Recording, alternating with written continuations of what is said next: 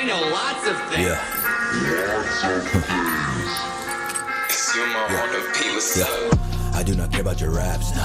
I do not care about this track, I do not care, I guess I am rare. Yes, I hear the trash, take it out back. Oh, you can't hear it, you must have your ear to the cash. I'm itching a spaz, I do not hack, but yes, I'm still with the mask. Snatch a beat right out the mainstream real quick. Fuck around, yeah, we gon' remix it. We got you spinning and now you dizzy. You looking like Disney, seeing sixes. All these agendas and all these false flags. How many times till it gets familiar? They've multiplied so many times they form in a line to normalize the pedophilia. Half of these rappers, yeah, this shit getting handled. They're gone with one snap of my finger. Yeah, Thanos. Yeah, I see your ice, your shit be shining, but how many of those innocent African children had to die for those diamonds? Huh? Tell me. They wonder why they were living all so divided, with all those rooms in that big ass mansion with the homeless family sitting right outside it. 1,000 bodies died for that outfit, and you ain't cleaning the blood off it. Your favorite celebrity's got blood on their hands, Marina Abramovic.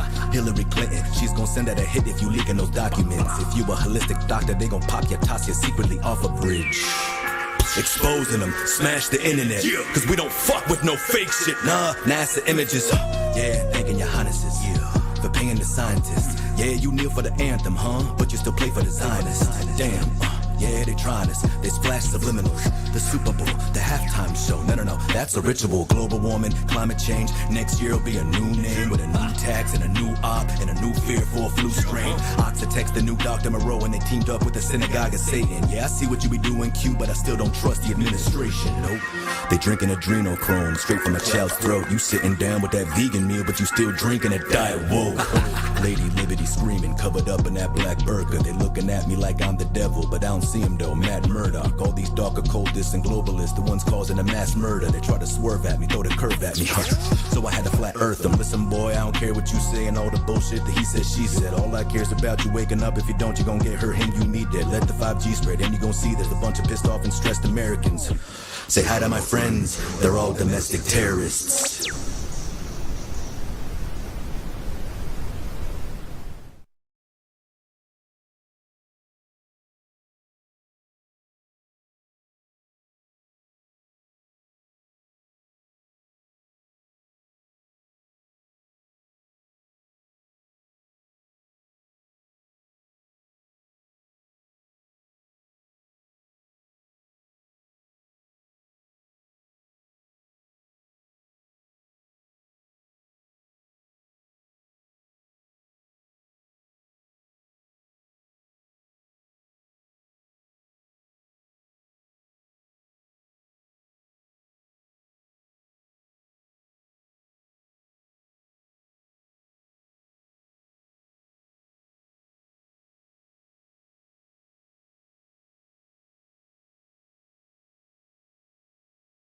I don't believe that man went to the moon. The deadly radiation would have guaranteed their doom. They've never tried to go back, the elephant's in the room. I don't believe that man went to the moon. On 7-7 drills were underway. At each of the locations, the bombs went off that day. A man called Peter Power announced with some dismay. On 7-7 drills were underway. I feel a sense of positivity, a different way to view reality. The truth is that it starts with you and me. And we can make it happen if we come together. On 9/11 drills were underway that mirrored what unfolded in the skies that very day. They blamed it on Bin Laden, who was nearly in his grave. On 9/11 drills were underway. The time has come for us to make a choice. It started with a solitary voice, but now it's a cacophony of noise, and growing by the day, because it's now or never. I don't believe that man went to the moon. The deadly radiation would have guaranteed their doom.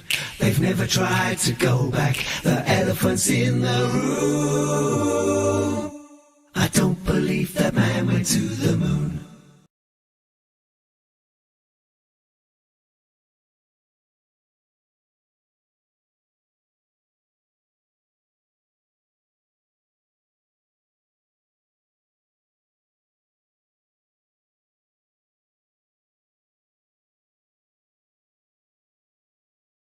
conspiracy theorists claim that events like terror attacks and school shootings didn't happen, that the crime scenes are fake, and all those people you see crying on television are crisis actors.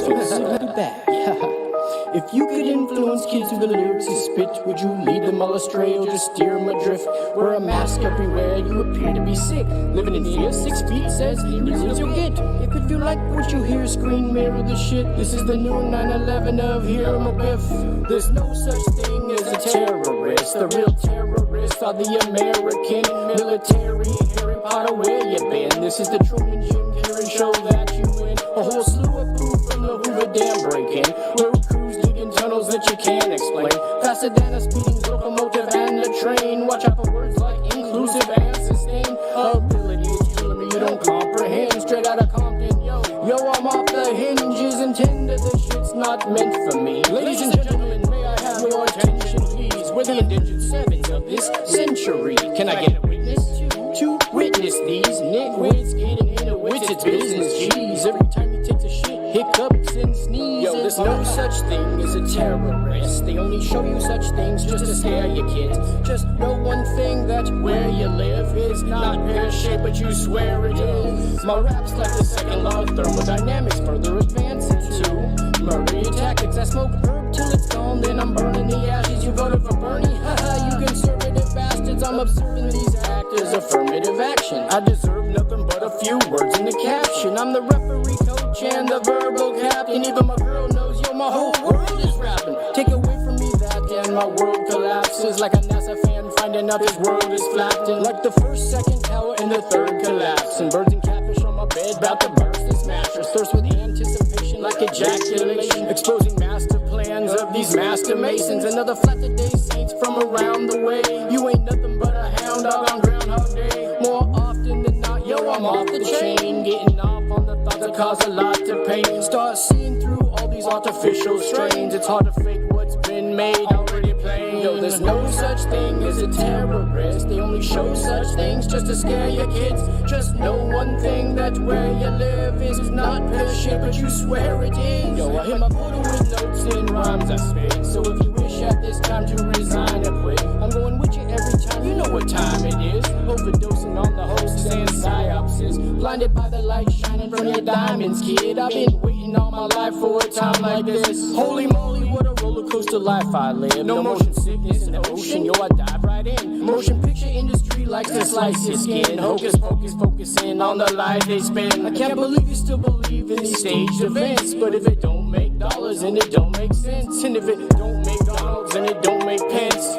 Get it, Donald Trump, Mike Pence. There's no such thing as a terrorist. When they show you such things, it's to scare your kids. Just know one thing, that where you live is not pear-shaped, but you swear it is. You think it's pear-shaped, but there's no such thing as a terrorist.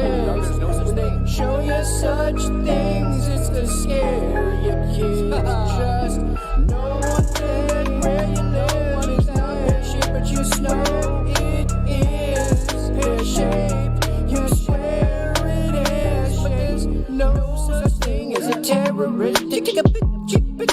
Terrorist. There's no such thing as a terrorist. There's no such thing as a terrorist. But you swear there is a such thing as a terrorist. But there's not. Nope, sorry. To burst your bubble, I'm out. Oh, Alice's death was a fake. It was a hoax. This guy's a crisis actor. I was stunned. It pisses me off.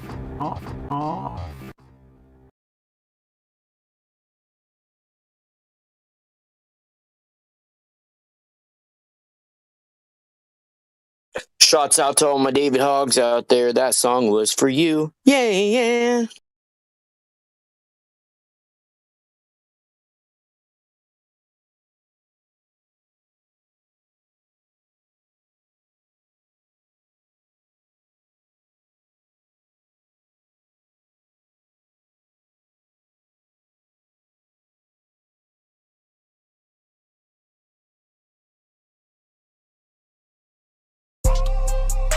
Spank 'em with Van Allen's belt. NASA's been a bad boy, spank 'em with Van Allen's belt. Spank 'em with Van Allen's belt. NASA's been a bad boy, spank 'em with Van Allen's belt. I got bars, call me a repeat felon. How they going to Mars but can't repeat the moon landing. Highway to heaven, Michael Landon. Did you see that moon module, how they landing? NASA's been a bad boy, spank 'em with Van Allen's belt. They out here talking space travel, how they never left. You want the truth, educate yourself. Don't trust the system, boy, educate yourself. Operation Fishbowl, we in a snow globe. NASA's faking space walks in a swimming pool. Look down there, I see space bubbles. Astronauts is drowning, I see space bubbles. I see the truth, took off my fisheye lenses. Post about flat earth, and you see just who your friends is. Can I get a witness? Flat Earth Mafia, can I get a witness? The earth is flat, they better deal with it. Zipping and turning through infinite space, and we don't feel spinning. Then they fall back on almighty gravity. Undetectable, untestable, theoretical gravity. Where's that all at? When you need it, there it is. Run up on NASA like I was Negan. You never look in that bowl that you've been eating. You never looked in that bowl that they've been feeding. Look at NASA's founder, Werner von Braun. 1901, Book of Psalms on his tombstone.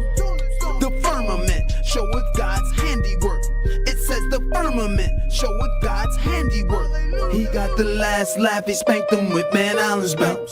Once you finalize here, you start looking at other stuff. Epstein didn't kill himself. Building 7 didn't collapse by itself.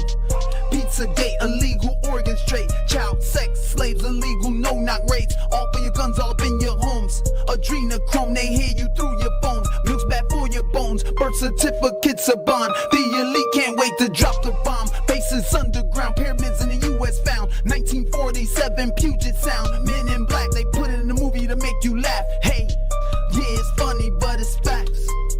Hey, yeah, it's funny, but it's facts. Spank 'em with Van Allen's belt.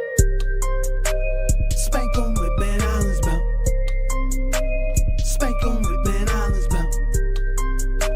Spank 'em with Van Allen's belt.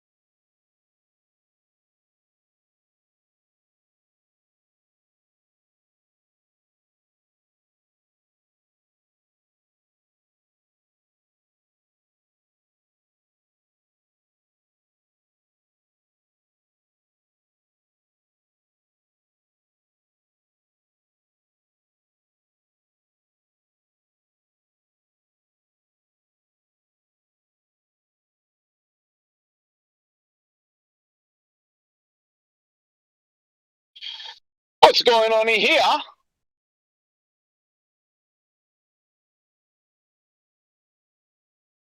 You guys are sleepy.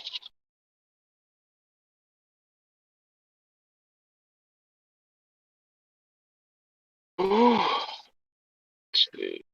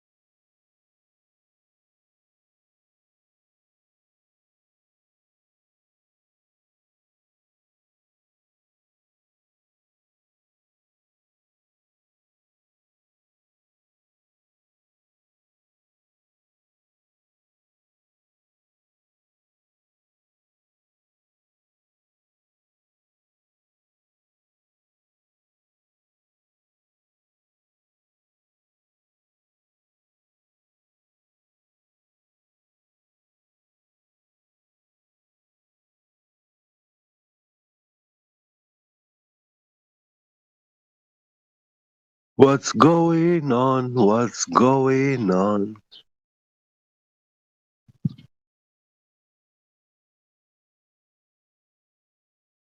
When the ball stops spinning, are you going to get dizzy? Oh yeah. Until he until he starts Hey, spinning Jamesy. again, you won't Yeah, be dizzy anymore. yeah. Nice to hear you, Jamesy. How are you? Doing good. Early morning here, driving 2 hours towards home, so Nice. I'll be around here. Drive Gotta safe. drive a long drive. Yeah, drive safe. Oh yeah. Don't overspeed. Now there's I can see in the map there's people reporting police raiders in Yeah, the area, so I yeah. gotta stay with the flow. Yeah, last month I drove into a city about 200 kilometers far away, and I got like 3 radars, 800 euros fines. Wow. You got 800 euro fine? Yeah, yeah. Oh Three way. fines, which total about 800 euros. Yeah. Wow. Were you speeding or what? Yeah, for speeding. Yeah. My goodness, you didn't learn the first time? You You know the don't tricky see part them. about the tricky part about speeding is that when you pass different towns or whatever, there's different Yeah, speed limits. So yeah. you Mm. can't keep a constant speed limit. So you have to slow down or Yeah. hurry up or whatever, accelerate. And the Well, police yeah, kind of yeah, know that, and they see you but that you're not from that area, and they pull you over. yeah, but in Germany you have these highway portions where you have no limit. You can drive any speed, you know. Okay. And after that, you all of the sudden enter a speed limit area, and they have radar, and they don't even have. They are like hidden, you know, no warning signs or stuff like that, and they Yeah. catch you. Yeah. Back in the days, they used to have a flash. You know, you saw the flash, you knew, oh, I got a fine. You expect it. But now they don't even flash, you know. Yeah. Yeah.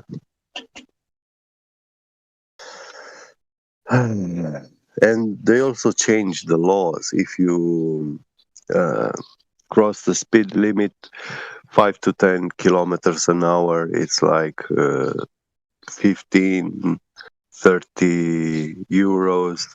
If you cross 10 to 20 kilometers an hour, then it's 40, 60 euros.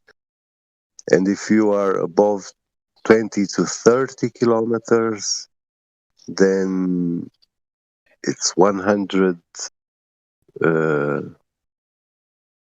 up to 200. And when it's with 30 kilometers plus, then it's 200, 300, the fine. Wow. Yeah.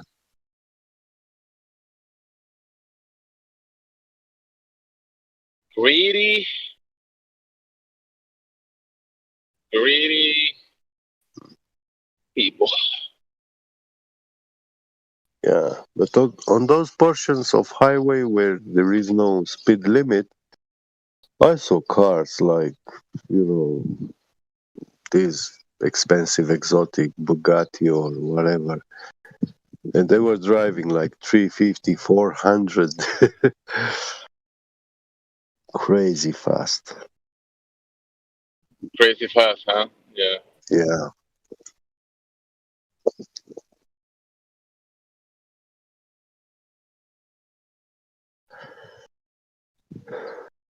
I never drove 300 that fast.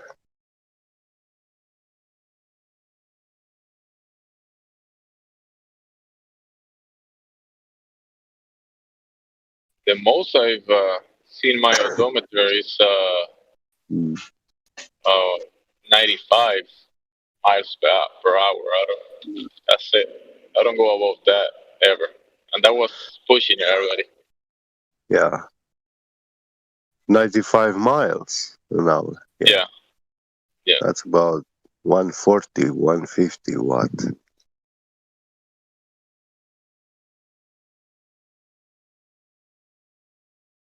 I'm not sure. Yeah, 160 almost. Yeah. Yeah, around here in the highway, people go 10, 15, 20 above the speed limit, and police doesn't bother most. But if you go, yeah, they don't bother that much. They pass me like I'm going 80, and they pass me like 90, 95. The police, Yeah. and they don't bother for nothing.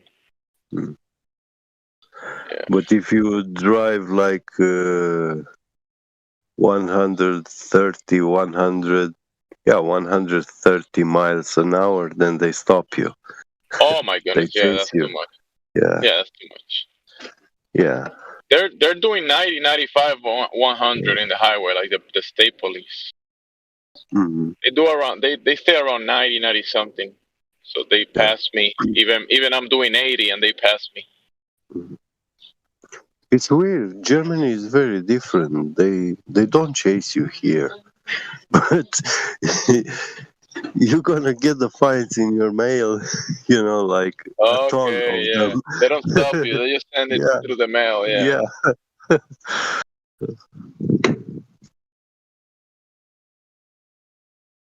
They made it And efficient like that. I tried to, to ask, hey, is there a way to meld them together, like all the fines into one, pay the highest fine, and forget the others? But they say no, they all add up. Yeah. They say no. We need your money, even though you didn't hurt Yeah. anybody. We want that money. Uh-huh. Because it's, this law is very dodgy. I mean, yeah, if I break the speed limit in one day, then yeah, I'm gonna get a fine for that breaking of the law. But now, if you have 5 radars on the highway, I have to pay 5 fines. Which is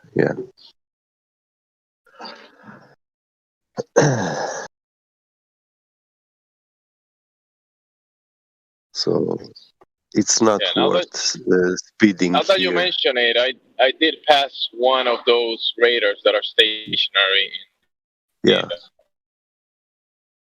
highway, and I think I was doing 80. I'm not sure they're gonna find me for that shit. Because I crossed a different state. Yeah. And in my state, you don't see radars. But in the state that I came to, they have those radars. So, I wasn't thinking about it. But yeah. Normally, like if there's police stopping people or whatever, or checking the speed, there's like people report it in the map app, and you can see where the police is standing. And Yeah. kind of like if it's I was thinking, maybe I should contact Lockheed Martin and buy some anti-radar paint and paint my car. anti-radar paint, huh? Yeah, stealth technology paint. Then they'll come with the gun to your house, like, hey, you're cheating. Well, You can't cheat us.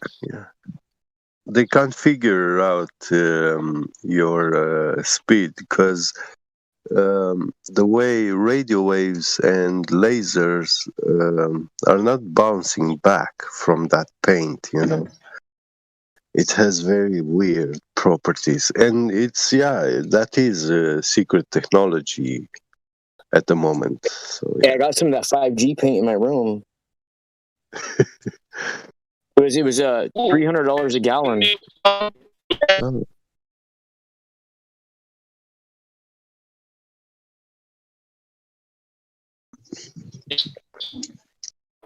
You're roboting. Roboting.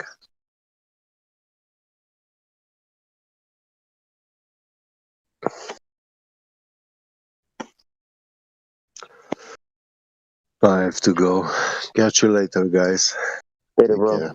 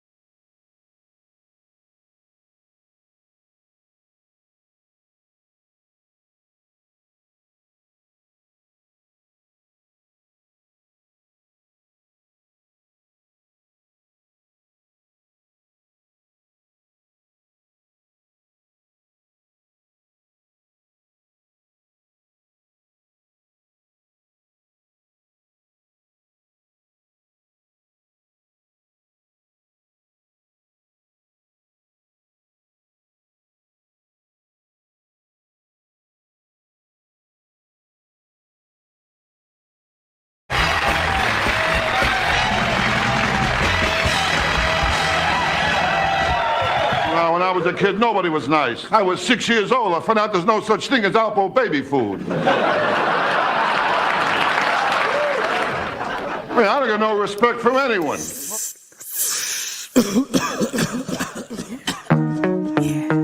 Yeah, girl. I see you over there.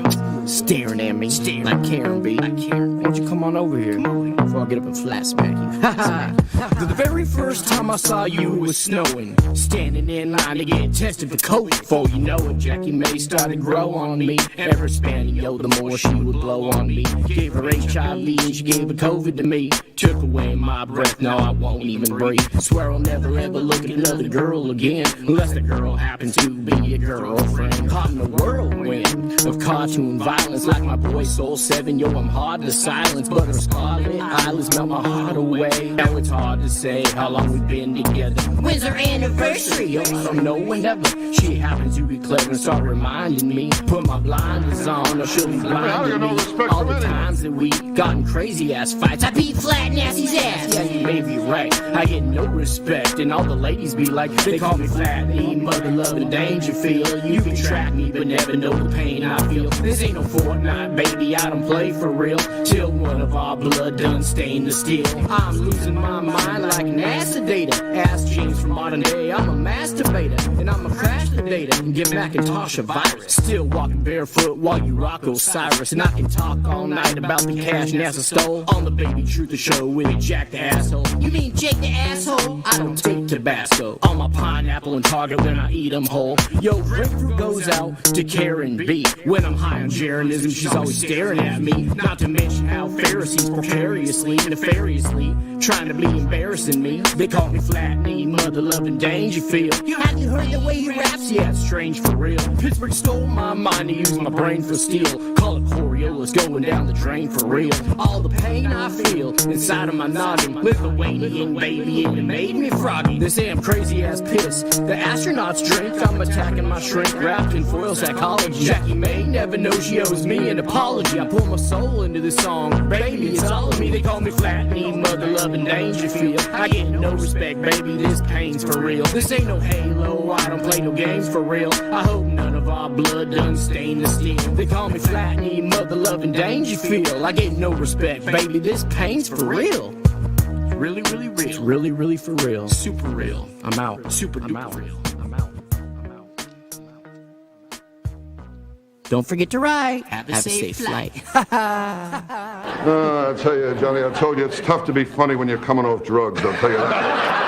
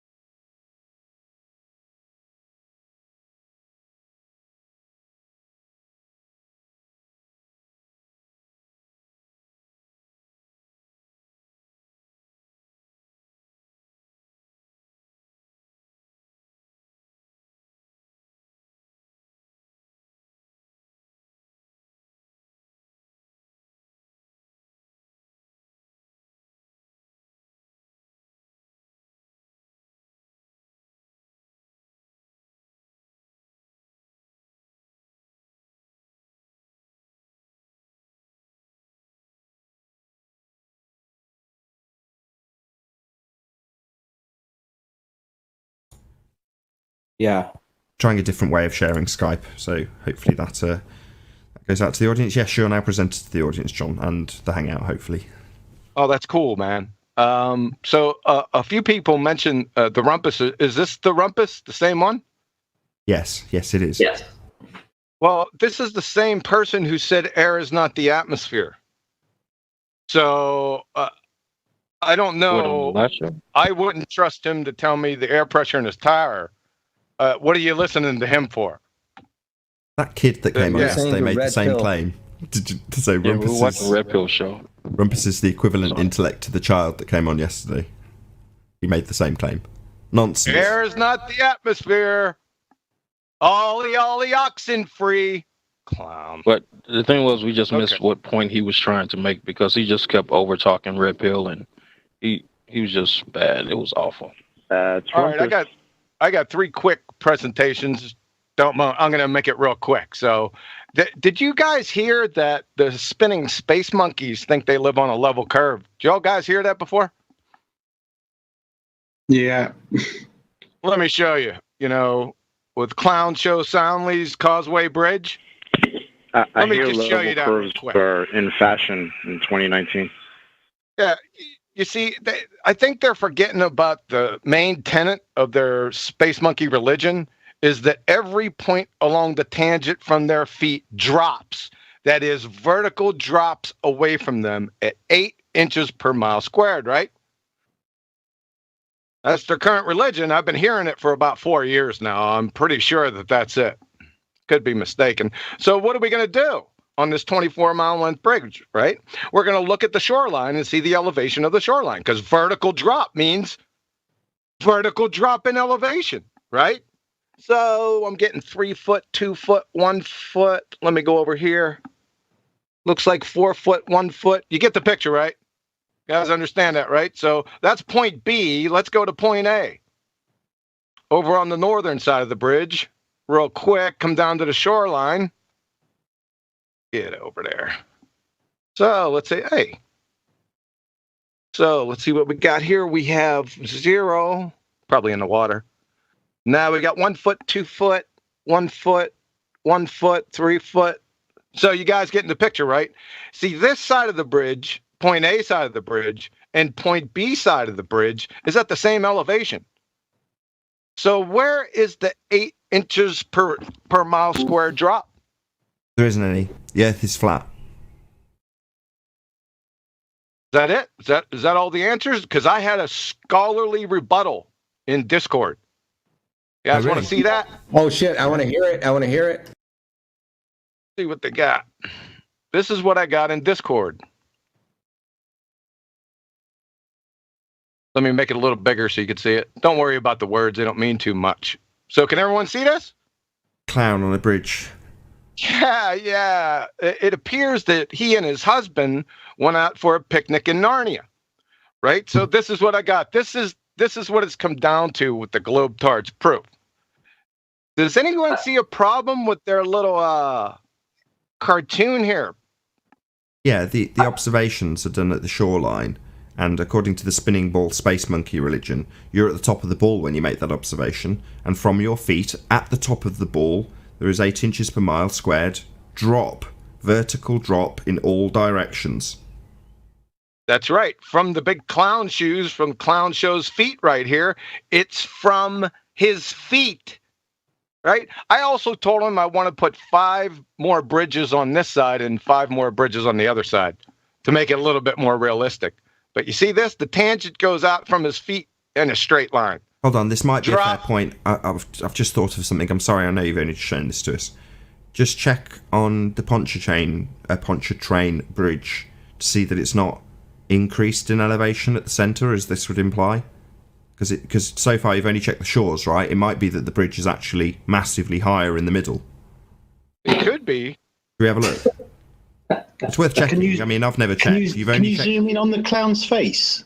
Is that clownly? Is that Hold on a clownly? second, Nathan. It looks like rumpus, doesn't it? All right, 1 second. Clownly. Hey. Yeah, it's clownly. Yeah. Clownly. I like that. That's as far as I can go, man. Yeah, it's clownly. Clownly. That's awesome. Okay, but All it is right, worth let's double get checking. They might be right in this assertion. So before we make too hasty, let's just check that Pontchartrain Bridge isn't massively elevated in the middle, as this seems to be suggesting. All right, let's go. How do we got to do this here? It's right in the middle, right? That should be right there. What are we looking at? Roughly where the clown was. This right here doesn't look like it's elevated. Well, just if you hover over it, what's it say? Check the video. It says, what?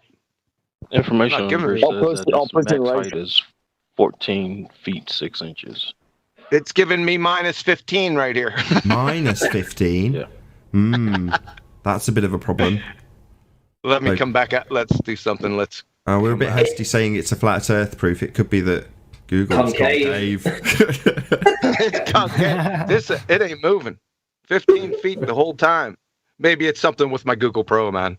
Does anyone else have this application? Can check this? Ranty's got the Google Checking Pro. the information on the website for Lake Pontchartrain. No, don't worry about that. We're looking at what Okay. Google Earth says. So Google Earth says 0 at the start, and then you go to the other side, and there's no drop.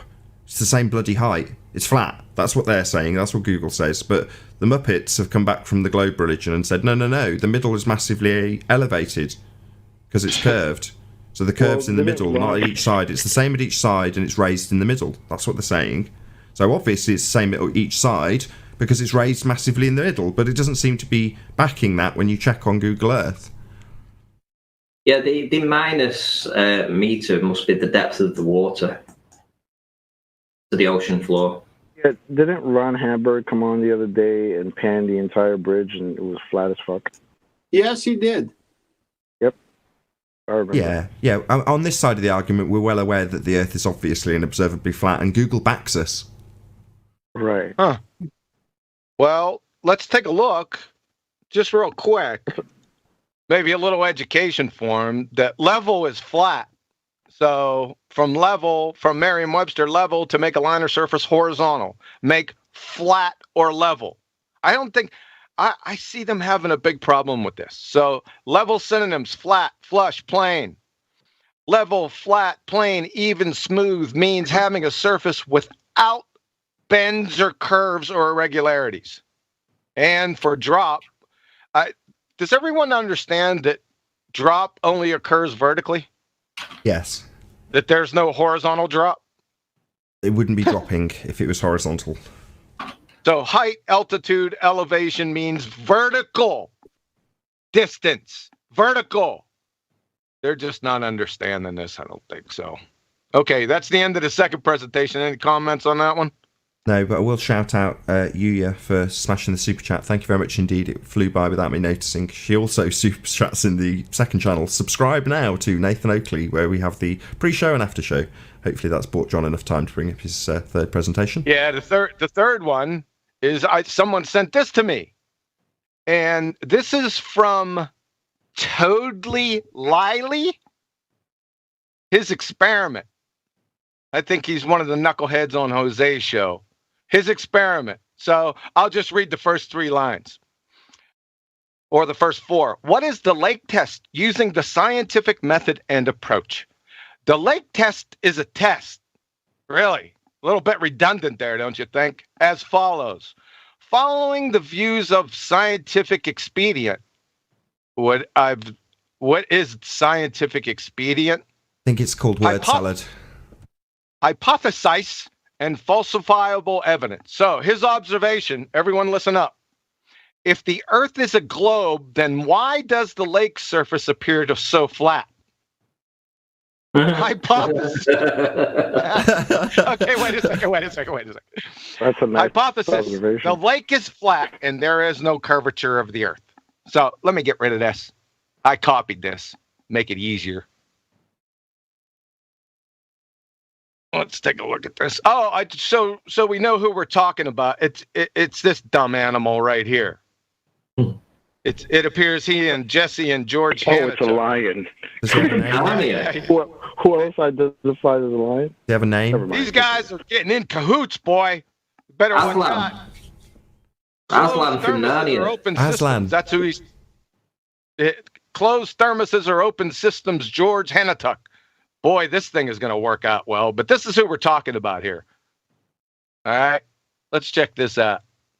So I wrote this up so we could see it better. So, Toady Moron, here, like I said, I just copied what he wrote. Let's go over this again. So the lake test is a test, right? So the test is a test. That's profound. As follows, following the views of scientific expediency. I don't know what that means. I've never heard that before in my life. Hypothesize. Make sure you get some spell check action going on there, brother. And falsifiable evidence. So let me run this by you one more time. The observation. If the Earth is a globe, then why does the lake surface appear so flat? Question mark. Any comments? Can I just answer the question? Because it's not a globe, it is in fact flat. No. This is the observation. Yeah, but that's not an observation. Oh, okay. We'll go with the usual. It's not an observed phenomena. Yeah, We're going to get to that here in a second. I thought I'd leave that out there for you. So his hypothesis, the lake is flat and there is no curvature of the earth. Independent variable, dependent variable, null hypothesis. We're getting there. Okay. Let's make it quick. Asshat. You'd fail 5th grade general science and a 60 level basic reasoning course. Let's take a look at this observation. If the earth is a globe, then why does the lake surface appear so flat? So number 1, observations are not questions. Number 2, it's observe a natural phenomena and not observation. Number 3, why does the lake surface appear so flat is a concrete noun, not a phenomenon. Number 4, the natural phenomena observed is your dependent variable. So what's the dependent variable in your train wreck question observation up here? I'm going to take the liberty here in a second to figure out what it is because there's not one, but I'm going to give them one. So, hypothesis. The lake is flat and there is no curvature of the earth. Dipshit. Scientific hypotheses are cause and effect suppositions. What's the dependent variable again? I'll tell you what, let's use your train wreck question observation. Lake surface appears so flat. All right, we're going to use this as the dependent variable because it's the only one that's semi-coherent, even though it's not a dependent variable. We got to use something. Number 3, what's the independent variable? That is the cause of your lake surface appear so flat. Train wreck question observation dependent variable. There is no curvature of the or earth, or is there some combination thereof? So let's take a look at this. So is causes lake surface appear so flat? Is that the one? No causes lake surface appear so flat? Let's combine them. No curvature causes lake surface appear so flat? Of causes lake surface appear so flat? The causes lake surface appear so flat? Or earth causes lake surface appear so flat? Which one of these? This is incoherent nonsense. Say again? Yeah, you can't pull one out. It's incoherent nonsense that doesn't have one. So you're not going to pull out an independent or a dependent variable out of this completely incoherent nonsense. But I applaud your attempt. Yeah, I had to try something. So an easy way to tell, other than just the slap in the face incoherency, is to formulate the null. So here's the null for each of these independent variables. Does not cause lake surface appear so flat? No, does not cause lake surface appear so flat? No curvature does not cause lake surface appear so flat? Of does not cause lake surface appear so flat? The does not cause lake surface appear so flat, or earth does not cause lake surface appear so flat. Please, we need to hear this. We need to get this ironed out before you do your test. And for the last one, and this is what I was talking about when I was priming this with Arwen. I was just screwing around yesterday and jumped in. I seen Arwen's mug on there. So I just jumped in along with Toadie's. This is what Toadie had to say. He's talking about fossils and walking along the beach. So, Toadie, you walk up the beach and you see the very basic creatures at the bottom, and you walk up a bit and there is more advanced creatures. Then there is nothing for a few layers. Then there's more advanced creatures, and then pseudo-dinosaurs. I'd like to know what that is. And fish. But as you walk through those layers, you can see that those layers were different elements of time. Really? So rock layers are clock. Clown show. You see this? You see all this that you're mindlessly parroting? That you tried to pull the wool over everyone's eyes? This belly laugher is a formal logical fallacy. Denying the antecedent. Follow. If P, then Q. Not P, therefore not Q. So let's just add it to your little train wreck above. If they are buried together, P, then they both existed together, Q. They're not buried together, not P. Therefore, they didn't exist together. Therefore, not Q.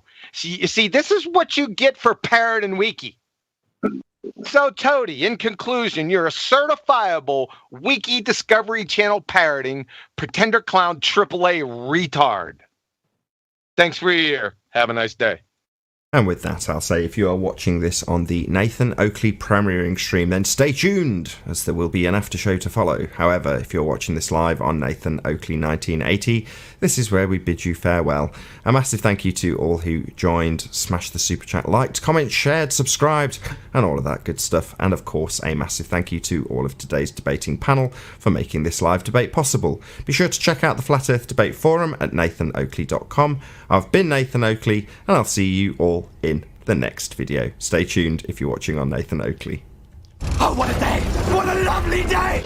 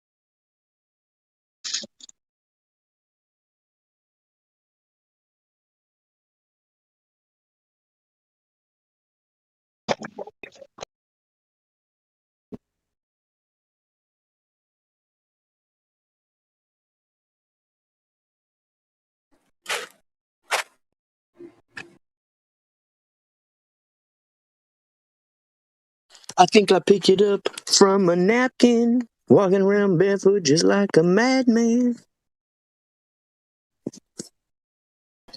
Hey, it's my boy Flatter Days. What's up, boy? Ladies and gentlemen, feels so good to be back. Nigga, you are Gold walking. Leo AZM. Yo, you are not Flatter Days. Like, your ass getting out of here. Hang on. Flatter Days fans. Dating Flatter Days. Flatter Day. It's Flatter Day. This is the Rockin' speaking to you, brother. Gold Rockin'. How are you? That is not. All right, that's how not you doing? Flatter Days. That's not him. Who this isn't? Flatter Days Saints. That's not him. I guess it's Flat Nasty then. Oh shit! What the fuck? You're doing a different voice. What the fuck? It's flat nasty. You got me fucked up, bro. When you coming out the hats? Right. Coming out the woodwork with all types of different accents. Yeah. That's crazy. I'm about to get you out of here. Wow. Saturday. Don't you dare get rid of him. I will mute you for eternity. I wonder if he meant it in a good way or a bad way. I don't care what he meant. He tries getting rid of you, and I'm going to come down on him like with Thor. Dude, I would never get rid of him, dude. I'm a Saturday subscriber for about a little over a year and a half. Come on, dude.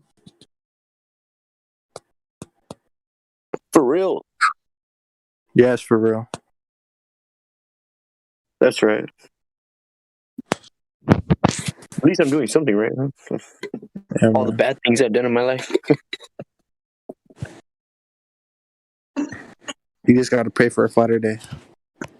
And I never hurt nobody though. I never stole from nobody. You know what I mean?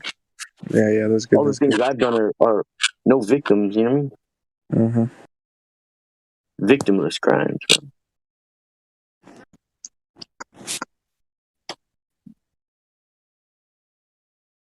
I don't promote, DUIs or getting high or anything like that.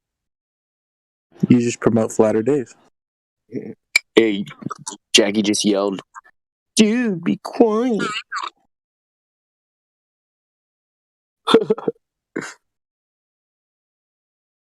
I swear I could be in one end of the house and she'll hear me talking and she'll be like, "Shut up! You need to be quiet." Screaming at me from the other end of the house every day. So why didn't you close your ears? We don't necessarily see eye to eye in certain things. Happens. Yeah. She likes to look at tarot cards and stuff like that. Don't get down like that, homie. Mm-mm. That's all nonsense. Has she ever given you a reading? I don't get down like that. I wouldn't let her. Yeah, no, it's fucking stupid. And if she did, guess what? They use techniques called hot and cold reading, and they take information they know about you or they got from somebody else about you, and they just fucking lie to your face, basically, manipulate you. Bro, I tell her like this. I just say, look into my eyes for 30 seconds to a minute, and I'll tell you when to stop. And I can tell you everything I need to see right in your eyes. Just stare at me, because I'll look deep into her soul. Or most people, when I really just want to find something out, I'll just say, look at me in the eyes for 1 minute. Everything I need to know is right there. That's my tarot card reading. Nice. Terra firma.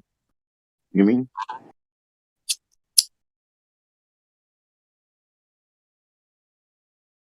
I think we all have the discernment and understanding that far surpasses like little man-made cards.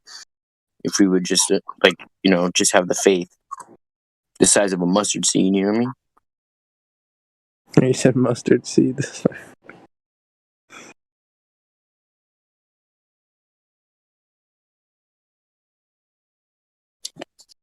You know how they say that if you have faith the size of a mustard seed, you can move a mountain? What about the faith of the size of a bee so you could just like get away? A bee. Beeline. A beeline is like a smaller version of As the Crow Flies. You know what I mean? Mm-hmm. Beeline as the crow flies.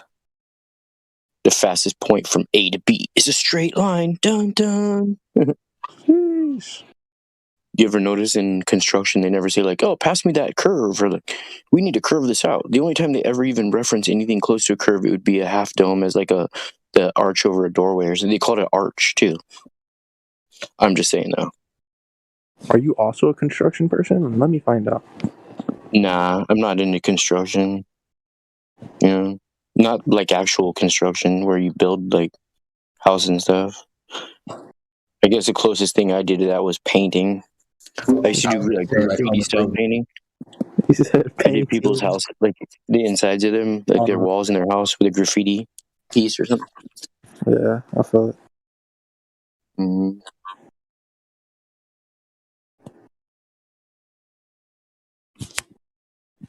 I got some paintings in my room from Zerk1 from TKO. He was like one of the top graffiti writers in Southern California. He's from TKO, where like Mr. Cartoon and Toomer are from. He can do some really. I got some of his paintings on my wall. Unfortunately, he let the ways of the street get to him. He's not that good of an artist anymore, but if he sobered up for like 6 months, he'd be good again. That street life's nothing nice, though. Never. Every time I see this dude, he's always talking to me about the James Webb just took a picture of this or that, and I'm like, bro, I've been talking about Flat Earth for 2 years, bro. You're gonna sit here and disrespect me? We're fighting. You say that one more time, we're gonna fight. And he'll say something like it and be like, oh, I'm just kidding. I'm like, all right, just don't talk about it, please. It's really offensive to me, bro. Please, I won't talk to you about Flat Earth. We'll just leave it at that. All right? Forget about it.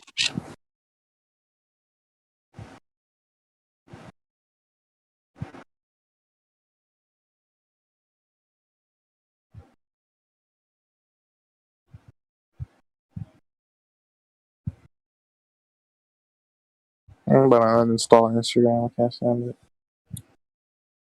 Hey, bro, you ever had like a girlfriend or something that like she's not the best girl in the world, and like you don't want to bring her around her parents because your parents are like, you're embarrassed, not embarrassed by her, but they're embarrassed to bring you around their friends when you're with that girl? Wait, say it again. My bad. I was reading something. Something about a girl being embarrassed if you bring her to your parents. You ever had like not necessarily a girl, but like somebody who's your good, like somebody that you care about a lot, and then like, but to somebody else totally detestable. You know what I mean? Yeah. It'd be the equivalent of like if like back in the 60s, if you had a friend who was black and you lived in like a racist part of the world or country or whatever, and you brought him for dinner, your family would be like, they'd be aghast with incredulity, you know? Yeah. That's what the Flat Earth is when I'm go to see my dad or that side of the family, and they're like, oh, he brought that Flat Earth person with him. He's brought that Flat Earth personality. Can you just not talk about that? Please, just not talk about that at dinner. Yeah. Mm-hmm. Yeah, I feel it. But I think once you see the truth, it's like, if the only relationship you've ever been in is where you're forced to accommodate your partner sexually by force and not by like, by you being not by you being like how would you say if it's receptive? Is it what yeah, like if you're not like if it's not like on the same level, but all you've ever known is like just being raped or whatever in your relationship, and then once you finally get in a relationship with somebody who like takes their time and like it's consensual and they want to make sure like it's cool, like you're happy about it too, then you're like, whoa, I didn't ever know life could be like this. I thought it was just like I'm just gonna lay down and take it, and that's just how it was, right? Well, after you bring the relationship where it's consensual, you're not gonna go back to that abusive relationship, are you? And be like, oh, this is how it's supposed to be. That's how the Flat Earth is for me. Like now I'm finally found that relationship where it's like consensual and I don't feel like I'm just taking it, and I'm like, I didn't know life could be so good. Yeah, I feel it. I guess that's a kind of a weird analogy, but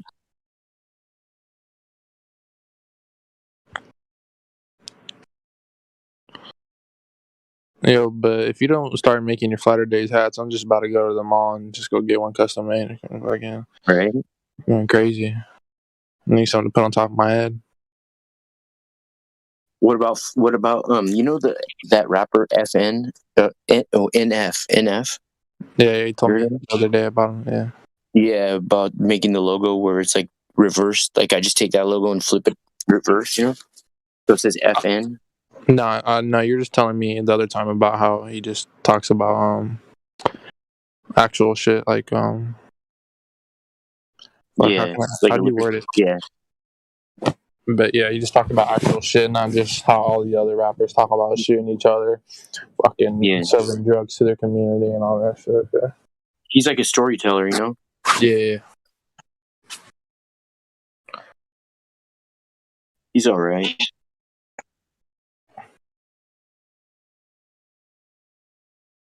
You ever listen to that dude Flat Earth Day Saints? Dude's pretty good. What? You ever listen to that dude Flat Earth Day Saints? It's pretty good. I try to. Some of his songs are dope, huh? Yeah. Like the one that he just dropped like 3 days ago. That's just slap. Yeah. Jackie didn't like that one too much. I don't know why. Crazy. And her favorite song's Flat Nasty. I don't know why. She loves that song. I think because of the tampon part. Flat Nasty. The part about the tampon, she likes that part.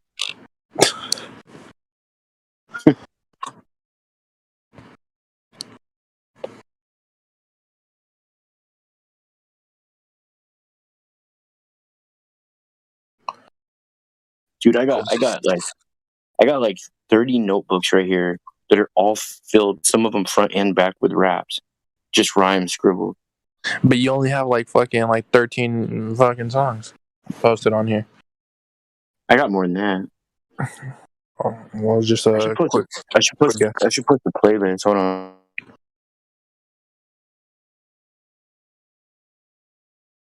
Flat Nasty, boy.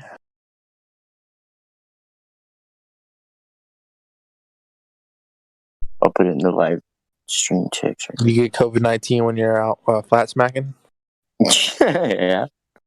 Look, I just put all my songs in there. There should be like 19 or 20 songs. Let's see. Only one of them is not a rap song. You put in like one of them is the Pink Floyd song. It's called Harp Side of the Moon.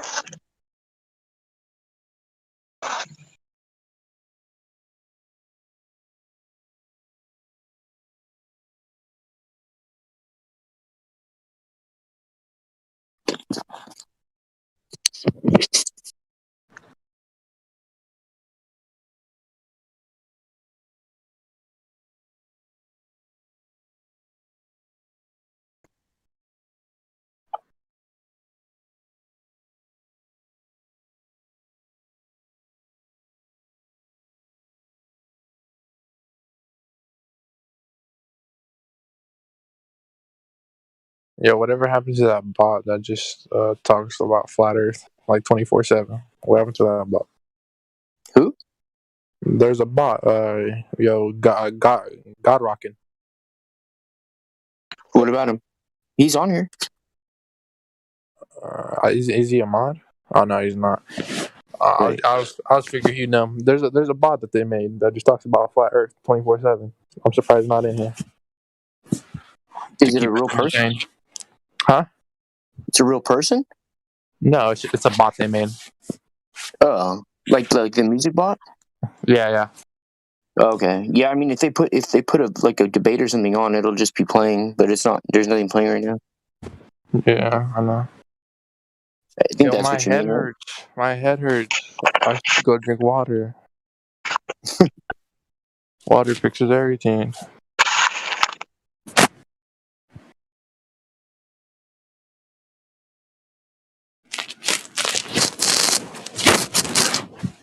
Don't forget your waters. Hey, Elijah. Dude, I actually feel like I'm about to fall over. Elijah's in the house. What's up? Nothing, just listening to some of your stuff earlier in the evening. Oh, cool, man. Yeah. The only thing I don't like about it is you haven't made anything in a while. Yeah, I know, man. I gotta get into some music. Dude, you've been on YouTube and a Flat Earther for a long time, huh? Well, I've been a Flat Earther for maybe since 2017. Oh, really? Okay. Yeah. You just had a YouTube channel a lot longer than that, huh? Yeah. Okay. Yeah, I would have never even thought of him making a YouTube channel until after I became a Flat Earther. Yeah. I had a YouTube channel for music, but that's cool. You know. New Yuoka? Yeah. You know who you kind of look like is Kevin Hart a little bit. Nah. Anybody ever tell you that? Probably the picture. Yeah, probably just a picture.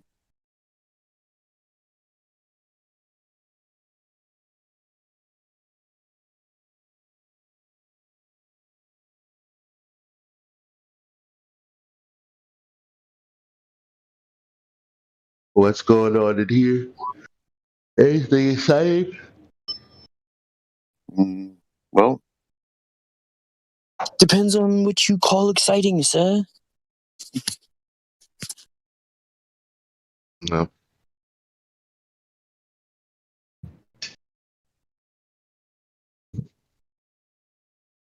Have you ever talked to Steve Grant? No, I like his music though. Yeah. For sure, for sure. I try to put it out there on a couple songs. Throw it out there. Kind of give him a hint, like, you know what I mean? But or come through to the server. That Diet Woke too. Do that Diet Woke too, you know what I mean? Yeah. Yeah, Diet Woke 2 would be good. Mm-hmm. You know. He hadn't done nothing in a while. Yeah. We're getting old, man. We need these kids to stop being numpty dipshits and take over the reins, you know what I'm saying? Mm-hmm. I got a lot of songs left in me though. I say I have at least 60 more songs, bro.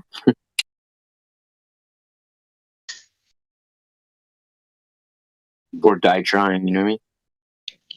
Yeah. I say as long as I'm living, having experiences, you know, I could always write a song. And that's what people do too. There are people who've written songs well into their midlife and over. And some of those songs have been very iconic, you know. So it really just depends, because you could be young and write a song that's dog shit that nobody likes. It's like, at the end of the day, if you make a song for a moment, and people will appreciate it if it's good. Yeah.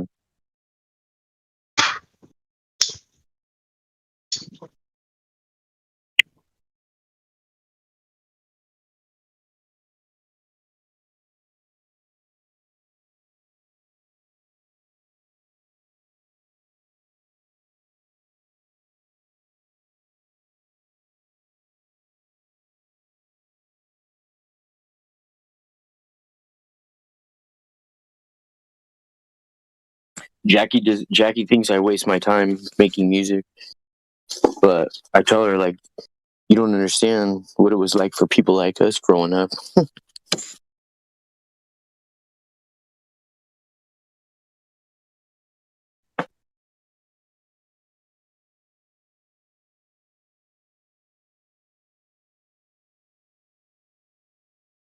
Well, tell Jackie that your music changed my life.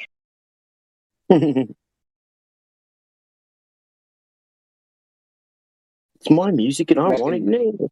Nothing to laugh about, man. Come on. Yeah.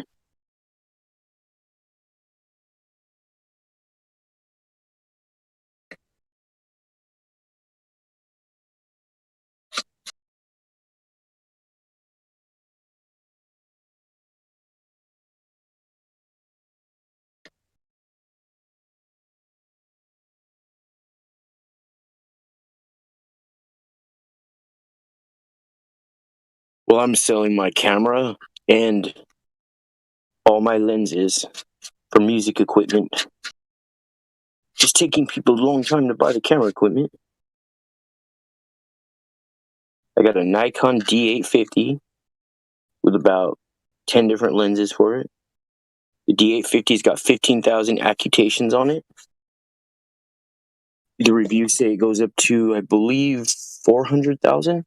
That's on average. So take care of it, it'll go up to 500,000, possibly more. You know, learn to clean the sensor yourself. And if not, if you have a camera place like near you where you can bring it in, then I highly suggest it.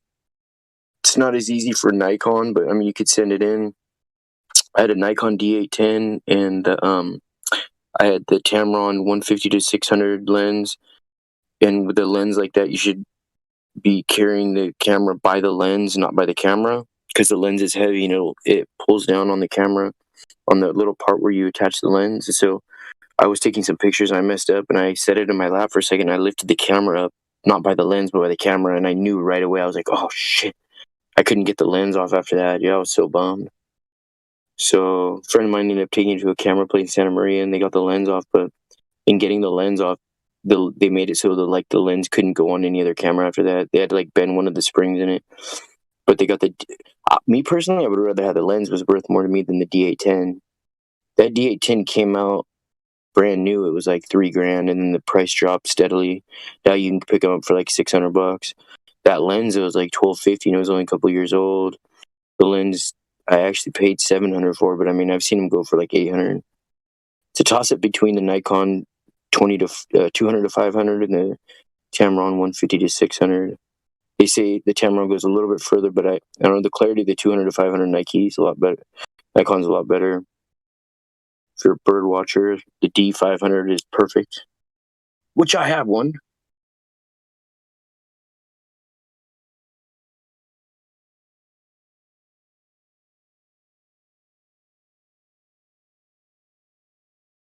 I basically, when I used to go take pictures, I'd go out and do mass shootings every day because I took so many pictures. It was over 100 pictures. It's a mass photography shooting in one place.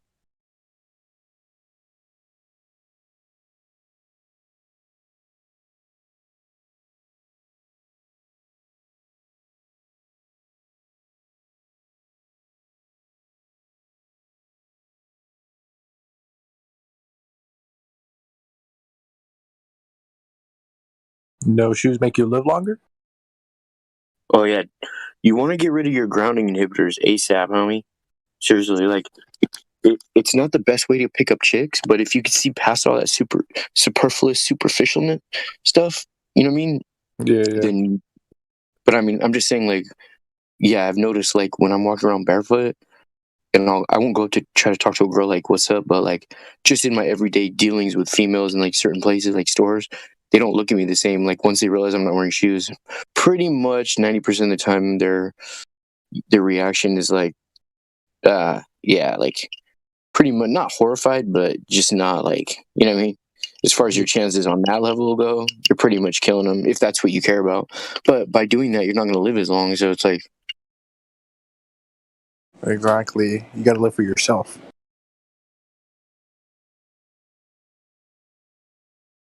Right, Flatter Days? I just know I ain't going to be putting on no grounding inhibitors, homie. You know what I mean? Yeah. I put shoes on, dude, and it hurts my feet so bad. It feels like my toes are being squeezed together. I hate it. I feel it. You know? It's something so simple. It's just not wearing shoes. Could add 10, 15, 20 years to your life. Allegedly, this is not medical advice. Batteries not included. Floyd were prohibited. Each sold separately. Participating stores may vary.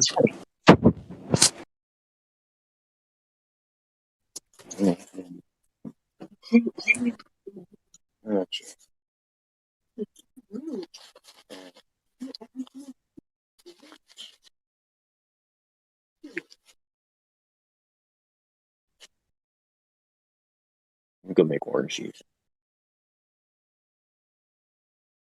I'm gonna go outside and smoke cigarettes. Yeah, I'm gonna smoke cigarette quietly. Yeah, I do.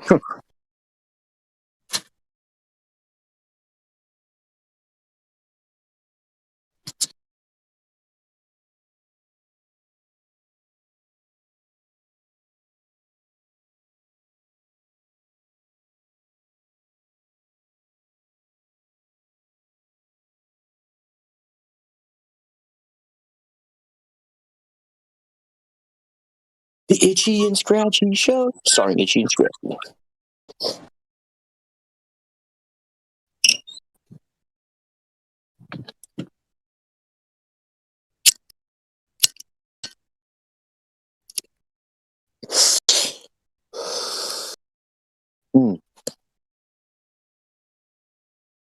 God, I love the taste of that.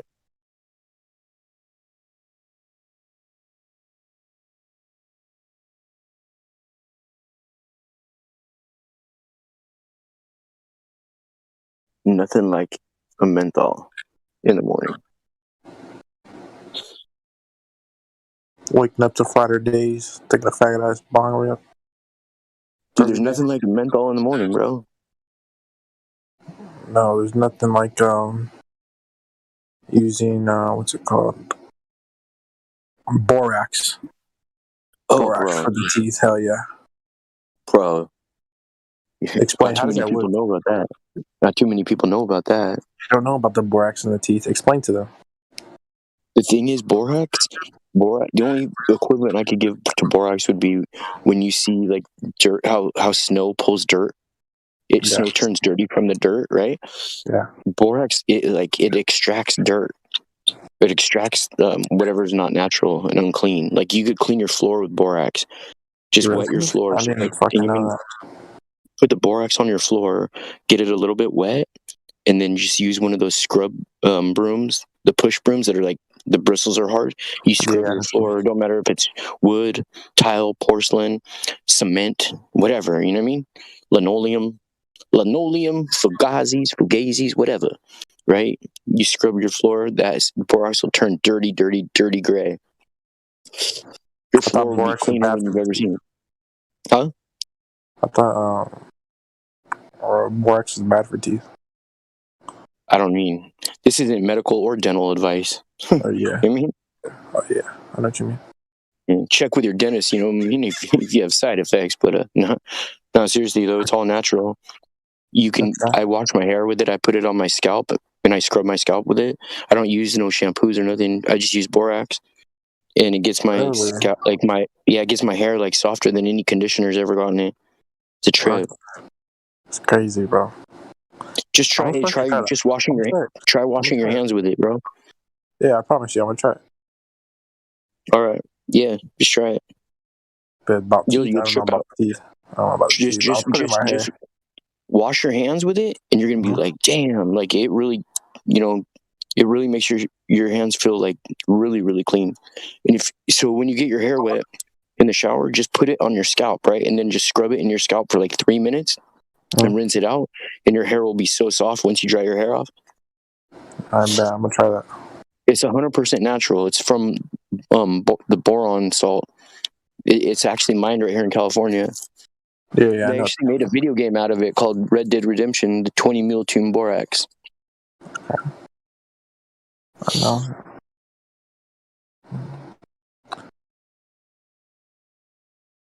Yeah, if you can get your chick to do it, which girls are usually like, I don't want to put that in my hair. But one day Jackie finally used it, and she was like tripping at how well it worked.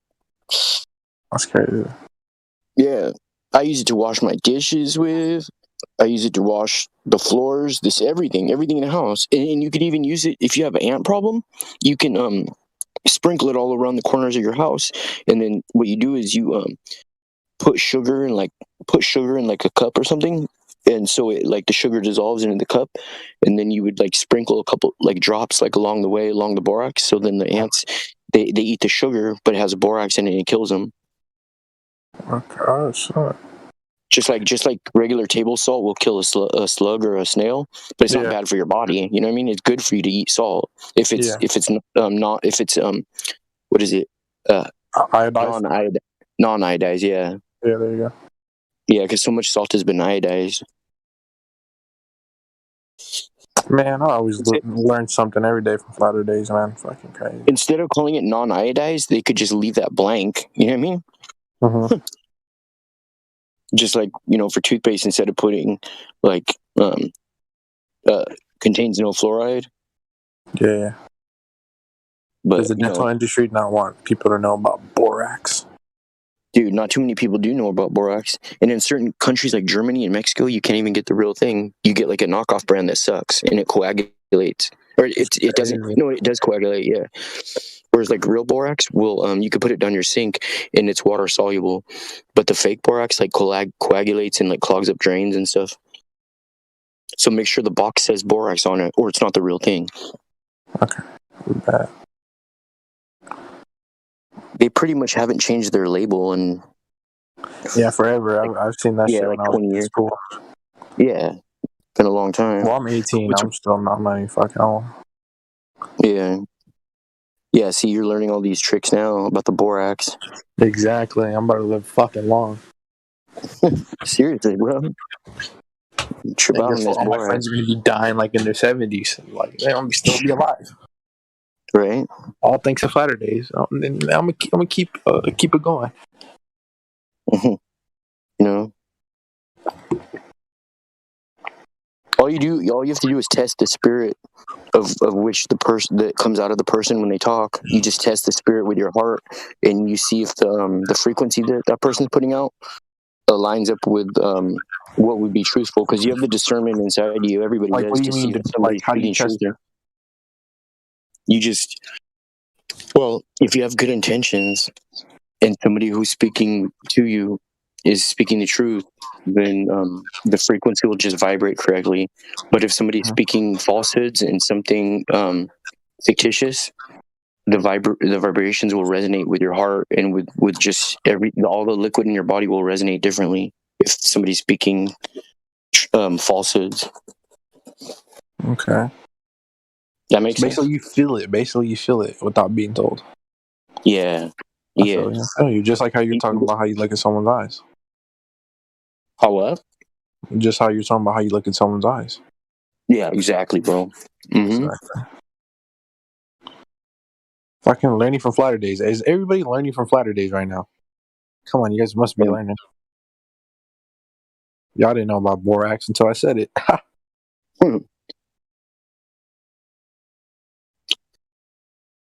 Pure proof being TV. Is Elon Musk faking this? No, I'm just reading a lobby chat.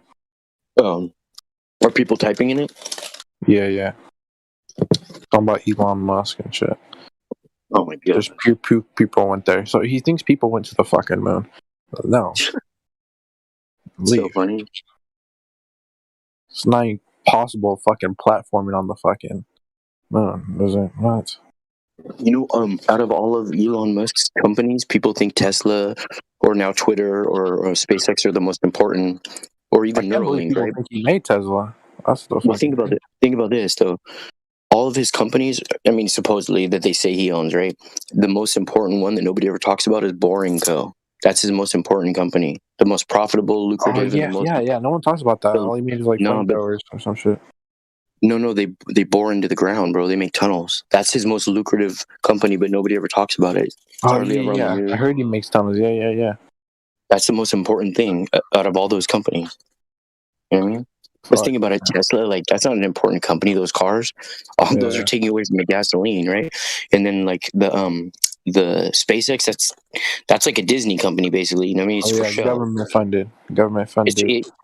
Not just that. It's just like it would like how important is Disney? It's not important unless you weigh the scale of importance on making like fictitious movies and entertainment for kids. It doesn't help them it doesn't benefit you in any way. In fact, it does the opposite. It wastes your time. Yeah. You know? But when people hear Disney, they're like, "Oh my god, Disney! They made so many good childhood movies." Yeah, it's like a Disney. I disagree. All right. I'm just saying some fictitious movies can be very beneficial depending on who's watching it and how they like look at the information. If they retain things through context, like certain words, you can learn the definition. But just watching a movie, even if it's fictitious, that's all. Yeah, true. I agree with you on that. Yeah. Learning words. That's just something I'm gonna do when I have a kid. Just have them fucking watch YouTube or some shit. Just hear all these words so they can talk right away.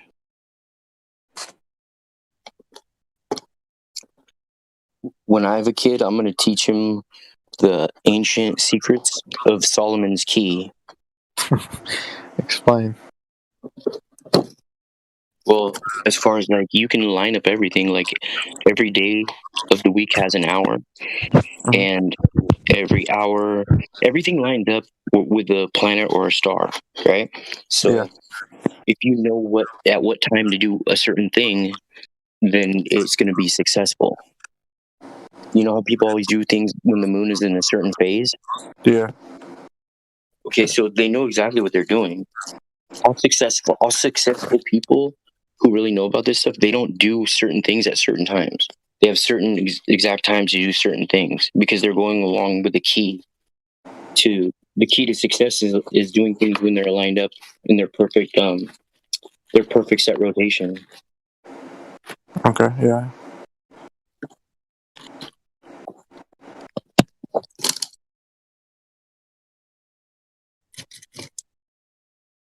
Like the zodiac signs and everything are super, super, super duper watered down as far as pertaining to the edification of your life. Oh yeah. Super watered down, bro.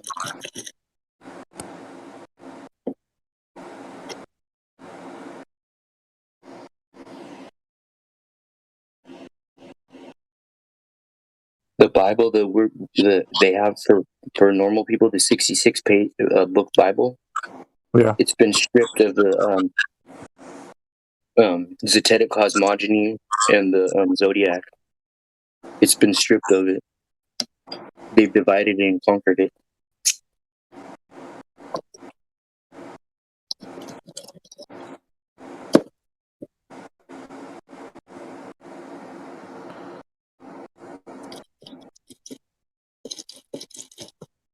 Man, Flatter Days, I love learning from you, man. What? I said you make learning fun. Love learning from you. Well, if I can be used as some type of instrument for the good, that's more than I could ever hope for, you know?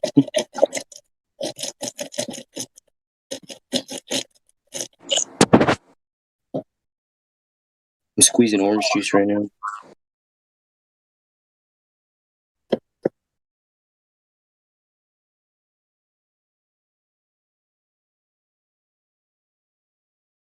You ever buy bags of oranges? Nah. Recently, I've just been drinking like naked juices.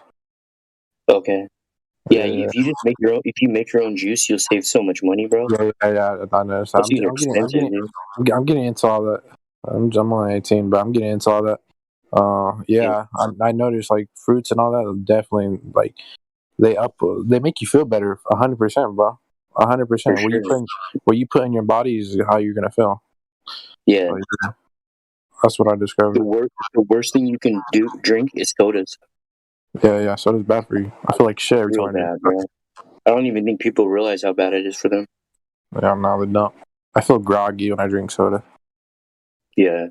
Or energy drinks or all that stuff. Yeah. Just have a nice cup of orange juice. Yep. It's so bomb, too. Mm-hmm. Buy one of those little juice or apple juice, like $5. Or cranberry. So much good juices on there. And if you get the non-artificial sugars ones, those are the best. Right? Mm-hmm. No artificial sugar from this what else body. I've been doing lately? What's up? I've been eating. I get sweet potatoes and I'll wash them off, and then I just slice them like a little bit thicker than potato chips, and I just eat them like that, raw. Raw. Oh, you're crazy. Sweet potato. You know why? It's because I was looking at these. You know, like as a kid, they take potatoes and they put 2 prongs in it, and you can power stuff with the electricity that comes from them. Yeah. Well, you can't do that after you cook the potato. Really? Once the potato's been cooked or boiled, you can't pull electricity out of it like that anymore. You know? Okay. What about Oh yeah, your Flatter Days. I saw you eating like a whole orange peel. Explain. Oh yeah. Yeah. That shit had me cracking up. I was like, "Go on, Flatter Days. Explain."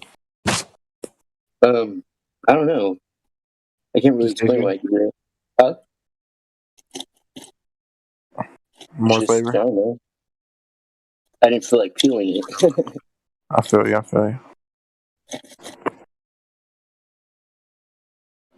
Well, sometimes I do stuff like that just to try to make people think outside of like the normal realm of doing things, you know? Yeah. Like there's whole other ways to do things that we don't think because we've all been taught like one way to do something. Yeah, You know? yeah. Like when you're a little kid, you're taught how to tie your shoe, right? Yeah. Instead of just teaching yourself how to walk with no shoes. Oh shit. You know? Yeah.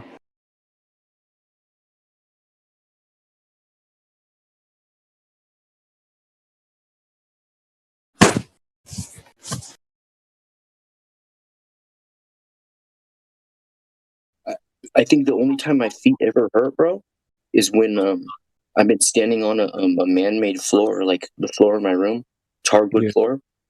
It's like completely flat shape.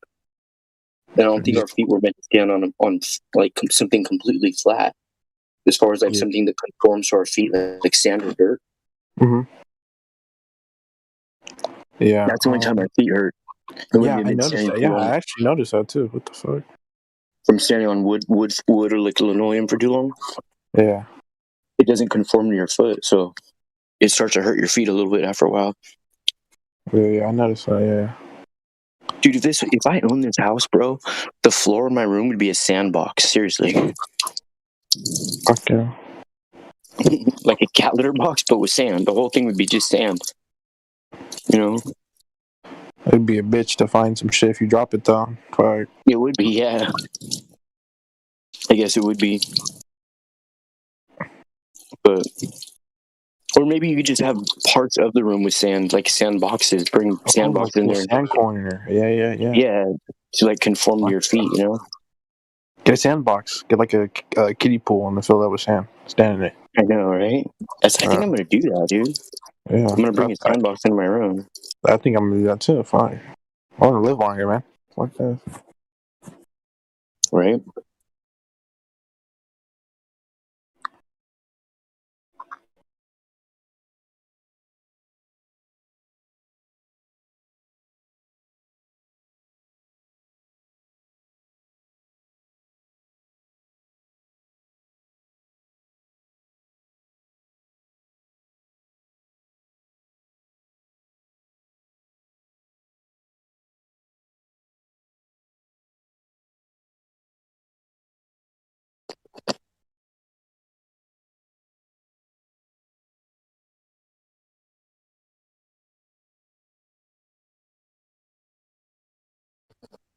Bro, so you've been going barefoot for a while? No, you got me into it. But how long have you been doing it for? I said you got me into it, like intrigued, like on the whole idea. Oh, you haven't been doing it yet? No, but I think I'm about to lose my barefoot virginity today. Once you start doing it, take notice on the last time that you remember touching somebody or touching something and being electrically shocked. You know, you get like static electric shock sometimes. Like when you do laundry or when you're walking on your floor or whatever on the carpet. Yeah. Once you start going barefoot, that will never happen to you again. Yeah, I just noticed I haven't got static electricity shocked in a minute. Yeah. That's crazy. Yeah, I'm gonna try it though for sure, bro. Yeah, we for sure were made to wear shoes. Another thing is if like you spend long hours like on Wi-Fi, you'll start getting like the migraines. You know what I mean? Mm-hmm. Oh yeah, I saw that you have like a box around your shit. Yeah, you won't get no migraines anymore either. Oh yeah, what's that box called that you have? Oh, the Faraday cage? Oh yeah, that's what it's called. Oh, on my Wi-Fi router at the house, yeah. Yeah. Yeah, I have my shit in my room. I need to move it. Yeah, especially when you're sleeping. Because when you're sleeping, you're not grounded at all. You're like propped up, you know, on usually a bed that has metal springs in it, which is even way worse. You know? Yeah. Because those are conductors of electromagnetic frequency. That shit's literally right next to my bed, or right next to like the shit's my bed thing's pressed up against it. Oh yeah, it's all bad. Yeah, it's throwing your circadian rhythm off, especially when you sleep. It's one thing when you're awake, standing up, but it's one thing when you sleep. Yeah, that ain't shit out of here today.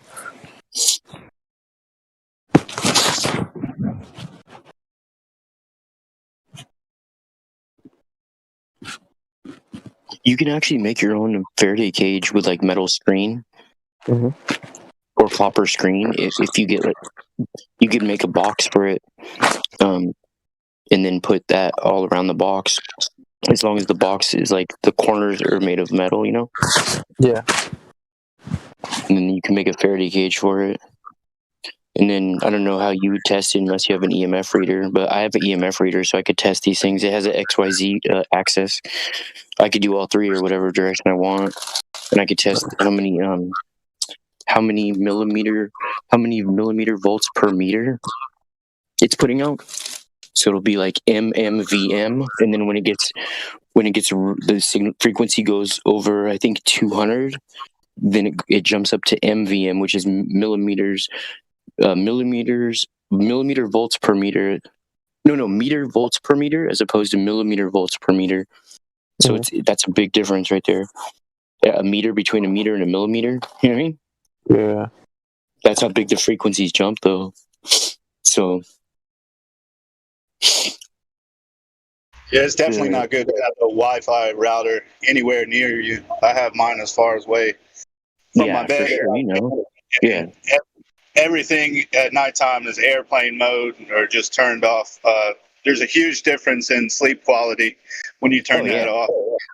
I kind of noticed it was like interfering with my dreams, I know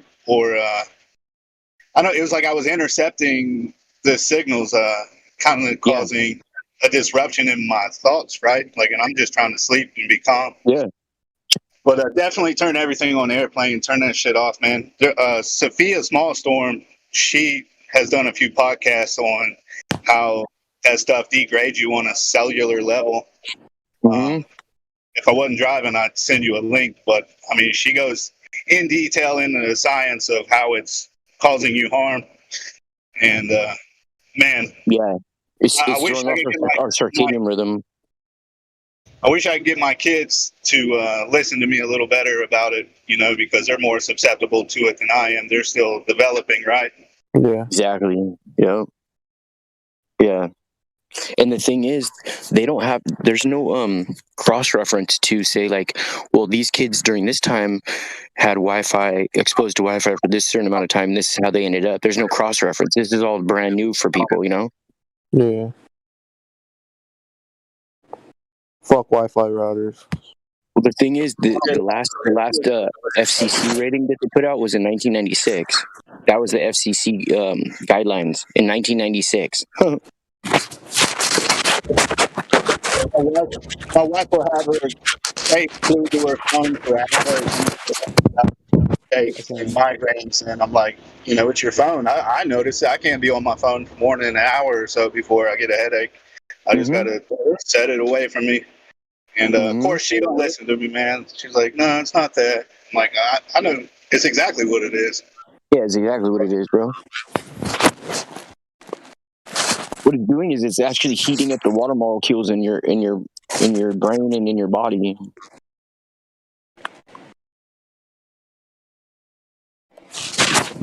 Like if you have your laptop on for a long time and you touch your laptop, it's really hot, right? Well, that heat can't transfer through a laptop like it can inside your body. You can't tell your body's getting hot from this stuff.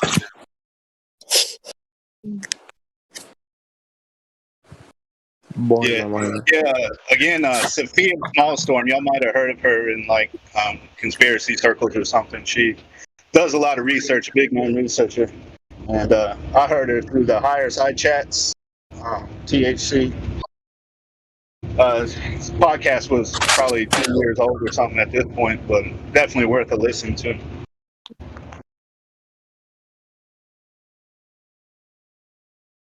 All right.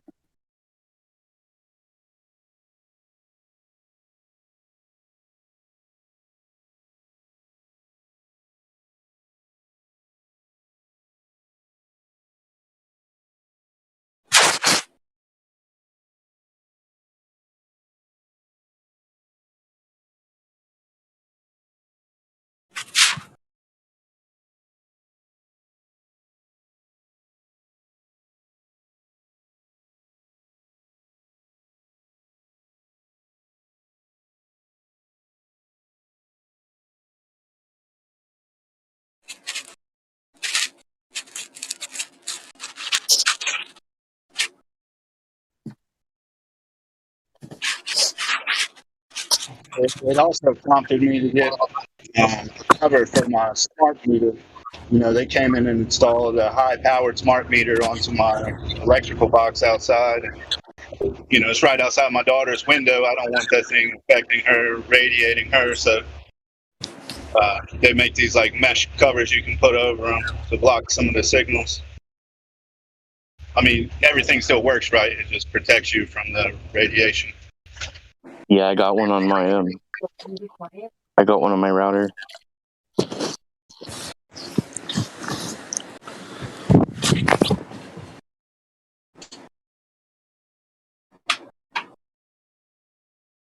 Oh.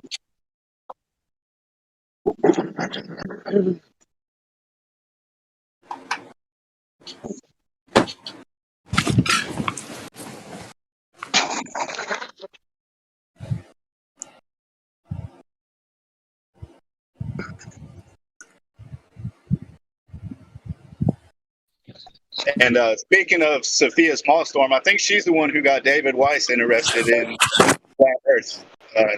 She was the one he tells the story about that. You know, a friend of his told him about it. He didn't want to hear about it at first, but you know, being a trusted friend of his, he looked into it and was going to disprove it. And of course, now he's one of the most prominent flat earthers out there.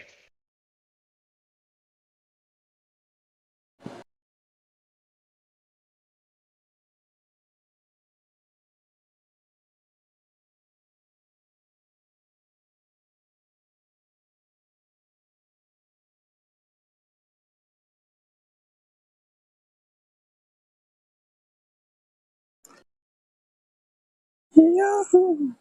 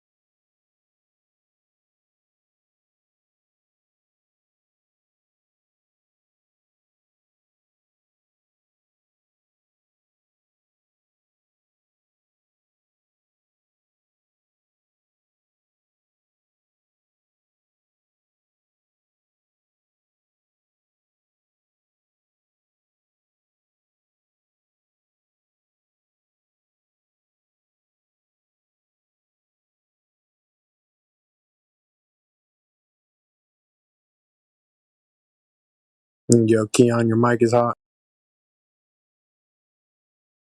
Or Con. My mic is hot, bro. Yeah.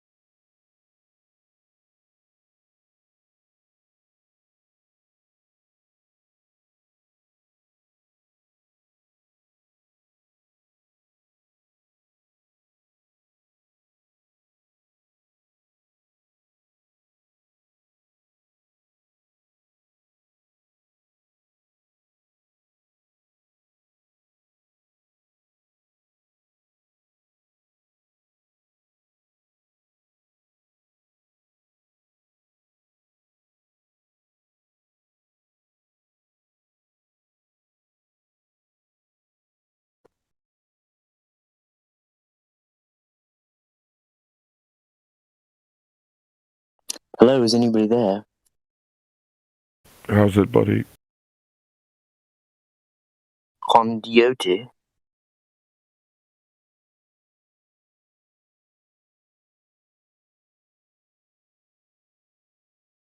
Yeah, let me know if I can be of any assistance. Huh? I said, let me know if I can be of any assistance. Okay. I was going to put on a video since nobody else is on here unless you want to talk. Yeah, play us one, bro.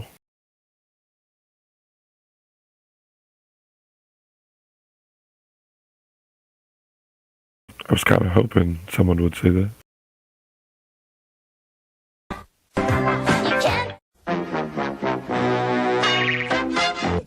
And they spin faster and faster and faster and faster, and they spin faster and faster, and they spin faster and faster. It's kind of amazing that any person can keep their balance when they do that. Some flat earthers will also define science in such a way to include only experimental science, not observational sciences like astronomy, marine biology, or paleontology.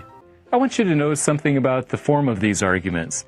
You'll see that they generally say something like this. A sea and an ocean, right? Everywhere you go, we see and observe flat level water. If 70% of the surface of the earth is flat, it cannot be a ball, right? Flat earthers mean the surfaces of oceans follow a perfectly straight line. That's just a common sense idea of flat and level. We mean flat as in flat means smoothly curving around the globe. We're using a slightly different definition. But that's because a curved surface can look perfectly flat. So, do you think a tiny ant standing on the hour hand of a clock would notice it moving? But that's because we're using a slightly different definition. Or you have the science wrong. Another kind of argument is to say something like, all oceans are flat, or water always seeks its level. I like to use this analogy. Flat earthers are correct, but remember, we humans cannot sense speed. Finally, what about air pressure? Again, flat earthers are correct about pressure requiring a container, but only on small scales. Next, flat earthers say we don't feel rotation, and they're correct. But that's because globers are saying that we're using a slightly different definition. Flat, as in flat earthers are correct. You can verify this by measuring pressure gradients. Globers are saying that a container is not the necessary antecedent for pressure. But that's because on large scales, anyway, but I'll start with just these three. are even less of a factor. Remember, we're talking about very slight differences here. If light bends over a curve even just 0.001 degrees per mile, in the black swan argument, flat earthers are saying that since light doesn't bend enough, it's impossible on a globe. But if light bends even just that 0.01 degrees per mile, that would explain the picture. And anyway, it seems to me that flat earthers would need light to explain sunsets over the ocean. Furthermore, the Earth is rotating so slowly, at a rate of 0.000666 RPM. Do you think a tiny ant can only feel acceleration and rotation? And the other rotations around the sun and furthermore, around the galactic core at twice the rate compared to the daily rotation of the Earth. The weight of the tiny ant causes atmospheric pressure with no container required. You can verify this by measuring pressure gradients. I like to use this analogy. How do you make tiny ants into grape juice? Well, you have to squeeze them. You put the tiny ants into a container and squeeze. So you may think that a container is necessary for making tiny ant juice. That's usually true. But there is another way. You could make a big pile of tiny ants on the ground, and as the pile grows bigger and bigger, eventually it will weigh so much that the tiny ants on the bottom will be squeezed, and you'll get tiny ant juice without using a grape juice container. It's somewhat similar with atmosphere. The weight of the air causes higher pressure at the bottom.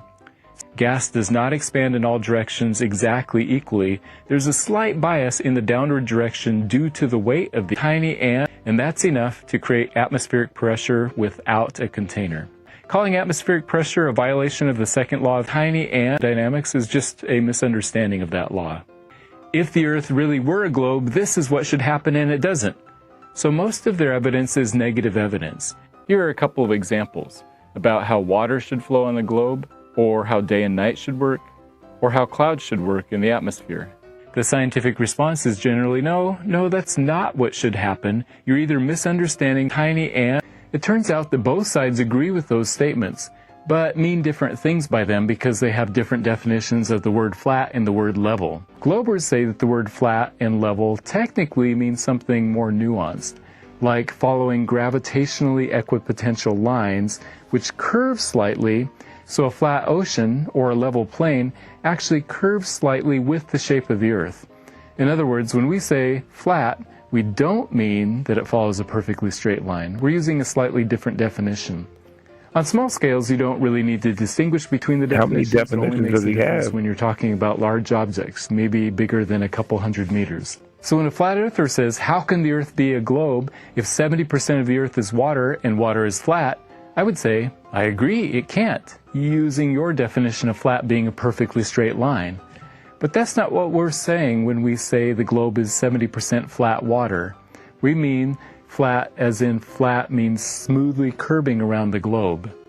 Now, you can't prove things with definitions like this one way or the other, but it's helpful to be clear about what definition you're using when you're using words like flat or level. Another word flat earthers sometimes use differently is the word believe. If you ask them, do you believe the Earth is flat? Many of them will say, no, I don't believe, I know. We don't need to believe things. This is not a religion. As soon as you say belief, that is an immediate connotation to religion. There is no belief here. Gravity does not exist. Period. There's a bigger cult called scientism. They say scientists believe, because you might as well be saying the pastor believes or the Pope believes. And then you must believe, because belief is usually tied to a religion or some kind of cult-like dogmatic thinking. As if the word believe implies some kind of misplaced faith in something with no evidence. That can happen. However, most philosophers would say that if you know something, you also believe it. To believe something just means that you think it's true. So I find their use of that word just bizarre. Bizarre. That's all, folks.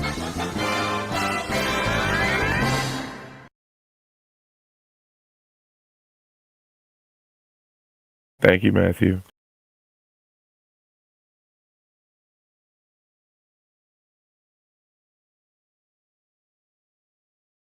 What a bunch of hooey.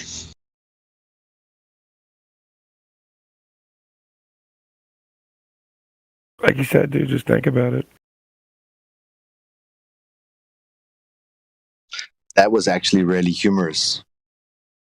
And exactly like we've been saying, that he comes in here to gather content for his channel. Always His videos misconstruing the suck. point. They're not that good. I think if you apply his logic to other things, just makes everything into nonsense, right? Right. When I say my table is flat, I mean it's gently curving around the edge of a sphere. It's obvious. He said if it's flat, it's smoothly curving. What? Yeah, correct. In that little clip there now, you're saying that we as flat earthers somehow misunderstand the word flat. And when we say that water is level or flat on its surface and occupying 70% of the surface, then we're just misunderstanding the word flat. We think that that's one tangent plane, whereas the word flat is gently curving around a sphere, but just so much that you can't actually detect it, you know? He said that the ground is conforming to the shape of the earth. Like if the ground is some flooring that we bought at Home Depot and we put it around the shape of the earth, you know what I mean?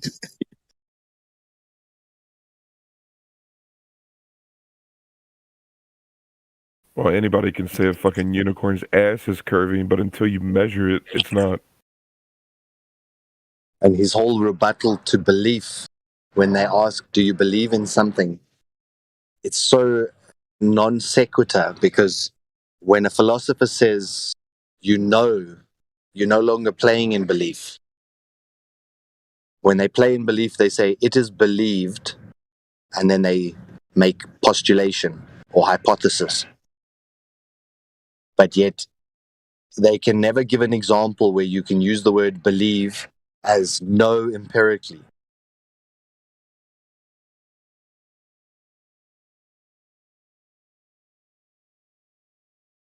Knowing something empirically is now absent of requiring belief.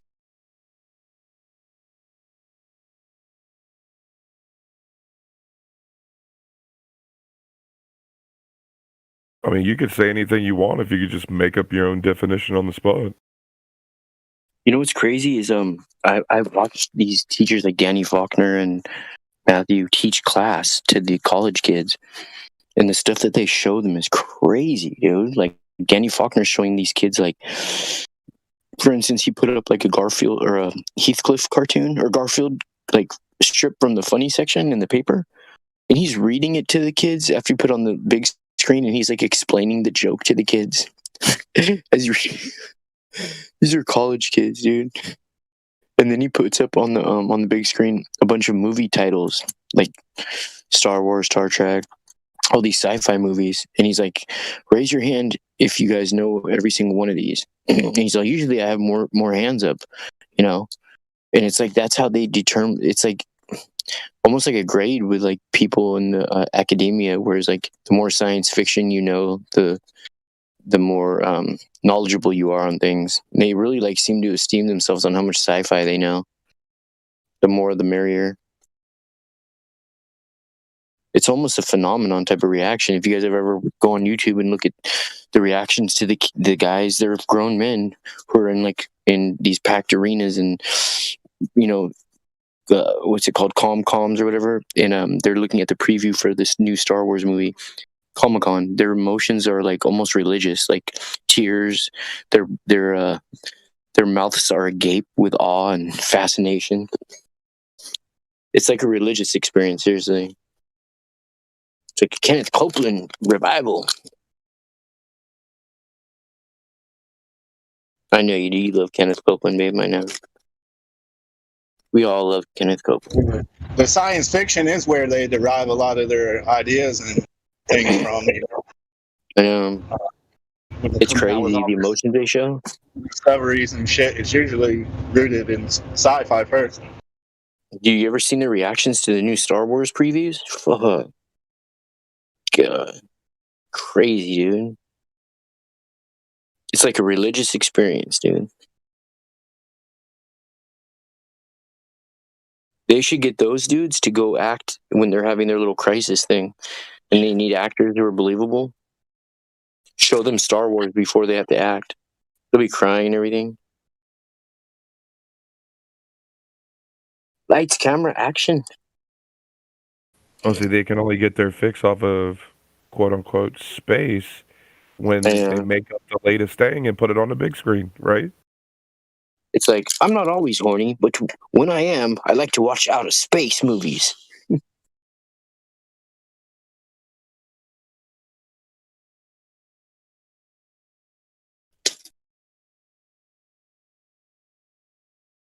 Like I was telling people the other day in this other room, I was like, you literally understand that these people are opening black holes, right? And like, yeah, but dude, at CERN they could open a black hole and we'd all be sucked into it. I'm like, dude, like they've already made black holes up and you believe that they exist, right? They've already opened black holes. It's like you understand the powers that you're dealing with. They're like, oh. I'm like, you can open black holes too if you want to. You can open white holes if you want to. It's like you could do all kinds of cool stuff, but like they don't think it's possible. Like they just work their 9 to 5. They take showers in tap water. It's terrible, dude. Yo, Flatter Days. Yeah. Do you believe in evolution? What do you mean? I believe in it as far as like it really happening. Like, do you believe that we came from monkeys, or do you believe that we came from God? Like God created us? Oh, that we were created. I don't know what you call our creator, but they've tricked us into calling him God. Or like a higher being, I meant, yeah. Yeah. For sure. Yeah, I mean, no, whatever you feel comfortable calling him. God is actually, the name God is actually from Gadriel, the serpent in the Garden of Eden. But for lack of a better term, I just say like my creators. I believe that I was created. I know I was. It was not really a belief. It's just like I know I was created. I know I didn't come from a monkey. Yeah, you're much similar related to amphibians than you are monkeys, buddy. You can look up the similarities. Well, we were all amphibious for 9 or 10 months before we came out of our mother's womb, Oh, okay. So there you go. Yeah. So they tell us half truths and part truths. You know what I mean? Saying that we came from fish that turn into monkeys and everything. They initially want us to think that we came from stardust, fallen stars. When in reality, the fallen stars, they want to be like us. The fallen angels are so jealous of us. We have dominion over every living thing on earth. I'm sure they're not too happy about that. Do you have dominion over things in the air too? We as people have dominion if we know how to harness our power and use it properly. Yeah, that's cool. They say that he's the prince of the air. He's the he has different principalities over different nations, but those can be bound by things that we say. If the power is behind what we say.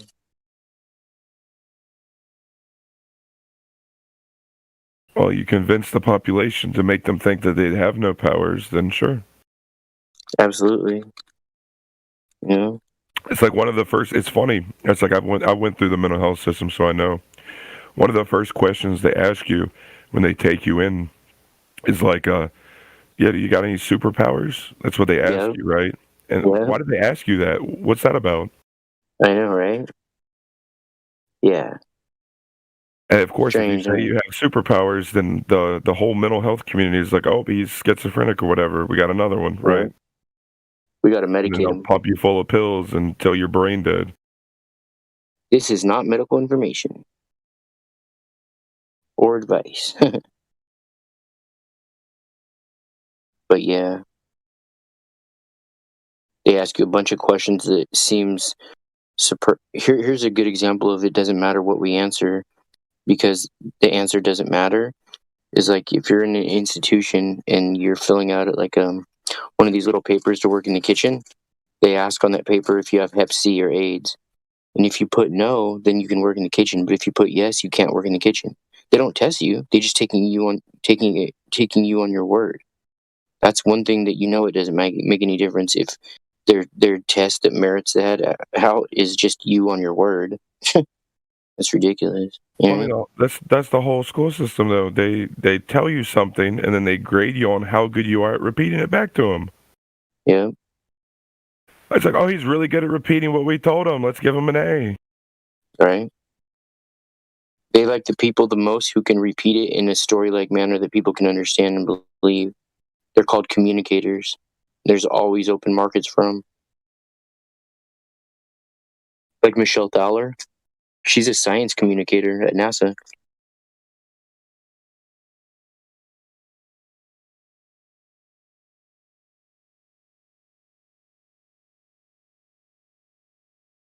Yeah, I really believe that bitch probably onto something. She said, we're complicated rocks.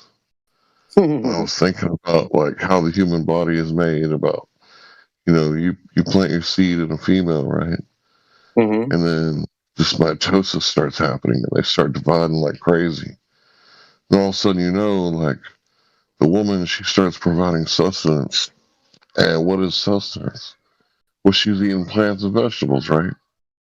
Mm-hmm. And then she's eating meat, which eats plants and vegetables, right? Yeah. So, like, she's getting nutrients from the ground, and she's like passing it on to the baby. So she's riding your meat suit with dirt. So you're like complicated dirt and rocks, right? Like extremely highly sophisticated. But that's just your meat suit. That's not who you are. That's Yeah. just your avatar. It's our vessel. Yeah. You know that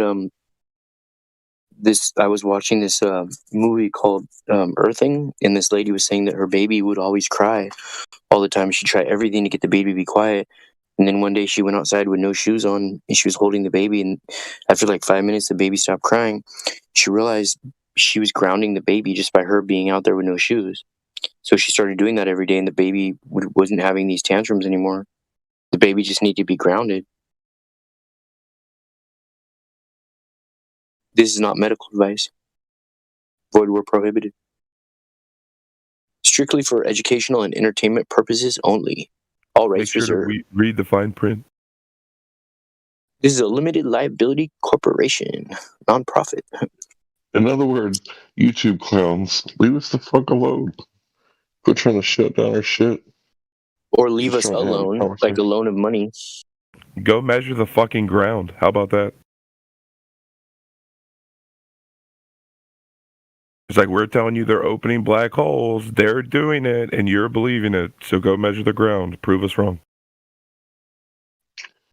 It's kind of like when the government, like, you know, went down to Antarctica and they nuked the fuck out of the sky, and they're like, you can't go down there, and if you do, you better not leave your poo laying around, right? Because we don't want to, you know, hurt the environment down there.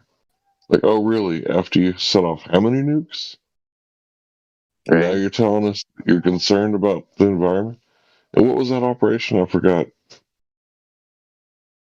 Operation Was that Fishbowl. Fishbowl? Or Dominic? Operation Dominic? Something like that. Something like that. Anyway, yeah. So they was nuking the sky, like no shit. And it's like, thanks, government, for keeping us all safe. Right? You know best, Yeah, government. I don't think those things were even close to as strong as they say they were. You can nuke the sky, but we better not eat on deck. Because if you leave any food out, you know, we don't want the penguins eating McDonald's. That'd be real fucked up, right? Right.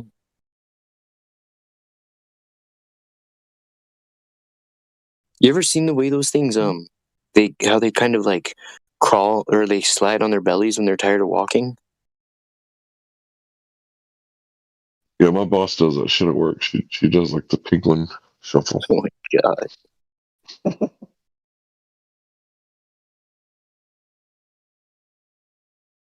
Those birds are more like people than any other bird.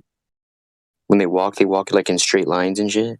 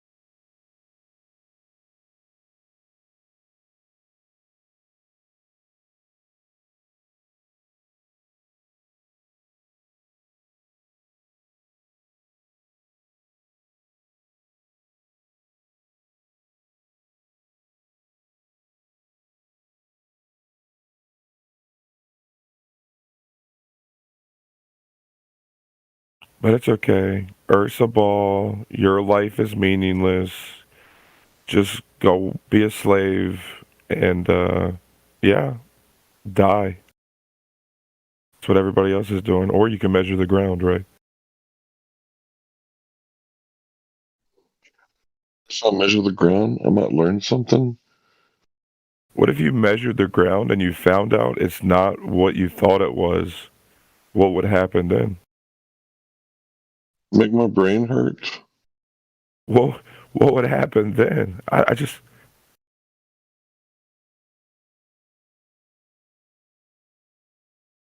It's like the thing that frustrates me is they don't understand that every day that they don't measure the ground is like another day wasted.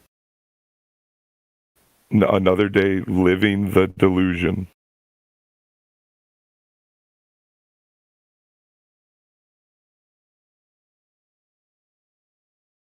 Besides that video clip we just heard from Matthew or whoever that guy was, I'm unfamiliar with that person, but they never directly address any of this stuff. I had somebody recently, we were debating gravity and stuff, and he told me something about the ever accelerating disk in space, right? That's what he thinks that I think gravity is caused by. But I told him that's just flat Earth society misinformation pushed by the government, and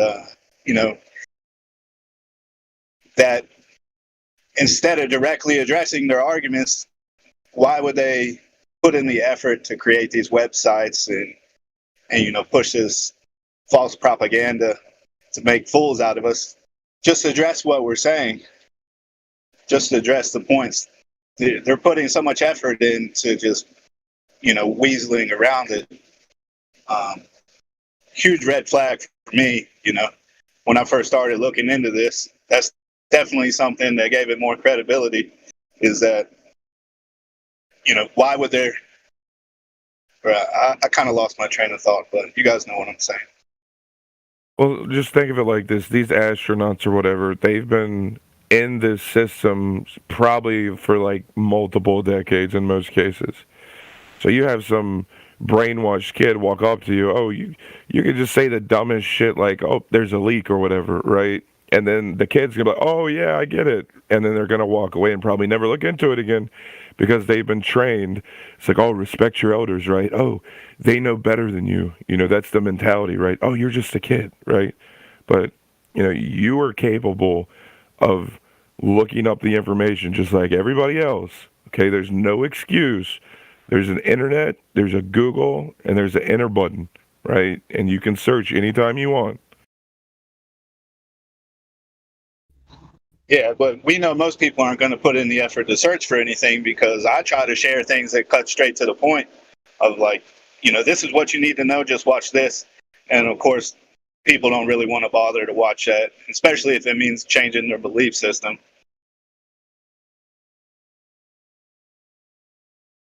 Don't be afraid to change your mind because it could improve your life.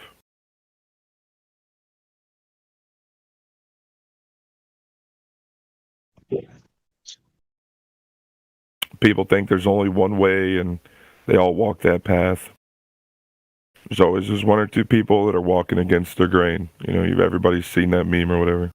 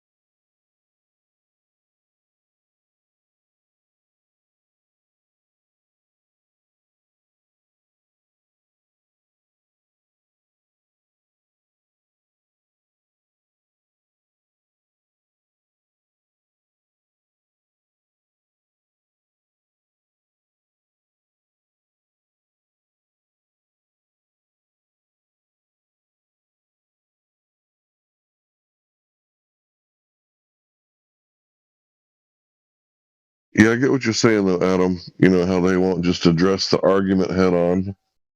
They always want to go to the sun, the moon, the stars, you know, the shadows of, you know, wells and sticks, measuring that, you know, and they want to talk about the eclipses.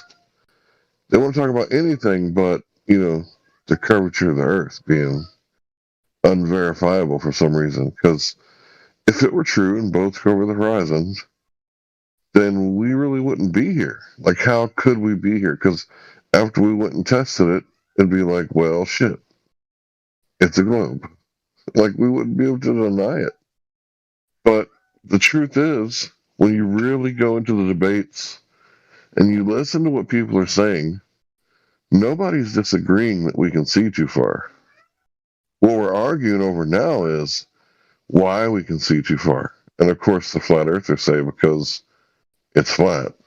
And the globe earthers say, well, because light can just bend around the curvature of the Earth at the same rate as the Earth curve, 8 inches per mile squared. And if you believe that, fine. If that's what you want to believe, who cares what you believe? But, you know, should we really be taking, like, tax dollars at gunpoint to put this in all the schools and $62 million a day? Isn't that what NASA gives us? Like, it's between 52 and 62. I can't remember exactly. I just woke up. But yeah. Yeah, like, that's what it is. And yeah, the appeal to authority and just, you know, I kind of had the same, went the same route where I was kind of holding out for a better answer. Like, well, there must be an explanation for this, or, you know, something should explain this. But, you know, if you put the time in and do the research, you find out, no, there isn't the explanation that you're looking for. And it really is as simple as it sounds. And, you know, besides the other red flags of them pushing the Flat Earth Society and stuff like that, not directly addressing anything, the fact that there's a debate at all should speak volumes to everybody, right? It's 2022. We have all kinds of wild technology, yet there's a debate if the Earth is flat or spherical, right? Like, it should be so easy to prove. And, you know, I tell this to people, it just seems like they don't comprehend it. It should be so easy, like proving cars exist. I walk outside, I see some cars, they exist. You tell me the Earth is a sphere, should be some way to, within 10 minutes, figure that out or prove it. So the fact that there's a debate at all says a lot to me. And then, of course, all the other stuff.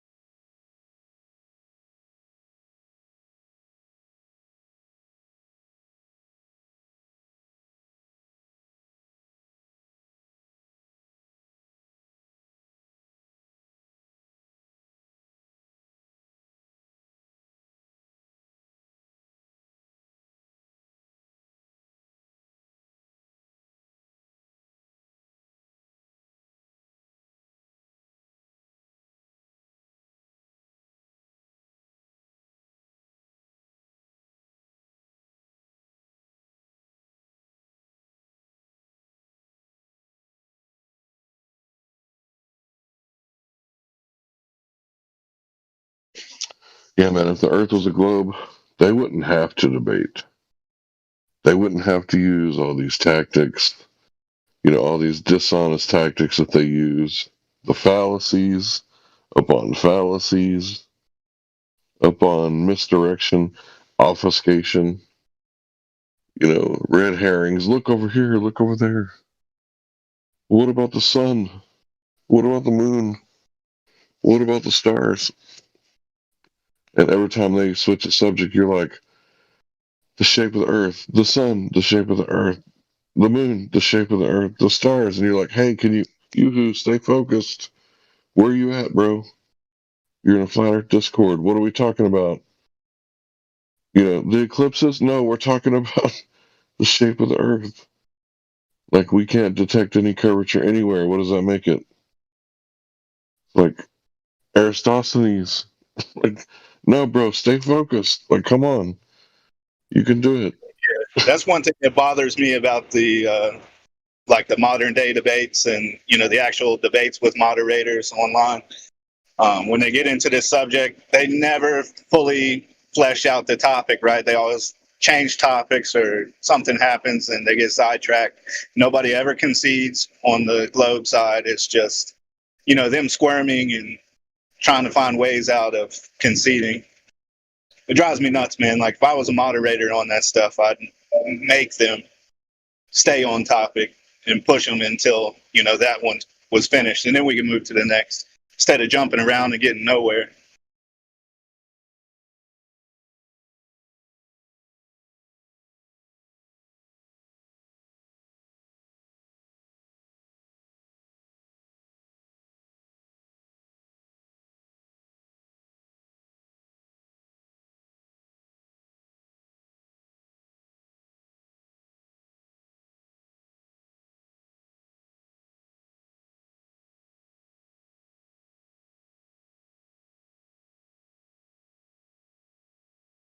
Well, I'll tell you what, when those people listen to those debates, like, it doesn't really matter, like, how they feel about the debate.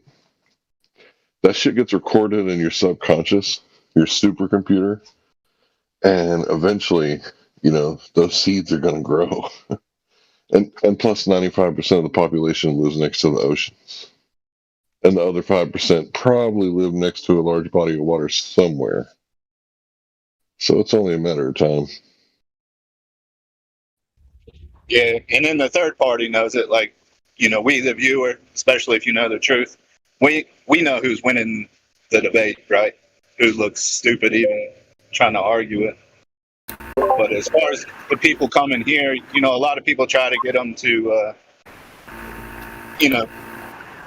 concede or just realize like instantly. But it does take a while. And I didn't know about this server when I first started looking into it. But the way it's all laid out with every topic, the eclipses and, all the different threads in here, it definitely makes it easier, accessible to, search out all the little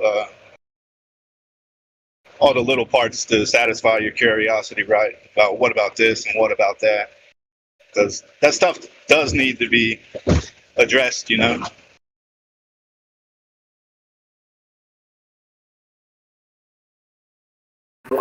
Afternoon all, how you doing?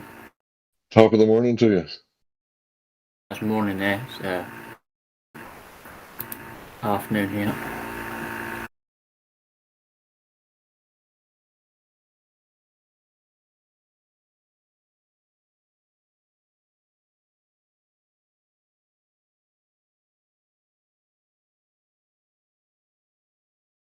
So I didn't catch the name of the last guy who spoke. Who was that? Me or Adam? Yeah, Chad. Yeah. Yeah, when I first started looking into Flat Earth, I started thinking about, well, what about this in the sky? What about that in the sky? And then I realised, hang on, why am I concerning myself with the sky? It's Flat Earth. But that was just my take on it.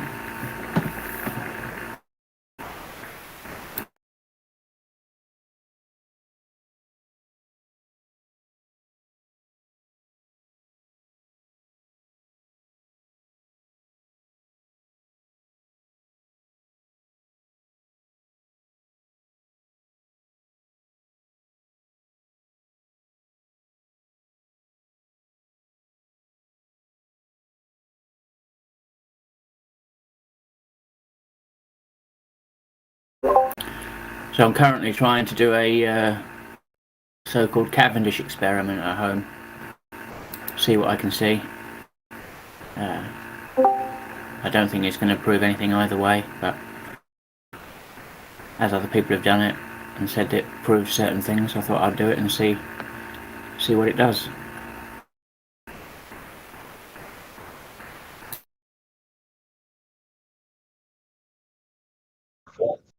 From what I hear, the results can be inconsistent.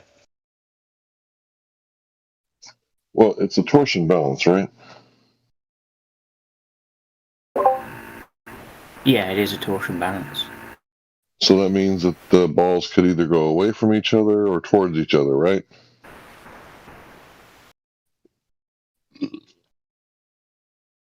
Isn't that right? They can go away from each other or towards each other. I've never done it, so I'm asking in honesty. Yeah, I don't think it's the problem. The biggest problem I see in it is that the torsion balance is so sensitive. It's difficult to get it stationary. In fact, I think most people have found it impossible to get it stationary. So I think that's where the biggest difficulty lies, as far as I can see it. I was thinking the biggest difficulty would be how do you eliminate the static attraction? Because if you take a balloon and you rub it against a young man's head, right, and then you rub it until his hair starts to stick to the balloon, and then you can stick the balloon to the wall and it'll stay there. So if there's enough static electricity to defy gravity that's stronger than gravity, so-called, then how do you eliminate that from your thing? And think about rubber. Isn't rubber like anti-electric? It's an insulator. So the balloon is made of rubber, and rubber is like the best thing against electricity. Like if you're getting electrocuted, what do you want to be standing on? Steel, barefoot, or like some rubber shoes? Right? Because the static can't. Both? Yeah, that doesn't make sense. Because it'll go right through the electricity, it'll go right through the steel, and it won't fuck you. It won't fuck with you at all. That makes sense. But yeah, so like, how do you keep the static from affecting the two lead balls? Because there's going to be a static attraction. Yeah, it doesn't. They don't have to be. I'm not using lead balls. It's quite crude. It's I've got some guitar wire for the torsion wire. So I thought that was pretty good. And it's just a broomstick, which is just a straight stick, pretty much. And I've put half a brick on each end, and I thought a brick would be better than lead, because lead does have some sort of well, that's not a magnetic. It does have some sort of charge in it, by all accounts. Whereas I thought a brick wouldn't. And it doesn't really matter what your weights are. But I mean, maybe it does matter what your weights are, but I mean, it doesn't matter how much the mass is, as long as it cancels out the weight of the bar, with the moving weights, whatever you want to call them. Well, the original experiment was done. I said experiment. The original apparatus was done with lead, right? That's right. Yeah. I'm not trying to recreate the original so-called experiment, which it isn't. But okay. I'm just trying to have a see if anything happens when I get this balance up and running and move things around. As I said, the biggest. I think you'll find that like attracts like. Are you a ginger man? Sorry, ginger? I'm not ginger. You're not ginger? Well, I am, right? I got the red beard, okay? I heard gingers have no soul. What's that? I heard gingers have no souls. Yeah, I have a soul, bro. Anyway, so when I see a redheaded woman like in the sunlight and her hair is like glowing, like attracts like, bro. So I'm betting that those two bricks are going to be attracted towards each other.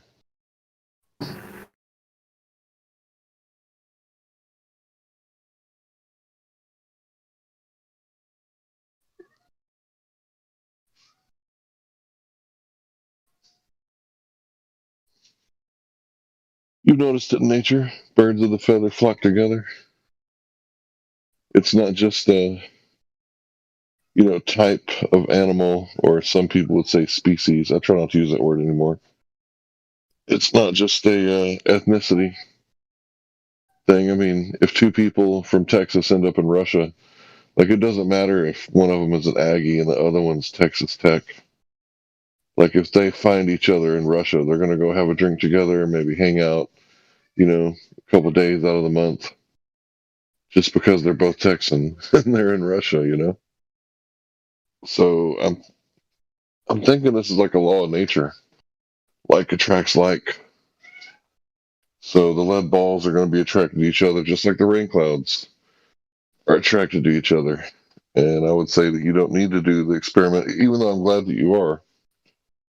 Glad that you're doing it. I said experiment again. It's not an experiment. But, yeah, that's just the way I see it. The rain clouds attract because of static.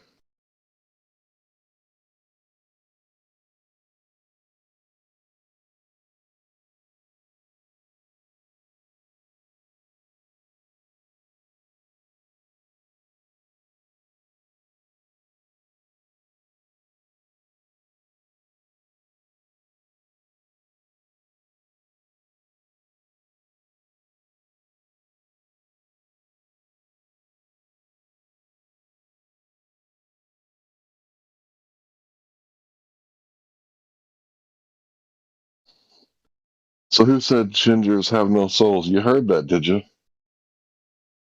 Yes, I did. You think there's any validity in that? No. Hey, but Larry. Yep. So I'm new to this flat Earth thing, but so I heard you talk about I heard you say so-called gravity. I just wanted to know what do you think there is? Like, do you think there's a force pulling us down? Or like what? First, let me explain the scientific method and how it works, right? So we can establish some science, okay? Yes. So in science, you have to have a naturally observed phenomenon, right? And that's the effect. And you say, well, what's causing this effect? Well, that would be the independent variable. That would be the cause. So the dependent variable is the naturally observed phenomenon, the effect. And the independent variable is the cause. So let's say a caveman, he's walking around outside one day looking for food, and he finds a hot spring, and the water's boiling. And he wants to know what's causing the water to boil, because he accidentally dropped a fish in there, and he liked to cook fish, right? So what caused the water to boil? Well, he remembered it was hot, so he knows how to make flame. So he adds flame to the water, it boils. He takes the flame away, it stops boiling. He adds the flame again, and it boils. Well, what did he prove?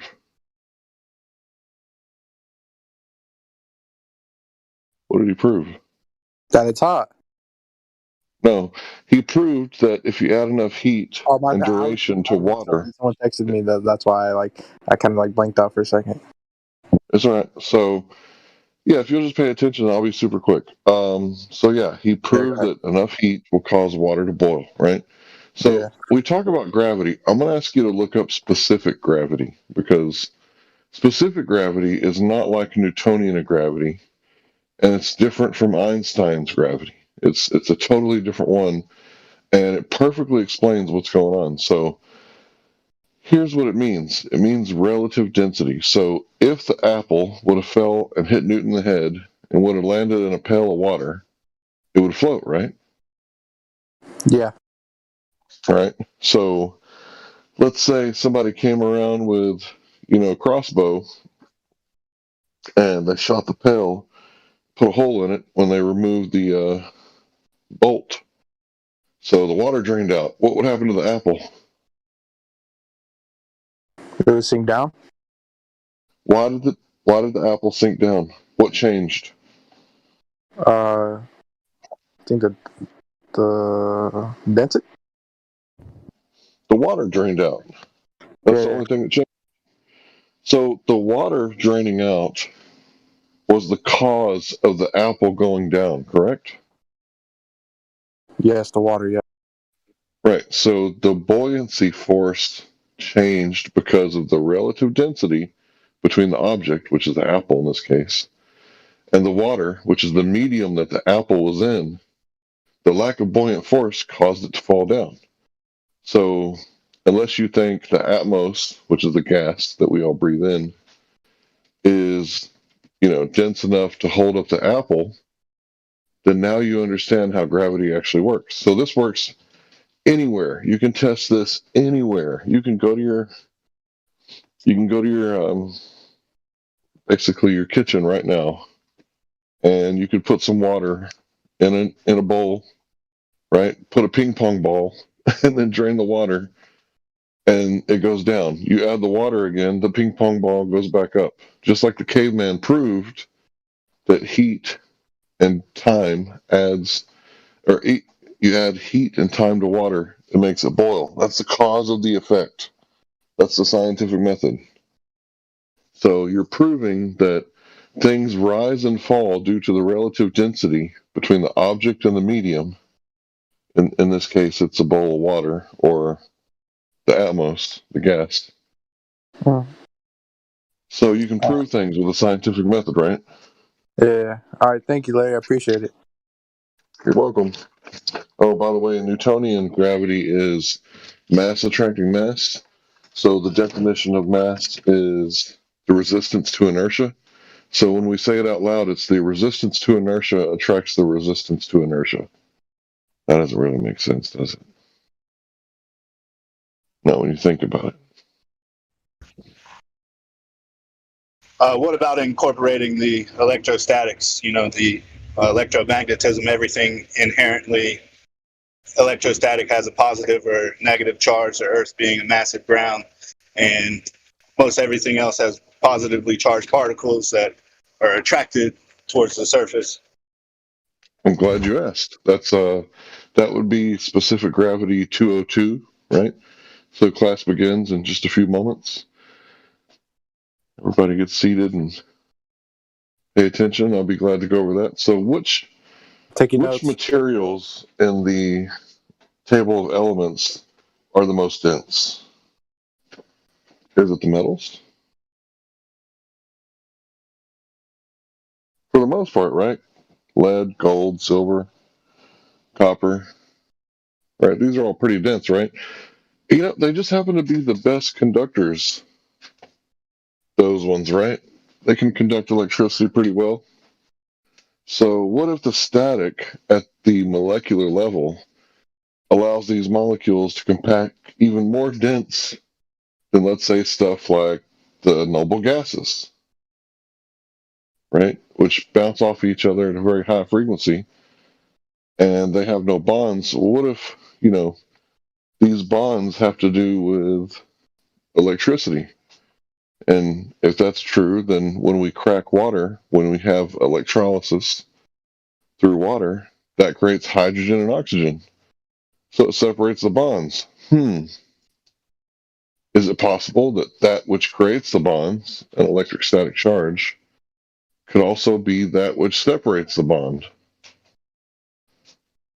Just a speculation there on my part. But yeah, if you look at the table of elements, it's pretty obvious to me that the dense ones seem like they would stack together because of their molecular makeup. They would stack together more tightly. So it's very likely that these electrostatic bonds are causing these molecules to just, stack together so neat and so tight. And those elements, as opposed to the noble gases, they don't have that much capability to stack up like that. And if you look at water, well, it's usually in its liquid state, by and large. But then the sunlight comes around, and then it evaporates. And then when it's in the sky, the static brings it back together. Because we've all seen the electricity, right? We've all seen the lightning. So that's, my evidence that there's a whole lot of static electricity going on up there with the clouds. So maybe that has something to do with it. Yeah, that's a very astute question that you asked there.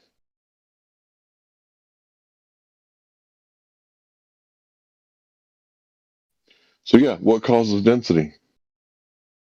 Could it be the electrostatic nature of the molecules? That'd be my guess.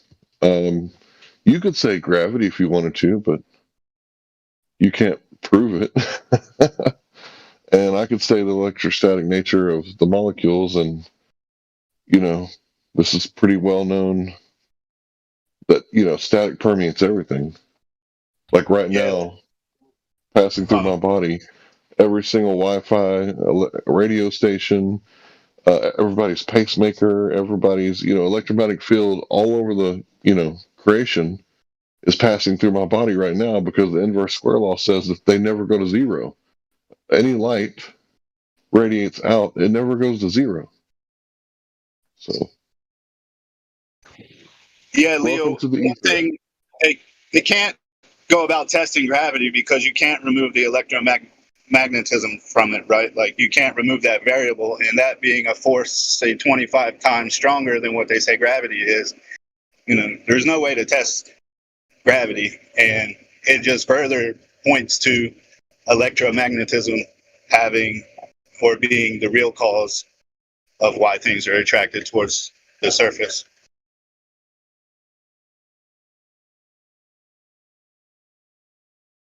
Yeah. All right. Yeah. I didn't say that. I forgot what you just said right now. Yeah, but I didn't say like gravity exists. No, I didn't say that. I said, what does he believe? I know.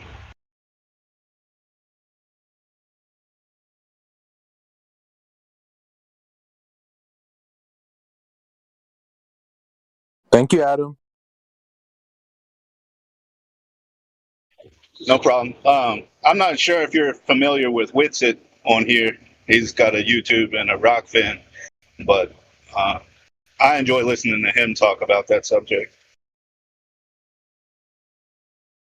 I forgot who I follow. Let me tell you. I follow. What's his name? Nathan Oakley. I'm pretty sure he's in here. And Nathan Oakley, 1980.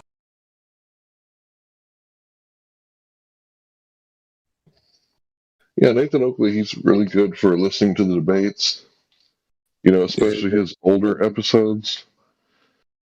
But Witsit gets it, man. He is on fire. He's like that dude. Okay, I don't usually like to brag on other dudes, but this dude is like a man's man when it comes to like retaining knowledge. Yeah. Like he is really like. Yeah, he's spot on. Yeah. He's like anything you bring up, he has something to talk about it. Like, I like that dude.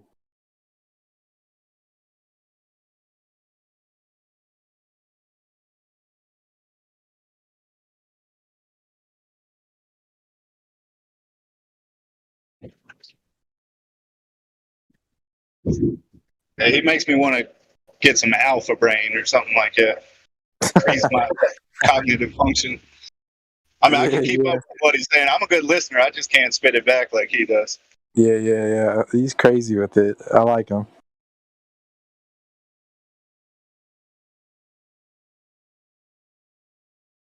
Nathan's the man.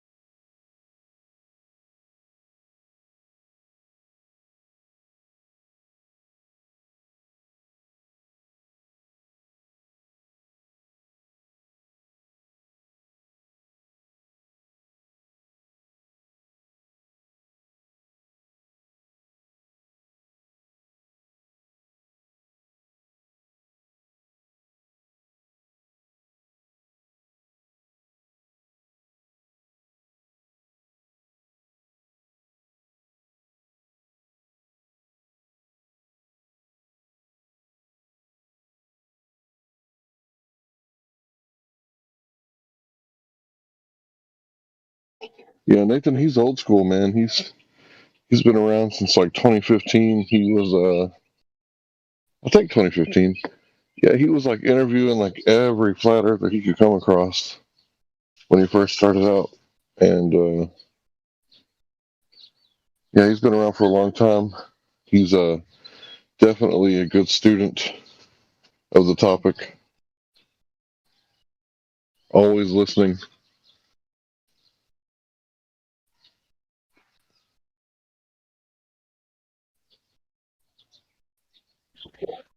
Does he have his own Discord or something? Because I was watching a video yesterday, and he had the group chat on there. It looked like Discord, but I don't think it was this one. Yeah, he's got a science versus scientism Discord. I think that's where him and QE hang out.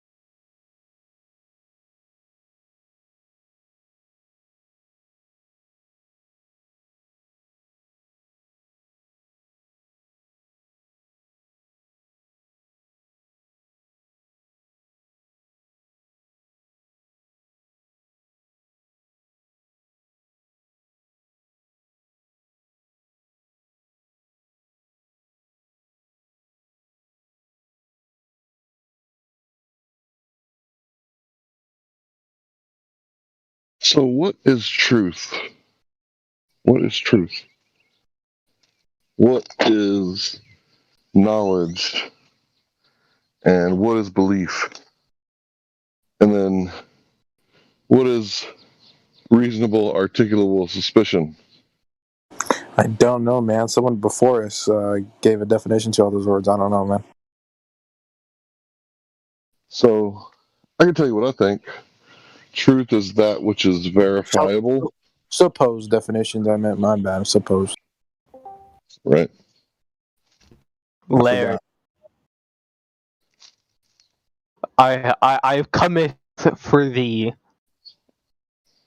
You came here for me. What's up, bro? All right, yo. Oh shit! Do I have a topic for you, Larry? Okay. I would like to assert that the Earth. It's very simple. That the Earth is not flat. Okay. That is my basic assertion. Okay, and that's my premise. Okay. Go ahead. All right. So, basic deduction would tell me that like I can see a curve, so the Earth is not flat. You saw that curve on TV? Okay. Sorry. So, where did you see this curve at? Okay. Yeah, I can look out my window right now, and I can see a curve. Right. Of what? Okay, that the land clearly curves. Okay. You sure about that? Okay. Yeah. There would be nothing to like assert differently. I'm just asking, are you sure about that, or are you just saying things? Yeah. Like I said, there's nothing to assert differently. So yes, I am sure of it. So you're seeing something that no one else in the history of humanity has seen. Okay. Can you show that it's like consistently shown that like people do not see a curve? Because it seems fairly obvious when you look out your window that My apprentice. hey, yeah, there's a curve. My apprentice. Yes. I don't think Yes, this Lord. is the Larry. I think this is a different one. Wait, no, this has to be Larry. But he's I think it's a different one. Larry, do you do a lot of hard work in your life? No.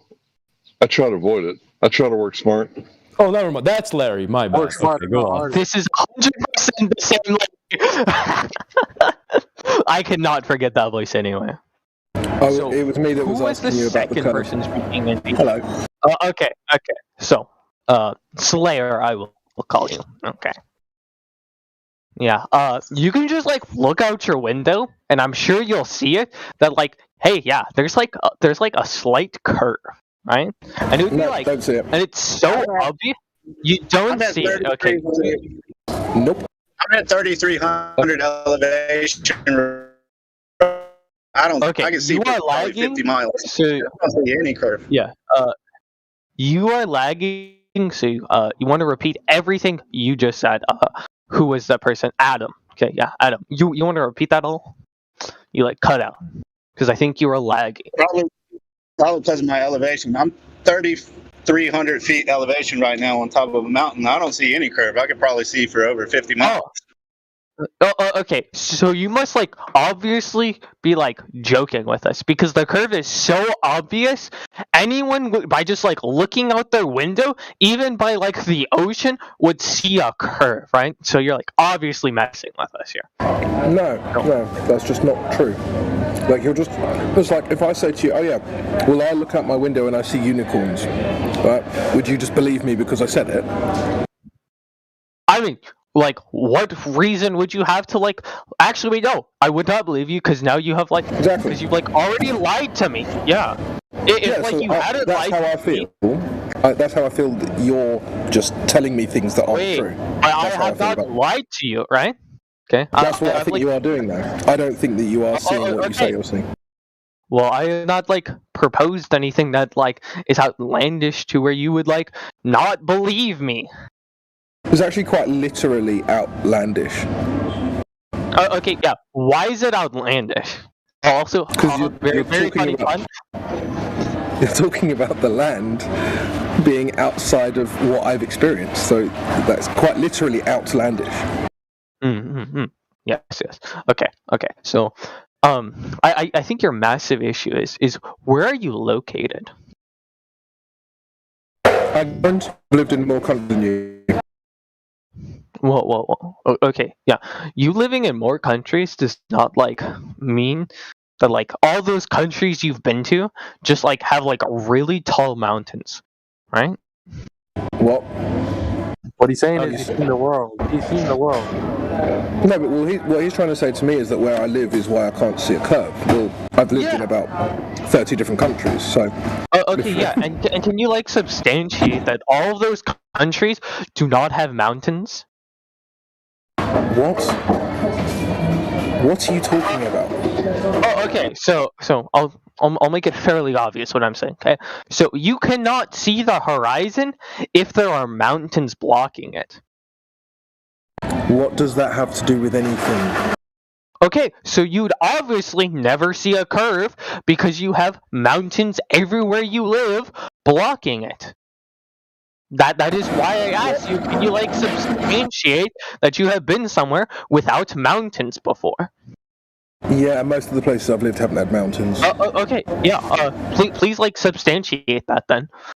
Okay, so where I currently live, which is near London, let's just say, I can go out to a coast and I can see the water, and there are clearly no mountains on the water, and you can see a horizon there. What? Okay, yeah, but oceans have sea rocks, right? And they have those giant, like, boulders that would, like, obscure your vision. I actually think you're trolling now, so I'm going to step back. Yeah, he's definitely trolling when he's, saying, "Oh, we can't see curvature." He knows what's up.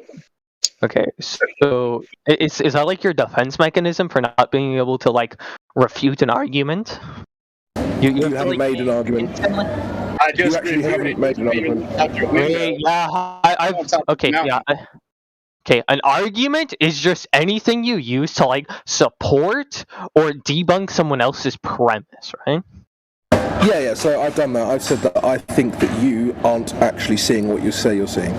That's my argument. Okay. Yeah, and I'm saying, okay, yeah, so no, it is in fact you who is like being like misseeing, is like incapable of seeing the curve because you are either by the ocean where like, yeah, sea rocks are very prominent, we even see that like it's like a super commonly depicted thing and not only literature but also like when I go outside, massive sea rocks, right? So you just would never be in a capable spot to perceive this curve.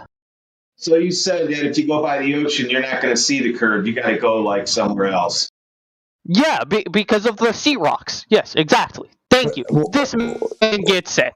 It's fairly obvious. What a bunch of bull, right? When I look at the ocean at the beach, I see a flat horizon. No, you see sea rocks. Like, are all of you just gonna lie? Sea rocks. Okay, what Roger. the hell are you talking about? I live in the Netherlands. There are no sea rocks. It's just an ocean, a sea, to be specific. Can you like show that there would be like no sea rocks in the Netherlands? Yeah, come over, right? We can take a boat trip. Okay, so we can take a boat trip. Do you understand what the like hell burden of proof is? Right? Do you understand what burden of proof is? I know what the burden of proof is. Right? Okay. You are making an incoherent argument saying that everywhere on Earth there would be sea rocks and I would not be able to see curvature. The standard globe rhetoric is that you will not be able to see curvature on the beach. You will not be able to see curvature on Mount Everest. You will not be able to see curvature on a plane, and you will not be able to see curvature on 60 miles up. So what are you claiming? I have not made any of those claims except for that, like, yeah, a beach you will not be able to see it, and like all the other places. Then like this, it's Adam, correct? I don't want to mix you guys up. Roger. It's Roger. Wait, isn't Adam the one who said he like has lived in a bunch of places, or that was Glurf Slayer? Oh, okay, yeah. So Slayer, just everywhere he's been, has just like either had like mountains or has had sea rocks. So it's like obviously he just has never been able to like see past those rocks. But like a place like Mount Everest, 100% you should be able to see the curve. No, that's not what your globe will tell you. No. Wait, So wait, Neil, wait, wait, wait. I'm not those like whatever you call. Are you calling them globalists? Yeah, globe I'm not. priests. Yes. So hear me Globe out. priests, sure. Yeah. Call them So whatever you want. Yeah, hear me out. I'm not Listen, hear me supporting out. their arguments. So when Neil deGrasse Tyson goes on national television saying you will not see curvature from 120,000 feet up, right? Or he will say you will not see curvature from 60 miles up. He's What? lying. Then he's not telling the truth. You would like have to substantiate that he's like a reliable source. Neil deGrasse Tyson, right? Do you know him? I presume he's like a fighter. Neil deGrasse Tyson is not a Bro, fighter. are you fucking playing stupid right now, bro? What the Yeah, fuck? he's playing a role. He knows the arguments. He's just trolling. Okay, I no, think I'm like obviously not supporting Awful like rhetoric, these by the way. so. This is what it comes to, right? So globe Oh earthers shit! I need have to 60 troll, right? And need to pull shit out of their ass. Can't be an adult. Okay, Be childish. That is the best the globe can offer, right? Okay, so Is how's me are like you proud of asking for you to yourself? Are you proud? substantiate your like source? How is that like me like? How's that me being like incapable of like arguing? Right?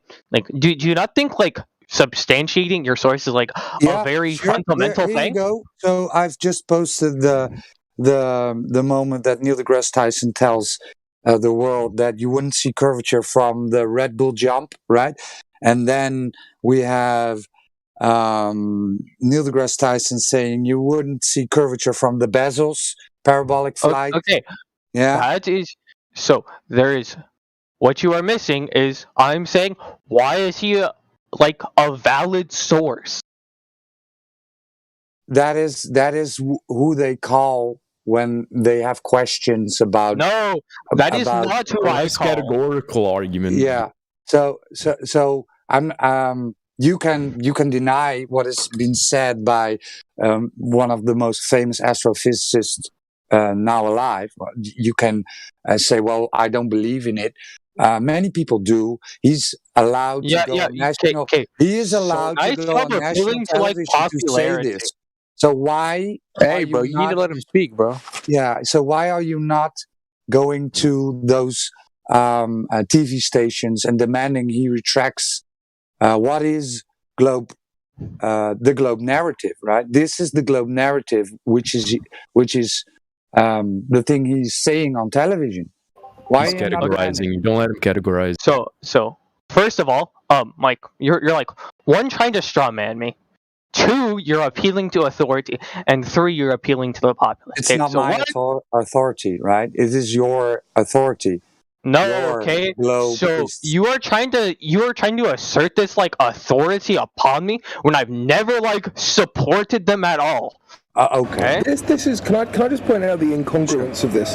You don't understand why sea rocks is a bad argument, but you understand logical fallacies like straw men and appeal to authorities. There's an incongruence here that I find very difficult to believe. Yeah, dishonesty. We would say that, right? No. Dishonesty. Yeah. No, he's playing a character. Yeah, definitely. He's playing a role. This is all just a fun game for him. I mean, he's not trying to understand Yeah. anything. So. Okay. So being is that a difficult thing for you? Hold right? on. Being an You are adult. now like. Is that a difficult thing for you? Acting like an adult, just having a normal conversation without making shit up. Is that a difficult thing for you? I never like asserted anything as like falsehoods. So it would be you who's making up things. Okay. So What did and I second make of up? all, What did I make up then? hey, you're like making up this like story that I'm like some like fallacious like criminal who's like, oh yes, I will come in there, I will lie to them, and I will like 100% trick them just so they like think I'm retarded or something. You're spiraling. Okay, so good job. Like when I call you out for something, having to like acting as a deflect it or like adult, attempt to like reject. Think, right? Go on. and then we will like return to the points of like you like straw manning me and like giving me like Straw false manning you. ground. Right. Okay. So what was the straw man? Oh, okay. So then you okay. So I'm gonna take that as like you're leaving that other point, and now we're gonna return back on track. I asked you what was the you. Okay, so you that I cannot was- like. Okay, so you either have to like stay on like the current topic, or you have to like stay upon like the side tangent that you have like started, right? No. Dropping So either one of them is giving me your concession upon, right? Because you are breathe in and breathe out. Don't spiral out. Okay. What are you like? Do you need to like breathe for a second? I like understand if you're like getting there up in age and you need to like grab your like humidifier. You getting emotional. It feels like you're getting emotional about this, right? We're talking about seeing curvature, right?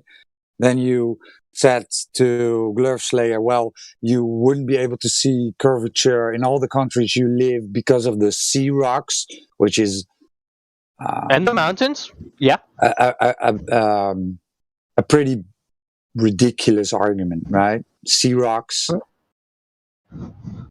Okay. Well then. Okay. So I'll remember that statement. Okay.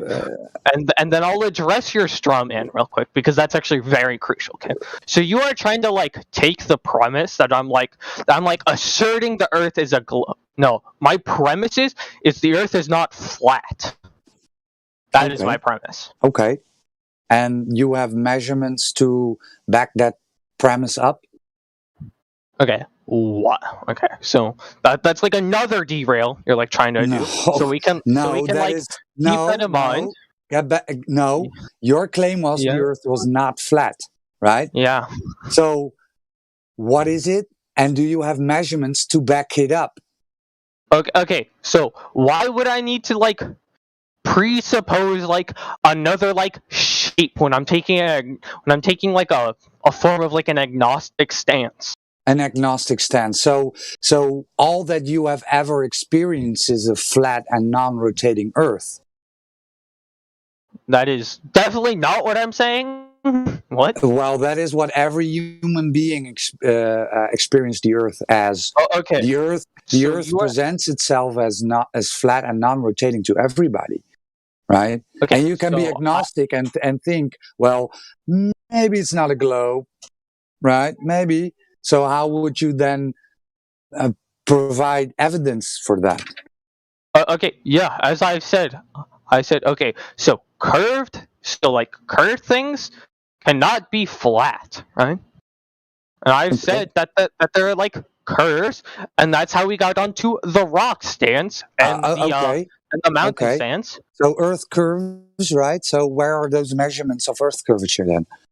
Wait, why do I need to like substantiate measurements when I've like substantiated like empirical evidence by like my own vision? Nothing. You've done nothing sort of that sort, right? Yeah. Okay. Wait. I literally have asserted like empirical evidence for my own vision because I said, and I've even stated. So I have perceived this thing empirically. I have seen it in action. You've seen what in action? You said you can see curvature from the top of Mount Everest. I have a video 360 panorama of Mount Everest, and it's perfectly level. There's even a line drawn on the video to show how flat level it really is. Okay, Darth, where have you seen curvature? Where have you seen curvature? Yeah. Okay. So over in California, I can walk out my door and I can see the curvature. Oh, so that was a fucking lie. So where are those sea rocks now? Where those sea rocks are not there? I'm currently in a part of California that is very flat. So towards like the middle of California, it's very flat. It's almost like a desert. If you've ever been to no like sea rocks, no sea rocks there. There are no sea rocks, no mountains in California. Yeah. Okay. So the same as the Netherlands then, right? And I have never seen curvature here. Okay. One, no, the Netherlands does have mountains, so that's obviously why you haven't seen it. Right. So that is that. I've muted him for lying. The lie detector determined that was a lie. This guy had me so fucked up when he said Neil deGrasse is a fucking fighter. Yeah. Oh my god! Guys, you gotta give him a chance because he's Don Petit's son. So he speaks like his father. Yeah. He went to Don Petit one day, and Don Petit told him, "I am your father." Don Pettit Wow. here. NASA, I'm at home. He had a leak. Don Pettit had a leak. Yeah, he had a leak, and now his leak is here speaking to us. You have a leak. And that's how Darth was born. Because of Don Pettit's leak.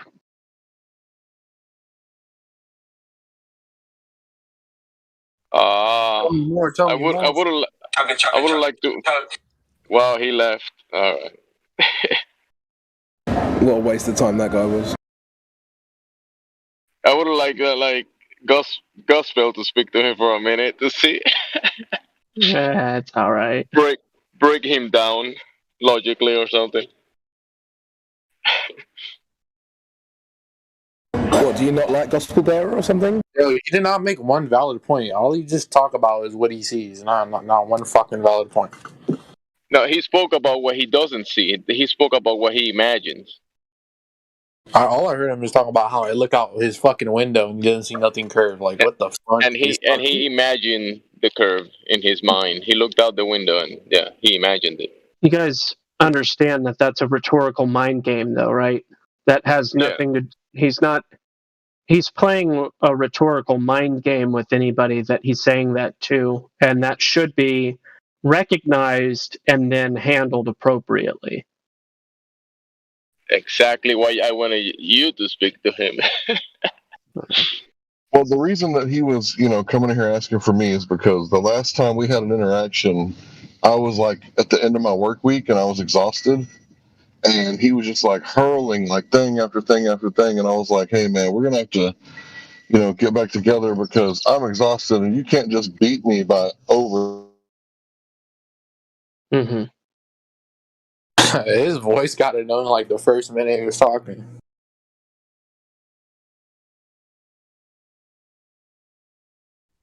Yeah, I knew he was trolling within the first minute and definitely trying too hard. Yeah, anybody's going to look out the window and see curvature and prove me wrong. Come on.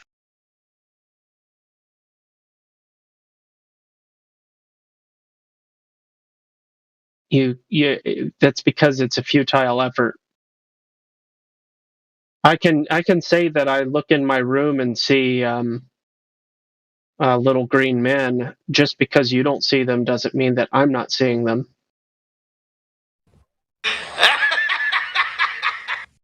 and then claiming Netherlands have mountains. I mean, what? Yeah, that was just a retarded lie.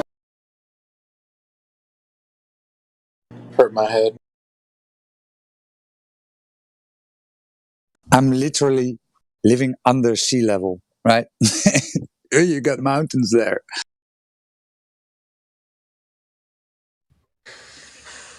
This guy is fucking stupid.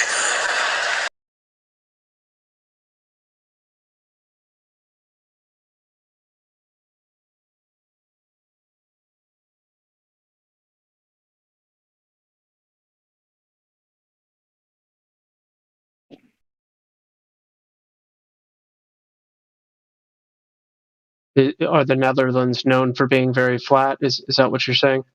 Yes, but I think it's the flattest country in the world, isn't it? Which is ironic because it also has the tallest population in the world. Yeah, I'm not sure if it's the flattest in the world, but yeah, it's pretty darn flat. Okay, gotcha. That stuff is flat.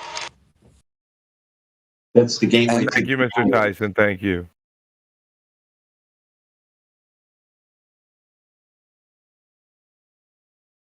I wonder if that's the same guy that does Tyson Chicken. I don't know.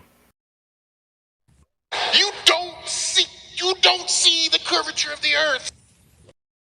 Yeah, I think that's him, Tyson Chicken. Yeah. That's the funniest soundboard I've heard yet. What's up, Gohan? Hey, Roger Gospel, check this. I've just Googled what is the flattest country in the world, and the headline is "The Earth's flat, 10 places flatter than a pancake." Isn't that funny? I've seen that article. Yeah. That's interesting, isn't it? It is. Yeah. Has anybody went to the flat Earth places and measured it there, Glurf?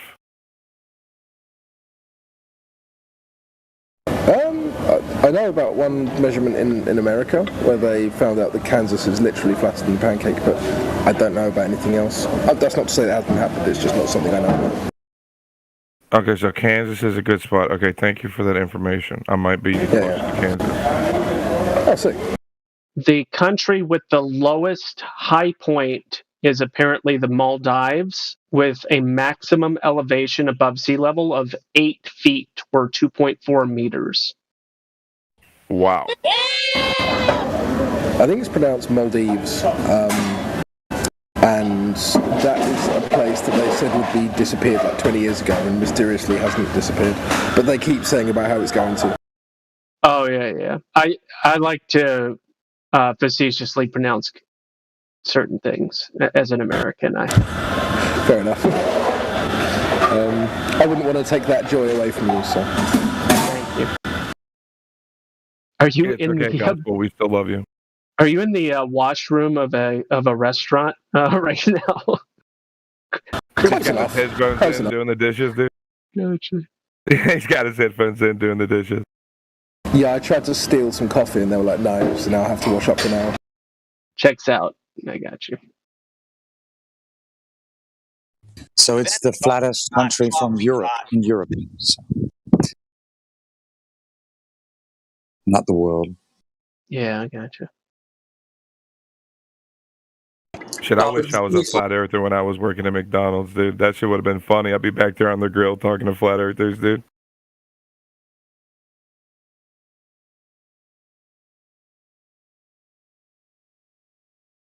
Say it right. Maldives. Maldives. I'll try.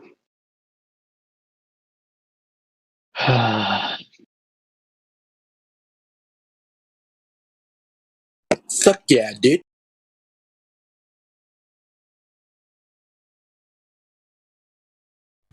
What's your profanity? Why you have to be mad? It's only a game. It's only a game. Why you have to be mad? Yeah, I haven't heard that in forever, bro. Since like 2018 Tyler One streams. That's crazy. The earth is not flat. Why do you have to be mad?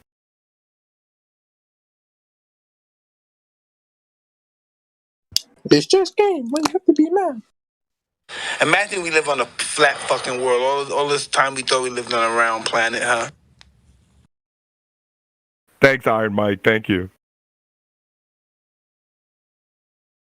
Yeah, I was at a high elevation. The place I was at is actually called Flat Top, West Virginia. That's about 3,300 elevation. And on the return trip, there's a lot better of a view, but I mean, I don't know how far I'm seeing, but it's just mountain range after mountain range of the Appalachian Mountains. Definitely one of my favorite parts of this trip that I take. Oh, yeah, it is beautiful over those. Yeah, I live on the eastern side of the Appalachians myself.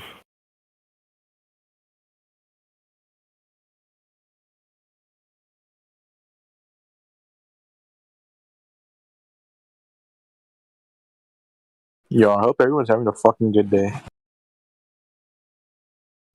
Stay high, dude. Stay high. Fuck yeah, man. Stay high, get money.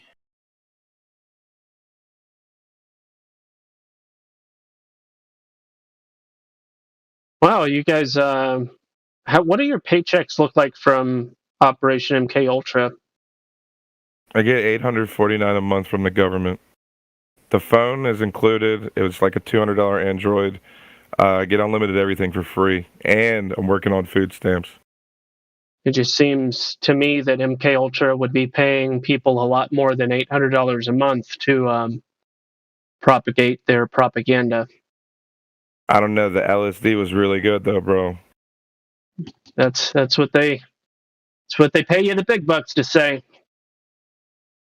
They actually don't hire humans anymore. They hire reptiles called propagators. Oh, okay. Well, they've put the reptilians in the open, but the amphibian hive mind is more underground. Oh, come on, that was good.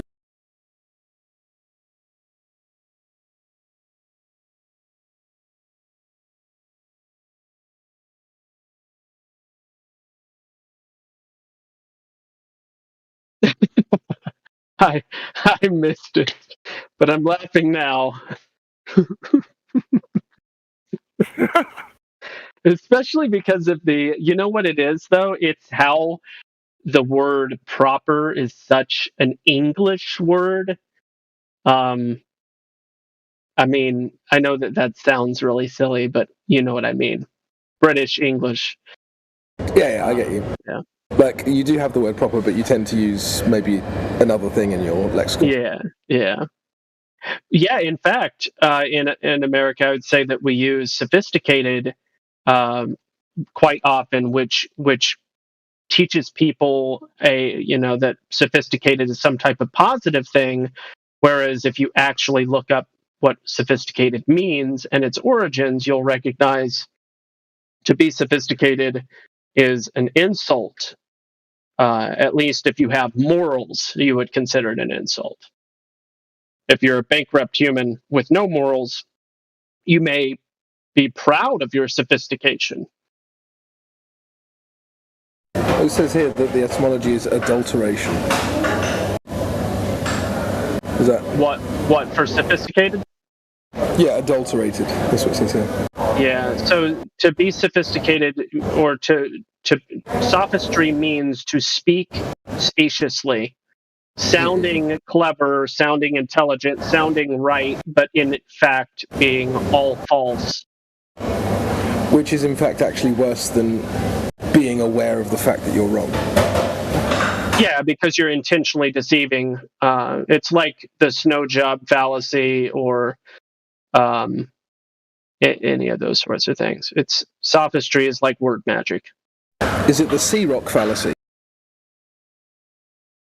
Bro, I heard you all talking about sea rocks, and I was just shaking my head going, what are they talking about? I have no idea what you guys are talking about, sea rocks. I took a step back, so I was like, this guy's either high or like trolling in a very literal, deliberate sense. No, I'll tell you what I think is going on. I've debated him a couple times before. He keeps using legalese words. So I think he's a lawyer, and he's just practicing, because his idea of winning is getting the last word. So like I said, in his mind, he won the last debate we had. Not because of the substance of his debate, but because of the volume of his rhetoric. So that's how he wins his debates in his mind. So as long as he's moving his mouth, he's winning. So he can talk about crack rocks, and he's winning the debate about flat Earth. You can't use rocks in the argument, though, because fucking life doesn't grow from rocks. Like, it's not Earth.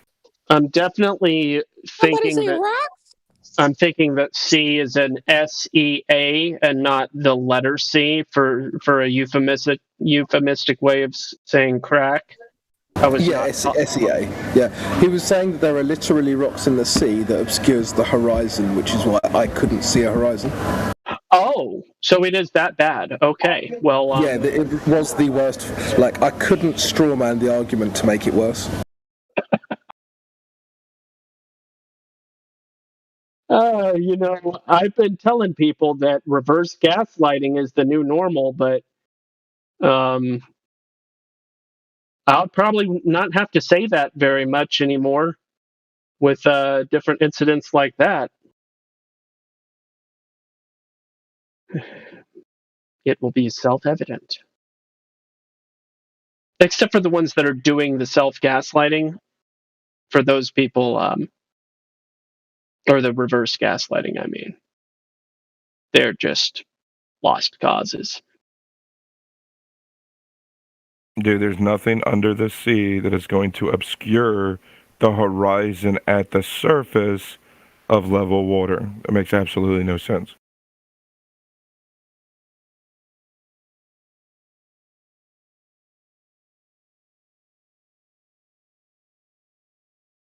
We already filled the oceans with whales, and the surface remained level, so a rock is not going to obscure the horizon. Under the sea.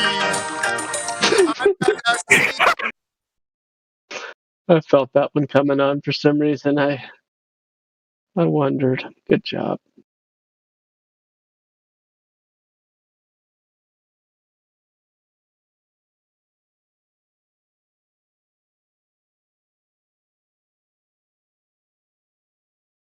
And then Matthew comes in here and like he thinks because it's his definition that he can just say whatever he wants. Well, he's just reporting a belief of his, right? No, but he writes the books, right? That's the thing, and then he presents it, and it's like his definition, so it doesn't matter. You can't argue with it. But that's the point, isn't it? It's like someone must have the JPEG of that where he says something silly, and actually Chaz just popped in, which is he's in that same JPEG where it's just someone asked him for some evidence, and then he said, "I'm reporting a belief of mine," and then Chaz put "Stop saying silly things, Matthew" at the bottom, which is so true. It was accurate. No, he just sets up a fucking merry-go-round in the middle of the classroom, and all the kids get on the ride, and few get off. Yeah. Well, that's why you just don't play the game. The only way to win that game is not to play.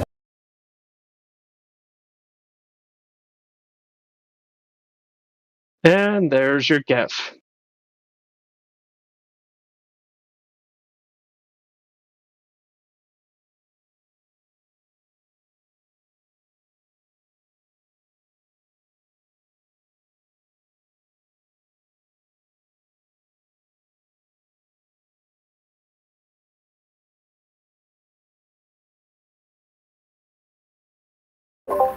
Hey, Crypto. Yeah, he's just disappeared. Hey, Jad, how you doing, man? Oh, there you are. You're under Glurf. Yeah, I'm trying to I'm trying to set up a Cavendish experiment, see what's going on. Okay. What's the aim? Something to do. Fair enough. I've been listening a lot to a lot of the. There's a lot of these Electric Universe guys that I've been listening to a lot recently. I'm not going to pretend that I kind of understand the more in-depth stuff, but it is interesting to consider the universe to be kind of entirely electric. Yeah, I don't really know what that would mean. It's a bit like when people talk about what's it called? It's can't even think of the word now. Artificial, simulation. I mean, what would a simulation even mean? I mean, are you just relabeling things, or are you actually saying something which will give you predictive, that's something you can test and predict? Right? I think as far as I can tell, it's just relabeling. But I could be wrong. Yeah, I think I agree with you. This is I mean, I've had many conversations with people who are like, "Oh, it's a simulation." It's like, well, so in a simulation, you'd need a program and a programmer, right? So how would the programmer be any different to like a godlike figure if we're saying that God created everything? And how would a simulation be anything different to a creation? But to me, I agree with you. To me, it would be like, I want to have a God without saying God, right?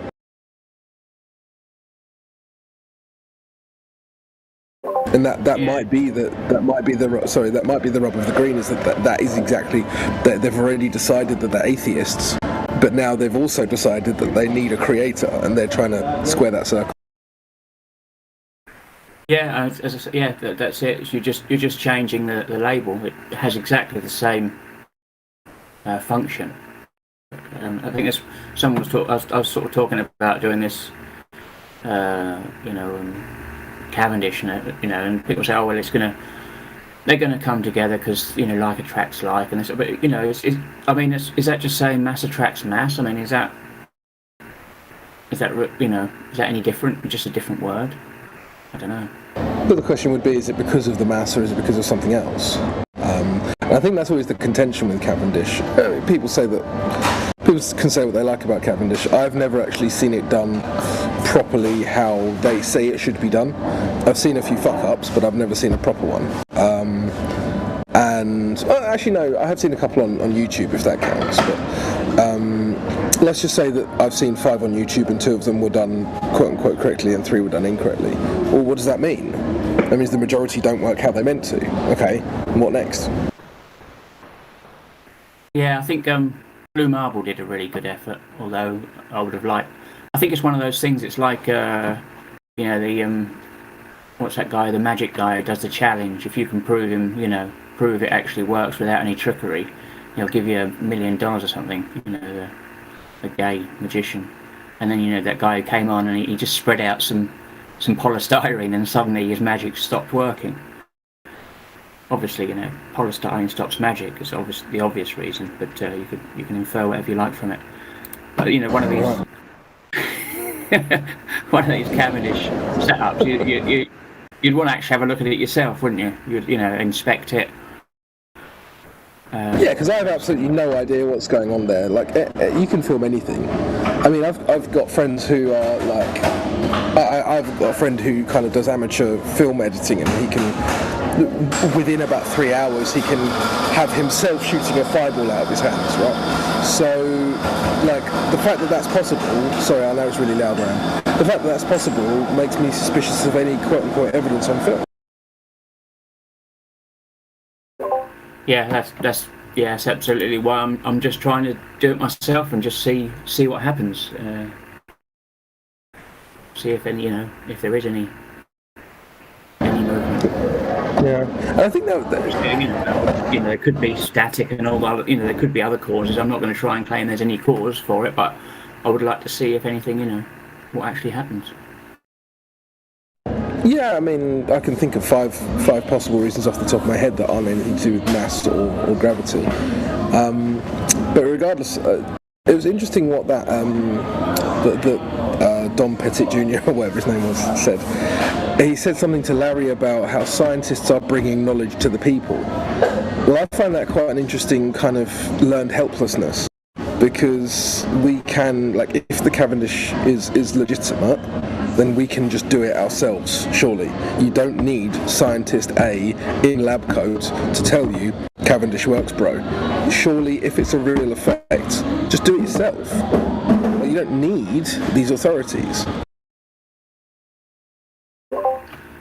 No, absolutely. That's why I'm giving it a try. Just see what happens. Sure, yeah. Or was it someone said earlier that, the Einstein quote of like standing on the shoulders of giants? Someone said earlier that actually they're not, they're standing on the ankles of midgets. Which I think is probably correct.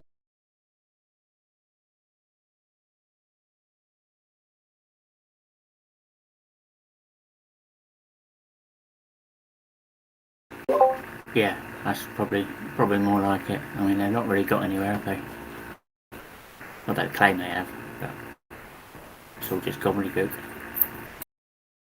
I wonder if anybody has identified Einstein as an ascended master of the esoteric mystery schools. It sounds like a Skyrim title. Oh, the ascended masters that the esoteric mystery school religions talk about?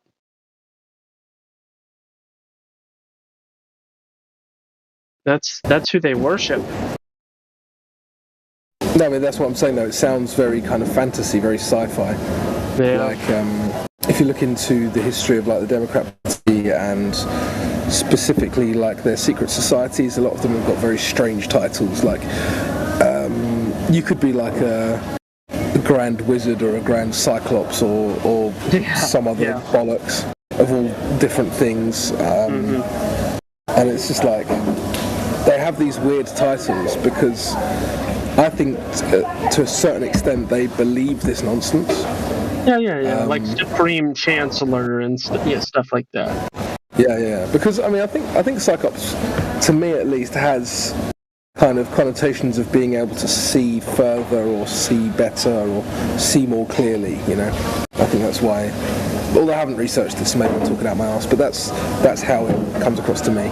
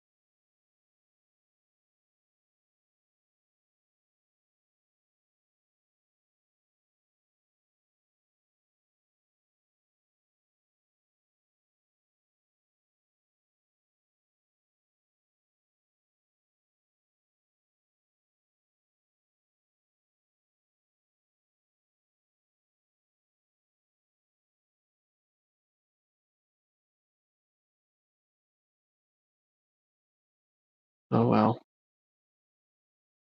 Tried to speak my Hindi to the spam caller. They just hung up on me.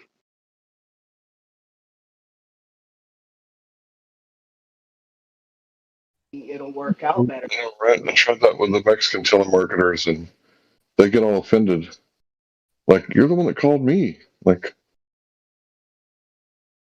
I don't ever get telemarketers that are Mexican. They're only the Indians that call me. Dot or feather? Dot. Because why? I mean, you know what the feather ones are doing. Running casinos? Yes, thank you. Yeah, no need to go into the alcoholism and drug abuse. Let's go to the higher vices such as running casinos. Yes, that's what they're doing. I was like, yeah, I don't actually think I've ever met any. So I'm literally going on stereotypes at this point. Yeah, I'm kidding. The Native Americans that are on a registry that I've known are like on some type of per cap, and which is just like it's like a royalty check, or I don't know. That's not the right way to put it. They get a check from the government for being yeah, you get it. Anyway, moving on. The Earth is the one Hindi phrase I haven't learned is this one. Prithvi samtal hai. Prithvi samtal hai. So I've got to work on that one. But that's the Earth is flat. So next time they call me, that's really what I want to hit them with, is because they've given me all sorts of reactions when I give them the tum kor jute ho and logo se jutbonna ban karo and all that good stuff. And they're like, who taught you that and all that kind of stuff. But when I hit them with the other one, when I hit them with the Priti Samtalhe, we'll see what happens. I'll try that out over the next month or so. I will try that out.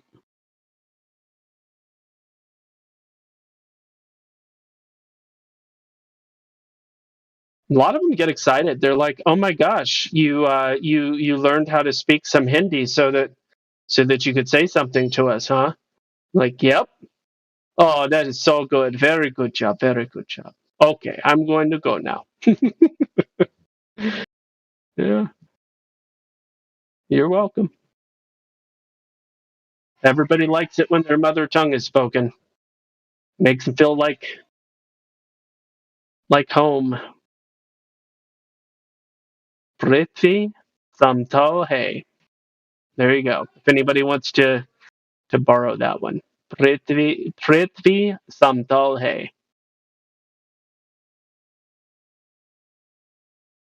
Am I the only one that gets a spam call at least once a day? I mean, at least.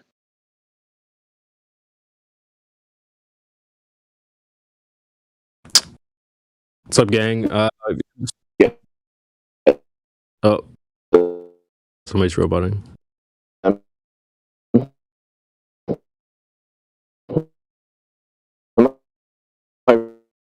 Robot, am I good? Robot.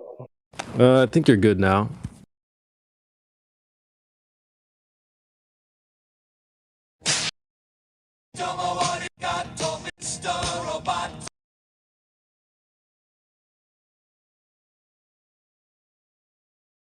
Yeah, and I was just gonna say I checked in Nitro. I think he's familiar with like McToon and some of those people, so just wanted to give him the floor if anybody had questions or whatever. We had a nice chat in the VC check-in, so welcome Nitro Earth.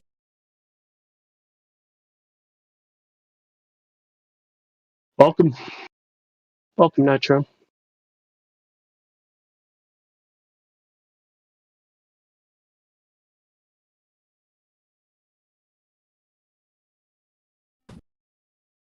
I guess I could ask you, Gospel Bear. Maybe you might have a different take on one of his questions he had in the check-in.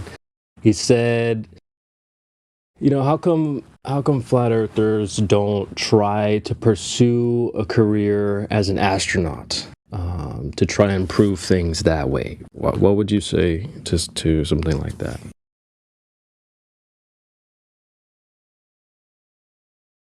It reminds me of the YouTube channel Does It Blend? That's a good channel. So why would one want to subject themselves to a system that they know is corrupt in order to prove that it is corrupt when they can simply demonstrate or expose the corruption? I don't think that you have to become corrupt in order to expose corruption, lies, perversion, all the things that are associated. Yeah, well said.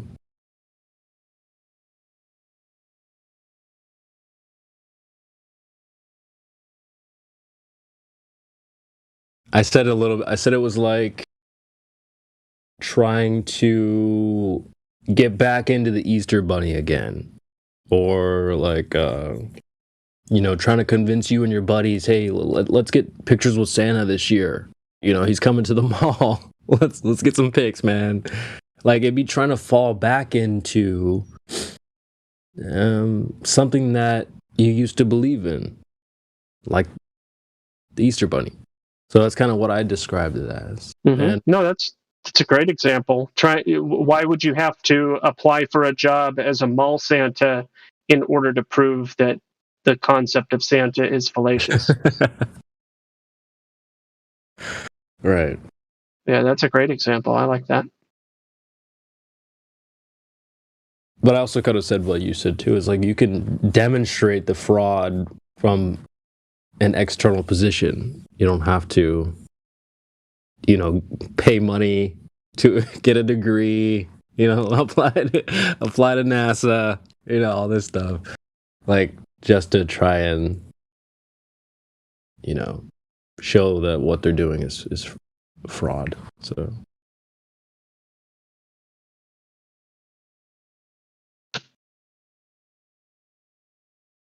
What y'all been talking about? Well, I just checked this guy in, and he was wondering why we haven't tried to become astronauts or anything like that.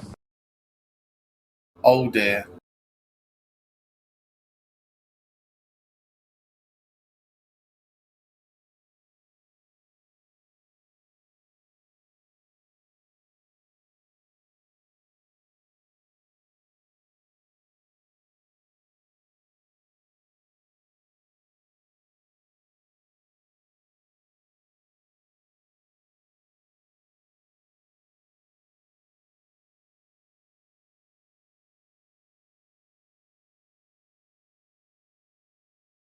Even if you paid me a lot of money, I wouldn't feel very good about lying about stuff like that.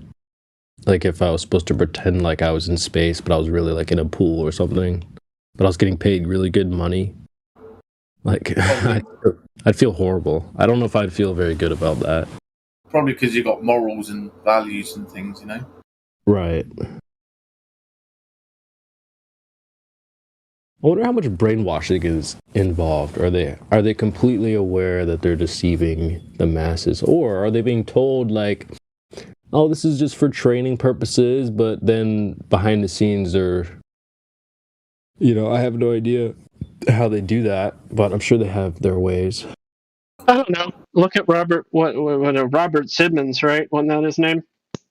Yeah. Yeah. He had no idea that his image was going to show up on tens of millions of devices across the world, if not hundreds of millions. Right. Yeah, I wouldn't be surprised if you do that more often. Yeah, the useful idiots are, useful. But those at the upper echelons that are kind of a little bit in the know, I think they're doing it to move up the hierarchies of the inner circles.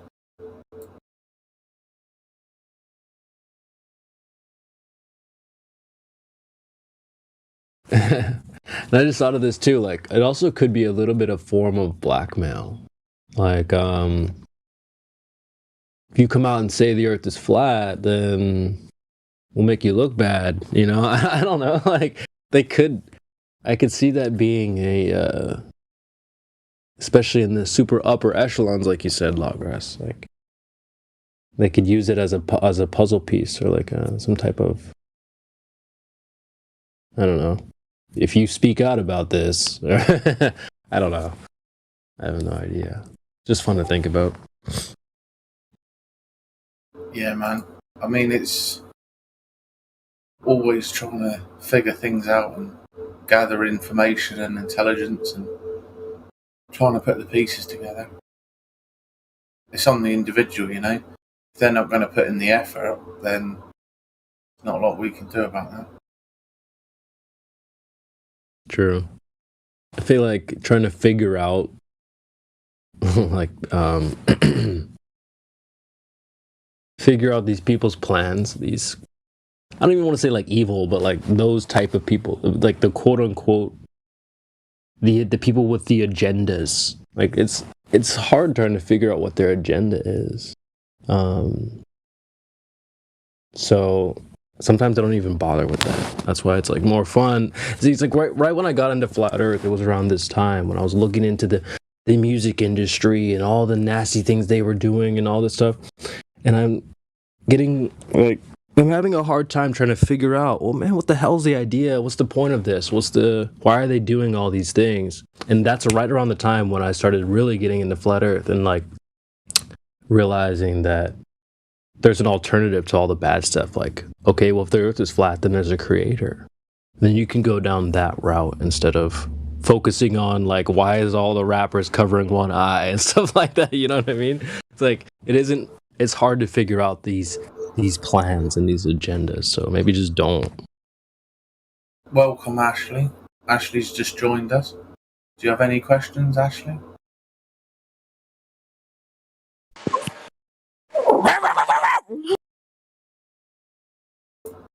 Oh wow, that was a extremely great globe proof as usual from Globies. Yes, that really convinced me. I'm starting to believe the globe again. You know what? I think I just saw some curvature.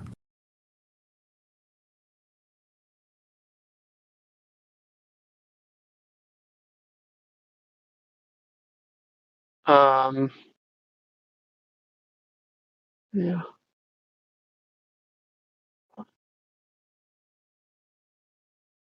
I didn't insult, didn't abuse, I didn't personally attack anyone. What's that, gospel bearer? I'm just pointing out that my statements that I made earlier were not an insult. They weren't abusive. They weren't attacking. They were merely stating a matter of fact that the Hermetic principles are incorporated into both Satanic and Luciferian teachings and incorporated into all fractalizations of the esoteric mystery schools. And making that statement of fact is not an insult. It's not an abuse. It's not an attack. It's merely a matter of fact. You can make your own personal judgments of that fact. I'm merely revealing that fact and exposing that fact in plain English. And then when I further state that people ought to recognize these people promoting these ideologies, they are either willful apostles of Satan or they are ignorant pawns of Satan. That's not an insult necessarily. It all depends on what you define as right and wrong and good and bad and all those sorts of things. So it's a very subjective thing in the first place to accuse somebody of insult or abuse or attack. It requires some type of moral absolutes or objective morality, which is really weird that anybody would impose that sort of belief system in defending the standards. I don't know. It's kind of confusing. I don't know. A little confused about it. Fucking roasted them. If you've got some time at some point, Gospel, I'd like to go over a few things with what you linked me to. If you're talking about the debunks, I'm really not interested to talk about either of those people. I don't entertain myself in wading in filth. As I try to limit my exposure to things that I find abhorrent and disgusting. So I'm not interested in talking about Bart Ehrman or the other Richard whatever guy. It's actually not about those two. It's about CVV, the guy taking them apart. There's a few discrepancies I'm trying to figure out. Okay, you can come to your own conclusions. I just provided helpful resources. If you don't find them helpful, then you can do your own research. I'm not forcing you to accept anything. Yeah, I'm just saying that there's a few mistakes that are being made, and I was trying to gain clarification. Well, I'm not him, so you can seek out that person in order to get clarification, because I can't clarify his points for him. Okay, yeah, there's other things that he said as well that I just wanted help on, but it's fine. I'll put him in chill text VC, and you can either answer or not. It's up to you.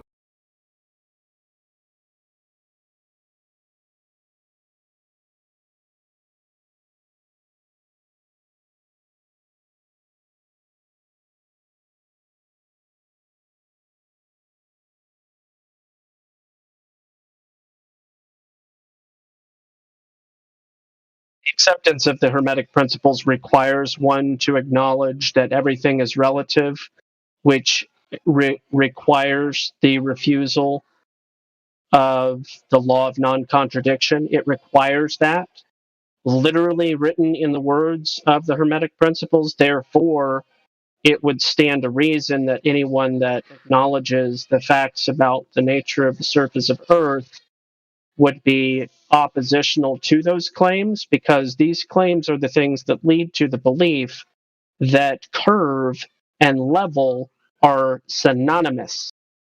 So you cannot hold the standard of objective reality and what level means and what horizontal means, and also be into Hermeticism. They're contradictory on every level. So there's no reconciling that can possibly take place. That's my point. So one must acknowledge the insidious and destructive nature of Hermeticism and its roots and origins in heliocentrism. If you don't, you're just being negligent.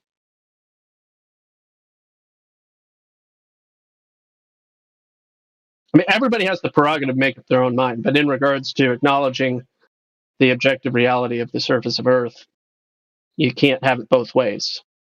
If you try to, you're deceiving yourself.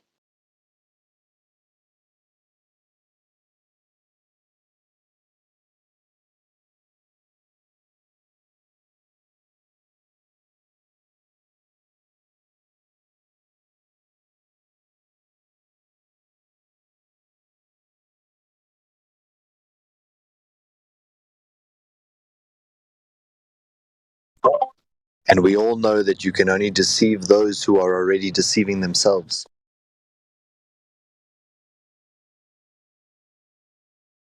Can you expand on that? It seems like a really wide generality, and it may be a true statement, but would you mind expanding on that a little bit? What you mean by that? I mean it in the context of that if you deceive yourself or lie to yourself, for example, you think you're better at something than you actually are, and no matter how much people give you feedback about how you could improve, you constantly believe that you're better than you are, you're living in a state of deceit to yourself. And thereby, when someone else comes to you and says, buy this bridge, it can help you reach Narnia, you're going to buy it because you're so used to deceiving yourself that the deceit rests easily on yourself, or you accept the deception wholeheartedly. Whereas someone who's living in truth with themselves and are not deceiving themselves. So if someone says, you're really a dick, and you say, why? Tell me why. And then you learn about it. You want to know the truth. You're going to be more inquisitive and discover more truthful states of existence. So the statement was you can generally, or you tend to be able to deceive someone who's already deceiving themselves. And another way to put it would be cognitive dissonance breeds cognitive dissonance, potentially. Lies breed lies. Yeah, or like lies are the fertile breeding ground for more lies. Yeah. It's a good truthism. You'd have to look at a lot of the psychology to do with the left brain prison as well, because this kind of explains some understanding as to why people get stuck believing absurdities. There's not enough right-brained activity.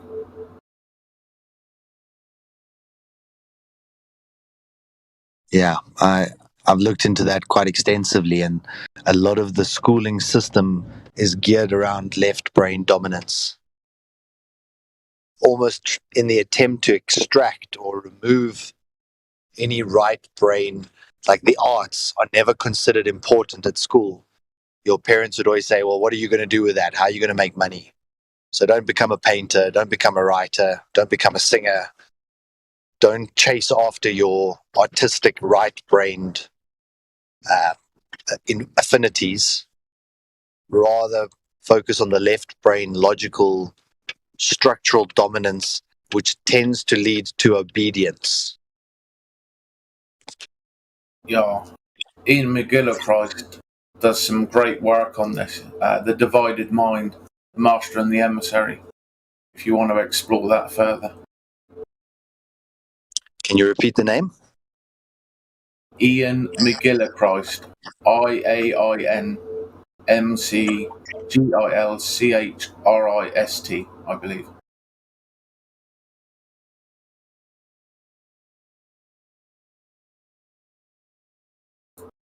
I'll DM the link. Thank you. That'll help. I'm just driving at the moment. But it's part of the age-old question. If you woke up out of a coma, what would your first question be? Where am I and who am I? They're so intrinsically linked. This, where are we? What is this realm? And how does my brain unpack the understanding of this realm? Because if you've got a faulty operating system in your mind, you're definitely not going to be able to perform the type of functions required to do other things. So it's almost like you have to start with yourself, improve on yourself, and then you'll discover the realm that you're in.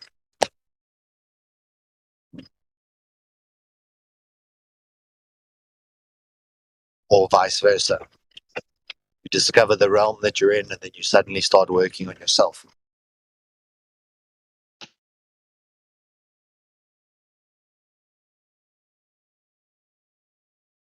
But it's like, when you watch these people who are so brainwashed with the programming on television, and when you point out that something's fraudulent or false there, they almost attack you because they like the deception of thinking that that's real.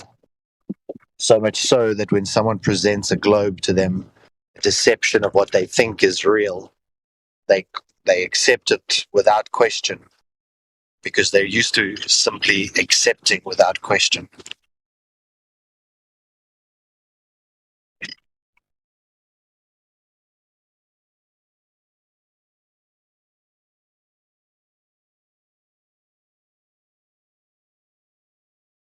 And that cognitive dissonance that Gospel was talking about, we all still possess it.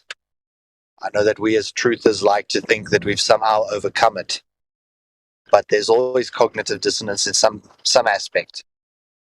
Like, for example, you might be on the black credit card or a platinum credit card. Your bank calls you to tell you about a new one which could save you money, but you're comfortable with your knowledge of your current package, so you tell them no thanks, even though what they're presenting you with will save you money. So that's an example of the cognitive dissonance that is still present, even though you think you're a truther. There are times that we don't. It's like if you think you have the answer, you never go looking for the true answer. And it's only when you start to question if you have the true answer that you go look at the definition again and realize, wow, maybe I was misunderstanding something, or maybe this does require further research. Or you got to have that little bit of ability to self-doubt, so you're not deceiving yourself to discover more truth. And this is something that I bang on about with people, explaining how the biggest obstacle is ourselves in our own learning and our own in informing ourselves of all of these topics, because we pretty much have ego, bias and belief, either one of those things or all three, and each time those things will take precedence over the information, so we don't actually read the information with clarity. We pervert it and distort it to ourselves and what we think is X, Y, or Z. So there's a massive amount of self-work that needs to actually go on before you can really inform yourself of these topics with clarity.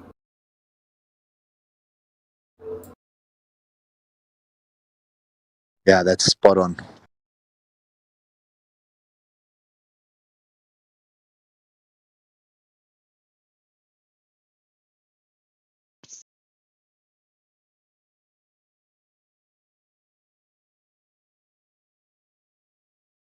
And then it's also about precision, or what level of accuracy is acceptable for you. Some people don't mind rounding up. Other people prefer to have 3 decimal places. Some people consider 3 decimal places rounding up. So what It's got to be is... AutoCAD level to the 14th decimal place. It's the only thing that's valid. I'm being facetious. I know. But it's still like at 14 decimal places, there's still more information. There's still rounding occurring. Yeah. You know, it's for me, since I became a flat earther, I want precision. I want accuracy. I want to know this shit down to the, that they can go to the 40th decimal, or that this thing it's been accurately measured. Where's the precision? But when you're deceiving someone, it's not about the details. The devil's in the details. You just want them to have the dream. Buy the dream, and then we'll sell you the nightmare later. But it's Yeah, sorry, I was just saying that's what I annoy people over, because I find these little discrepancies and I dig into them because I'm trying to understand, each part to add up to the whole. So, yeah.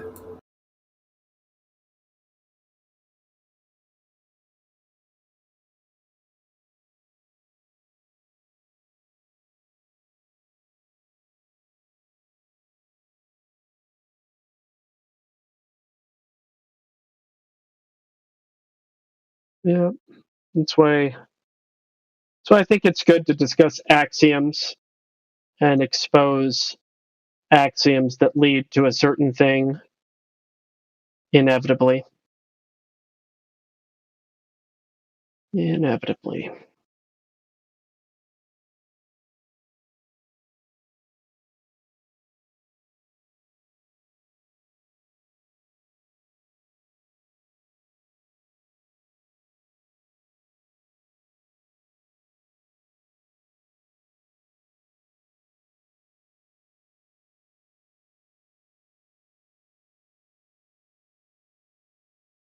Appeal to a priori.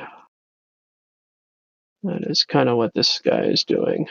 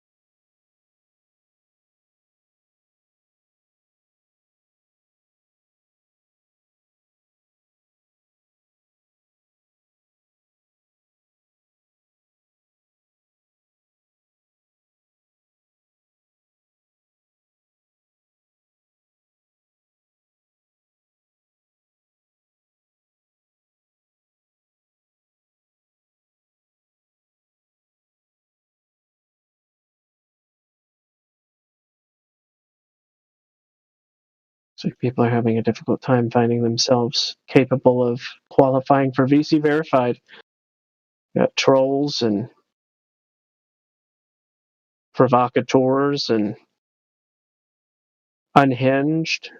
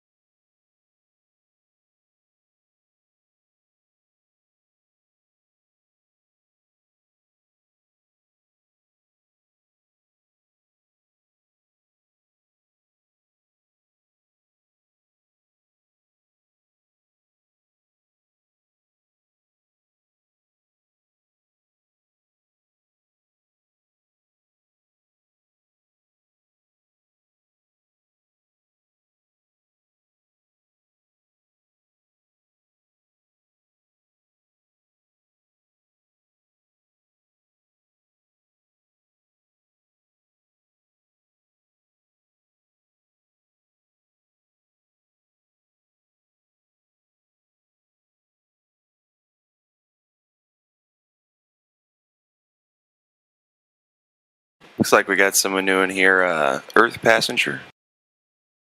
Yeah, they have a listening pass. Did that change? No. I just see that their Earth passenger has a listening pass, and their PFP is a turtle flat Earth. Yeah. Or I guess it's not even flat Earth; it's a turtle shell Earth. Yeah, very, very memorific. Yeah. Flat Earth. So that's why I wanted to talk to him. I want them to explain themselves on this one. I unserver muted Earth Passenger. I'm not sure if the role prevents you from unmuting yourself, but give it a try. I just want to listen.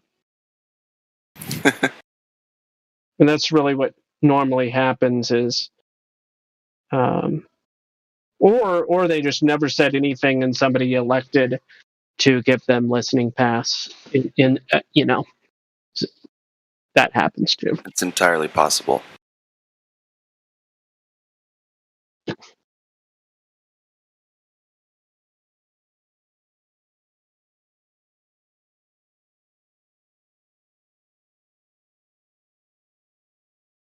And he's brand new, folks.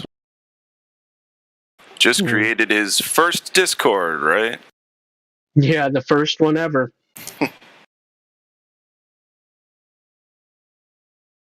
Checks out.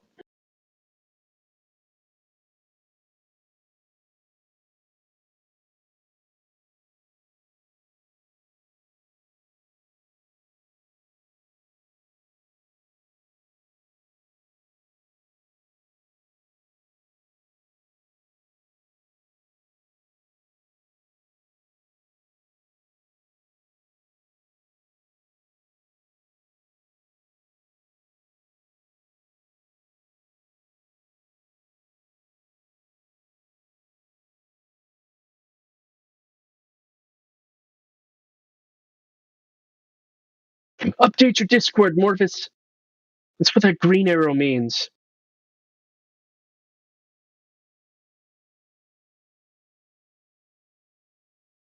Thing pops up. I resist. Thing pops up so often.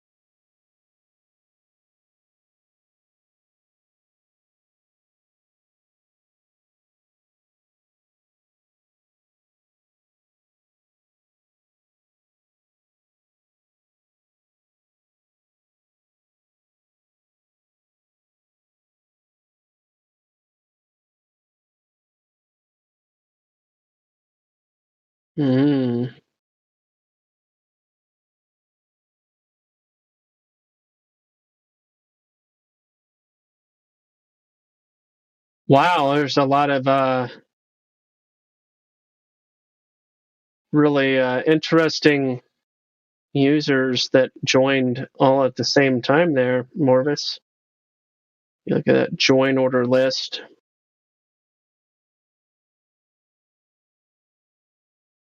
Low energy provocateurs, I would say.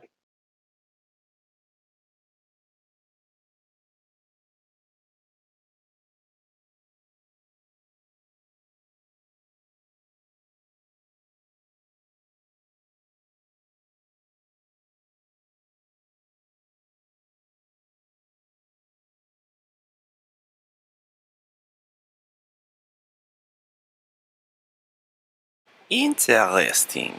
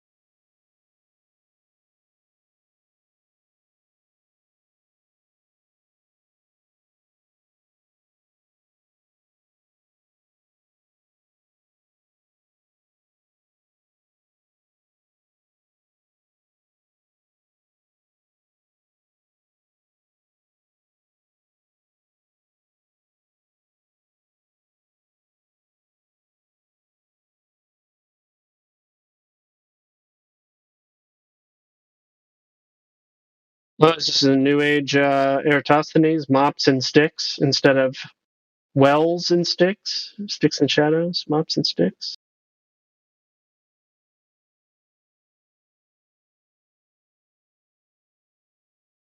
I saw you here the other day under a different screen name, mops and sticks.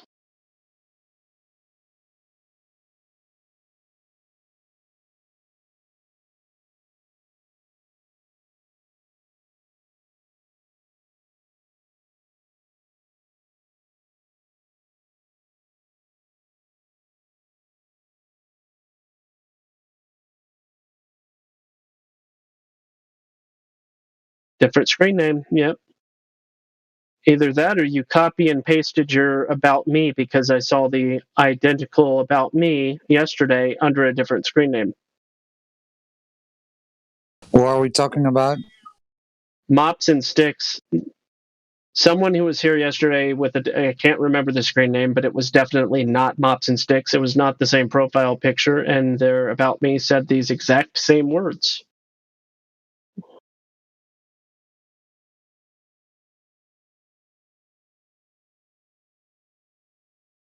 So they copied, and apparently it's a new account. Oh no, it isn't. It was two. Yeah. So it's the same person. They were here. It was yesterday or the day before when they created but it was probably yesterday. They had a different screen name. Someone copied it then. LOL. That's a reasonable conclusion.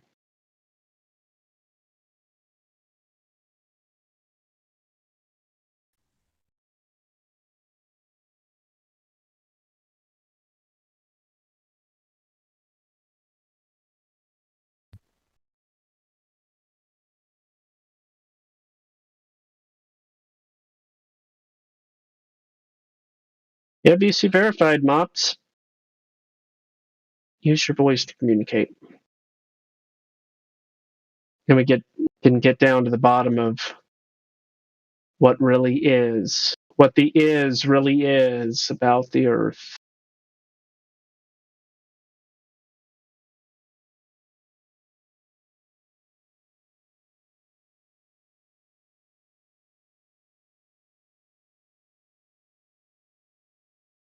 I think that there's a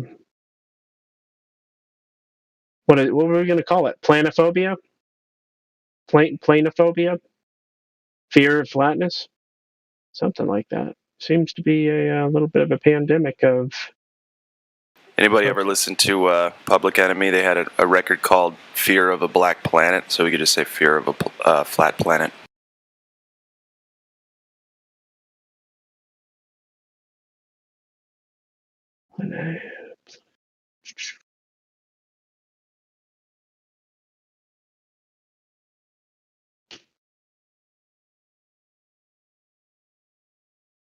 Where's the Greek?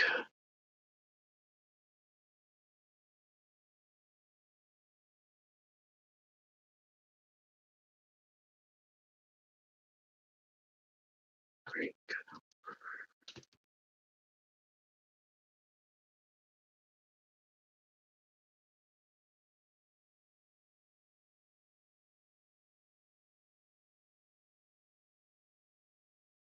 Diamerisma.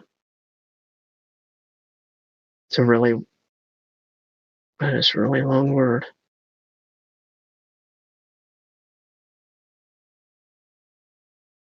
But I guess it diamerismophobia. That's really a long. Oof. Noun.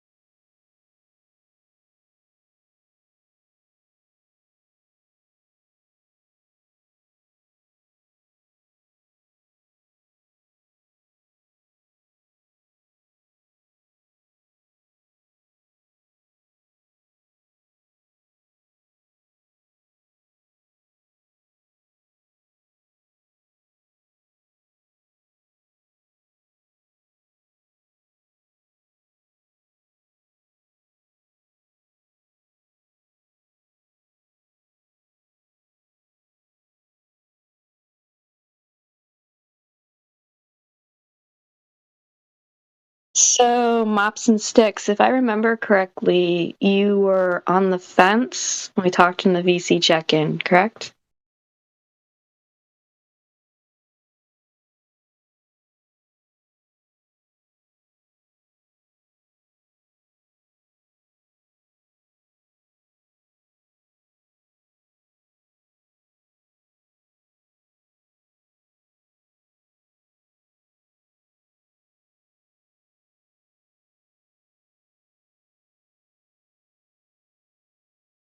And what's your opinion on the shape or makeup of the Earth there, Mops?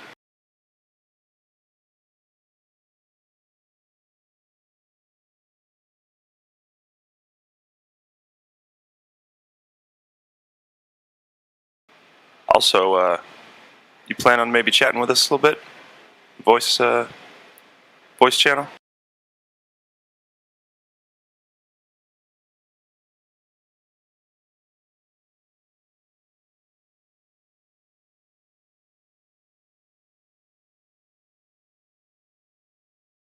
Oh, okay. Neither have we. Have not found that curve.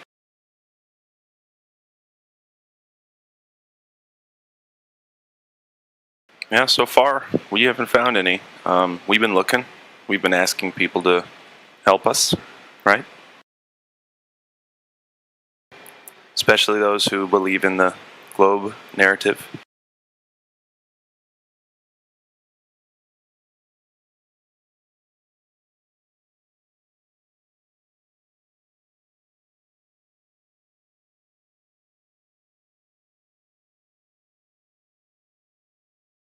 So I guess what we try to do here is we try to see what people know about the globe, and then if they can perhaps, if they believe in the globe narrative, if they can provide some evidence, some solid evidence that makes them truly know that we're on a globe, or if they're curious to hear what we have to say about it, then any question is well, not any question. Let's be honest. But yeah, you can ask us a lot of questions about the Earth if you'd like.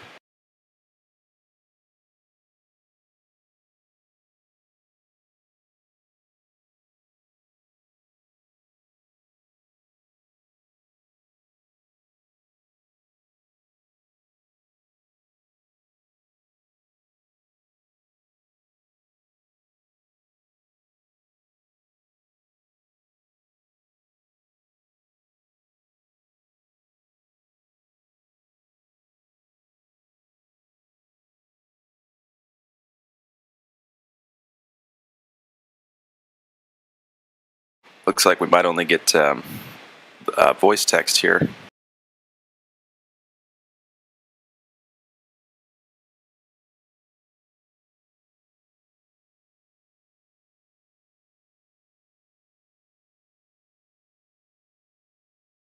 And that's okay. Mops and Sticks, stick around today if you'd like. There will be some conversation probably happening around lunchtime here in about an hour. And hey, if you're hanging out, keep an eye on the live stream voice text. We're always posting either funny or pertinent or both kinds of things.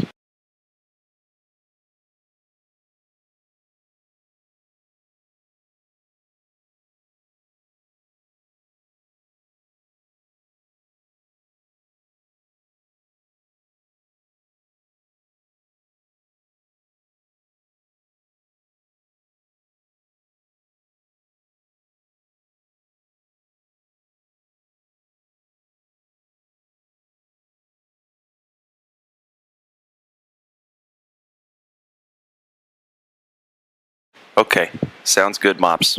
Mops and Sticks.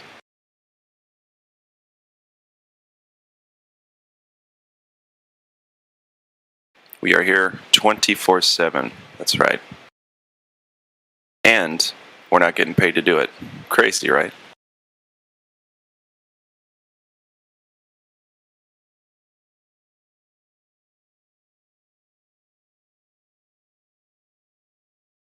Yeah, I don't make any money on this. No, I don't think anybody does. Anybody in this panel? There's some cats out there who monetize their YouTube channel, but they probably don't make a lot of money on that either.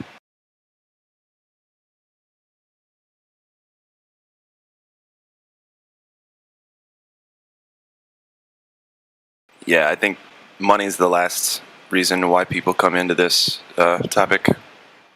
If they even, it's not the reason to to start talking with people about flat Earth. If you want to make money doing it, that's the wrong topic, folks.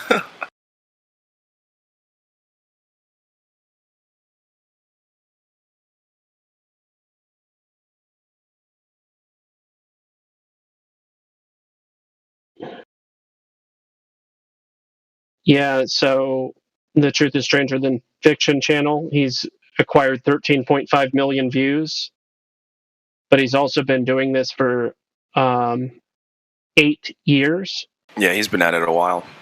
So if you take $13,000 over the average that out, he hasn't. Yeah, if it's $1,000 per million views is the rule of thumb for figuring revenue. Mm-hmm. Yeah, and most of his videos, I think, get demonetized anyway. So. Yeah, I mean, and he, it's because his content's so good, and people keep sharing it all over the place. He gets those views. Mm-hmm. Yeah, I mean, just wanted to elaborate on that. I don't know if you've actually done marketing on YouTube, or if you've taken money from YouTube marketing gospel, but it's actually quite simple how the revenue is generated. So you can't really do it based on views because it depends on a couple of different things. First of all, it depends on what the revenue is. If it's an advertising revenue, then you get 55% of whatever the advertiser pays, and Google gets 45%. If it's a super chat, there's different rules for that I don't know about. Yeah. But that means as well that it's per advert. So if you've got, say, a long video, then you can quite easily put 3 adverts in that video and get paid 3 times for each view, essentially. And it also depends on whether they've got ad blockers or not. So unfortunately, there's no clean way to analyze it.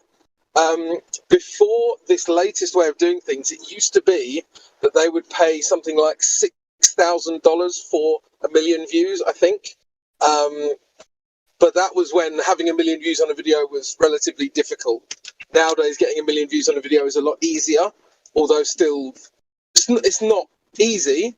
But it's like back in the days when no one had 1 billion views on a video yet, and now lots of people have,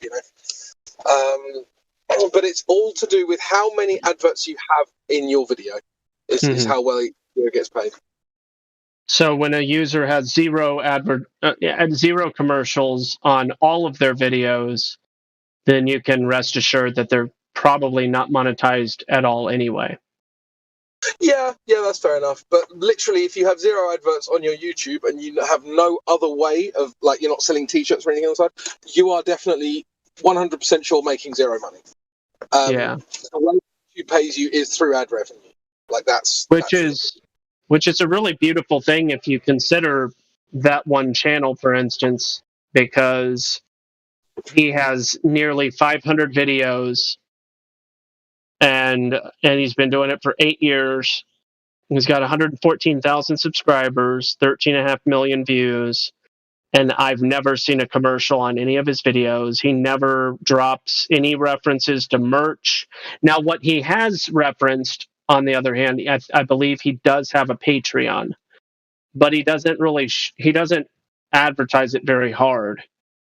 I don't know. He's a super sincere dude that he's got. Well, I mean, I don't really have a problem with people getting paid. I don't really have a problem with people getting. Sorry to cut you off. I don't have a problem with people getting paid for their hard work. In fact, I'm actually. Of course. I have a very rare point of view in that I actually want him to be paid, because if you incentivize good work, then more good work will happen, in the place of him having to do something else for money. So would I rather that he was producing more quality content, or would I rather that he was going to force to work in a factory 20 hours a week? Well, I don't care about the factory, so I would rather he was paid more for his content online. Yeah, I agree. I agree. And that is something that can be said about his production value, given such a, you know, I don't know. I've seen a lot of content producers on YouTube, and I wonder if anybody notices that I don't call them content creators. I wonder if anybody's been noticing that I've been calling them content producers. I always wonder these things. Anyway, editing is. What's that? Well, it begs the question, why? Oh, because I don't believe. I think that the word creation has been horribly misconstrued, or appropriated, or perverted. Perverted's probably the best word. The word creation's been perverted. Okay, I guess I've got a couple of questions about that then, if you don't mind. No. No? Okay. Unless you want to finish your point and then I can ask later. No, I was just saying, like, editing is not my forte, so I'm really, really impressed by people that do what I would think would take probably hours to manipulate video and audio and put it all together and make it coherent and consistently. It's a lot of work, and it's just not my cup of tea. So when I see people that are doing a good job at it, I'm always like, wow. That's all.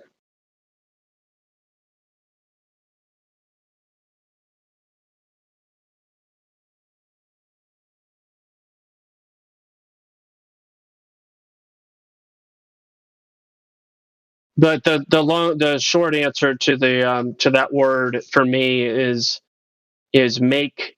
I'll sum it up in a silly slogan. Make creation ex nihilo again. That's my sentiments on that word. Are you running for president? What's that?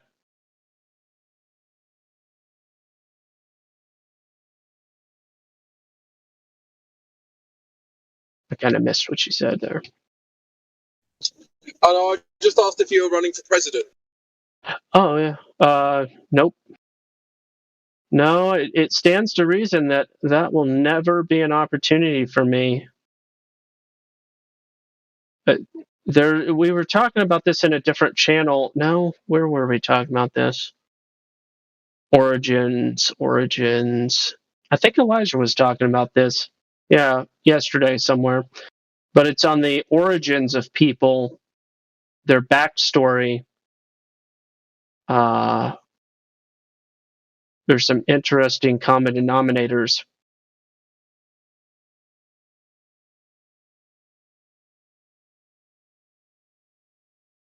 The people that can be eligible for such a position. And then the other people that are a mockery in order to justify their method for choosing president. It's kind of interesting, the whole system.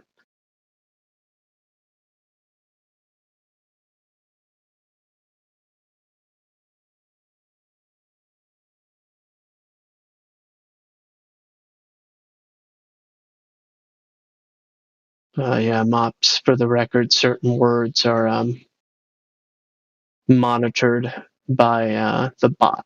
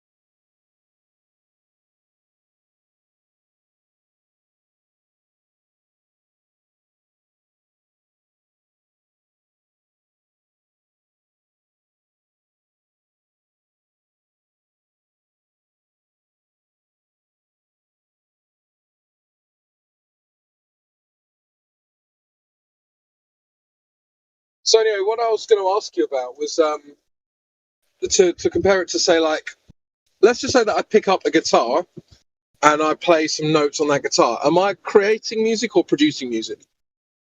Producing. And yeah, I would just always stubbornly not use the word creating. Okay. Let me back it up with making sure I am using the right word in that instance. Yeah. I think produce is, so I'll post the thing. Develop is one of the synonyms for produce. So to be you're developing, you're proceeding with a thing, to bring into. I mean, then interestingly enough, produce can also mean to bring into being or existence. So apparently, produce is synonymous with create. So that irritates me strongly. I feel like there should be, I mean, and that's what Latin does. You know, that's why we use Latin phrases oftentimes in referring to logical fallacies and stuff.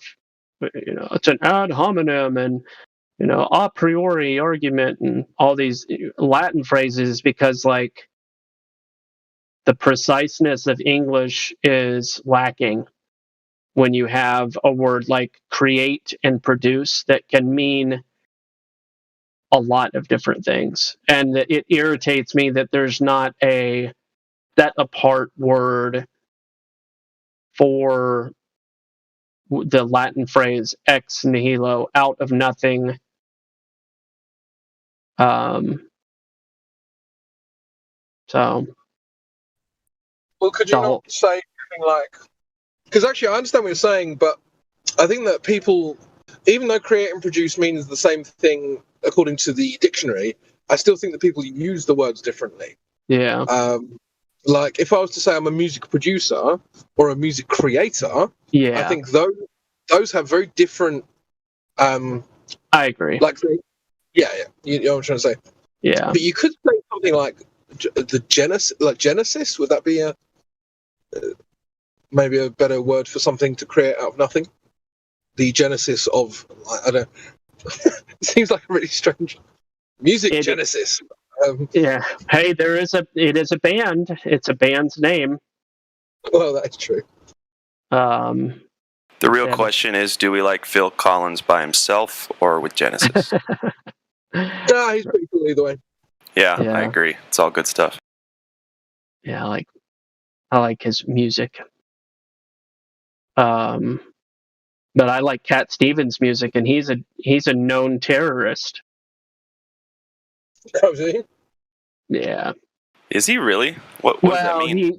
I'm sorry, that might be slightly inaccurate. He is and or was on America's watch list of potential terrorists. My apologies. Oh, okay.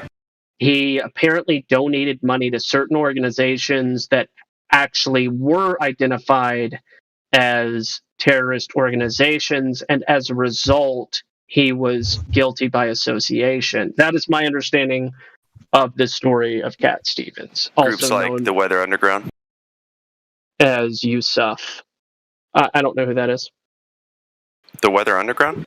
Yeah, I don't know that one. They were just a group of activists, hippie activists, back when, like, the Black Panthers were doing stuff too. Oh, gotcha. Yeah, well, he moved away, changed his name, and did all sorts of stuff. His original music, I like his old school music. I've listened to some of his newer stuff. I think he's talented, but yeah.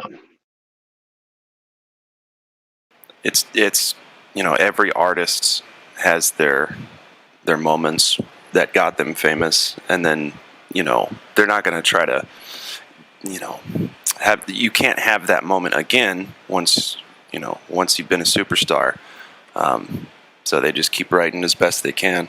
Mm-hmm. But usually they have to start writing, like, you know, oh, your hit was this kind of music, so now you're going to have to make 10 of those.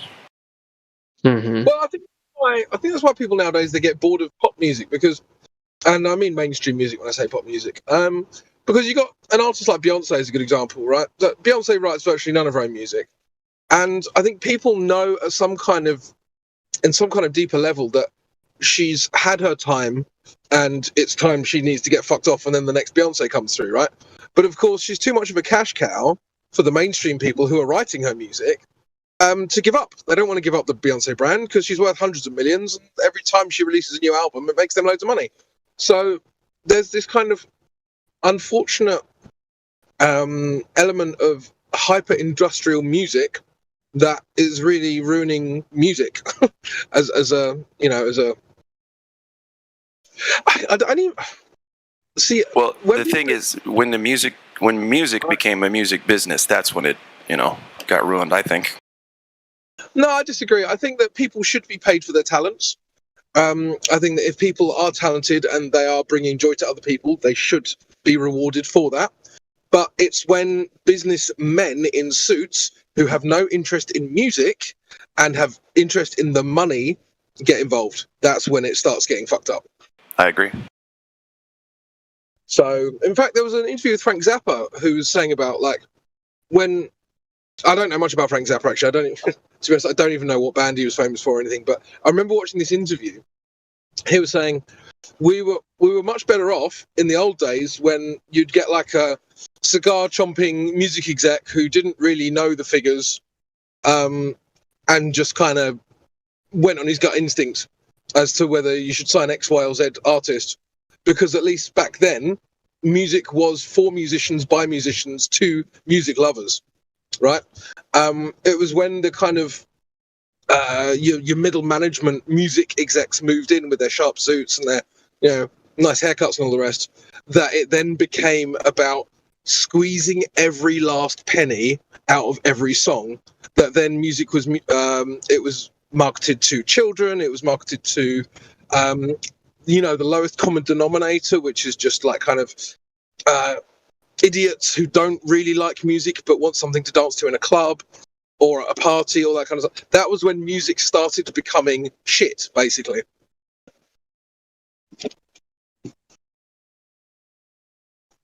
And all of that was completely on point. Yeah, I agree.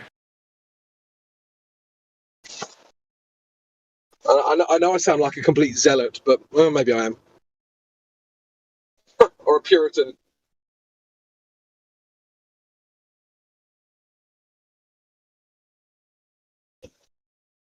The Puritans. Hey, another interesting thing. Sorry, just while we're on this point, I can talk about this all day. So if I'm boring people, but can you think of anything else in life where people will listen to things? Okay, no, actually, music itself is obviously the point I'm trying to make here. But for instance, would you rather use a 30-year-old car over a brand new car? If it was the same car, probably not. Would you rather use a 30-year-old computer over a brand new computer? Probably not. Would you rather use like a 30-year-old phone over a brand new phone? Probably not. Music seems to be the only thing where the quality was 30 years ago and the quality is actually lowering year on year. Well, go ahead, Glad. I was just going to say, I agree with that. It's like the quality of the recordings are quote unquote improving, but yeah, the writing styles is just, it's pathetic these days. 30 years ago it was way better. It's interesting you use cars in the example because are you saying all things considered, like a 1984 Saab and a 2014 Saab are two very different vehicles? Yeah. And it like, I guess there's a lot of, you'd have to go detail by detail, but I would prefer the older one. And then I'm sure that there's people in the Corvette and Mustang, and different, classic cars that they would prefer the older design. They prefer the metal. Now they're sacrificing possibly certain possible safety improvements. They're sacrificing miles per gallon, those sorts of things. But I don't know. Well, I disagree. I think if that was the case, then people would still be buying the older models over the newer ones. And if that was also the case, then the car companies would still be producing the older cars. They wouldn't bother releasing new models. Like, imagine if you've got a 1984 Corvette, for instance, and I get that there's a classic car market and that there are classic car enthusiasts. I'm talking about your everyday average person, right? Your everyday average person would rather have all of the bells and whistles of a modern car. You can charge your phone. You've got 500 radio stations. You've got all of these like like ABS, all this other stuff, right? This is the kinds of things that people want. Yeah. And if they didn't want, the manufacturers wouldn't bother putting in the cars because it costs them money to produce this stuff, right? So that if no one wanted ABS, they wouldn't bother with it, all right? So, and obviously some of it's government legislation, all the rest. So I understand. But I think that I just don't think that people in large prefer older cars. Otherwise, they would just buy them. Yeah, the used car, market or whatever would be highly competitive, and yeah, I hear what you're saying. Obviously, this is a generalistic argument. We're not talking about individual. Yeah, because there's going to be exceptions, basically, but we're talking about generalities. Yeah, but then my argument about the music industry was about generalities as well, because there are people who still appreciate really well-produced music from independent artists who have a different sound, right? But that isn't the mainstream music industry. Yeah, I would say most of the groups that are making, either good money or just, they're making the kind of money that allow them to continue their work as artists. You'll hardly ever hear about them. They're the ones behind the scenes doing their own thing, and they're not in the mainstream for whatever reason, probably either because they decided not to be or because they simply haven't had the offer yet, the opportunity. But like I said, most of the people living off of their artistry there in the music industry, no one's going to ever hear about. Yeah.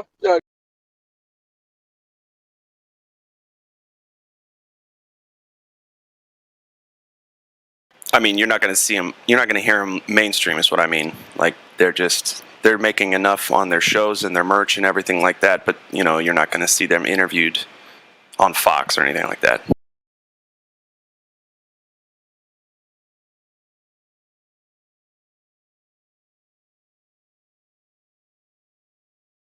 There we go.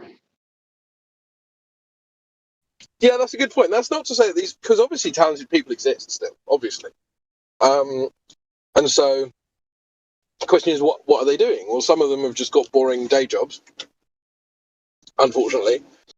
Some of them are kind of jobbing in music, but not necessarily in that field of music. And that would describe your mobile DJs and those kinds of people. And then some people they've got just enough fans to pay their bills. Fantastic. Yeah. And then you've got some people who accidentally get famous, like Panic at the Disco is a good example. Yeah. Maybe accidental isn't the right phrase, but he kind of got famous through MySpace. Yeah, interesting. So if we go off of popularity, Baby Shark wins. Baby Shark is the greatest song of all time. Well, it's got 10.6 billion views. So if we're going by popularity. And then Despacito, which I don't even know if I've ever even heard that song, is number 2 at 7.8. And Johnny Johnny Yes Papa is 6.3 billion views. That's more than Michael Jackson stuff. Yeah. And then Shape of You, 5.7 billion. See You Again by Wiz Khalifa at 5.5.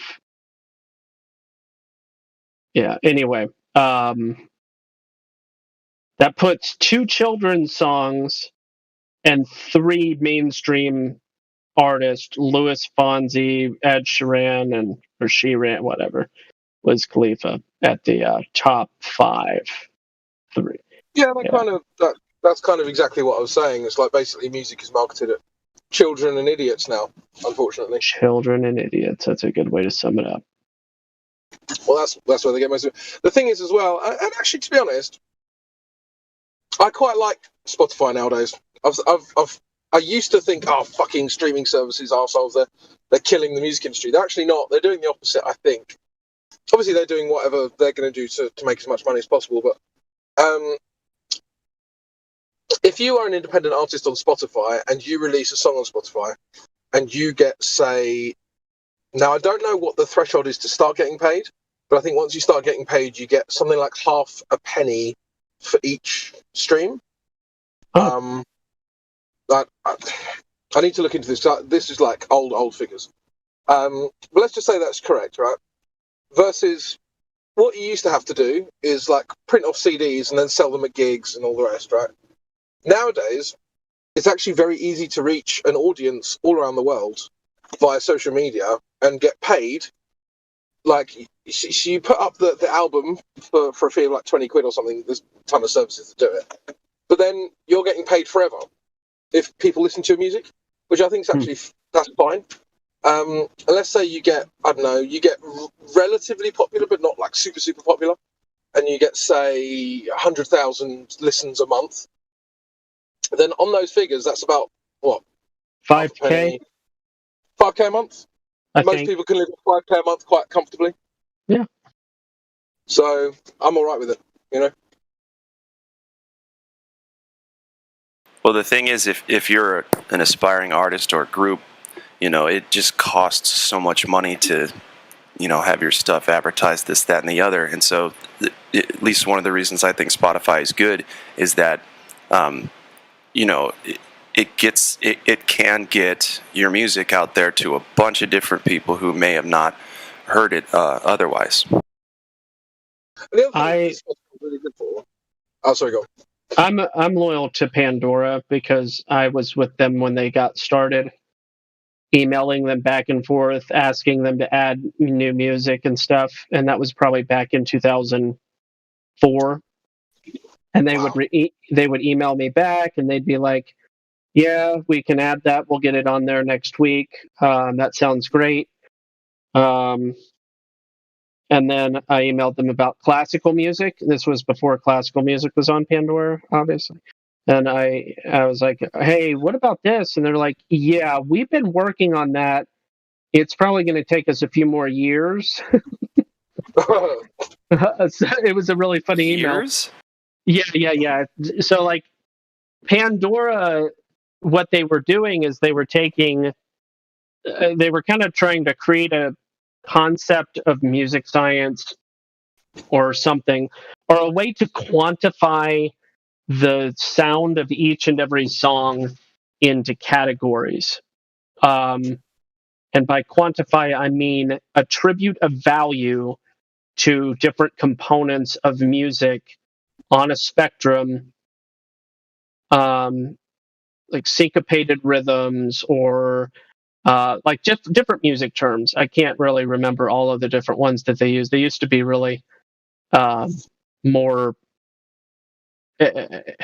expressive or forthcoming with what they were doing. Now it's kind of hard to even. But anyway,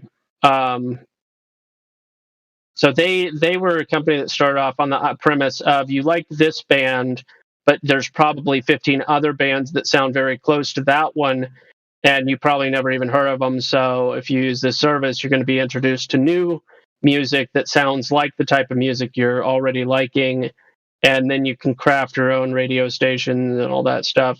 Anyway, I've been with them for going on almost 20 years now, and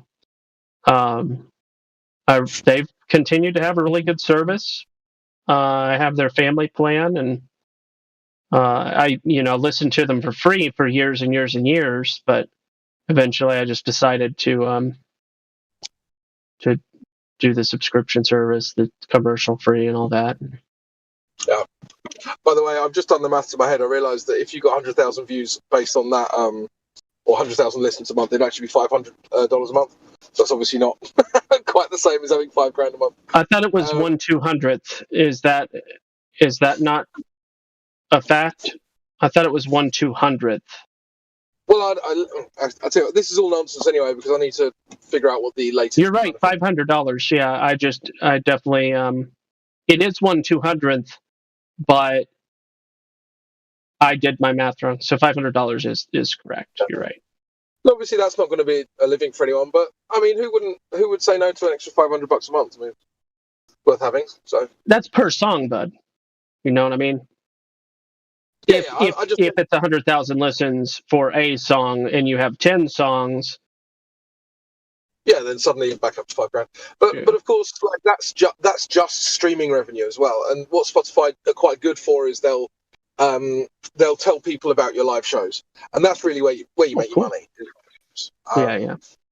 So I mean, there's some bands that you guys have probably never ever heard of, and same with me. Like they'll go around, they'll play like the second slot at a music festival in Berlin or something, and they'll get paid like $8,000, right? And there's only 4 of them, and half of it goes to roadies and kind of production costs and all the rest. But you still made $2,000 in a day for a performance on like a Thursday evening, and then you go off to like a music festival in France the next day, and then you make another $2,000, right? So it's the live performances on top of the streaming revenue, on top of everything else, which is how these bands make their money. You can't make like a full-time income from just streaming unless you're huge, Yeah, they've got to do the income from every angle that they can. But yeah, so like if they're going to play a show in a certain city, they'll do pre-sale tickets. They'll, people want to buy merch because they want to wear stuff to the shows, even though you're not supposed to do that. Stuff like that, they're going to get lots of different things that, they'll have to pay for it, right? Yeah, like roadies and gas for the bus and all kinds of things that way.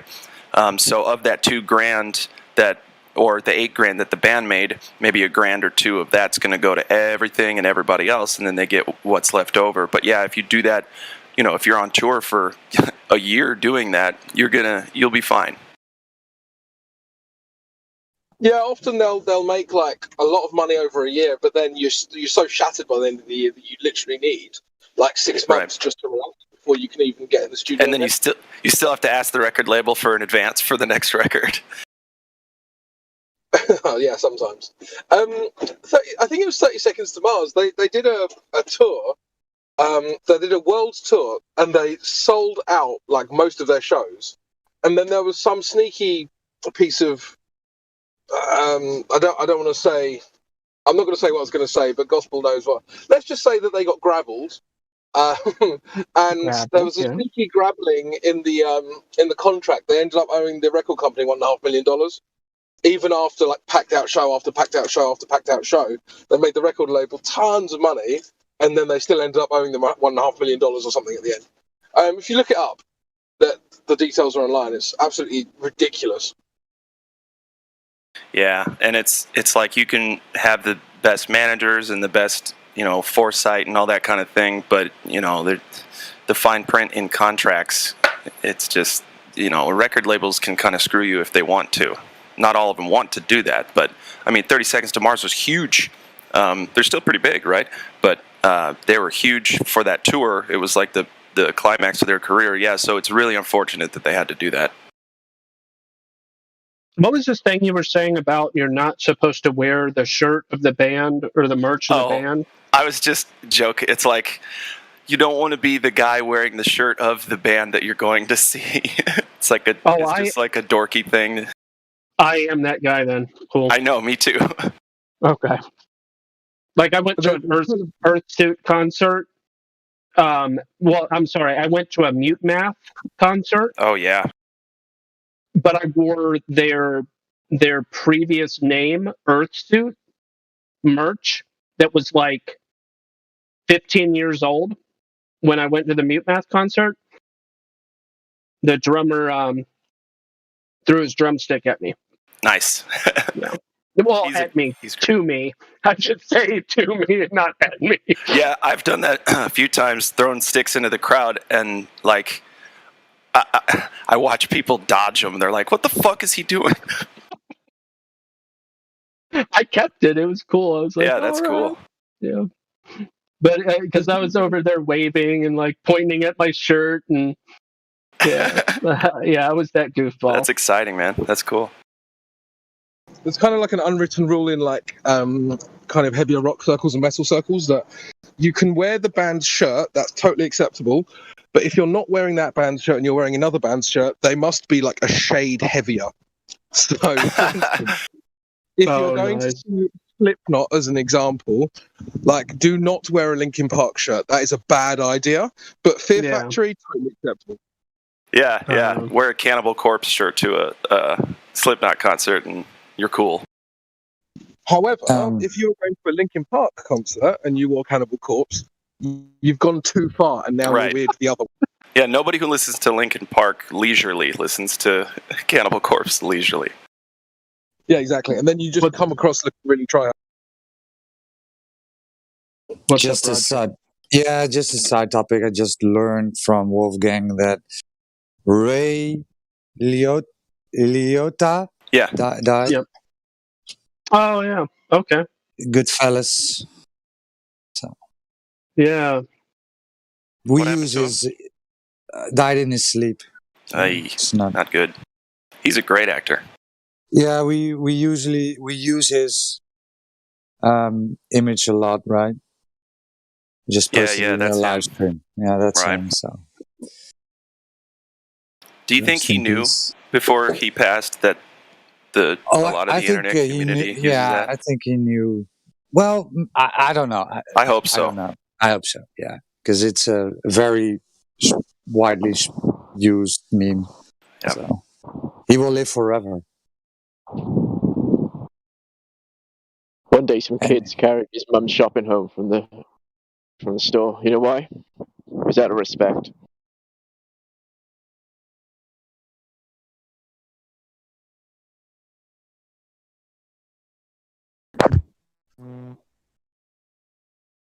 Yeah, Goodfellas. That's the movie. The laughing emoji comes from. I still think it's his best movie, but I haven't seen all of his movies.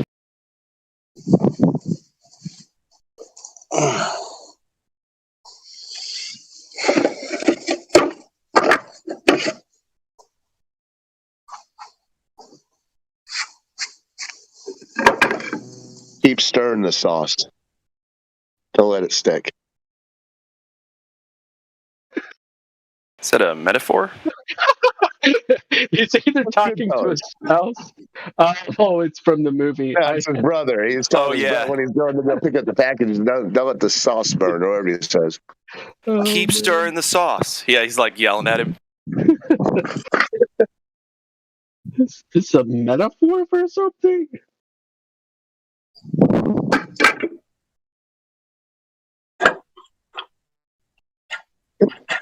What was he like? He was like keeping guns at his mom's house or something. Whoa, AI. AI. Hello. Hello. Yeah. we can hear your drilling. I thought we entered the dentist office. Oh. He's Sorry, not I was just drilling. dealing with the last. Yeah, he's not drilling. Dealing with that last Glober.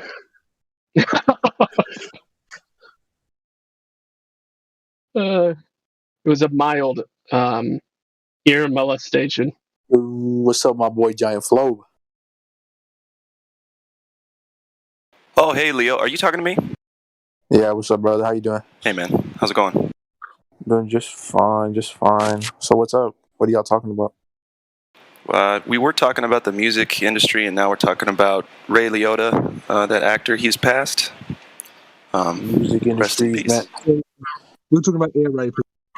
music industry's brain to brainwash. Well, it's been used that way.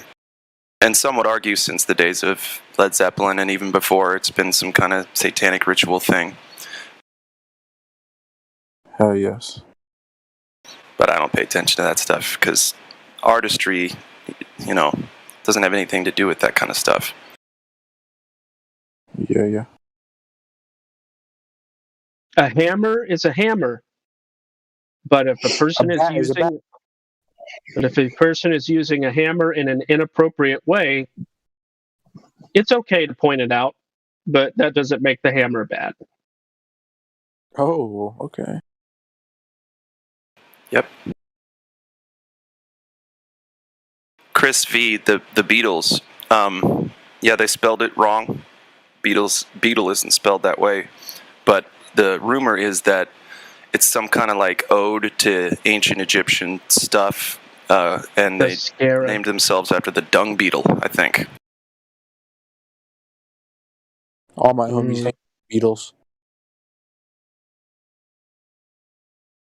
Yeah, because have you seen a bunch of ancient Egyptian symbolism? A lot of times they use the like dung beetle with wings. Yeah, or like a moth or something. Not the scarab. I thought that the. Oh, that might be the scarab. I'm not sure. Yeah. Dude, it's obviously just a pun on the term beat or the Beatles. Right. Beat. But then again, many things have multiple meanings. Yep. Kind of like Lucy in the Sky with Diamonds. They swore one up one side and down the other that it had literally nothing to do with LSD. There's no way it didn't. Well, here's the irony. You know who Lucy is? Lucifer. Yeah. It's kind of funny to deny the red herring. Like the denial is a red herring for the actual. It's a funny technique. I like it. I mean, I like it in the real recognize real kind of way. If that makes sense. Yeah. Yep. And so it would be Lucifer in the sky with the stars. So that would be the sun, right? Yeah, and the other ones, but yeah. Yeah, but there seems to be a lot of confusion with the proposition of the flat Earth versus globe Earth and religious topics. So let's be clear. The globe Earth side is a religious topic. That's the origins of it. That's the philosophies behind it. That's the whole premises and the control and all of it. So to divorce any type of religious discussion from the flat Earth, globe Earth philosophical paradigm discussion would be to thump yourself short of proper rational thought about the topic. It's not purely a geometric proposition alone. And once you understand the geometry, your work is done here. Like I have a board in my hand. Oh, this is a board. It's 13 inches long. I can go home now. I don't have to finish building the deck. Now that I know what it is, what am I going to do with it? What are the implications? Yeah, I got you there. I agree.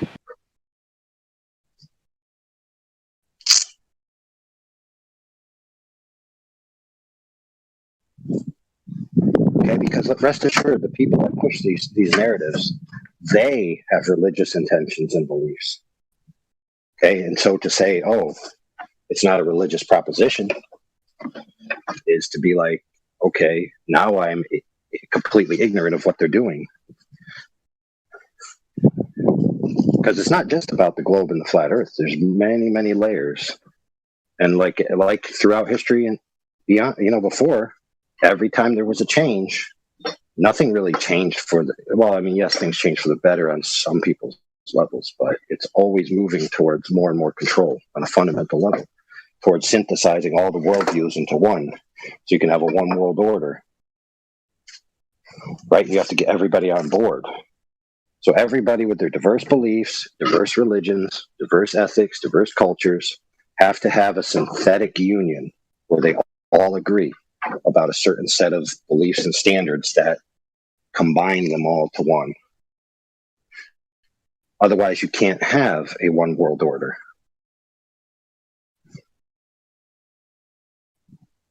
Because contrary to popular belief, the one world order isn't going to be by force, pure military might alone. It's going to be by convincing enough people to agree.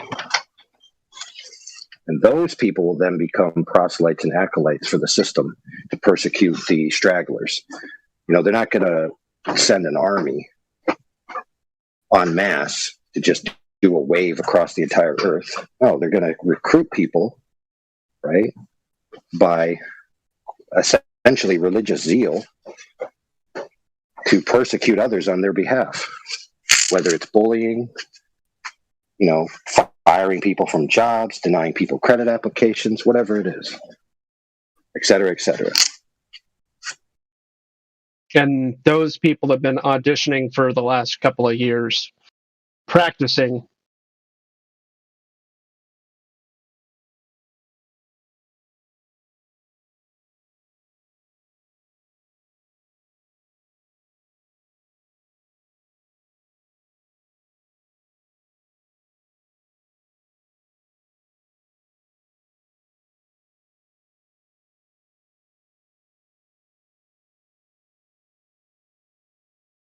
And to be clear, you can't affect an entire world to follow you without philosophy. They have to make a philosophical choice, right? To believe in your paradigm, whatever that paradigm might be.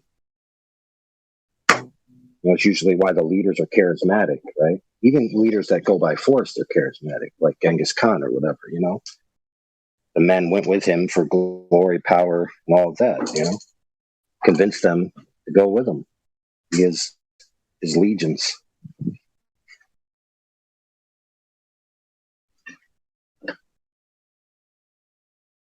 It's like a charismatic man with bad intentions, right? A man of war can conquer an entire nation of pacifists by himself. If there's no stalwart man to stand up against him, either philosophically or by force, right? But we already know that the force isn't going to work. It's got to be a philosophy. The masses have to believe that what that man's doing is wrong to the point where they act out on their belief and do something about it. Otherwise, he's just going to go door to door, smack all the men around, rape all the women, kill all the children he decides, and who's going to stop him? A bunch of sympathetic wimps that are too afraid to act. By the time he's at your door, that's too late. That's not when he's at your door is not the time to decide whether you're a man and you're going to defend your family or not. It's already gone. Your time has passed. Because they're already prepared, right? They've been preparing for decades, millennia even.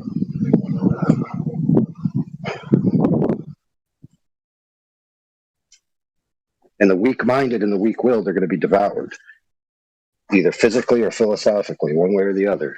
They're going to yield to the power. Some of them are going to be told, well, if you don't yield, you don't get fed.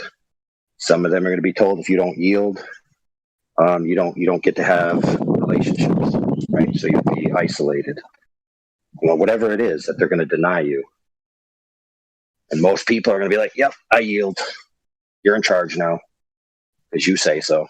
And I don't have the character, the power, the knowledge, the will, the philosophy to stand up against it. So there's 30 people, right, that are going to kill 1,000 people, and you're one of the 30, and you're like, oh, this is wrong, but the other 29 guys are doing it, so I should do it too.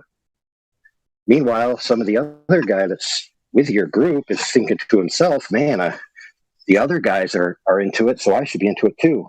So you don't actually know how many guys are into it. You're all just doing it because it's just the thing everybody's doing, and nobody really knows what each other thinks because you've been conditioned. Same with the group of 1,000 people being led to their deaths by the 30. 1,000 people could easily take 30 people out, even 30 people with machine guns. Research. They just had. In inserting this, research the Milgram experiment. Yeah, that's very apropos. But yeah, those 1,000 people could easily take out those 30 dudes. But they're all too afraid to act together. So individually, they become weak, and together they're just useless. Because none of them are willing to say, hey guys, there's 30 chumps over there. We could take them all out. Sure, some of us will die, but the majority of us will live. But only concerned about themselves, selfishly, thinking, oh, if we do this, I might be the one to die. They all die. That's how stupid humans have become. They'd rather all die than risk being one of the ones that die and saving the rest. Think about that. How pathetic. You know, a trapped animal with a rat trap or whatever on its foot will try to kill you while you're trying to take the trap off its foot to save it, right? It'll fight until its last breath to kill you. But humans, right, you trap them and they'll just sit there like a bunch of retards and be like, give me more, daddy.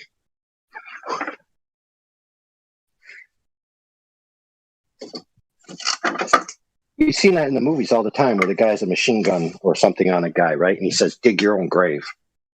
And the guy sits there with a shovel digging the grave. The whole time he has a shovel, which has a blade edge, that he could kill the man who's attempting to kill him. But instead, out of fear, he sits there and digs a grave. And then the guy shoots him. And what was the point of that? It's like, if you're going to die, go out with a fight at least.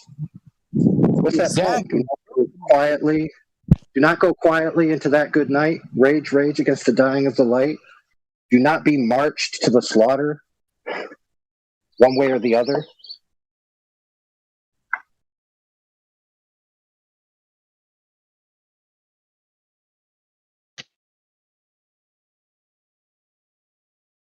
Yeah, the moral of all that is if you divorce all the philosophies behind all of these things that are happening in the world, and you turn a blind eye ignorantly to them, then you're not going to be prepared for what's coming. Neither physically, nor mentally, nor emotionally. You're going to be run over by the freight train. And it's not going to necessarily be that you yield, but the people around you that you are too feckless to be able to influence are going to run you over. But you just sit there and twiddle your thumbs and be like, oh, everything's going to be fine as long as I know the shape of the earth.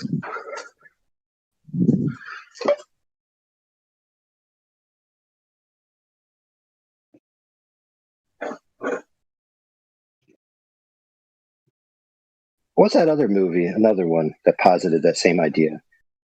Valkyrie, right? So Tom Cruise's character in that movie was based on some colonel who had an opportunity to take Hitler out, right? With a bomb. And I can't remember. I think he tried once and his bomb failed, but the second time he tried, he pussed out. He wimped out because it was like, in a room with people, there's like this peer pressure. There's like this weight of people are looking at me. People are thinking, what if I'm wrong? What if the other people don't agree with me? What if I kill them and their families are sad?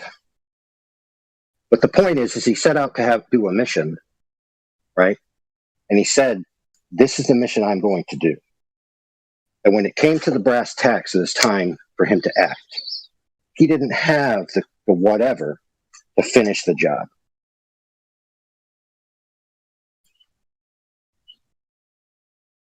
Because of probably those types of influences, like the Milgram experiment, portrays within people. There's also other things too, where I can't remember the name of it, but there's like this phenomenon where there's a certain amount of people that are around you that cause you not to act. Like if you're only within a very small group of people, you can act. But as soon as there's more people, all of a sudden it's like you're waiting for some kind of consensus to give you permission. Can't remember what it's called, but it's a well-studied phenomenon. It's psychology. It's like you almost think that somebody else is going to do something, so you do nothing, and everybody else is thinking the same thing, so a whole group of people do nothing and just watch some atrocity occur before their eyes. Bunch of inaction. Bunch of people that don't have any power to decide and to act and to do anything, or even sometimes to say anything. hey, what you're doing is wrong. Somebody else in the text just pipes up and says, who are you to judge that person? Be like, hey, dumbass, shut up. What they're doing is clearly wrong. Why don't you go home and kick rocks while I deal with this situation, you chump? But no, what they do is they twiddle their thumbs and act sheepishly and just let the bad thing happen while they sit by and watch, knowing full well that they should have done something. Bro, you fucking playing with me right now. Do is to speak. What? What'd you say, Leo? Yeah, we didn't hear it. Bro, I brought the wrong pillow to my room, bro. Wow. Profound. You bought the wrong pillows? Yeah, bro, I'm about to cry right now. Now I gotta go downstairs. Okay, then. My bad. I didn't know my mic was. Yeah, there's this old school expression, first world problems. That doesn't qualify. I think that yeah, I'll leave it at that. I did post Owen Benjamin's classic joke on the matter of would you kill Hitler?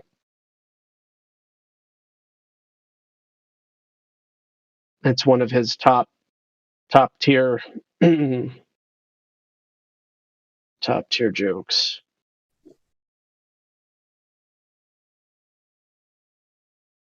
What is happening? Why is this taking so long? Well, if history has proven anything, there's a lot of people who think that they have what it takes to act in the moment when the moment comes for them and it's time to do something, whether it be to speak up or act. And they think themselves the hero. They think themselves courageous. They think themselves, I'm going to get it done. And when the time comes, they find out what a little bitch they really were the whole time.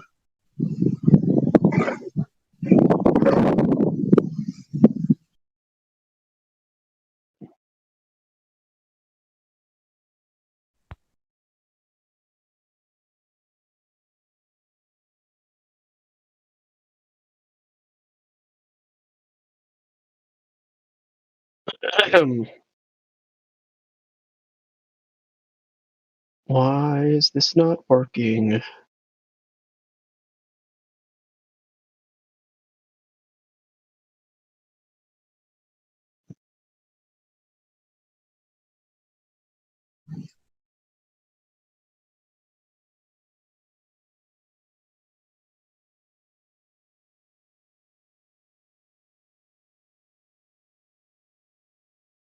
Anyway, that was my little rant.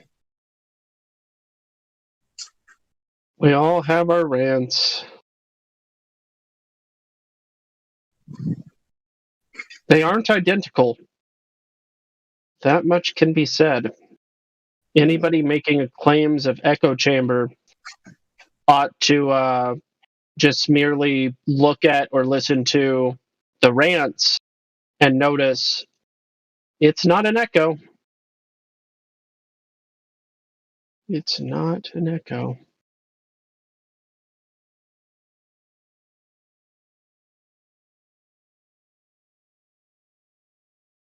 Yeah, look, flat earthers are arguing over religious paradigms, gravity paradigms, energetic matrix paradigms, fundamental force like electric universe versus Newtonian paradigms, et cetera, et cetera, et cetera. You don't see that diversity in the Globers. The Globers are basically, oh, just let me Google, and whatever Google says, I agree with. Echo, echo, echo, echo, echo, echo, echo.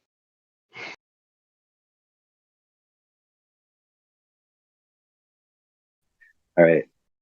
I got to actually do some work now.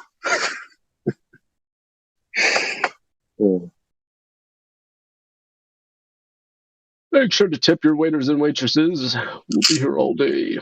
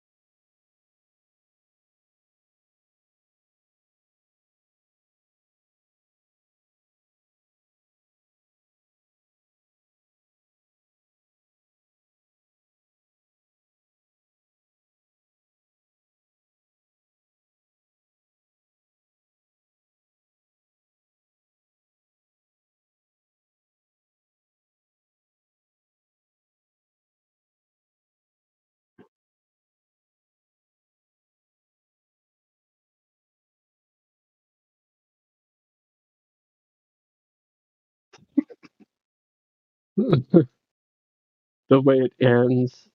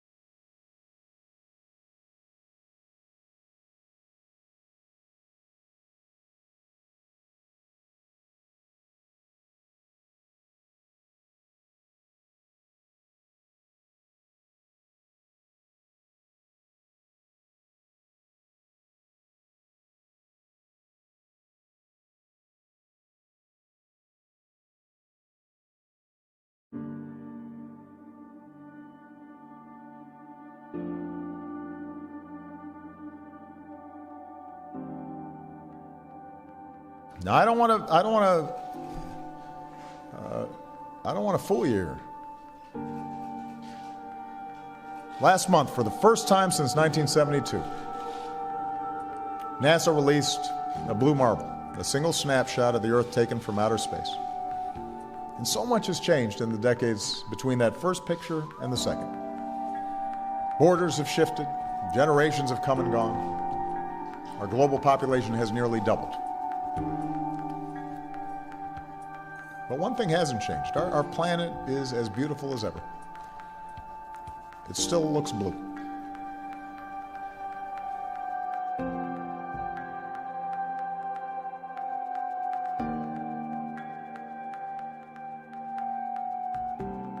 In 2002, Blue Marble 2.0, NASA's Rob Simon made this. And it had wide appeal too. For example, it ended up as the default background on the iPhone. I didn't even know until I bought an iPhone and turned it on and kind of did a little happy dance. Simon's job is... It's primarily taking data and making pictures out of it. That's what this is, a composite of data sets from several different instruments translated into a picture.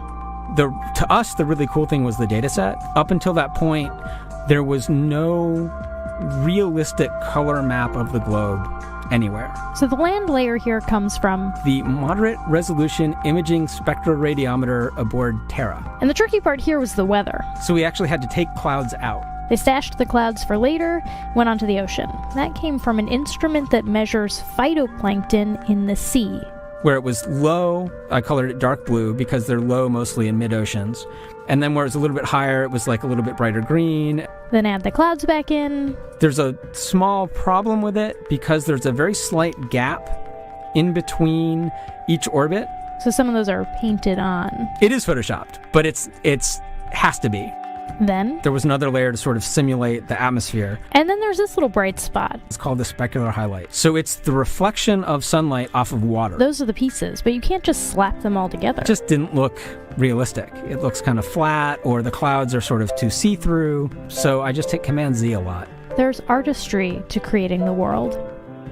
What I imagine it to be. Unfortunately, I'm not an astronaut. I've never been to space. But I've looked at these images over and over again, trying to sort of get the essence of it. It is photoshopped, but it's has to be. It is photoshopped, but it's has to be. It is photoshopped, but it has to be. It is photoshopped, but it has to be. It is photoshopped, but it has to be. What you're seeing here is a mirage. A lie is a lie, and it don't matter how many dumb sheeple believe it. And the truth is the truth, hiding right out in plain sight, and still people don't see it. Man, this shit got me hated, and I won't stop till the elite are being defeated. They keep us deceived about everything that we think, and they keep it a secret. What we're taught is not conducive with reality. Big bang, evolution, and there's gravity. I tell the truth, and then these motherfuckers laugh at me, telling me the earth is photoshopped because it has to be. Most people accept the deception happily, but what they're doing to us all is a tragedy. God created the heavens and the earth in a verse, but we're living in a Freemasonic galaxy. They say we're monkeys on a ball flying through outer space, but there's no proof, it seems to have vanished without a trace. NASA and other agencies falling down from grace. You can take that bullshit pseudoscience and get out my face. I'm the antisocial type, you're a government prototype. That's why you make it a point to tell me that I'm crazy every time you're angry, cause you know I'm right. I'm standing outside the house of cards about to watch it fall.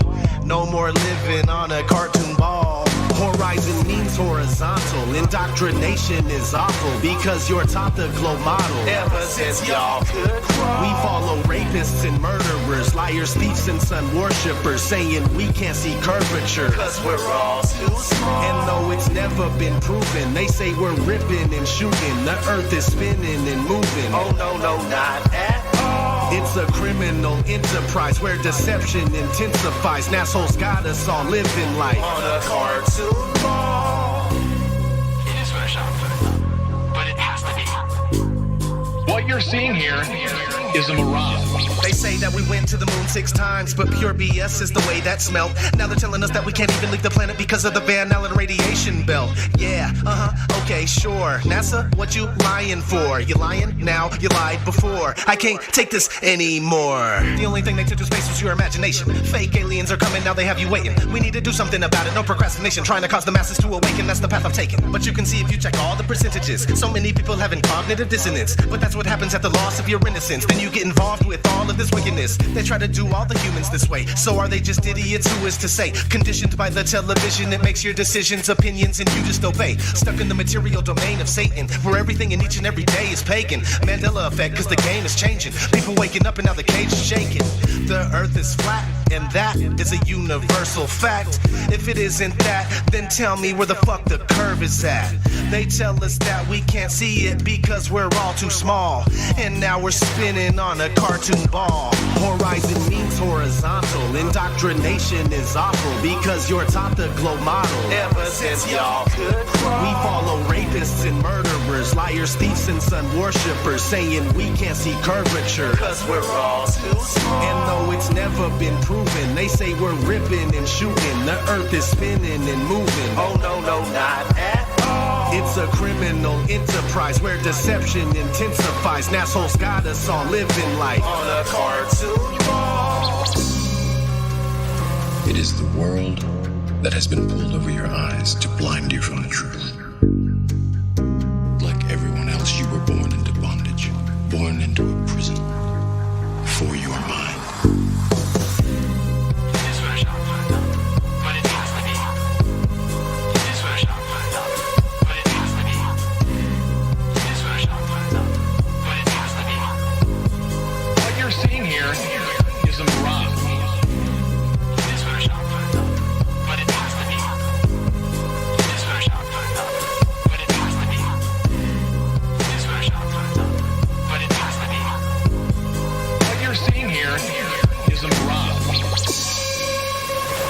We accept the reality of the world with which we're presented. It's as simple as that.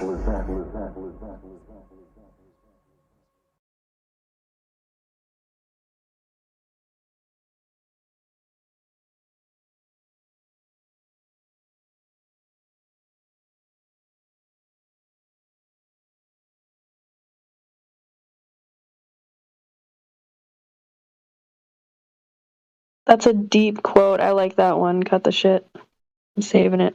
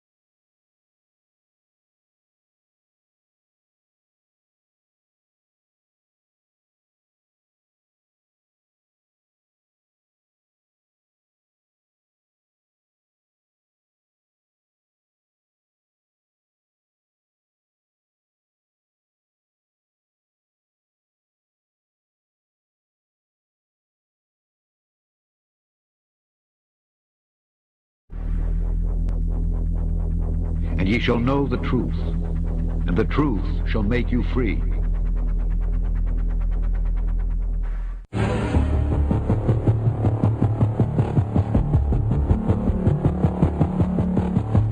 Orion is getting ready to launch.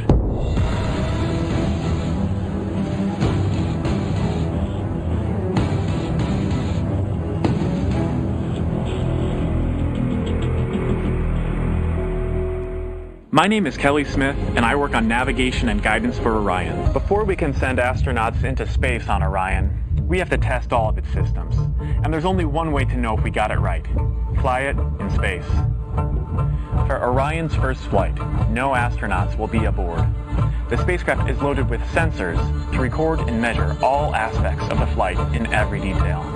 As the spacecraft and the upper stage begin their first lap around Earth, Mission Control in Houston is monitoring the progress of the flight.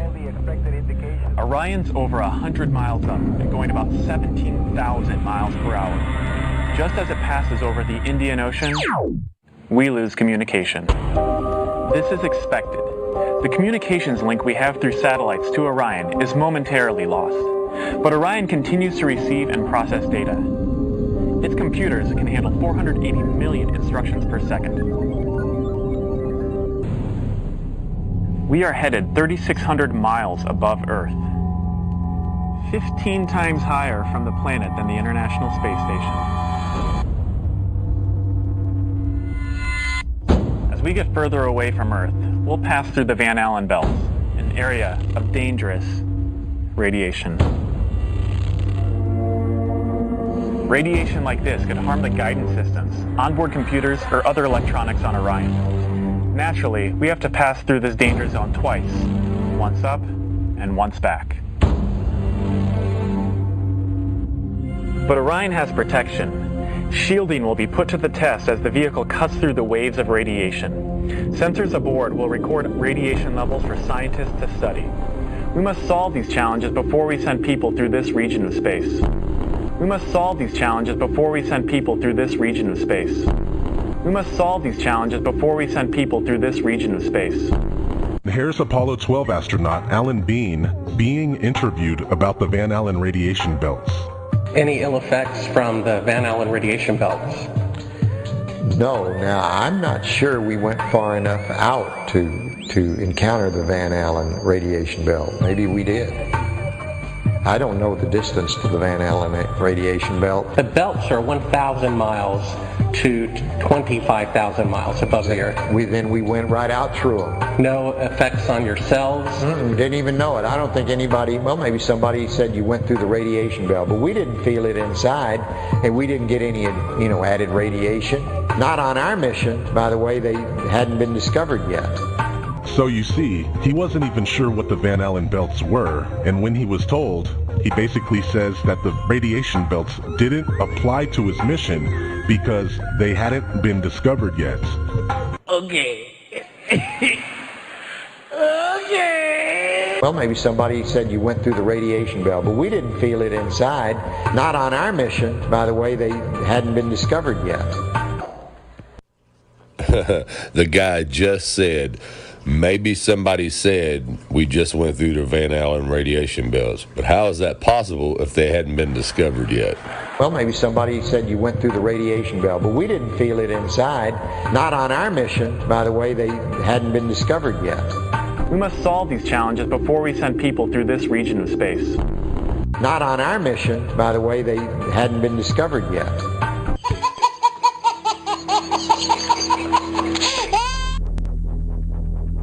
And ye shall know the truth, and the truth shall make you free.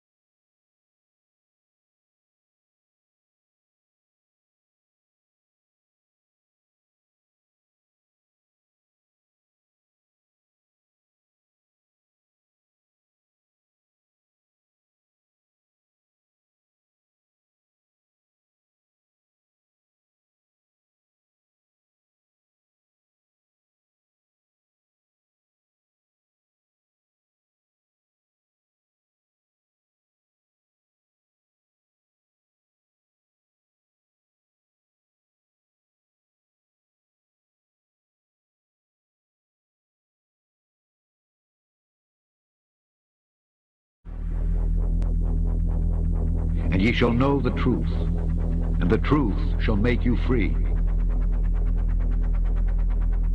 Welcome back to Smarter Every Day. Now, a lot of the pictures you see from the International Space Station come from the cupola on the inside here, right? So the cupola is on Node 3, is that correct? Node 3. Node 3. All right, so this is astronaut Don Pettit. You may know this guy. You've done all the, like, city tracking. Yeah, I've done a lot of cities at night, and then the nighttime aurora and time-lapse sequences of Earth.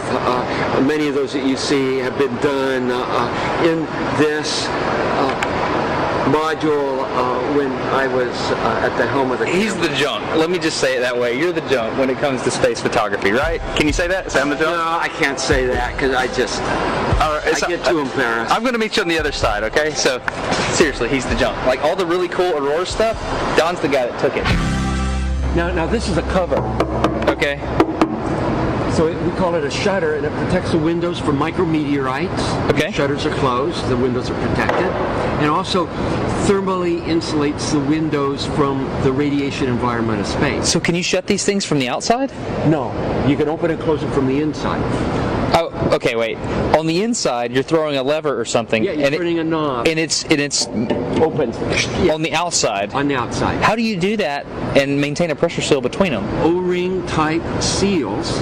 No, you don't. With a rotating shaft. All our hatch seals are O-ring type seals. Yeah, but how? My brain's up here. Let's go inside. We can see it. Okay. Watch your head. All right. Oh, oops, thunk. So you have a whole series of O-rings in here, and a shaft that you rotate. So, I mean, like on the space station, how many of these would you have? 7, because we have 7 windows. What happens if you get a leak on that? Then you have a leak. You just have a leak. And what you would do is lose air. Yeah, you would probably seal the whole cupola off. And then there's probably a plan, I don't know off the top of my head, but there's probably a plan for replacing the mechanism. It might require a spacewalk. So my question is, how can you operate a lid on the outside of the space station by manipulating something mechanical on the inside of the space station without losing air pressure? It's called real good engineering.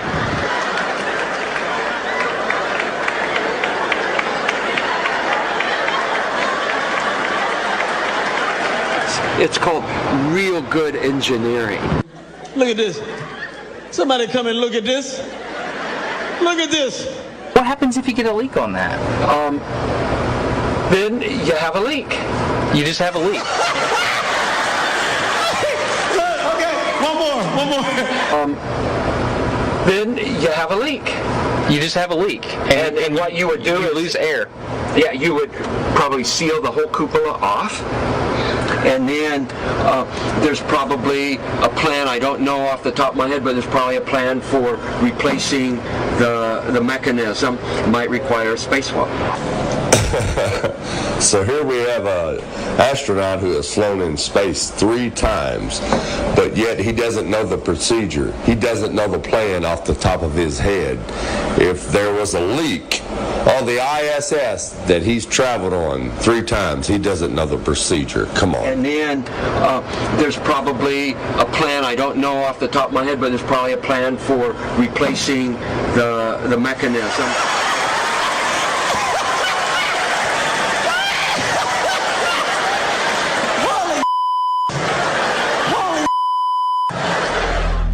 The reason he don't know the plan is because it's all fake. He was caught by surprise with the question. Thanks for watching, and God bless.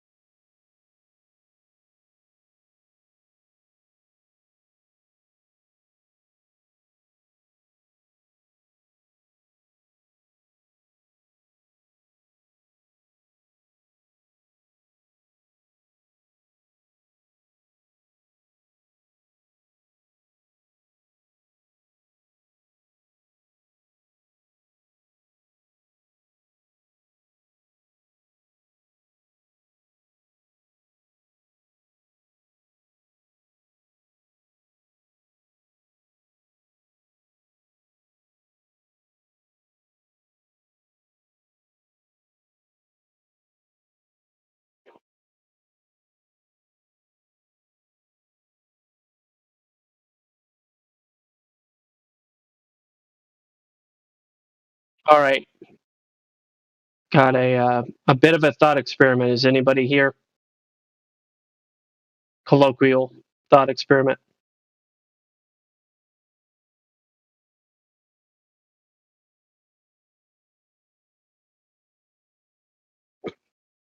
I'm here. Go ahead. What's up? All right. So the movie Gravity. Have you seen it, BG? Yeah. All right.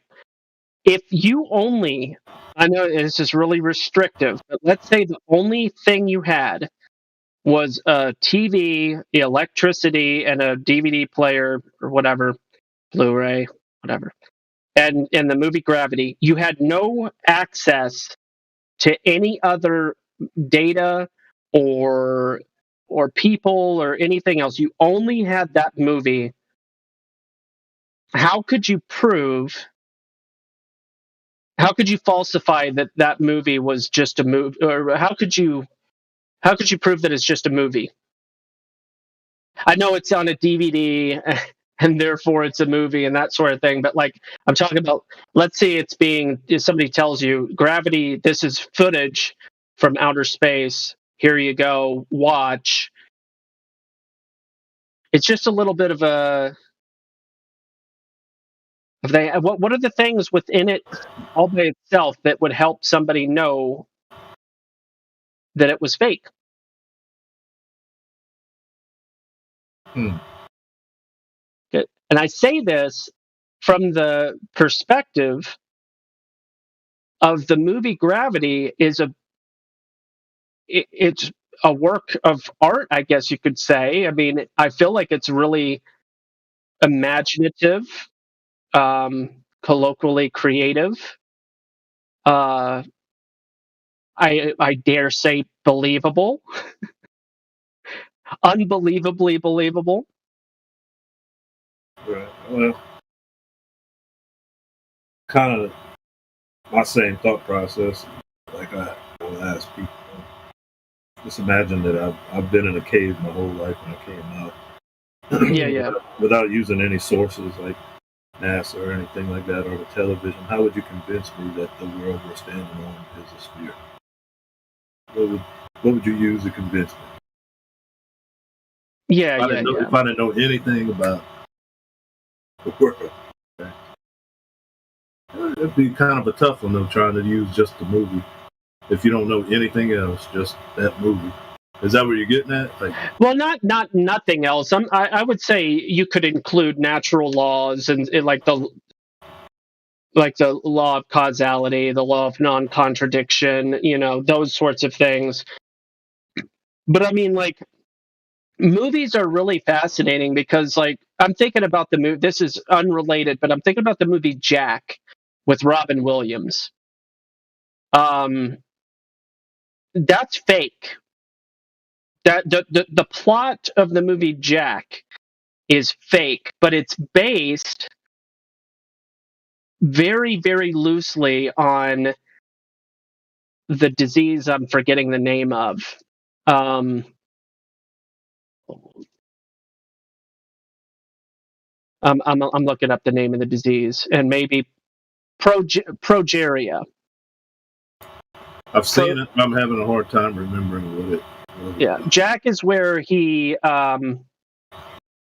grows old really fast. So he's really young, but he's an adult already. So it's loosely based on progeria, which is the genetic disorder that causes early aging.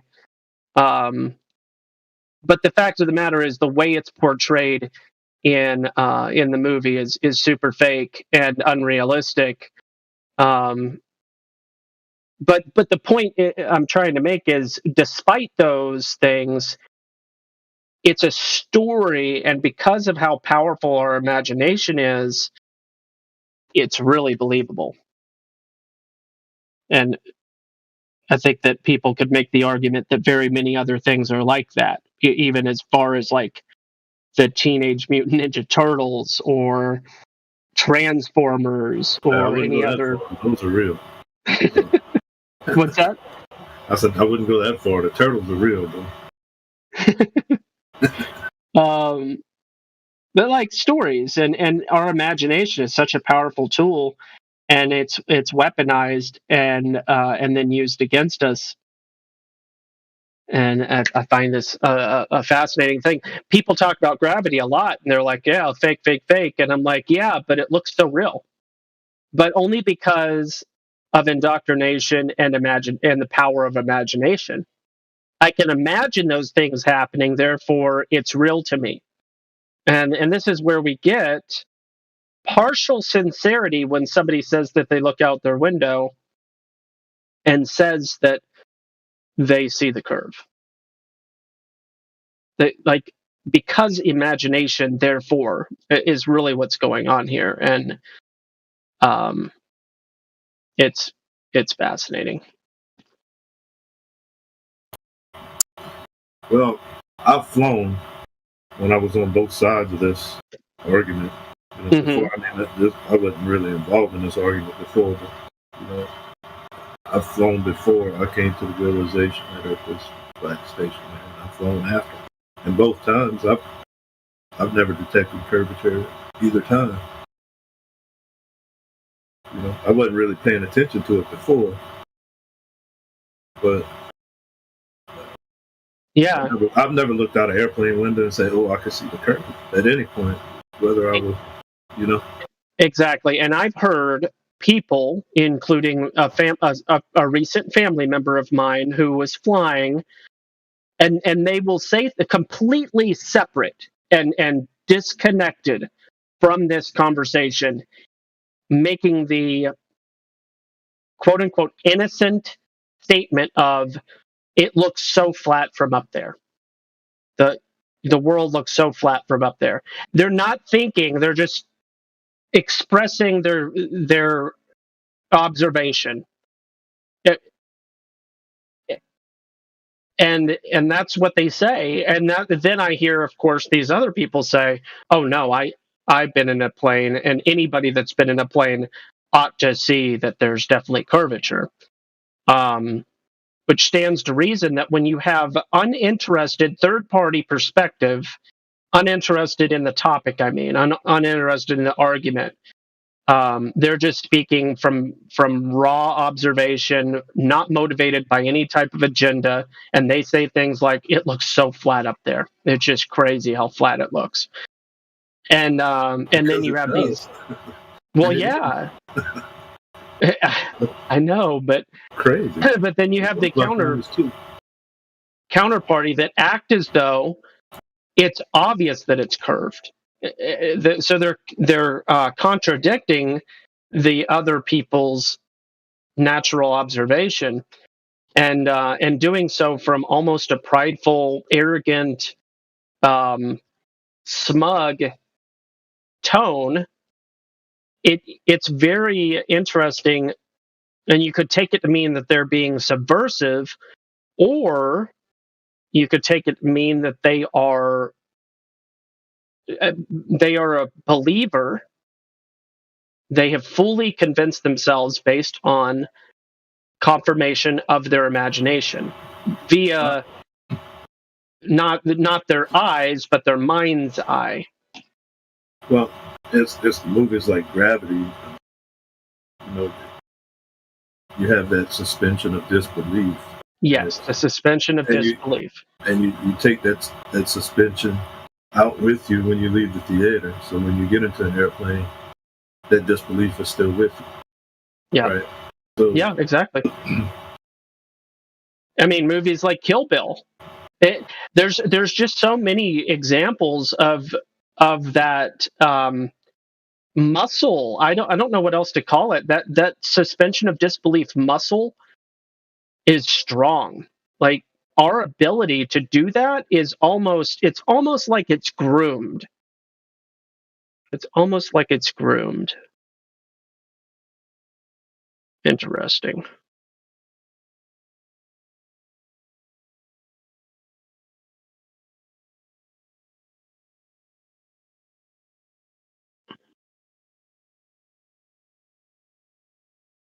I have no idea what's going on in the chat here. People, Nitro, you're not wanting to be on the VC? It's a lot easier to just talk and say words. No, I'm here. I see you're engaging in the text chat, but Can you hear me? yeah, I can hear you. That's a phrase. Come in a secret. Yeah, I keep on hearing people ping me, so I come back. Oh yeah, gotcha. What? Okay, but just because one thing doesn't mean the other thing doesn't. Yeah, I don't know what that person was going on about. Which person? Cut the shit, whoever that is. Okay. Because I said somebody posted a obvious set, right, of who was the guy, whoever. It was an obvious set made to look like a space station. I'm like, okay, just because this is fake doesn't mean everything else is fake. And then she's like, who said this? I'm like, I mean, I said it. I don't know. It's just illustrating logic, basic logic. Okay, yeah. So maybe they can elaborate, perhaps, because I still don't understand why they were insisting on who said this.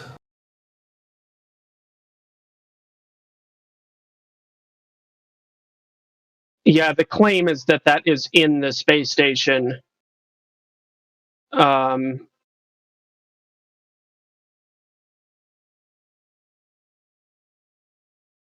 And I agree with the statement of logic that you're making. Just because one thing is fake doesn't mean all things are fake. I get that. So it is a picture that probably should include more information. I think it would be helpful. Well, is NASA claiming that interview is taking place in the space station? That's what I mean. I think that picture needs supporting information so that it's not ambiguous or accomplishing a logical fallacy. So I agree with you that it needs more information. And to answer that question that you just asked, I don't know, but I don't think so. I think it's just an example. Here. Let me give it as much credit as I know how.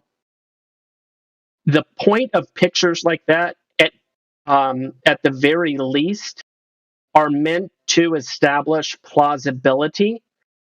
So oftentimes people have a incredulous attitude to plausibility of fakery. Well, that couldn't be faked, right? One of the primary arguments against the moon landing is that it's implausible or not plausible that it could have been faked. You'll hear the statement, it would have been more expensive. I think this is Bill Nye, probably other people too, but they make the argument it would have been more expensive, more exhausting to have faked the moon landing than to have actually just gone to the moon. That's the claim that's made. So pictures like that, it's my understanding that their purpose is to establish the plausibility of fakery, mutually exclusive as to whether or not that specific picture is a lie. The plausibility of fakery, I think, is the intention, not the demonstration of a lie. Does that make sense? Yeah, I mean, just about anything can be faked in 2022. I 100% agree. Yeah, there's some really fascinating examples. I'm going to see if I can find. Hold on. CGI. This is a really, really good example that I like to point to. Copy. This one really surprised me. This video that I just put in the live stream voice text. This was from 1982, so 40 years ago. And it's not about, oh, well, this is how they fake the globe. That's not exactly the purpose of showing this video.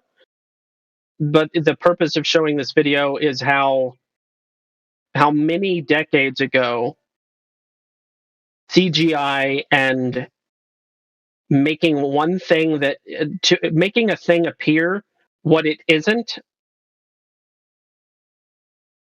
distorting, perverting, whatever, how easy it was 40 years ago. That video really impresses me with how they were able to accomplish that at that point in time. Today, I mean, you can't even trust a video that's taken on somebody's phone with all the filters and all kind of other stuff that you can do with a cell phone nowadays. Yeah. Yeah.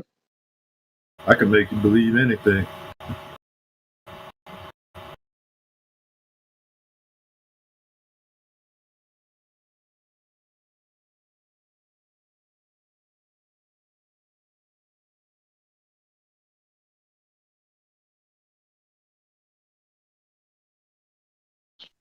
Under the impression, Nitro Earth, that your PFP is a actual photograph from space?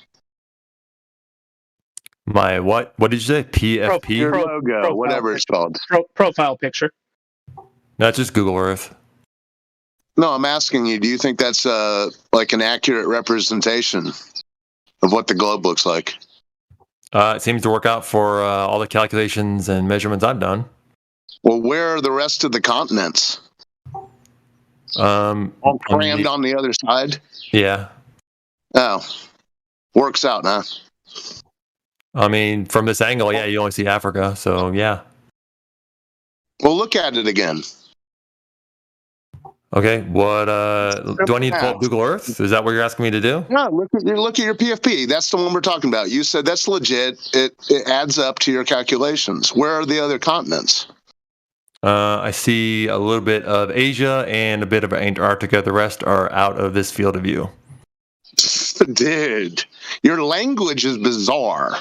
Your field of view, well, could they all, using your math, could Europe, North America, South America, the top of Africa, all of Asia, and Australia, could that fit on the other side? Yes. Well, you need to go back to math school. So, you can show me math that says it would not fit on the other side if you like. Yeah. Nitro, the proper answer, just to help you out, is you say that the representation of your profile picture is a representation too close to the surface. I'm gonna give you an extreme example. Give me just a moment. There's a really good extreme example, and I'll find it in just a second. I've got too many saved GIFs here. Here it is. All right, here's an extreme example. Globe Earth, right? Yeah, I see it. It's the fisheye thing. Yeah. So understand that the same phenomenon is taking place with the Africa profile picture that you have, okay? Whereas you are under the impression, and most people are under the impression when they look at certain images of Earth, that they are seeing 50% of the Earth. But that would be based on how close you are. Yes, that representation of in regards to your profile picture is not a representation of 50% of the Earth. Correct. Yeah. So I'm just pointing out that there is an inconsistency in how things are being portrayed. That's relevant and important, so that you don't, say things that don't make any sense, like all the other countries are on the other side. That doesn't make any logical sense, because your profile picture isn't representing the globe model properly. Yeah, okay. They're not all on the other side, the other half. They're just out of the field of view. That's more accurate. It's not because your profile picture isn't half. That's my point. Based on a globe model, your profile picture does not represent 50% of the Earth. It represents maybe 20%, maybe. Yeah, I mean, we're not disagreeing here. Okay, but you were going down a line of reasoning. Yeah, you're trying to have your cake and eat it too. Yeah, you were under the impression. Can you have your cake and also eat it? No idea what you're talking about now. It's a digital representation Never heard the of the globe. expression. Can you have your cake and eat it too? It's a famous expression, yes. But you've never heard of it. You have no idea what I'm talking about, but it's famous. What's going on here, buddy? Right. I have no idea why you're saying that in relation to what I'm saying. Well, because that's what you're doing. You're wanting it both ways. So I want to go back to the more appropriate point. You had made this this statement that it works out with the measurements and all of that. What did you mean by that? So if you go into Google Earth, right, and you Yeah. start doing distance measurements, you can verify those in real life, can you not? Okay. Let's say you can. Go ahead. Well, no. Can you or can you not? Have you tried to? No, I've never measured any distance greater than 25 feet in real life. But go ahead. What's your point? So I was asked, how is that working for you? Who somebody asked, like, how does that kind of model I take work? that back. I've measured with a 25-foot tape measure distances greater than 25 feet by making a mark and then continuing again and again, probably up to about 80 feet or 90 feet. So just correcting my statement. But yeah, anyway, go ahead. What were you going to say? Right, but I can use Google Earth, this model, right, this representation, and measure miles at a time. I could then go out with a car, right, and verify the accuracy or inaccuracy of that measurement. Okay, so the car is the measuring device? Yeah, you can reset your odometer. How many times do you have to spin Google Earth around to get it all the way around? That would depend on your mouse sensitivity. Well, based on I'm talking about how many halves of the Earth are represented on Google Earth. That question doesn't even make sense. Okay, so back to the measuring. One half. The half on his PFP. He's convinced his PFP is accurate representation of the globe. Nitro Earth. Although he's acknowledged that it's not 50% of the Earth. Right, because it's a globe. That's just how globes work and spheres work. That's how basketballs work. You're needing to have it both ways, Nitro Earth. I'm actually not. You actually are. Okay. So what is your point about this? You can drive a distance and verify the distance. What was the point you were getting to, Nitro? No, I was just saying, someone originally asked about, my avatar, right? And he asked something along the lines of, hold on 1 second, I gotta do something, I'll be right back.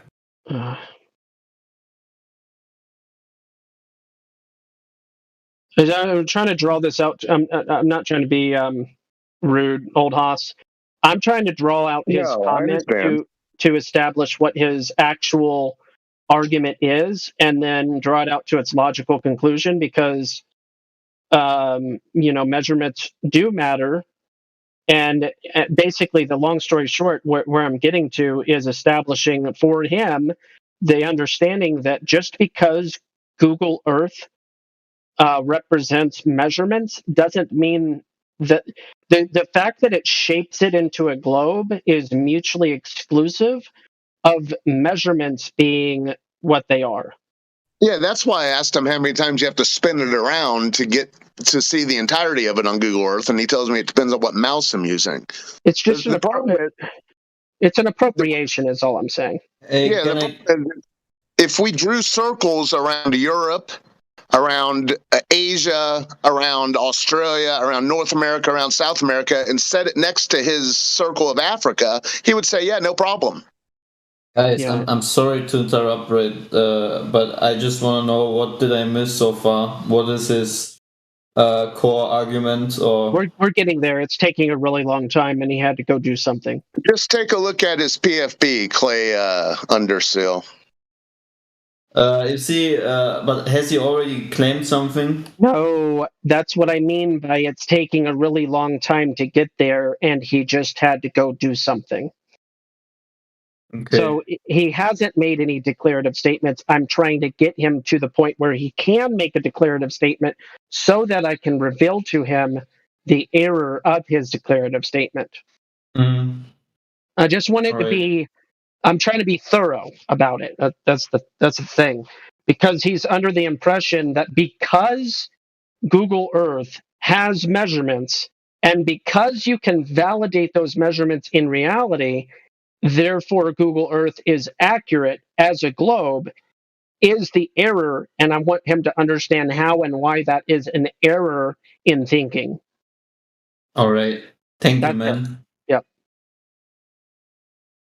And just in case I get a phone call, that was the direction I think is going to be helpful for him. Basically, I think it helps when we can understand where somebody's coming from, what they think the basis or foundation of their beliefs, what that is, and then if we can help them understand whether or not their foundation is a firm one or an accurate one for their understanding of reality. I mean, I think that's a valid method for helping people see reality for what it is. Exposing the errors in logic, exposing the errors in reasoning. That's my method, at least. No, yeah, I totally agree with that. I hope we can establish that once he comes back. Yeah.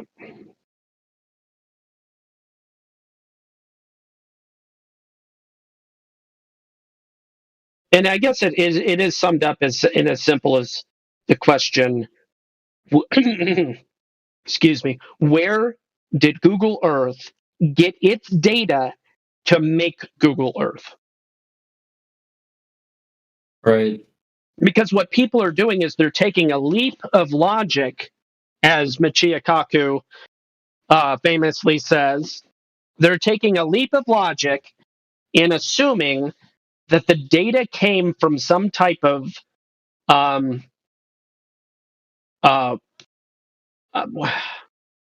big picture perspective, or it's almost as if they imagined that somebody at some point in time took the whole globe, mapped it out all by themselves or with help or whatever, and then gave us the special information, rather than the reality of surveyors over the course of decades and centuries providing data that was then appropriated and drawn onto a sphere with the presupposition that it is one.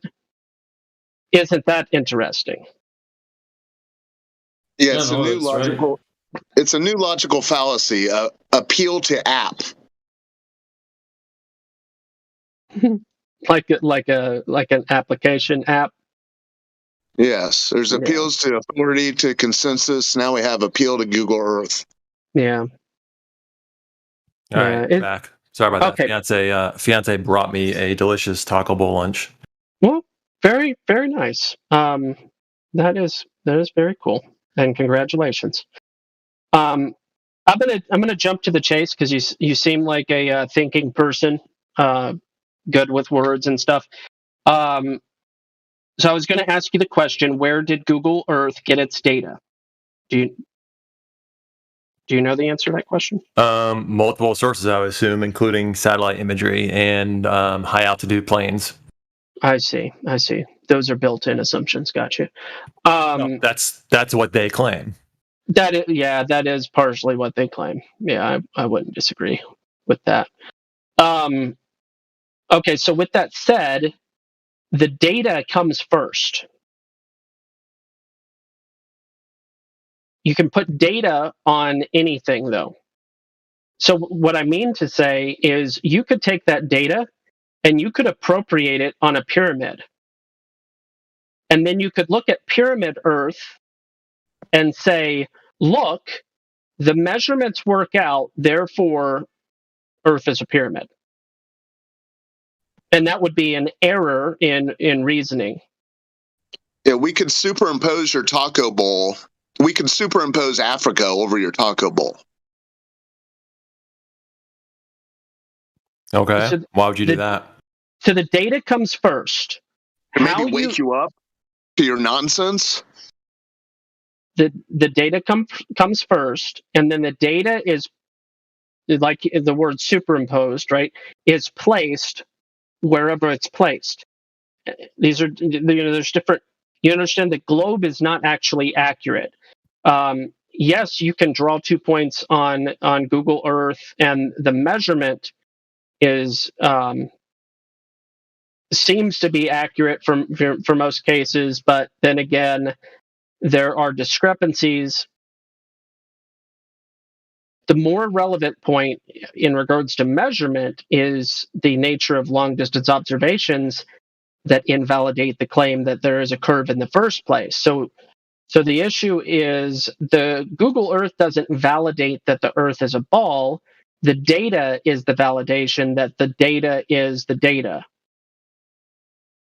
Oh, yeah. I don't know who brought this up originally. I never offered Google Earth as evidence for anything. I'm just saying I can make measurements in Google Earth and I can verify them in reality. Yeah. I asked you if it was an accurate representation, and you said, yeah, Google Earth said so. No, I said I can match it to reality. I said so. No, you said it worked. You said it worked according to your math.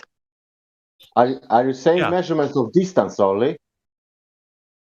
I mean, if I measure something to be 10 miles in Google Earth and I measure it in reality and it's 10 miles, I mean, that's something, right? That ain't nothing. Okay, on the Google Earth. But if you measure something in reality 10 miles, what you then did? I'm sorry, what? If you measure something without using Google in reality 10 miles, what you did in that moment? If I just measured 10 miles in reality? Yeah. I mean, why am I measuring 10 miles? It depends on why I'm doing it and what conclusions I'm trying to draw. Why you I would argue it doesn't depend. Unless you're gonna try to, unless your subconscious is gonna sneak a presupposition in there, then a measurement is just a measurement until you attempt to interpret it as a measurement of something else. Then that's different. Well, you never have to interpret the measurement of a table because you know it's a table. You know what I'm saying? Yeah, but if I'm measuring 10 miles to clear out a forest path to build a big giant building or a park or whatever, that's different from trying to do some experiment. But it's always, that's the point. It's never going to be an experiment. It's always going to be a measurement. So you're correct. Right. Just an observation. Where do these long distance observations start becoming Earth curvature claims? Nitro. I don't know. I don't have anything to look at in front of me right now. So why would I comment on anything? Okay, so you're not implying that distance measurements have anything to do with curvature in the first place? No, just doing a straight distance measurement on a road in my car would not prove curvature. No. Okay, cool. I was just trying to make sure that I understand where you're coming from with what you're saying and everything. So you understand that there would be a way of geometrically determining where the edge of the globe is based on your height? Geometrically determining the edge of what? An edge of a presupposed globe. Is he roboting or is that me? Yeah, it's you. He's coming through crystal clear. Sorry, wow, that threw me off. You understand that there's mathematical ways using geometry to determine where the edge of the ball is if it was a ball based on your elevation height. I don't know what you mean by edge. The geometric edge, the tangent line, or the tangent point rather. There's no edge to the Earth, though. If it was a globe, like you said. Hold on. Sorry, I got you guys, Paul. In your mind, hold up a basketball. Got it. Or any ball if you have one. Right. Can you see the whole ball? No. Okay, that line that you're looking at that's the edge that we're talking about. That's what we mean. Okay, so like the horizon, where your eyes can't see anything beyond it. Yeah. Exactly. All right, go on. What were you saying then? So there's a way to do the geometry on where that edge would be based on your elevation from the surface of that said ball. Yeah, you can do that for any sphere. You could probably do that. Yes. All you need to know is the radius. There's two different ways to take the conversation after that. You could go one way. Door number one would be, well, how on earth did they get 3,959 miles as the radius? So that's door number one. Door number two is presupposing or testing 3959 for its validity. Oftentimes in the conversation, we just go ahead and take door number two and say, all right, let's go ahead and test the claim for validity. And then when we do that geometrically, it is demonstrated ad infinitum to be invalid. And then those people that are rational, no offense, because I don't know about you, but those people that are rational oftentimes go, show me more.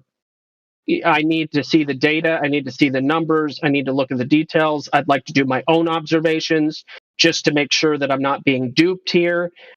Because those that are rational will look at the data and then want to also do their own data, reconnaissance to make sure that everything is matching up to confirm the invalidation. Those that are irrational oftentimes poo-poo the entire concept and make up erroneous excuses to dismiss the process.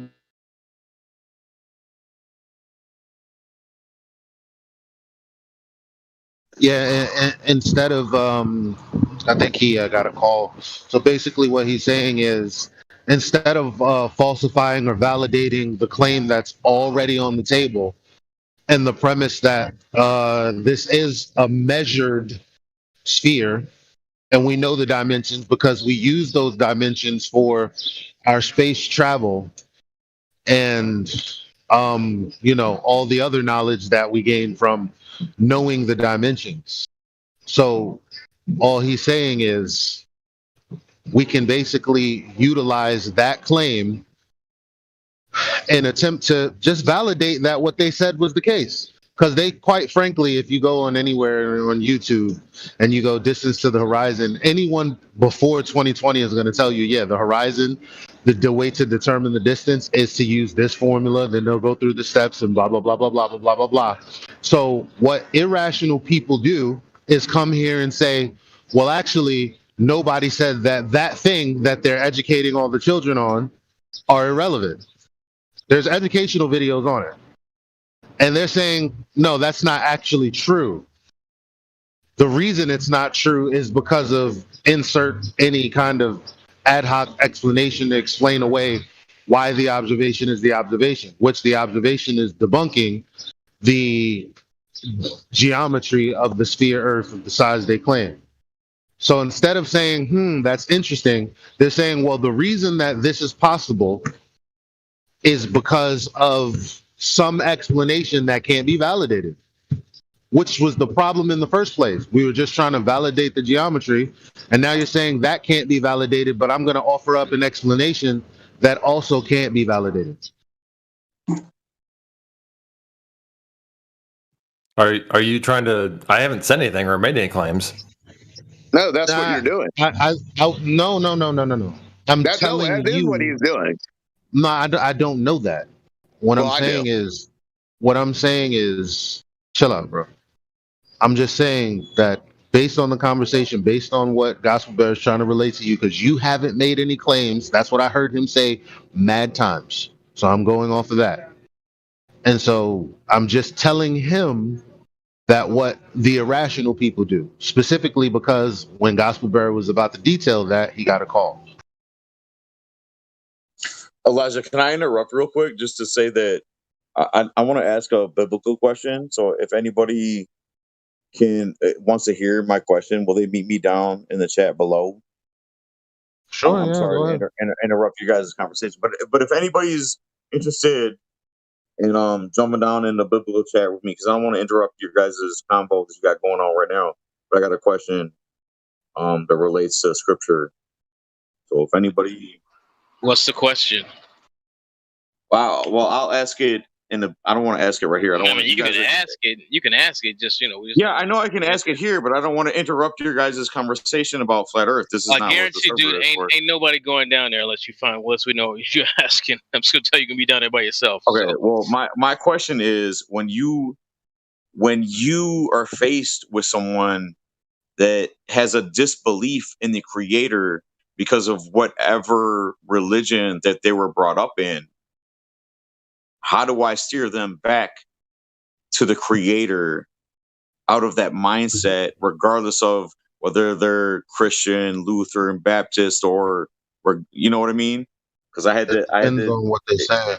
Yeah, I gave you an answer, Paul, but I'd be happy to talk to you about that sometime. I'm sure other people probably would too.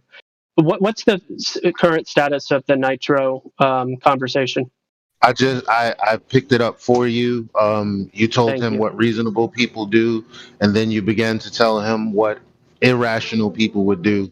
And I went on to explain how, instead of accepting the observation as proof that the claim is false, they just give another ad hoc explanation that also can't be validated, which was the reason that we went and tried to validate the geometric claim. So now that can't be validated, and the reason is a reason that we also can't verify coming from their side. So. Yeah, good. Yeah, I mean, I like talking to people like you, Nitro Earth. I don't know you very well, but it usually only takes me about 30 seconds to a minute to establish whether or not I think things are going to go well. And if you stay in this, as in be a curious person and keep researching, I think that you'll get definitive. You'll get a definitive understanding of the nature of the surface of Earth. Now, there's all sorts of landmines of confusion and distraction, and there's all sorts of casualties as a result of that. But in regards to the simple concept of straight or curved, that can be known definitively. It's not mysterious. It's not philosophical. It's not scientific. It's measurement, and it can be known in a simple way. So keep being curious and do some of your own, long distance observations, measurements, and see for yourself is kind of my encouragement. There's a lot of cool stuff out there. Yeah.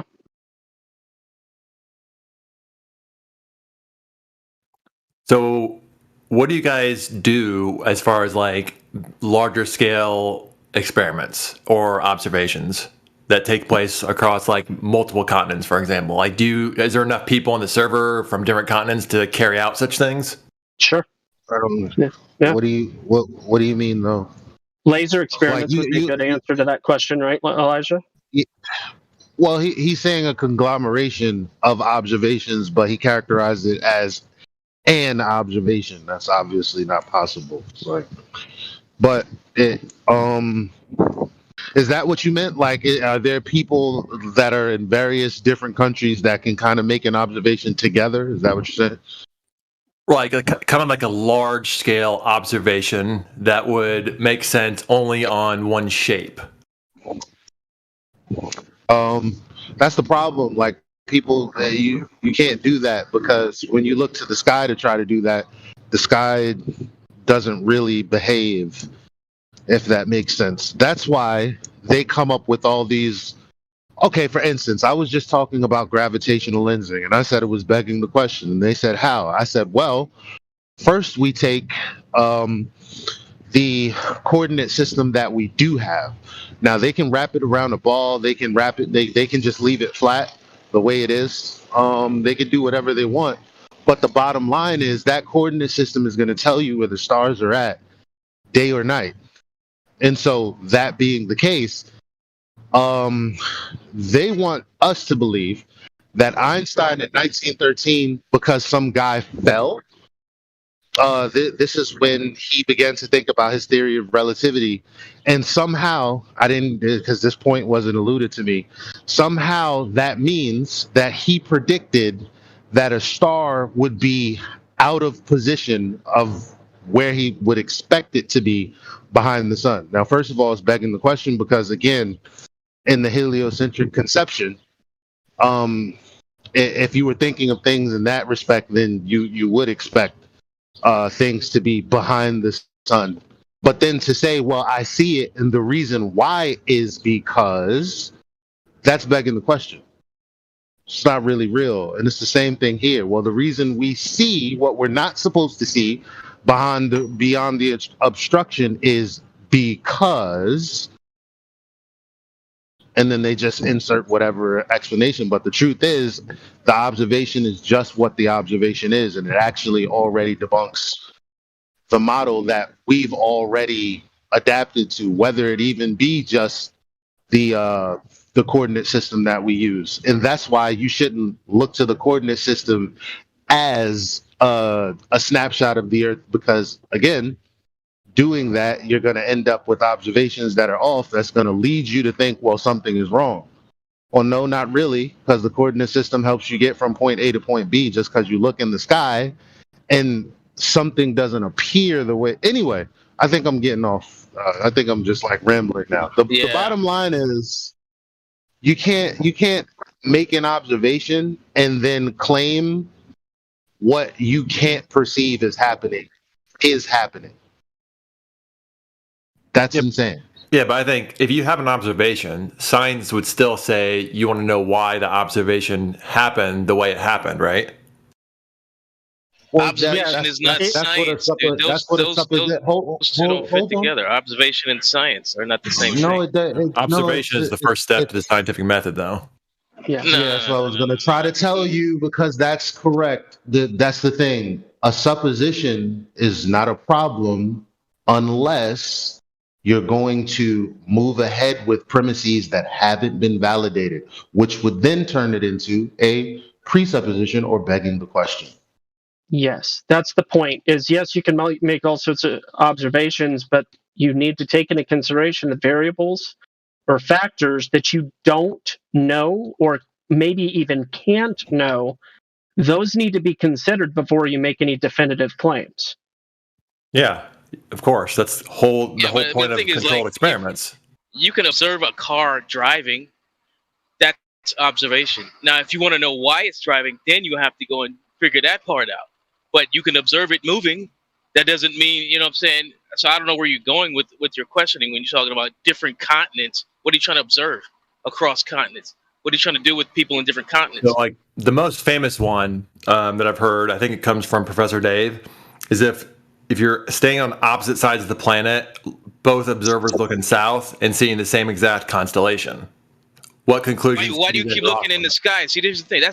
This is what we don't do here, dude. We don't hang out in the sky and in space. We hang out on Earth. This is where we live. This is where we walk. This is where we talk. This is where we drive. This is where we swim. This is where you walk your damn dog. It's on the Earth. You're not walking in the damn sky. Why are you in the sky? Why? What's up there? You're using any particular constellation as a fixed reference point. So why can't you do it on Earth? Why can't you figure out the Earth on the Earth? I mean, there's ways to do that, but this is kind of a simple way. Can you figure out the Earth? What's more simple than measuring something? There's something more simple than measuring something? Please explain to me what's more simple than measuring something. I mean, if you believe them, there's been multiple survey teams that measured the meridian arcs and measured the radius that way. The Earth, bro. We're not talking about the sky. Well, no, meridian arcs would be the latitude and longitude, actually. No, but see, that's a misnomer because obviously they would have to say they're meridian arcs because those arcs are going to all equal You're already the sum of assuming the Earth is a ball. circumference of the. What's wrong with you, man? No, these survey teams, before they started measuring these arcs, already knew the Earth was a ball, in their view. No, they developed techniques to actually measure a sphere. First of all, the flat earthers just chill for a second. Like, I don't mean chill as in you can't talk, you guys can talk, that's cool. The only thing he asked is, could we make an observation that would help? I would actually say yes, because I talk about moon observations all the time. I also talk about sun observations all the time. We also have one of those documented. What he's asking involves begging the question again. Because, again, you look to the sky, you don't observe something, and you're going to conclude why that's the case without knowing that that's the case. Who says you would have ever been able to see the constellations the way that Professor Dave says you would? Yeah, that's why you'd want to actually do it in real life. This guy's a waste of time. What you're doing is you're using like astronomy, but then using it to draw a conclusion about Earth. That would be astrology. That's not astronomy. Astrology is with the zodiac signs and predicting your kind of fate for that month. Yeah, using the stars to divine the nature of creation. You're looking at a star and saying, yeah, that star is telling you what Earth is.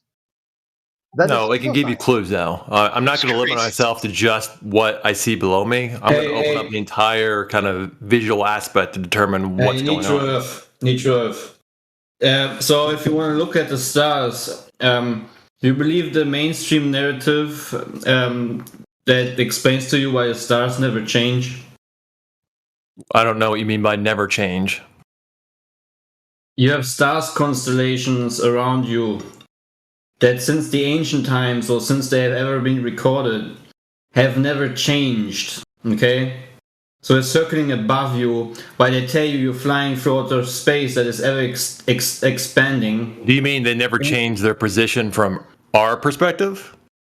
I'm talking about the star constellation, the zodiac constellations, they never change. Okay? So the things that the guys who built the pyramid, or whoever has built it, have seen back in the days, seen the same stars as you see today. While your heliocentric religion claims you're flying through space on a speed that is unbelievable, while flying through an ever-expanding space, okay? Sorry. So do you have any, idea why they never change? Or do you just follow what they tell you? Hold on. Does anybody say they're fixed in the sky? To the best of my knowledge, the explanation is they're so far away on a cosmic scale, it just takes forever for us to notice any change. All right, that's what I wanted to hear. Thank you. That's the heliocentric model. Yeah, that's the explanation. I mean, you don't have to believe it. I can't really verify it myself. Shouldn't add up to you, Nitro Earth, or does that sound like nonsense? Would that explanation exist unless it were reifying a globe? I mean, it makes sense if everything else is true, right? If the universe is that large, then something very, very, very far away would take forever to appear to move to us. Well, does it make sense? Would it also support a flat and stationary realm, Earth? Would it support that? Well, the flat, there's whatever. A firmament above you. Would it make more sense when we say that the firmament never changes because it's fixed and it's revolving above your head? does that make more sense as an explanation, or the it's very far away and that's why it's never changed explanation? What makes more sense? Clearly, it makes more sense that he's gonna take as read everything that he knows. Like, you can't just be like, this is a convincing argument. Which one makes more sense? Yeah. What? Well, no, you guys know that when you're driving on the highway, things in the distance move slower than things right. I mean, that's the whole explanation. now you're conflating a car that you know is moving with something you're attempting to prove is moving. Here's what you're doing, Nitro Earth. You're saying, I believe, I believe, I believe, I believe, I believe. We say, yeah, you believe. You said, no, I know. No, I'm simply giving the explanation from the heliocentric model. I can't verify. Well, we know that explanation. We want yours. We want what you think. Well, that's what I think then. But there's no way to verify it because I'm just some guy in America, you know? So you're appealing to authority, correct? Are you appealing to authority? I didn't. You kind of, what'd you say? Yes. Are you appealing to authority? That is the current scientific established standard, though. So if that's appealing to authority, then I guess that's the authority. No? Are you appealing to the authority? Yeah. Well, he said, yeah, guys. He said yes. Really... Y'all are being hostile. Like, yeah.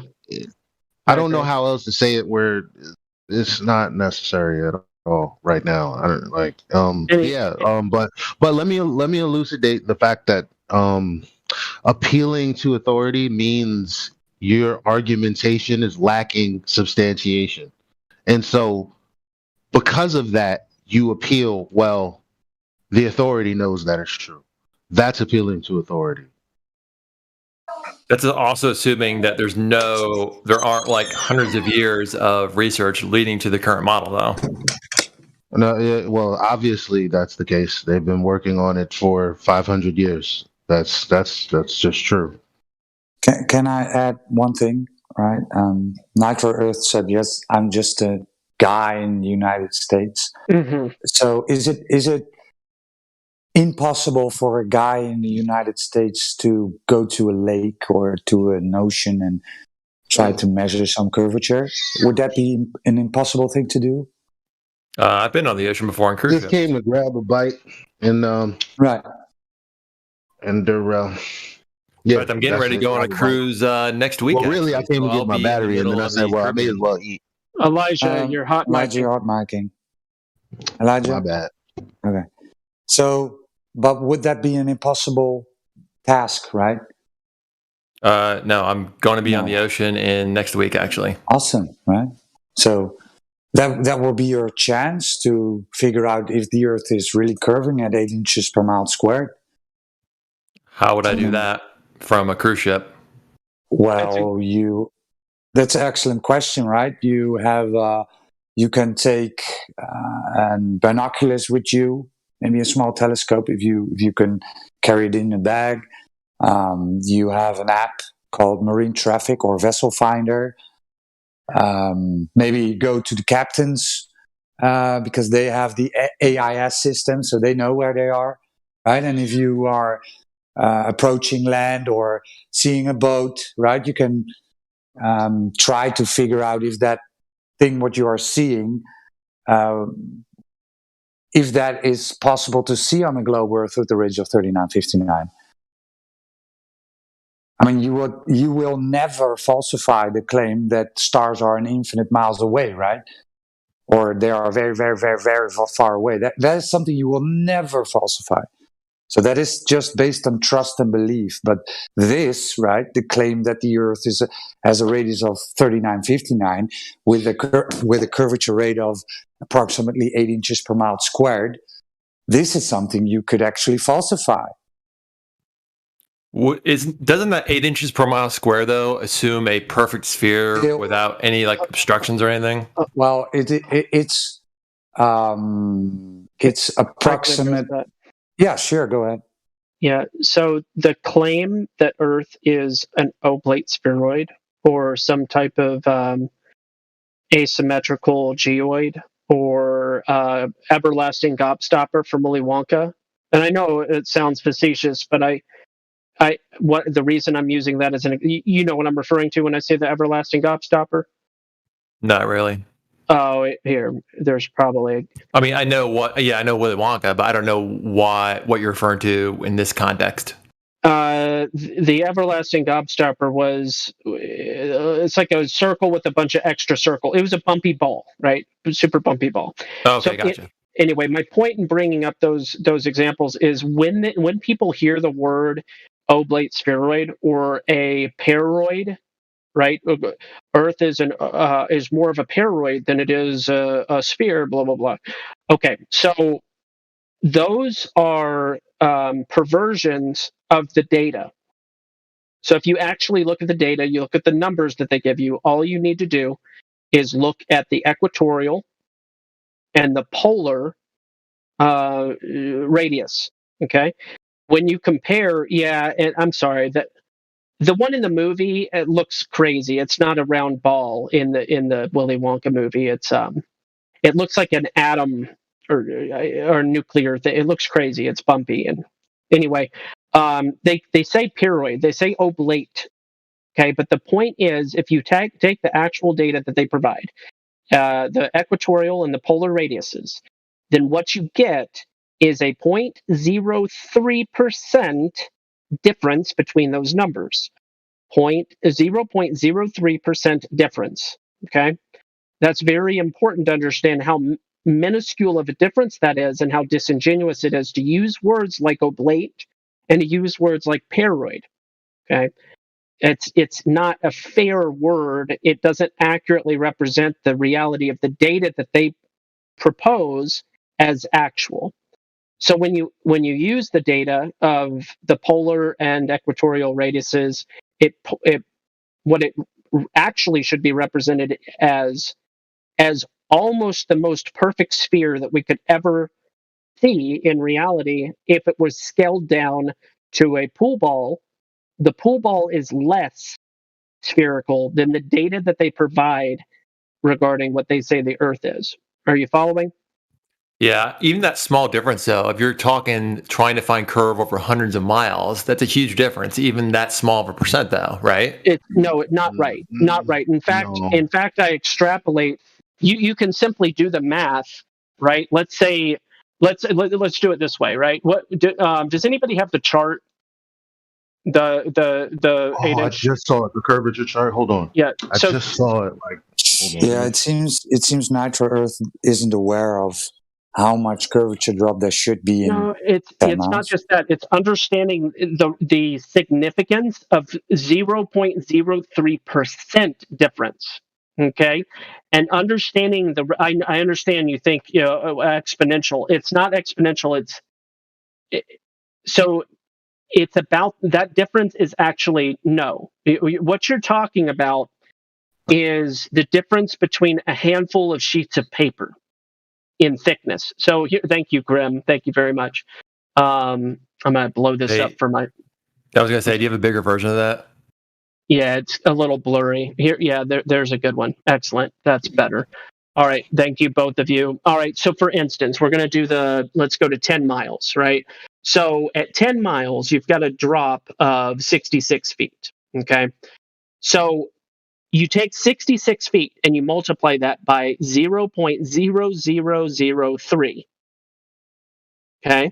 That's your difference. If you were to take into consideration the difference between the polar and the equatorial radius. But let me help you understand how absurd it would be to apply that 0.003. 0.0003, triple zeros, because it's 0.03%. That is the difference between the pole and the equator, which means in order to use the number 0.03, in order to multiply the value of the drop by 0.0003, you would need to actually be using a quarter of the globe in order for it to be rational to use 0.0003 as the error rate. So what I mean by that is you have to do the calculation. Let's say it's a 100-mile observation, and you want to include the error rate of the difference between the polar and equatorial radius, and you want to include the variance. Now what you have to do is you have to establish what is the distance from the equator to the pole, and then you have to find your ratio of the 0.03. Are you following? Yeah, but what's the underlying point, though? My underlying point is it's a fraction of a fraction, and then the action to make the claim that, well, it's not a perfect sphere. To make that claim is a profoundly absurd claim, because the error is on the nanoscale of relevance, literally. Because when you extrapolate out, let's say it is 3,000 miles, because you were talking about a circumference of approximately 12,000 miles. So let's say that the distance from the equator to the pole is 3,000 miles. So we're talking about, let's say you're doing a 100-mile observation. So 100 divided by 3,000. So what you do is you take 0.03 times 0.0003, and then what you get is the error that you're going to apply to that curve chart. Let's say we were doing a 100-mile observation, hypothetically, is 0.00001 times 6,667 feet. But that's at a 100-mile observation, but even that, let's do that, times, here, I got to click over here, times 6,667. All right, what you have there is 0.06 feet of error. Okay, so then you multiply that by 12, so inches. So your error rate, if you're going to apply the claim, the Earth is an oblate spheroid, your error rate at a 100-mile observation example is going to be 0.8 of an inch. Okay, which out of a 6,667 drop, so 6,667 foot drop. So my point is the amount of error by not applying the oblate spheroid claim is so irrelevant, it's absurd to include it. Does that make sense, or is that not acceptable? Well, so your underlying point is that it's close enough to a sphere, we can just view it as a sphere for simplicity. It's like close enough to a sphere that it's close enough to a perfect sphere that to include the oblate spheroid error rate is so minuscule that it's difficult to even say, because you're talking about in a more realistic observation, maybe 10 miles, we're talking about 0.00. Here, I don't even. It's just so much. I mean, I get your underlying point. This is we're talking about nanoscale for the simple point. We're talking about a nanoscale of error, like nanometer level of error. Even if you rounded it up considerably, and let's say it's an inch difference over 100 miles, that's so negligible that you're not going to be able to observe it at all whatsoever. Because it's the difference between 6,667 feet and 6,666 and 11.2 inches. Like that with a 100-mile. So my point is to say oblate spheroid is disingenuous if you understand the math. Yeah, I never liked, you hear, people say it's a pear-shaped. I never liked that either. It's disingenuous. I've thought about it a lot. I'm like, why do they do that? And I think it is to obfuscate. I don't think that that's what they would say. I don't think that they would claim to be obfuscating on purpose. But to me, it seems like an obfuscation of reality, and it really isn't helpful. But they do this in order to justify other claims, such as claims about gravity being different at different locations and all sorts of things like that. So it gets really hairy when you look into the details as to why they're saying what they're saying. Usually they say weird things to justify other claims, and then when you scrutinize their new claims, it starts to become extremely absurd and, again, disingenuous and obfuscation. But the fact of the matter is, yes, you can absolutely make long distance observations. You can observe the lack or non-existence of a drop that is necessary in order to justify the curve in the first place. And when you do this enough times, it becomes impossible to deny that the surfaces are straight. And the reason that there's a horizon is not the presupposed reason of curvature, but there are other reasonable, demonstratable reasons why the horizon exists. Well, what does the horizon have to do with anything? It's the excuse for the Earth being a ball. The horizon. Now, hold on, real quick, Elijah. Real quick. I'm sorry, just real quick. I just want to say this one thing. When Neil deGrasse Tyson says that the Earth is not a perfect sphere, that it's more like an oblong shape or shaped like an egg, is he trying to insinuate that because the Earth is spinning so rapidly, so fast, that it actually is having an effect on the actual shape of the Earth?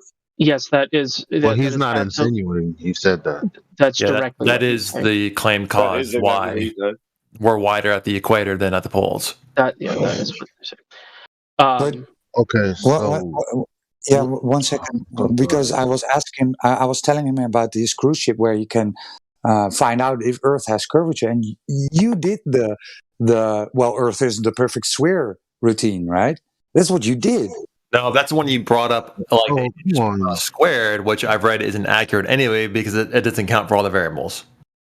Like the Earth isn't the perfect sphere. Is that what you meant to say? No, like your height, the weather conditions, that sort of thing, terrain. Okay, this is measured from like if your eye was at the water, right?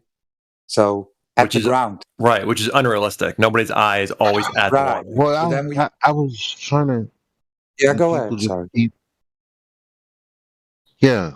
So I forgot. I was gonna actually make a point that was stated 2 people ago.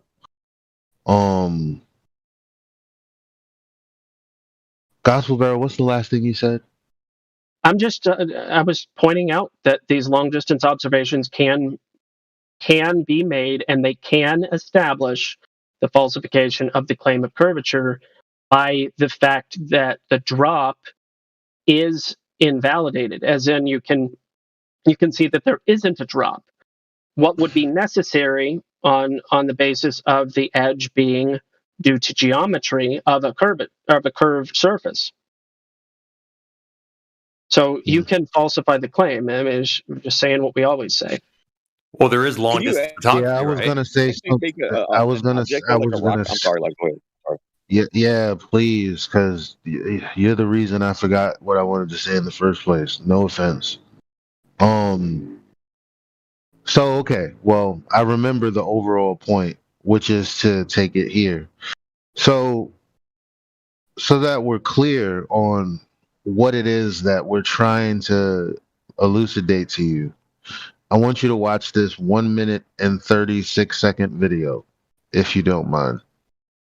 Yeah, 38-second video. A simple and easy video it's a good video for people that are. Just so you know, like, we're not making a claim. We're just trying to, first of all, like, things go, like, you know, the boats go over the horizon. Like, even when that's said, I just got this little simulation in my mind of like a little puppet show ship going over a curve, like but more realistically, like that's exactly what I see every time I say it. I'm envisioning something that we actually don't see when we're standing on the beach.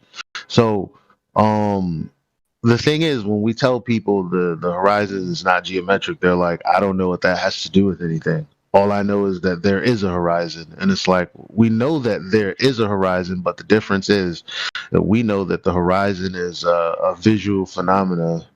And it's just, it's not due to what how do I want to? I don't want to It can't be make this more measured. Is that what you're trying complicated. to say? You can't measure it. Is that No, what you're trying to say? what I'm saying is the everything we see like that is our limit of view.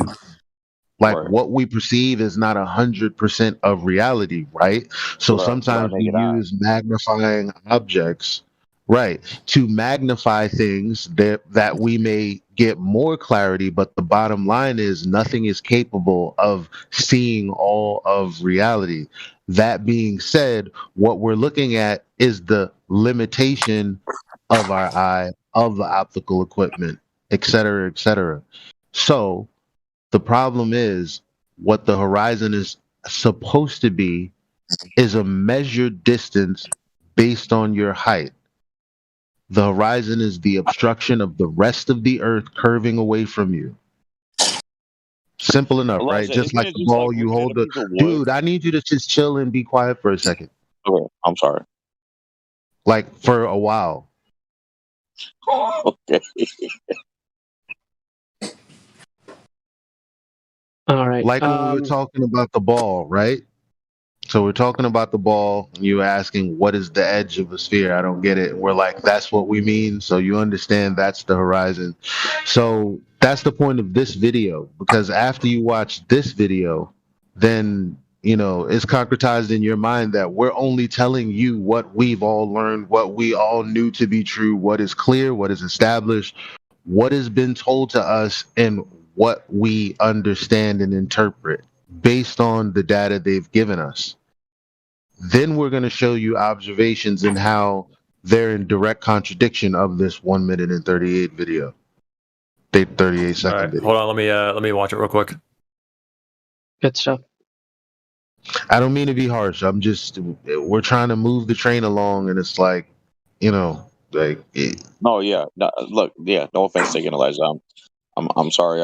I interrupt because sometimes I think you don't want to point, or I want to, like, if I feel like you're struggling with trying to explain something, and I feel like, is this what you mean, to try to like break it down in more layman's terms?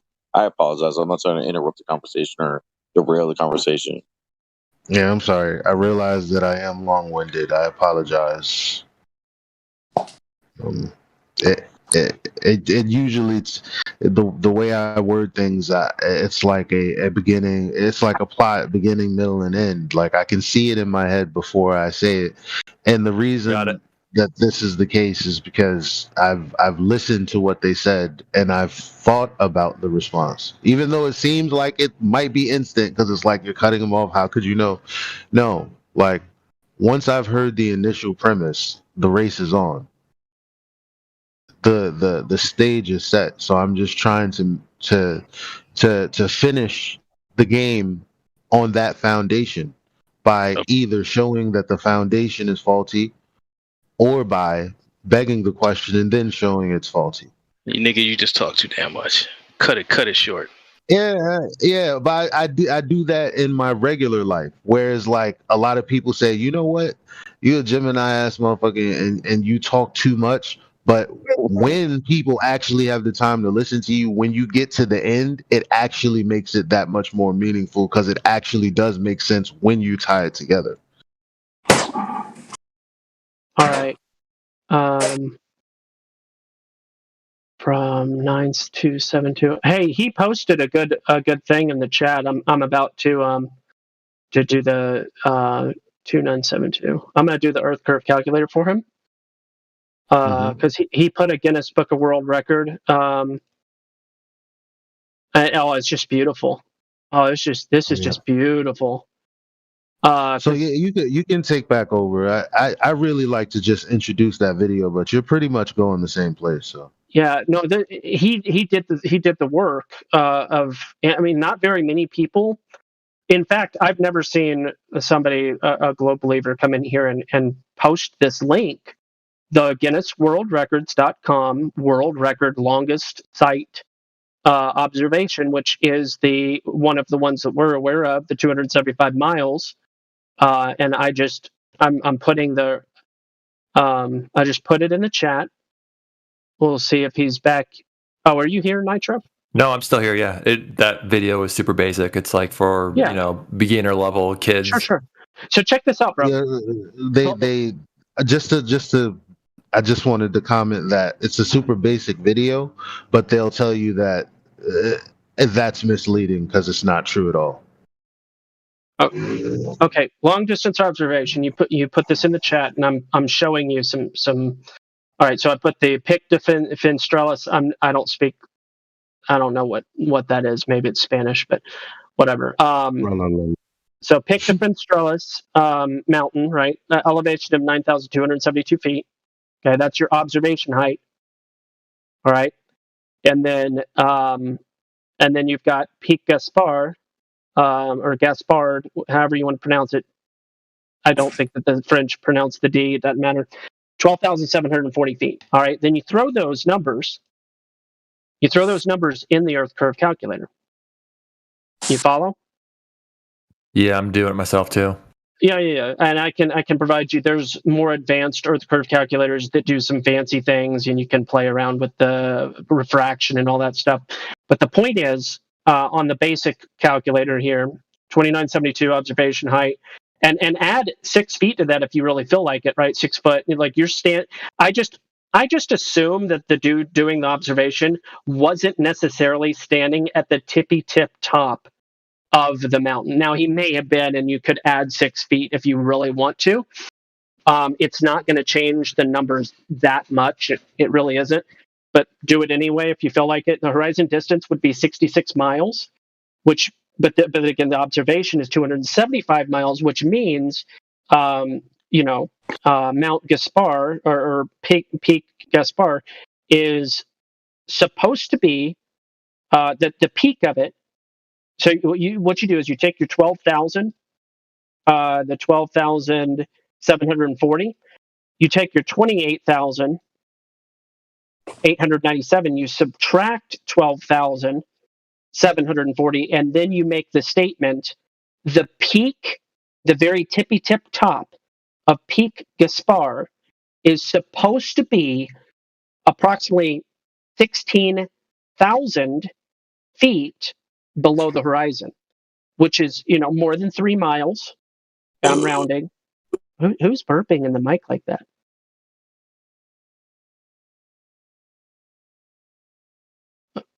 Excuse you, whoever that was. Anyway, you follow, Nitro? Like the tippy tip top of Peak Gaspar is supposed to be 3 miles below the horizon, but it isn't, which has extreme implications. Yeah, I need to go through this myself soon. I gotta get ready to go to work actually right now. So, well, you've contributed to the debunking of the globe. Thank you, Nitro Earth. I mean, I gotta look out for myself, so I just don't take your guys' authority for it. But yeah, I'll look into it and I'll come back and get some numbers. Geometry. It's just geometry. It's not an authority claim. It's geometry. So yes, please do. We'll see you next time. I'll definitely be back tomorrow, same day, same channel. All right, man. See you around.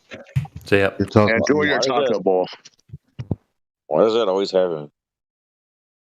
Paul, you're not into those numbers. You're not wrong. I got to go to work. Like as soon as well, yeah, it might be true. He was right it might be true that he's definitely going to work, but it was super genuine. Yes, we're about to bust that nut, and then he was all I gotta go. I thought he was calculating it. I thought he was doing it. Lewd analogy. And I've never heard so many people have fiancés bring them food. These globe reefers. Oh, that's funny. Yeah, I mean, congratulations. I'm not disparaging, people getting married and stuff. Good stuff. But yeah, no, Paul's not wrong. It is I don't know if you could call it an irony or a coincidence or what you would call it exactly, but it absolutely is a repeated observation that when it finally gets to the moment of irrefutability, it's over. Yeah, and honestly, they're the ones that bring it to that point. But then when you bring it to that point and you challenge them on it, then they, I got to look into it. I got to go. Well, I thought you already, I thought we were looking into it right now. What do you mean? You got to go? No. Yes, he now you himself gotta go brought it. He himself brought it to that point, and then he said, "Well, I'm not going to believe you guys." No, Yeah, and Well, I got to look into it. I don't see it that way. That's why we were having a conversation. I It thought was we a were all very looking nice into it conversation. together right now. Yeah, Well, he Elijah, got it was I mean, it was departing, and I agree, and I don't want to try to hang on to somebody and be like, no, hold on, don't go. Like, let people live their life, whatever. But he did make the parting comment. I'm not going to appeal to your authority. Yeah, there was some snide remarks And my throughout his point, whole. my rebuttal to that was simply, it's not my authority, it's geometry. The appeal is I mean, to it's because geometry. it's because he said about the it's longest. hold on. Yeah, go I'm sorry. It's because he's the other guy said that this is the debunking of the globe.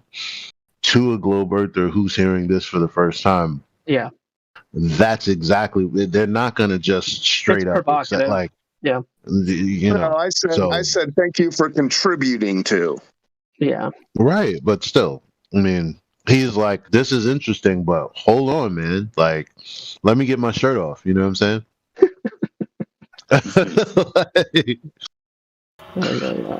You know, guys. Like, I mean, it all just boils down to is their disbelief is still suspended, and they're not gonna come to the conclusion until they snap back to reality. The suspension of There disbelief. goes gravity. Well, I hope he does go look at the numbers, right? Because he literally provided that evidence. He gave the link to the Guinness Book of World Records long distance observation. So that was something that he provided. We didn't even have to do that. It's like showing up to a gunfight and you think you have bullets, but all you're doing is you're giving the bullets to the opponent instead of putting them in your own gun. It was the wrong caliber. Wouldn't even work with your gun. Yeah. Maybe he posted that to actually say, "Wow, look at this! I didn't even. What do you guys say about this? Because I didn't even know it existed." I think so. What if that's the case? No, Yeah, I did I think not so. read I don't enough think it about was. what he posted because I was confused about what that said because it said it was the longest photograph, right? But so okay, what kind of camera was used? What It was doesn't the matter. lens? Yeah, it doesn't matter. Okay. I mean, I would argue that it doesn't matter what material was used. It's in the Guinness Book of World Records, which means for those that care about authority, that is sufficient. I mean, they do say the photograph was taken using a Panasonic Lumix FZ72 and following lengthy. I mean, they give all the details in the link, and I posted it in the chat. And then, of course, he's the one that gave the link. But the point is, it is authorized and or validated that that observation was made. Therefore, you can then take the data, which I did, do the measurements, and then if he is a reasonable person, and I mean reasonable in the most literal sense, any reasonable person would go, yeah, 3 miles below the horizon is pretty weird to say that that's okay. 3 miles below the horizon and seeing it still and then some, that's weird. You're right. I do agree that that doesn't make any sense, and you're right. It does seem to invalidate the claim of R when you look at the mathematical equations and recognize that R is what everything is hinging on. I mean, it requires somebody to be moderately educated in the nature of math and geometry, and then also reasonable, which. Well, and that's a weird thing too. In order to get into that book, the Guinness book, right? So you have to make a claim and show more than one person, right? It has to be validated by like at least like certain independent parties, at least like other people have to witness it. But what exactly are they witnessing? The exact same thing that the person who is making the claim are witnessing? Like, how do you That's what it was confusing me about the situation. Like, how did they all agree? Huh? You know what I mean? No, I'm sorry. I was distracted by the chat. What's your question? The correspondence, like how did like as a Guinness Book of World Record, there must have been an official to record this world record happening. Yeah. So it must have been just them. He's asking. This is one person. It only takes one person from Guinness to observe and say, "Okay, yes, this is factual." Oh, it doesn't take. I don't know the answer to that question. How many people are a part of validating whether or not a record is actually being set or not? I mean, I'm sure that they probably list their methodology for application and all of that on their website. Records. Here we go. What makes a Guinness World Records title? How to set or break a world record? The application process, understanding the guidelines, guide to evidence, record policies. You can just go to their website and they break down, they tell you exactly what it takes. Here, I'll post the link. So that should answer that question.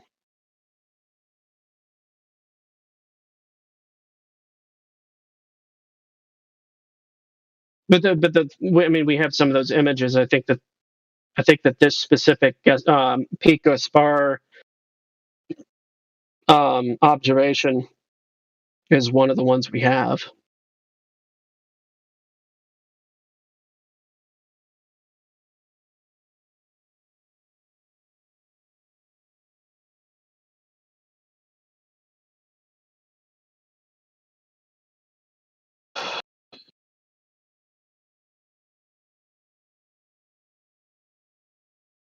What does Matthew say about this again? Mackie? Who's Mackie? Matthew? Oh, Matthew. Well, I think that anybody and everybody here. I'll do it. I'll do the thing. I'll do what they do. Oh, well, 3 miles. When you're talking about 275 miles, 3 miles is nothing. See how that works? Sophistry isn't difficult. It's sophistry. It works really, really well for the simple-minded. But what does 3 miles is nothing have to do with something not being hidden by them? It's a 275-mile observation, bro. 3 miles is nothing. Yeah, that's horseshit. That's like saying $250 billion. Well, $3 million is nothing. So let's just, I'll take that 3 million. No, it's the same situation, right? Like, no, that's a big deal. That amount. No, it's not. It's not. It's not really. No, I mean, it's kind of. Go ahead. The thing is, you're not supposed to see anything. I know, but it's only being lifted up. Problem. It's only being lifted up 3 miles, but it's a 275-mile observation, and therefore 3 miles is insignificant lifting. I don't see any here normie buying that. Is what no, hold on, I get hold it. on.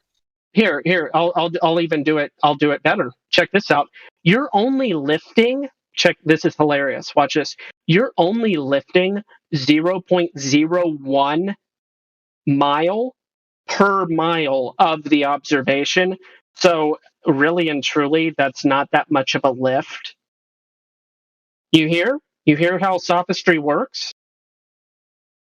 Well, you're not lifting from the refraction is only lifting 0.01 of a mile per mile of the observation.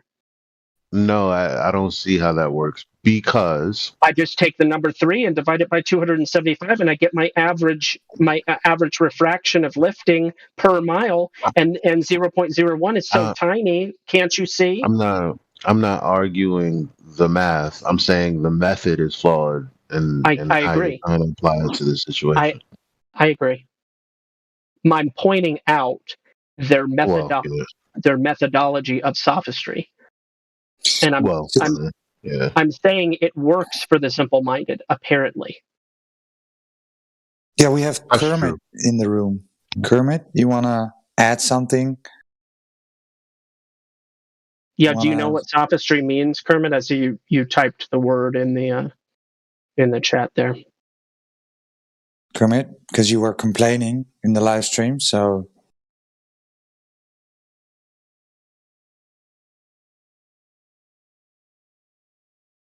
Hi-ho, it's Kermit the Frog here. Yeah, we're not going to relay the chat through voice. So, mic up, Kermit. Come on. You complained that a mod talked over you. Well, I yield the floor. Come on, man. I actually doesn't know. I don't know what that means. What is sophistry? Is that what you said? Honestly, I don't know what that means. What is that? Here. No, I'm just a simple Glober here. Coming at you. I don't understand what you guys are talking about. But it's kind of interesting. I think the globe Earth is what the Earth is right now. It's when you walk into the woods and you touch all of the trees and you go, this one right here, that's the sophist tree. Wow, that's funny. BG. I'm just gonna look it up myself. No. I posted. I'm crying right now, bro. That is the sophistry. Yeah, nice. Paul, I put it in the chat. I put it in the chat. Kermit, I put it in the chat. Specious but fallacious reasoning, and another colloquial way of understanding sophistry is it is word magic. Sophistry applies to reasoning as sophism to a single argument, whereas people that are using sophistry are trying to pull the wool over your eyes. That is another expression for sophistry. It's bullshit, basically. Okay, I got thank you. But it sounds good and it's believable because it's a very effective strategy for tricking people. He's so sweet and adorable to me. Kermit, are you unhinged? I think he doesn't know what he's talking about at the moment, but I'll get back to him. I miss Piggy. I think this guy's off his rocker a little bit, but he's wearing my avatar. Wow.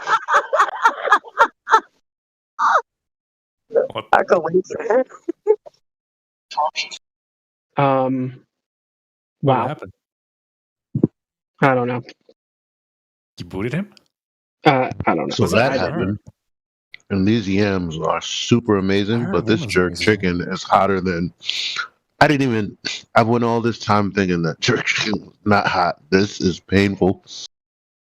But the sweet potato is oh so sweet. I'm just. Wow. Them Jamaicans, they can do it right. They can do it right. Sweet potatoes made Jamaican. It's called flavors in the Bronx. It's like my lips are on fire, man. Yeah. And it was good. I don't even like spicy food, but it's good, man. I keep eating it. Yeah, it goes Anyway, good, sorry. man, but you're going to be crying, Mommy, get the ice when it's coming out. Yeah. Sounds nice.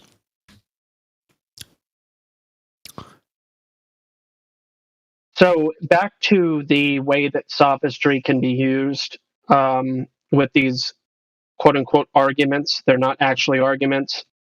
Just recognize Elijah recognized it easily. He was like, well, that doesn't apply. That's not how that works. It's good to know why it doesn't work. It's good to know why that argument would turning it into an average, and then they do the exact same thing with the rotation. They do this thing with the rotation of the Earth, right? They say, well, it's not 1,000 miles per hour. It's actually 0.0 something rotations per minute, and therefore you wouldn't even feel that. Right? They give you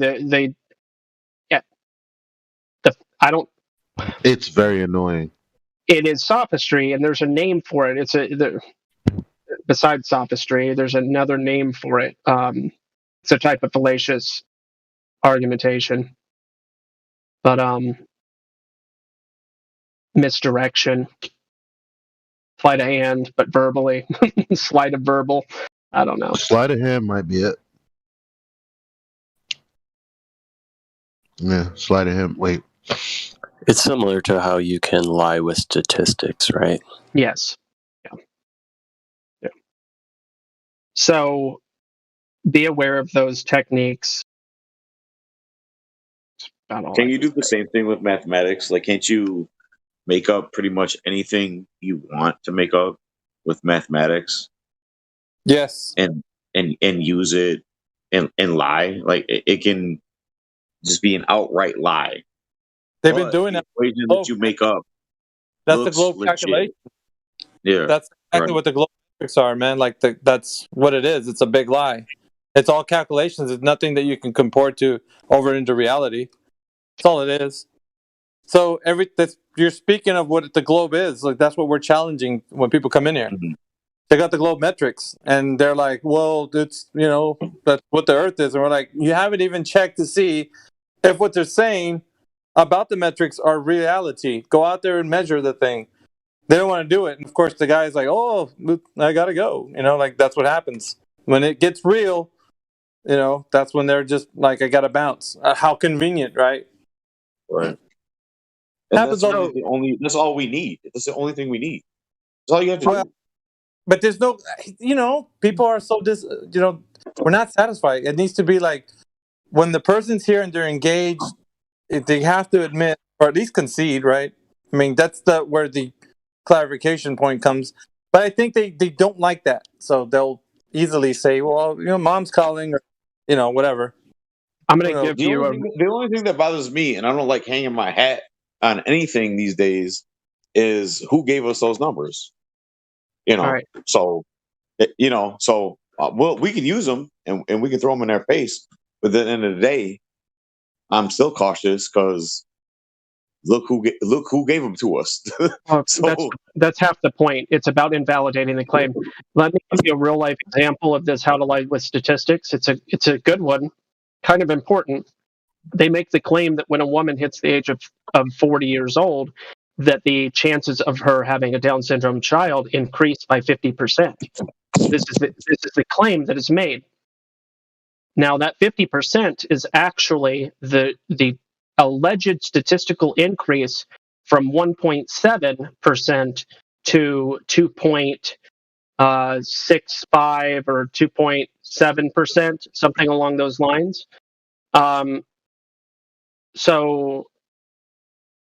So my point here is they'll say 50% increase, but the actual increase was less than 1%. And that's how they lie with statistics regularly. You can look up the data for what I just referenced. Yes, I may be off a couple of, plus or minus 10%. Basically. And the person hearing that would think, okay, if I'm going to have a baby, I'm over the age of 40, I have a 50% chance of having a Down syndrome child, is how the average person would take that information. 100%. And they do this with medications. The statins, I'm drawing a blank on the main statin that's used for blood pressure. Oh my gosh, I hate it when I know a thing, but it just runs away like that. But anyway, they do that with the medicines as well. They say this will decrease your likelihood of having a heart attack by 50%, 75%, 80%.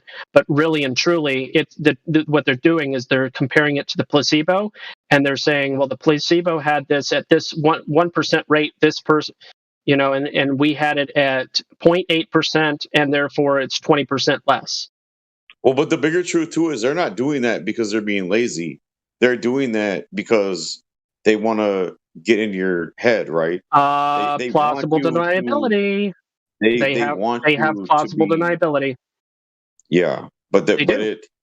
if you, yeah, but it's They give you that accurate information. hearing stated odds in like a that way. and hearing bad news from the doctor is in itself sort of cancerous, is it not?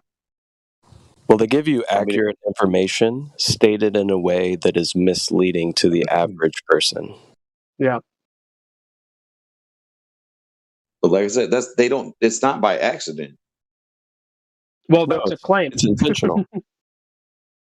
I would agree with you, but the fact of the matter is because of how they lie with statistics and because of how quote unquote generally accepted it is, they have all the plausible deniability they would ever need to defend themselves in the court of law.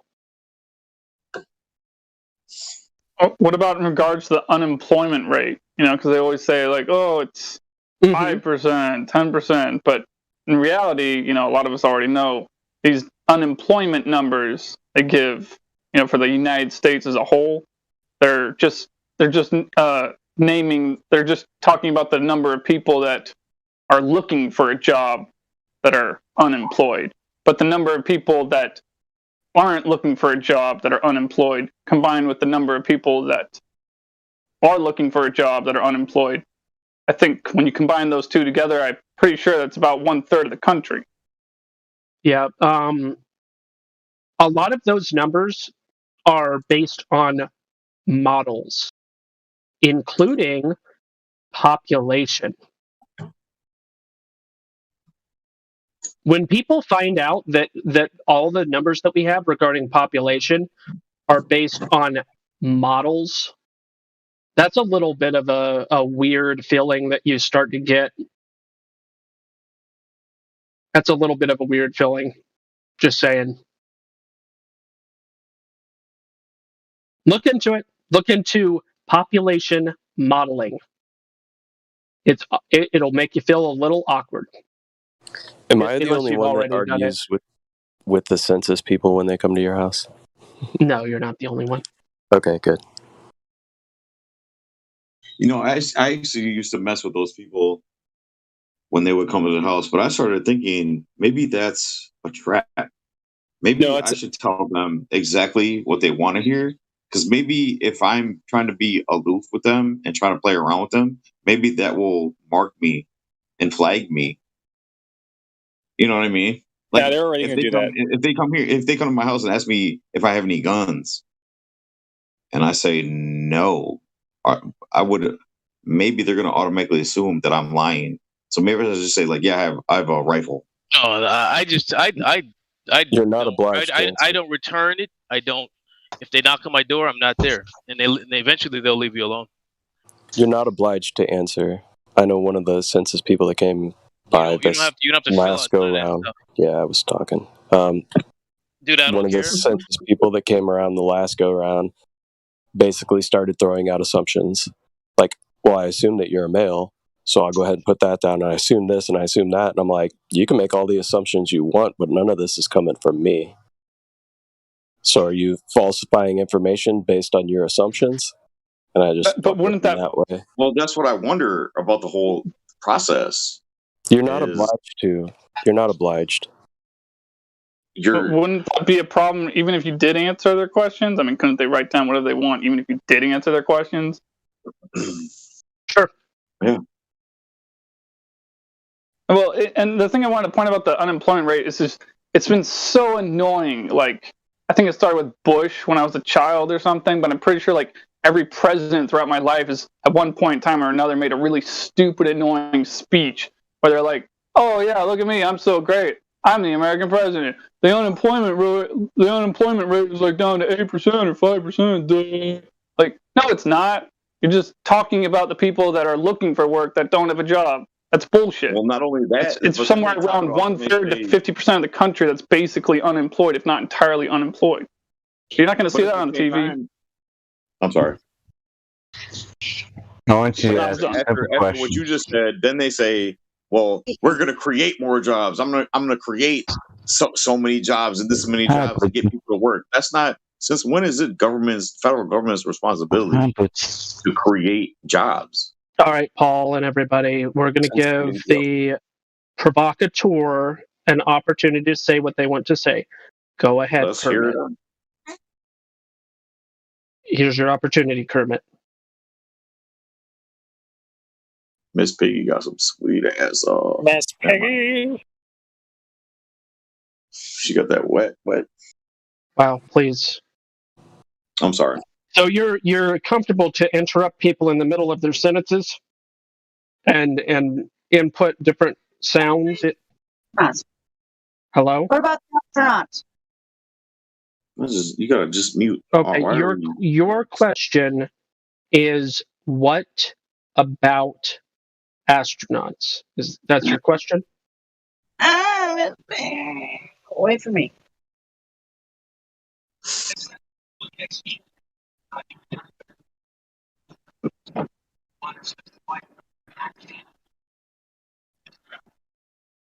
Okay. Can anybody else understand what Kermit is saying? They said it's getting weird. It's an appeal to authority. Move on with what you're talking about. Go ahead and restate your question. Oh, God, don't even ask me a question. I didn't ask you a question. I asked you to restate your question. What about the astronauts? What about them? What about voice changers? Yeah, what the hell are you doing, dude? Yeah, aside from the voice changer, what about astronauts? What about them? What does it mean? Are we going to space on the Muppets show or something there, my dear friend? Or something? What are you talking about? Astronauts on the Muppet Show? Are we talking about cartoons or puppets? What are you talking about? I have no idea. Yeah, nobody else does either. Good. Thanks for that wonderful question. I'm not lying, just mute. It'd be in your best interest. Hey, what about scuba divers? Oh, geez, that's good. That's hot. So you had a question about astronauts. What about astronauts? I don't have a question about astronauts. I was just asked to ask about the astronauts. And I don't know what the fuck I'm supposed to be talking about. I'm just trying to watch something on TV and then a phone ends up on your face. So you don't have a question. You're better off. And just leave and watch something on your TV. Yeah. You know, just do that. I guess that's actually the only thing you can maybe do right now. We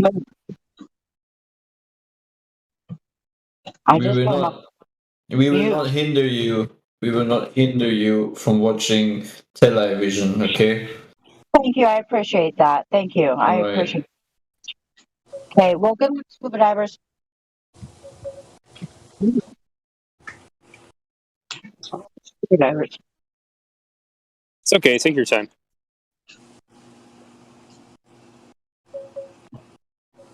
Wow. You got your script ready? Oh, he's gone. She's gone. Yeah. It's a voice modulator. He got spooked yesterday for some reason. Oh, they are gone. I wish I had that much time on my hands, where I didn't have a care in the world, and all I had to do was come in here and just play, like kids games, like. You'd be surprised how a teen. You'd be surprised how miserable the depraved life actually is. I wouldn't wish that on you, and I wouldn't wish it on myself. The people that occupy their time LARPing and trolling as their chief activity, I mean, that is a miserable existence. It has to be. I mean, I understand, like, as a kid, like making prank phone calls and stuff. You have Prince Albert in a can? But is your refrigerator running? Yeah, an adult. You're. Come on. What are you doing? I feel like this type of online behavior has to spill over into their personal lives, which may push many people out of their personal lives, which just drives them back to more internet trolling. They don't have personal lives. And then they engage themselves irrevocably into the metaverse. Yep. Ready Player One. I haven't seen that one yet. I haven't seen that one yet. You definitely need to see that one. Those people, don't you feel like I feel bad because Ender's Game, though, I liked Ender's Game. Sorry, Paul. The movie Ender's Game. Yeah, I like Ender's Game. That was good stuff. Yeah, it was okay. I mean, it was a story. It was like a retelling of the Faustian Dill a little bit in a weird roundabout kind of way. I don't know, maybe not. It's a little bit like Faust. My only problem with like I have trouble watching those movies. Like I hate these like supposed like serious type movies, but they were PG-13 and they gear them towards teenagers, and the whole cast is like teenage. Like I don't know that I can't. That shit bothers me. I can't watch that shit. That's just me. I'm not passing judgment. That's just me. So right. I hear you. But I feel bad for people like that though. That I feel like it's our fault. Like we're not doing enough. Yeah, this is back to the way too long conversation we had the other day, Paul. You putting all that stuff on yourself that you shouldn't. Yeah, I know. It's not it's not our responsibility. We can only do what we can do.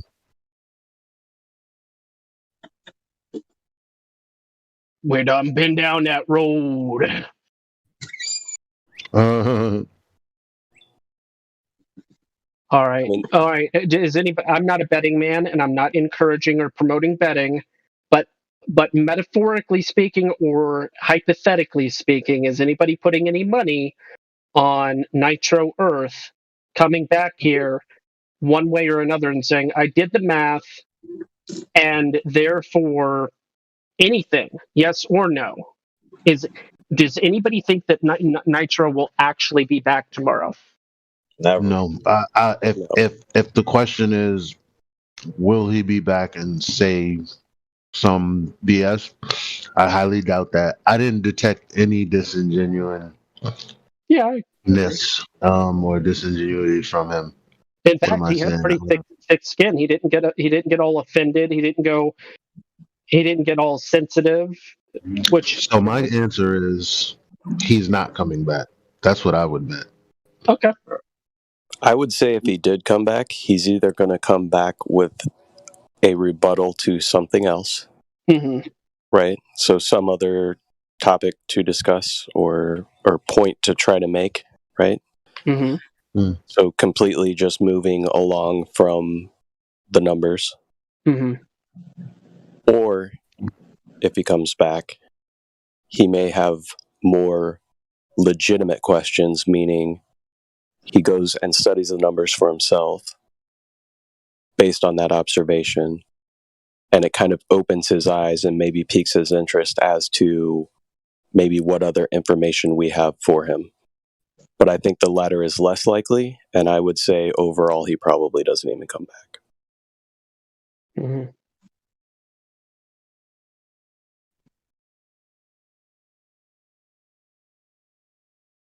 It is so hot today. It's 75 degrees, guys. I think I'm going to die. He's never going to come back on those numbers that you just said, though. They never do. None of them will. They can't.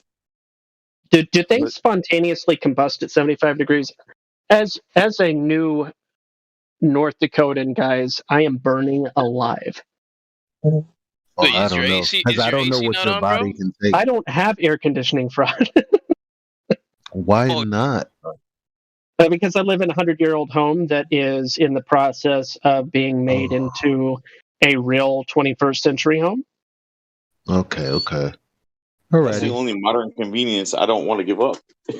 Yeah, I lack You got any running water nearby? May be able to rejigger something. Yeah, no, I do have a window unit. I just haven't I haven't installed it yet. I installed it last summer, and then I took it down because when it gets negative 40 outside, you don't want to have a AC unit in the window. But yeah, it's about time. But it's going to drop down into the 50s in a couple of days, so I'm under motivated to install my AC unit at this point in time. You don't need Basically AC saying with you're lazy. 75-degree weather, man. 75 degrees is like what we keep our AC at. I know. I used to live in Florida. I was in Pensacola. Yeah, 75 degrees is like wintertime for us. You'll, I you'll, know. you'll survive. You'll be all right, man. I know. It's so hot. I'm sweating. I know, Rec Gamer. I remember you saying that. It's 77 degrees in my office. I'm just. I'm melting. Still here? Bro, I'm sitting outside. It's 92 degrees, and I got sweatpants on right now. Oh my gosh. Elijah, you still here?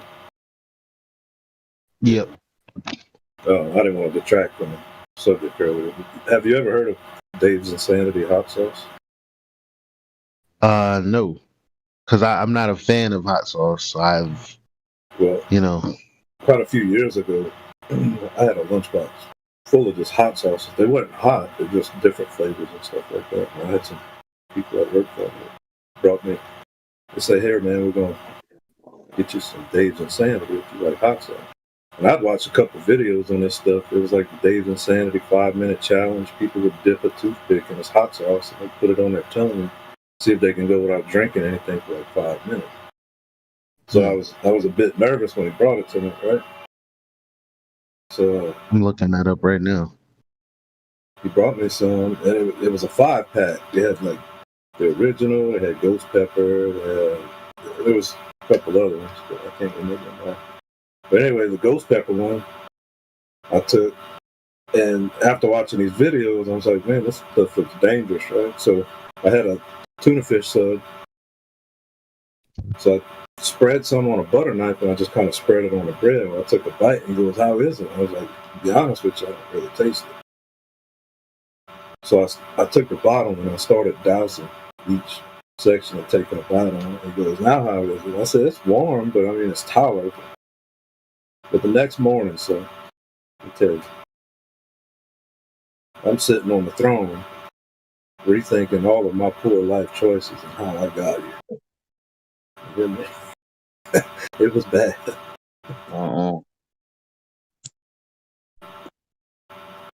Yeah, but check out that Dave's Insanity. I'm with Elijah. I'm not a big fan of hot sauce. Is Jacob Bracha? Oh, that's Listening Pass. Don't even have DC, but somehow you acquired Children of the Corn. Maybe that's just on basis of the screen name alone. I was just wondering, Jacob, can you try to say something? Yes, no, maybe. I have unmuted you. What does that mean? What's that? Children of the Corn. What does that mean? That the person is associating them. I'm echoing in someone. Associating themselves with some nefarious group, I suppose, is what the origins of that role are. Gotcha.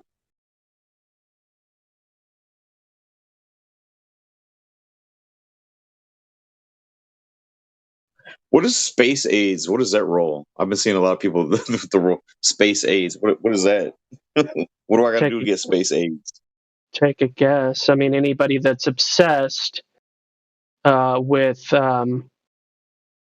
like a religious, a space religious zealot, basically. Oh, okay. Yeah. I mean, the Antarcticades is the same way. Anybody that is expressing an obsession on the topic, right? Okay. That's all that's about.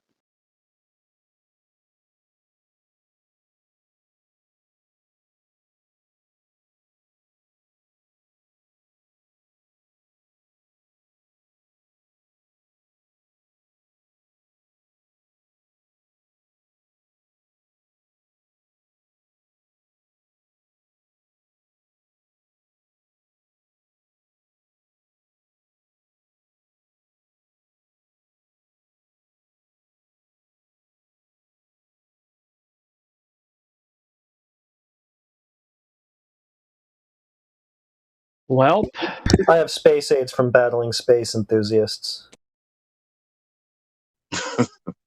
oh, yeah, I guess it could happen that way. You could contract it. Yep. Sad. Yeah, I was actually just thinking about that word the other day, contract. And I thought it was really a coincidence that that word contract with the word contract, almost like you're agreeing to something. Oh my god, you're a fucking asshole. Don't. Yeah. I say that in love, but yeah, I got what you just said, and it just pissed me off. I'm sorry. Contract and contract. Mm-hmm. That's irritating. Well, if there's any esoteric connection there, that would be fascinating. I'm not saying there is. But it'd be interesting if there was. It'd be a hard thing to establish declaratively that there was a link, unless you could find some esoteric writings, Manly P. Hall type stuff that was saying that to contract a disease is also, and there's an esoteric meaning there. But yeah, anyway, they do all sorts of word games. Those special esoteric people.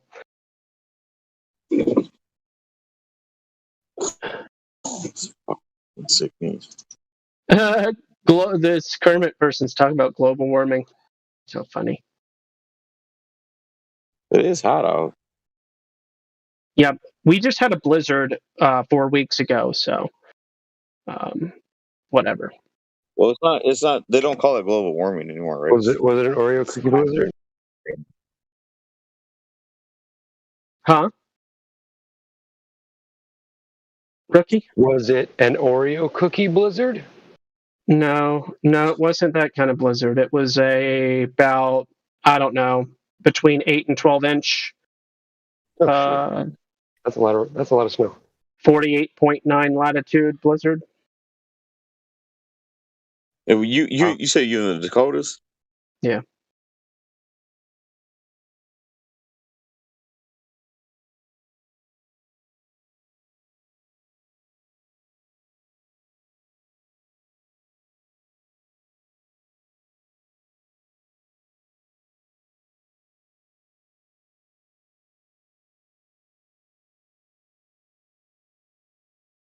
Anybody see the moon right now? Huh?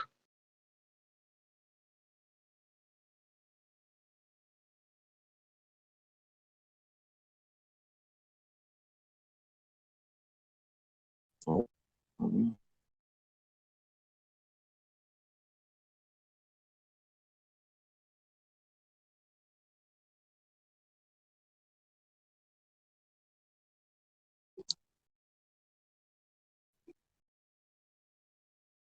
Napalm, Kermit wants to catch you outside. How about that?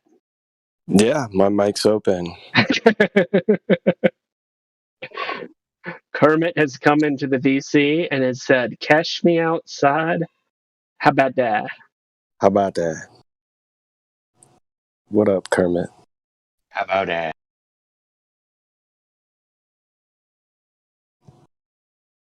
Wow.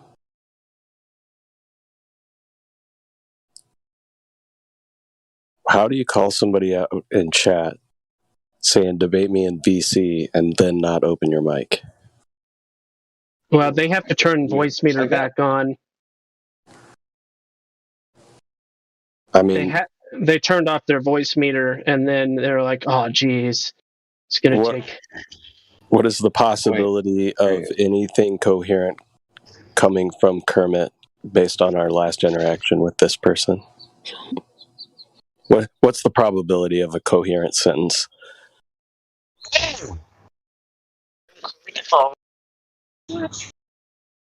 The answer is apparently 0. Yeah. Yep.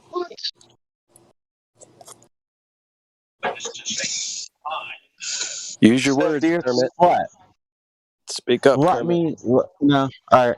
The Earth's flat. Big whoop. What do you have to prove? I don't have to prove anything to anybody. So why are you here? I enjoy the conversations, my man. I'm here to question it. Oh, you didn't seem to have a question. You just made a statement. See, the Earth's flat. Think the Earth's flat? Think it's curved? Do you think it's a ball? Think it's a pear-shaped spheroid? Sorry, oblate pear-shaped spheroid I'll answer dreidel this wobbling question. around the sun 66,666 miles per hour. Is All that what right. you think? So it's not flat. It's not. Do you have any evidence for that claim? It's not flat. Gotcha. Damn, dude, you must have some really solid So, evidence.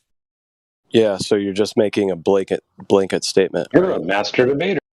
So your claim is that it's not flat. Do you have any evidence to the contrary?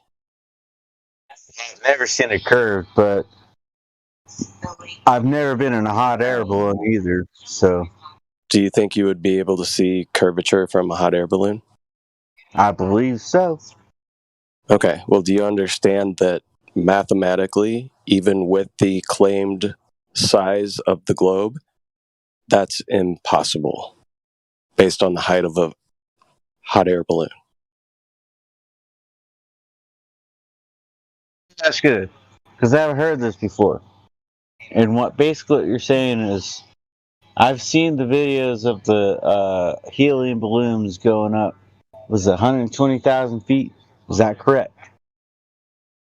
Sure. There's a lot of amateur balloons that go up to, about 120,000 feet. Sure.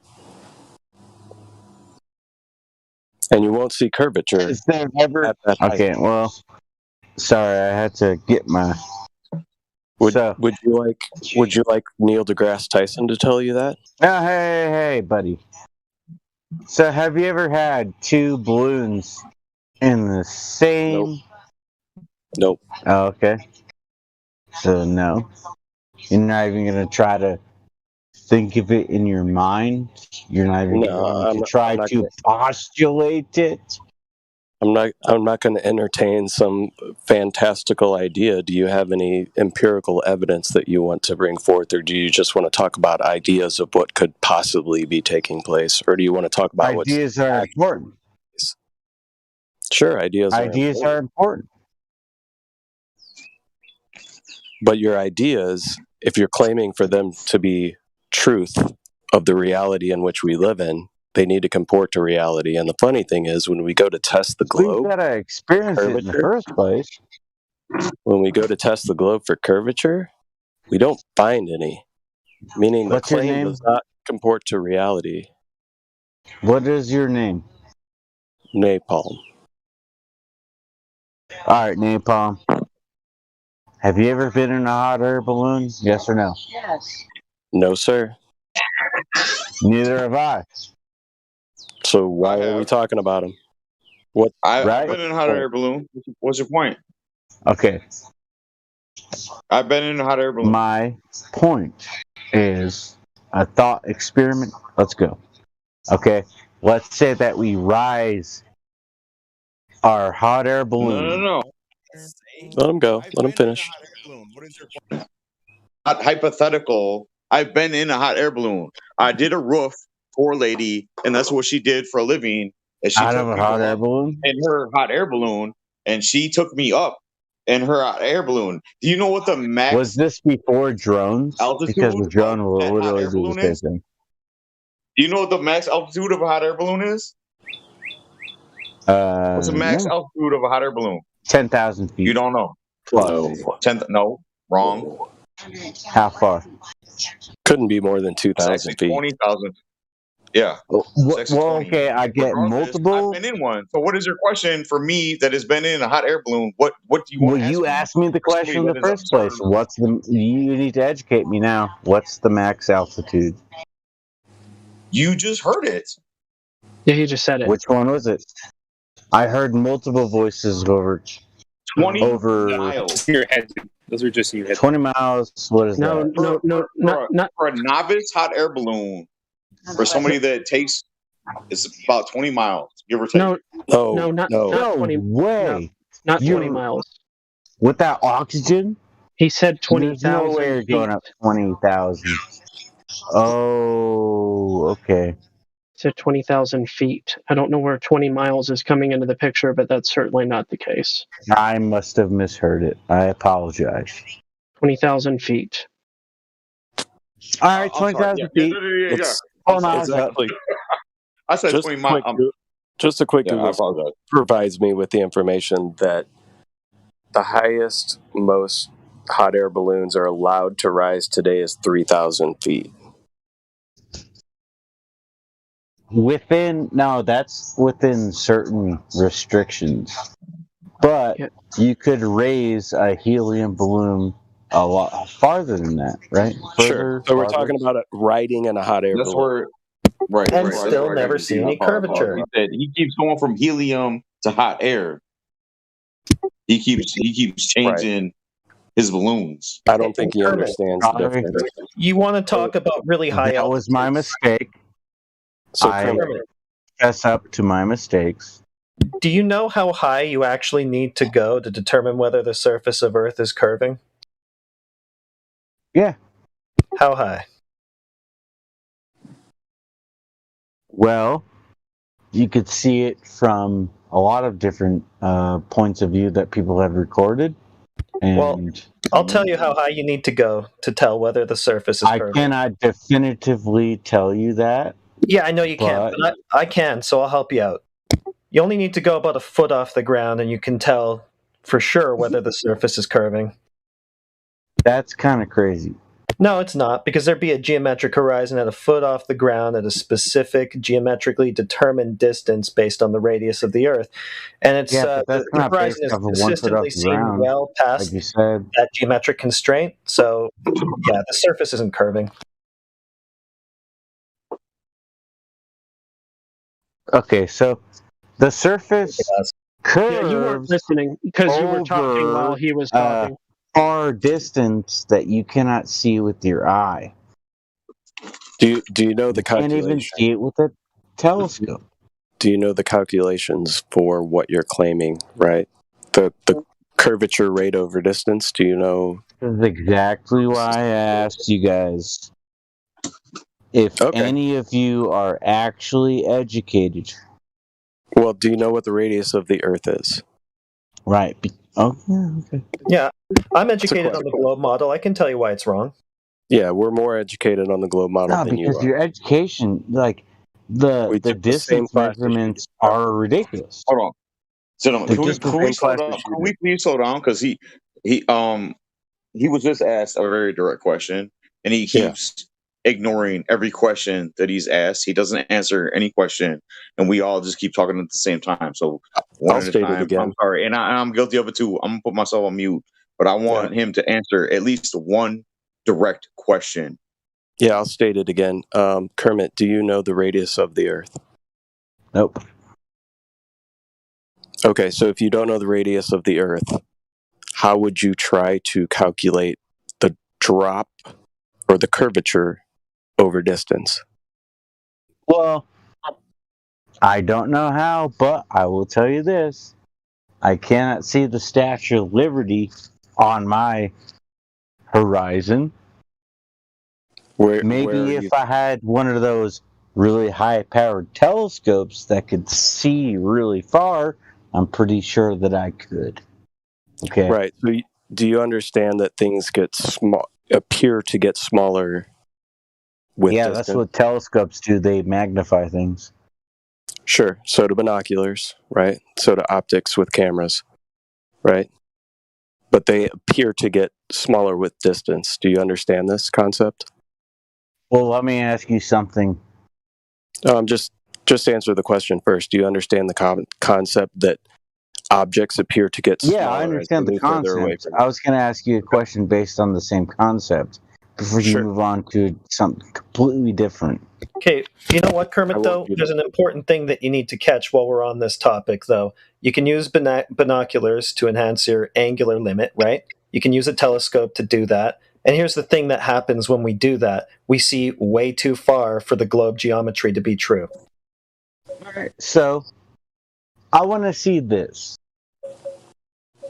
This is what I want to see Okay. out of Yeah, this amateur astronomy distance observation. Besides the P1000 camera, I want to see a high-powered telescope pointed straight across.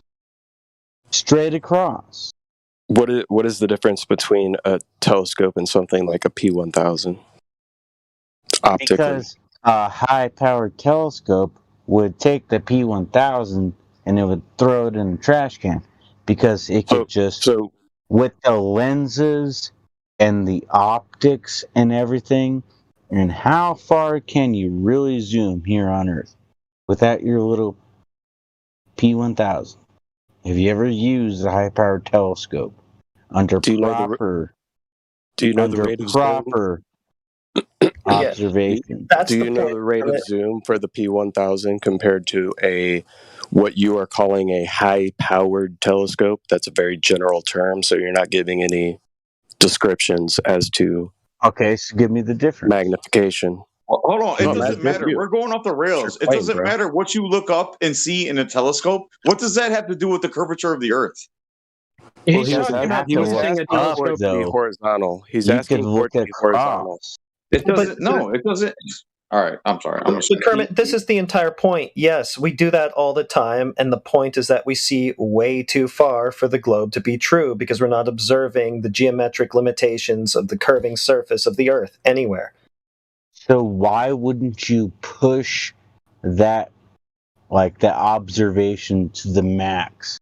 Why wouldn't you be having access to the resources to produce? Kermit, we already see way too far for the globe It to doesn't be matter real. though, because why? Okay, why can't you Are see you getting across it? the Atlantic Ocean? Okay, that's irrelevant. We already Why can't see I see way the too highest peak far in for the Greenland? globe to be true. Well, that's it. Here's the problem: is he's struggling to understand how vision works, perspective, and the fact that things get smaller. Put as they it get in further away. infrared, man. Infrared. We've done that have too, all and guess that- what? We see way we too have- far for the we have- globe to be true. That's it. We have So all why of this can't you see information. to the other end? That has nothing to do with the curve that we're already seeing well beyond the limits of if it were real. Okay, so if you can see beyond the curve, why can't you see the Eiffel Tower? Not because of Earth curve. From north, you know. Not because of Earth curve that's been falsified. Because Yeah, it has nothing to because do of with that, the curvature of the Earth. Yes, it has to do with angular resolution limits. Listen, man. Okay, hold on, Kermit. This is what's happening. All right, I'm going to give you an analogy. Okay, you're making the claim that your girlfriend is faithful to you. Okay, you're making the claim that she is faithful. It's an analogy, so follow along. All right. Everyone is pointing out that she's literally having relations with a different person right this very moment. Hold on. And you are asking for that dude to have relations with you in order for you to believe the fact that Well, why the wouldn't I dude is just having ask relations her? with the woman. I think that your analogy is kind of weak, because why wouldn't I just ask her? Oh, that's how that works? I don't know. Yeah, You would that's just literally how it ask, works. you would literally just ask her. That checks out. Yeah. That's super cuckold, man. Yeah, you'll just take someone's word. I'm the one. Super cuckold. Anyway. Yeah, go ahead. Falsification is falsification. That is the point that I'm making with my crass analogy. And you're denying falsification as a means for falsifying a claim. It's super illogical, and I don't think that you're aware of how illogical you're being. You're denying falsification. Why is that? I'm accepting justification. That's No. why. You're not understanding You the told me nature of that I was falsification. Why is denying that? falsification. Absolutely, 100%. Why is that? I'm accepting justification. No. You must misunderstand the nature of falsification. Do you not know what it means and why it's relevant? Pretty sure I just answered your question. Okay, there's a claim. And then when you falsify a claim, you don't need to falsify it to a certain degree. Falsification is falsification. Do you understand those words? Yeah, I understand it, but Okay, I then don't think that what is the anything I said misunderstanding then? justifies that. You're I claiming don't that think you need more anything. falsification than the falsification. Why is that? Falsification is falsification. You're requesting more It seems like falsification than you're the kind falsification. of. It doesn't make Not any so sense. fair. I just want to chime in and say that was brilliant. What you just said to him, how you just broke that down about the girl and all that, that was fucking genius. And the fact Well, that he doesn't understand that it's is crass, but yeah. something. That's fine. No, but that's brilliant though. How can you if your woman is cheating on you and you suspect Why she's is it all cheating on about her, you, not me your anymore? verification to find out if she's cheating is to ask her if she's cheating when she's already lying to you, and then you're gonna take her word. I don't want to get stuck in the metaphor or analogy. I Really, know, but that was brilliant. I'm sorry, I had to say that. again, That was the falsification. No, it's comparing apples to oranges. It's not brilliant. The problem is It's not brilliant by you any need to be means. asking for the evidence of the falsification, not for super falsification, as if that's a thing. You're invoking a new concept of super falsification, as I'm facetiously calling it, all right, which is completely ridiculous. What you need to be doing is you need to be evaluating the actual falsification rather than asking for super falsification. I think that you are super overcompensating. You are illogical. I'm exposing your logical failures. I'm trying to help you. All right. So, let me get this straight. Claim of. You basically think that no matter what I say, I'm wrong. Period. That's it. There's a claim of curvature. Well, I mean, I think you're wrong too. There is a claim of curvature. It has been falsified. You should be asking for the evidence of the falsification, not inventing a new concept of super falsification. It is fallacious. It is false reasoning. I'm trying to help you understand a very simple thing that isn't apparently getting through to you. That's why I'm repeating myself over and over again. You're asking for something that's illogical. You should be asking about the evidence of the falsification, not inventing a new form of super falsification. I'll give you another chance. So the Earth is a globe. Is you retarded?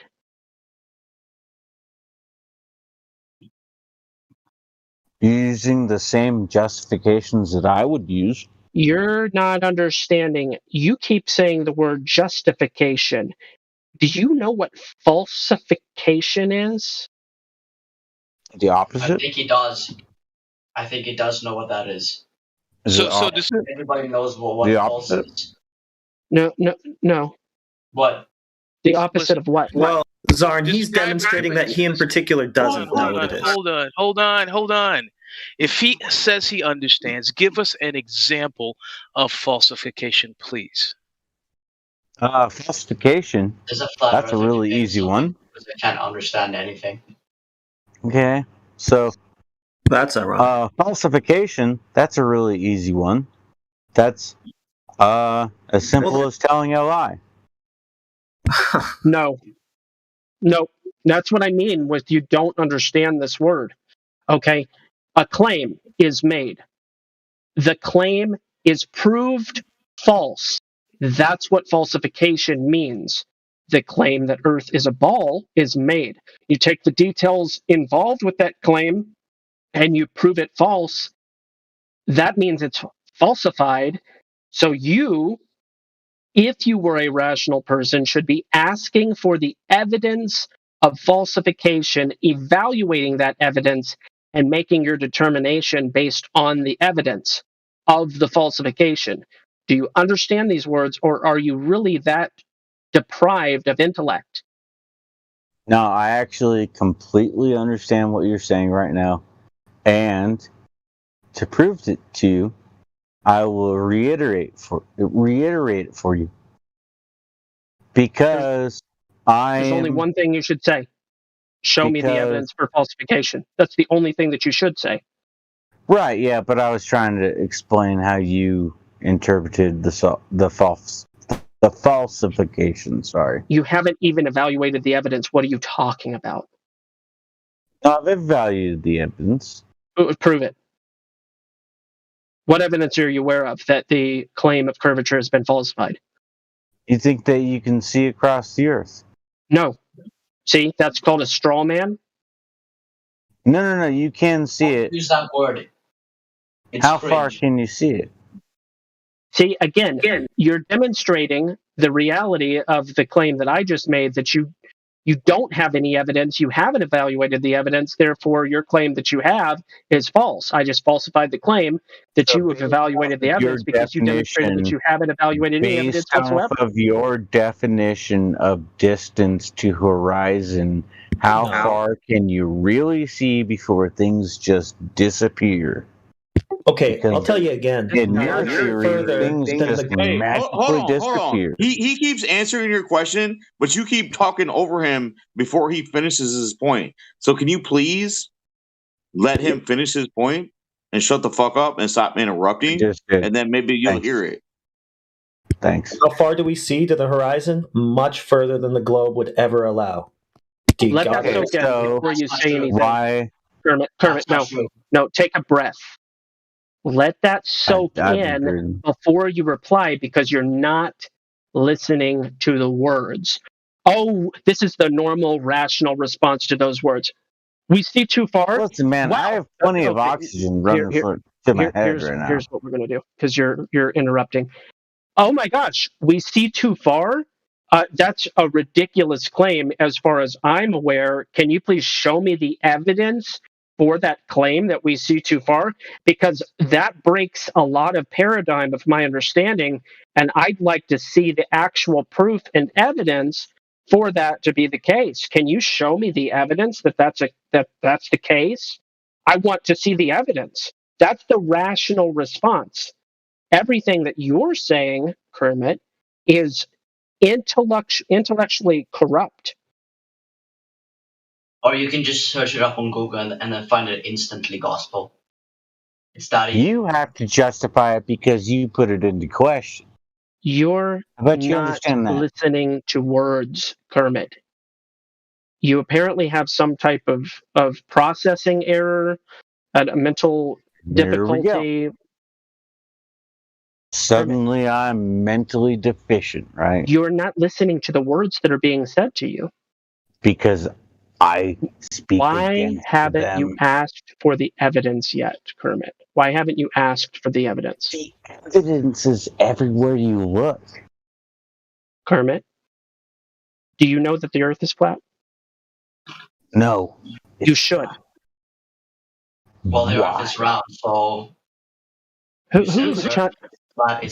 is this chiming in right now? That's chanters, aren't there? Yeah, I'm just going to mute the weird person that's not part of this conversation. Fine, Kermit, mute me, whatever. what you know, I was having the conversation with you. As difficult as it is and frustrating as it is, because you're not listening to words. Well, I listen to words. I know what I'm talking about. Too. You don't. Most evidently, Yeah, I you do not, because you're making the claim that the evidence is everywhere. What evidence is everywhere, Kermit? What evidence? Evidence of what? Okay, use your own evidence that you hold so dearly to you and use it against you. Have you ever questioned? Everybody thought it was a ball, Kermit. The evidence demonstrates it is not. It's called geometry. Have you considered the evidence? The answer is no. You've demonstrated that you have not considered the evidence. So it's pointless. So you must have scored all A's on your John. Actually, I did. I got 109 in my geometry class in 10th grade. All right. Zarn left. Is anybody actually thinking that there's any value whatsoever in bantering and playing with this intellectually deficient person? I didn't even go to science class or geometry class when I was in school. I skipped every one of those classes, but I still understand it more than this doofus. No, this dude's an idiot. He's high or something. Something's wrong with him. It's ridiculous. He doesn't understand anything we tell him. It's like worse than talking to a brick wall. I have a friend. No, he wasn't. He wasn't even listening. Because when Gospel said he was going to mute somebody, he thought he was talking about him. It's obviously he's not. He doesn't care. It's just a waste. Drunk. He was. Ask one real question. Just one real, honest to God question. He was here yesterday. You know, it was similar results. He just wants And he it didn't really ban bad to be a globe. He's not good. He's not going to. I mean, he's a good demonstration of the problem here. I mean, he assumes, as his conversation with Gospel Bearer just demonstrated, that somehow we decided we wanted the earth to be flat, so we went out and tried to make it be so, because people of this mindset assume everyone else is like them, when clearly he is only projecting his own fantasies about the globe, where he's just assuming it's a globe. He's grasping at straws, assuming there's some kind of evidence for this fantasy globe, which we all know there is none. You know, you have to examine the question without having the preconceived notion or the presupposition that you already know what it is. So to the contrary, Kermit, we did not go out and try to make it a flat earth and then try to deny evidence to the contrary. To the contrary, we, just like you, were born onto an earth where we never saw any curvature and we never felt any motion. However, from a young age, through the propaganda and programming surrounding us in the mass media, we were told that contrary to our personal experience and the reality that we observe every day of the flat and stationary Earth, with a clearly flat horizon and flat water covering over 70% of the globe, impossible for it to curve ever, it's secretly hurtling through space at a high rate of speed while also rotating and doing all this other motions while all those other things are moving too. So everything you see, little child, is wrong, because here's the fantasy world we want you to live in, so that you never actually learn how to reason based on reality and use your God-given mind to actually start out with concrete thinking, move on to abstract thinking. We're going to hijack your abstract thinking by making you accept this abstract concept as being concrete, even though it clearly is not, and completely obliterates everything you actually are seeing in your concrete reality. We're going to mess up your mind, tell you the thing which you're going to believe without question because you're a baby. And then, you know, when you get older and somebody comes along and tries to show you logic, you're like, oh, what's wrong with these people? They say I live in a flat and stationary earth. What the hell's wrong with them? Haven't they ever watched TV? All they have to do is turn on the news. I mean, and then some people are just not capable. I mean, that's the thing. Like, we can keep him around for entertainment. Maybe somebody else wants to talk to him because he's a great demonstration. This is the best the globe has. Is some drunk basement dweller who isn't capable of believing anything unless he sees it on the evening news. I mean, this is what America and the world's been reduced to. He already lost you after the second sentence, you know. So I wasn't talking to him. I wasn't talking to him. Believe me, I tried talking to him yesterday. That's why I resisted coming in here. Because, yeah, like Gospel Bearer says, it's pointless. But I mean, someone wants to talk to him, we can unmute him. Does anyone want to try to have a conversation with him? No. The other guy, the ex guy, is what? Gospel Bearer, did you already try talking to him before, or what? No, Zarn was just interrupting the conversation. I was happy to move on to Zarn next, but the problem was the interrupting. So, that's we got Samo8 here. Has anybody talked to him? Yeah, see, Samo is VC verified, but I don't know who Samo is. Samo, would you like to say hello? Well, I would just like to say before you start, hello, Mary Mom. It's good to hear you. And I would not want to be on the opposite side of the debate against. All right, go ahead, Samo. I heard you say hello. I just wanted to say hi, since you mentioned me. Yeah. Are you under the impression that Earth is a ball? Yes. Okay. Earth is a big ball. Okay. And what evidence do you have to support that belief? The same as everybody else. If you look at the sea, you Hold can. on. Yeah, go ahead, Samo. Yep. So the same evidence as in normal evidence that the scientists and NASA and that sort of thing? Yeah, all the professionals. Yeah. All the clever people. Yeah. Okay. What about reality? Is there any reality evidence for it? Yeah, sure. If you look at the sea, In different time zones. Your mic is cutting in and out in a weird kind of way. You said the different time zones. Yeah, that proves that the sun moves around. So where's this evidence of the curved spherical surface you think you're standing on? that we are not the center of the universe. Okay, so the curvature comes into this where? Yeah, we spin around the sun while the Earth is spinning. That's a story. Are you able to show us curvature of the Earth somewhere? We can show curvature on the moon, on Mars, and other planets. Why would it? So you're talking about curvature of things that aren't the Earth now? Different. That's your proof of Earth curvature? Curvature of things that aren't Earth? Why would the Earth be different? Why wouldn't gravity work for Earth when it does for other planets? Okay, so it's an argument from incredulity. You can't fathom how things could possibly work this other way than it does in your imagination, therefore it must be like that? So what you're saying is that you see all these dogs outside, therefore you're a dog? There's a difference. Why? So it's exactly the same. It's an analogy. Why would gravity work on other planets but not Earth? You haven't been to what you supposedly call other planets. So what are you mean Can I ask a question? Can I ask him a question? Answer the dog question. Hold on, let him One answer at a the dog time. One at a time. I'm not a I dog. want to hear the dog question. Question answered. I'm not a dog. Right. I'm a So human, and dogs can be you dogs. understand. You understand that by seeing something. Okay. You understand by seeing something out there, you're implying that we're the same as whatever you see in the sky, which you haven't even been to. I'm not saying that we are. I'm saying why would it be different? I'm asking you a question. Okay, And you're asking- let me tell you this. Okay, why are we different? Okay, in their claim, do any of them hold life? Which ones are you talking about? In any of them? Yeah. Okay. Name one. Let's say Saturn, Pluto. Any of them hold life? Yes. They do. No. Oh. I get the question now. Okay. Do they not? They don't hold life. Do they have hold life. trees? No. You are.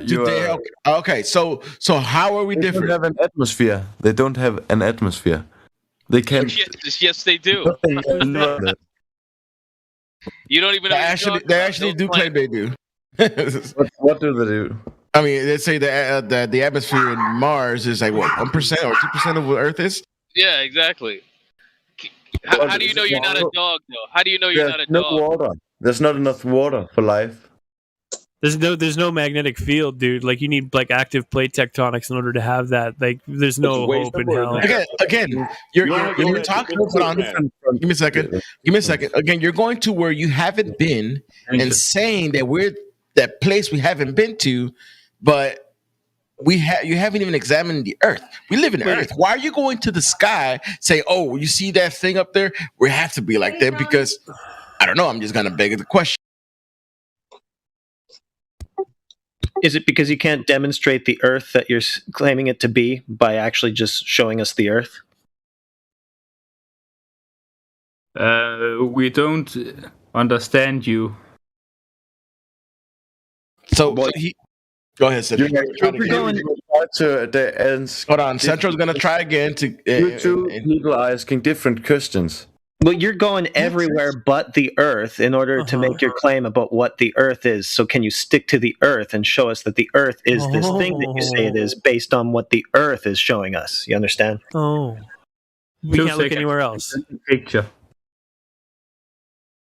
What? This seems like more like a goalpost thing where people are like, "You can't talk about this." Like, Claw, you're interrupting. You're interrupting the conversation. Just. oh, really? Yeah.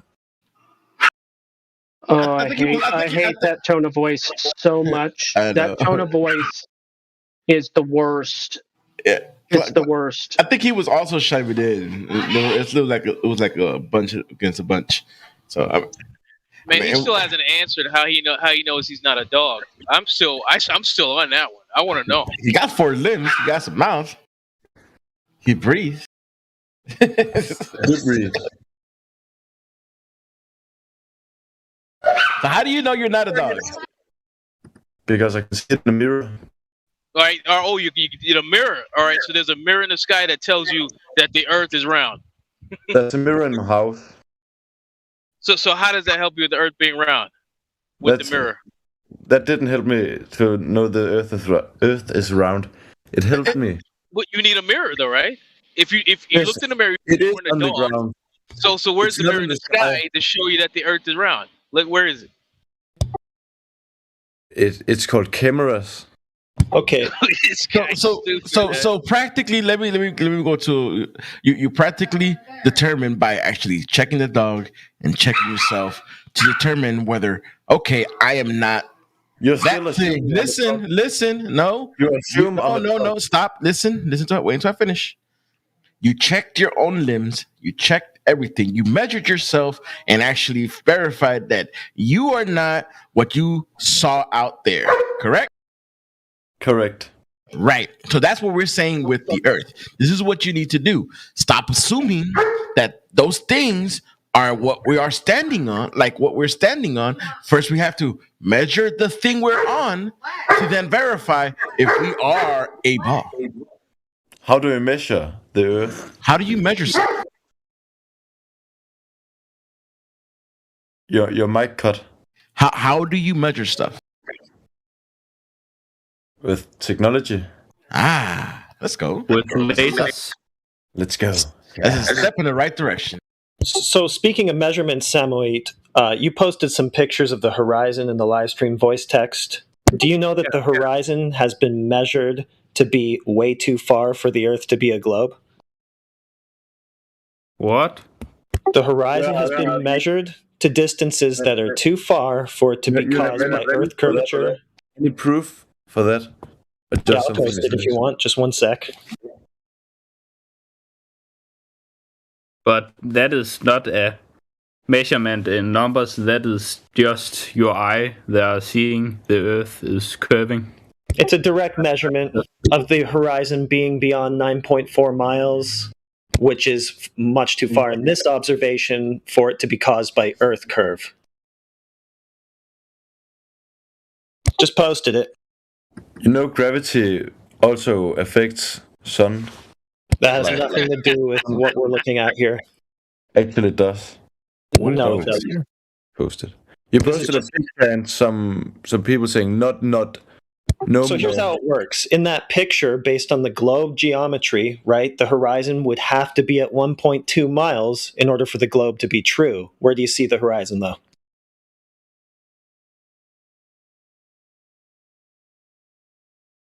I can see the horizon. That Yeah. the Where do you see platform lower at 9.41. Then How do you know that is true? You posted a picture, not a source. Yeah, because that picture is of oil rigs which are at known locations, right? So we know that the furthest one is 9.4 miles out to sea, right? This is a still image from a video taken by MS6. What was his name again? BMLS. Yeah. What's his qualifications? Well, he used a camera at the beach. He's qualified for using cameras, probably like you are How do you too. know he's not faking that? Well, because he took a video of it and a still from the video. Fake whatever he wants. Do you need for Hey, so geometry you and some use that against him. He's saying, how do you know the video's fake? How do you know NASA's videos are real? Because when you have a population of how many millions there are, 7 billion. People would snitch if it was fake. This is a known location here. And people kind of have, like NASA has outed themselves, like their own artists have come out and said that, yeah, these pictures are photoshops because they have to be. They are photoshopped. Yeah, they are photoshopped, but this thing I just showed you is photoshopped other than the text that was added to it. It's not been drawn. It's being photoshopped because if you didn't turn up the light or turn down the light and put some clouds, it would look weird. No, you don't understand because you don't know the story of Robert Simmons and that it's not just photoshopped, it's crafted. Who said that? Robert Simmons literally said he took data to make those images. Just go listen. So do you understand the horizon measurement I showed you and how the pictures of the horizons that you just showed us don't help your globe story? And by the way, that if you know the images that we showed you with the whole distance of the oil rigs, all that is not in contention. Not even any globe actually contend that because actually you can go verify this yourself and watch the video yourself. So. Yeah. What? You can watch the video it came from. Yeah, I put the video in the live stream voice text at 4:16, 16 minutes after the hour. Are you able to see the live stream voice text, Samoit? Oh, I see it. Yeah, so if you scroll up to 16 minutes after the hour, you can bookmark that to watch later, where Robert Simmons says it's Photoshop because it has to be. He set in right there, and it's also on the website itself, nasa.gov, in print, which I will show you the screenshot, and also you can go to it yourself to confirm that he says right there that he created the globe with CGI to match people's expectations of what it looks like from space. So you can go and research all that later to confirm what people are saying here. Yes, okay. May I ask you something? How does gravity work on a flat Earth? Samuel, What's gravity? First, you need to understand that it is flat. Don't you know what? This is what I'm going to do, because you're not going to interrupt the middle of my sentence. First, you need to understand that it is flat before you proceed to ask any questions about how or why or any of that. Once you establish the fact that it is flat, then you can do whatever you like. Have you established the knowledge that it is flat? Yes or no? The theory. Because it's not a fact.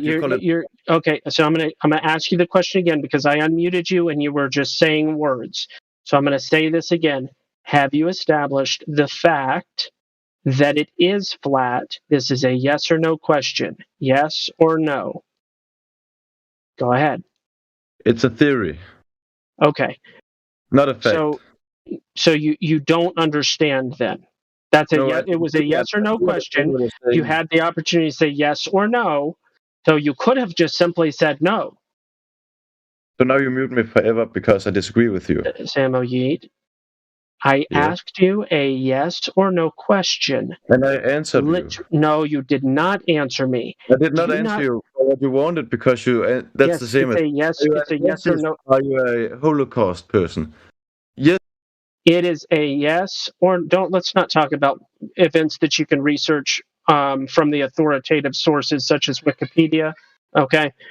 We're not going to talk about other things. I asked you a simple question. Are you aware of the fact that it is flat, being the Earth? Yes or no? And you would say, no, I'm not aware of that. That's what you should say if you're not. If you are, you are. It's very simple. No. Great. You don't think. Great. So what you should do is ask for the evidence that supports that fact. Okay. Then if gravity doesn't exist, what you're going somewhere else? Again, you must first establish the knowledge that Earth is not a ball before you proceed to ask questions of how something would work.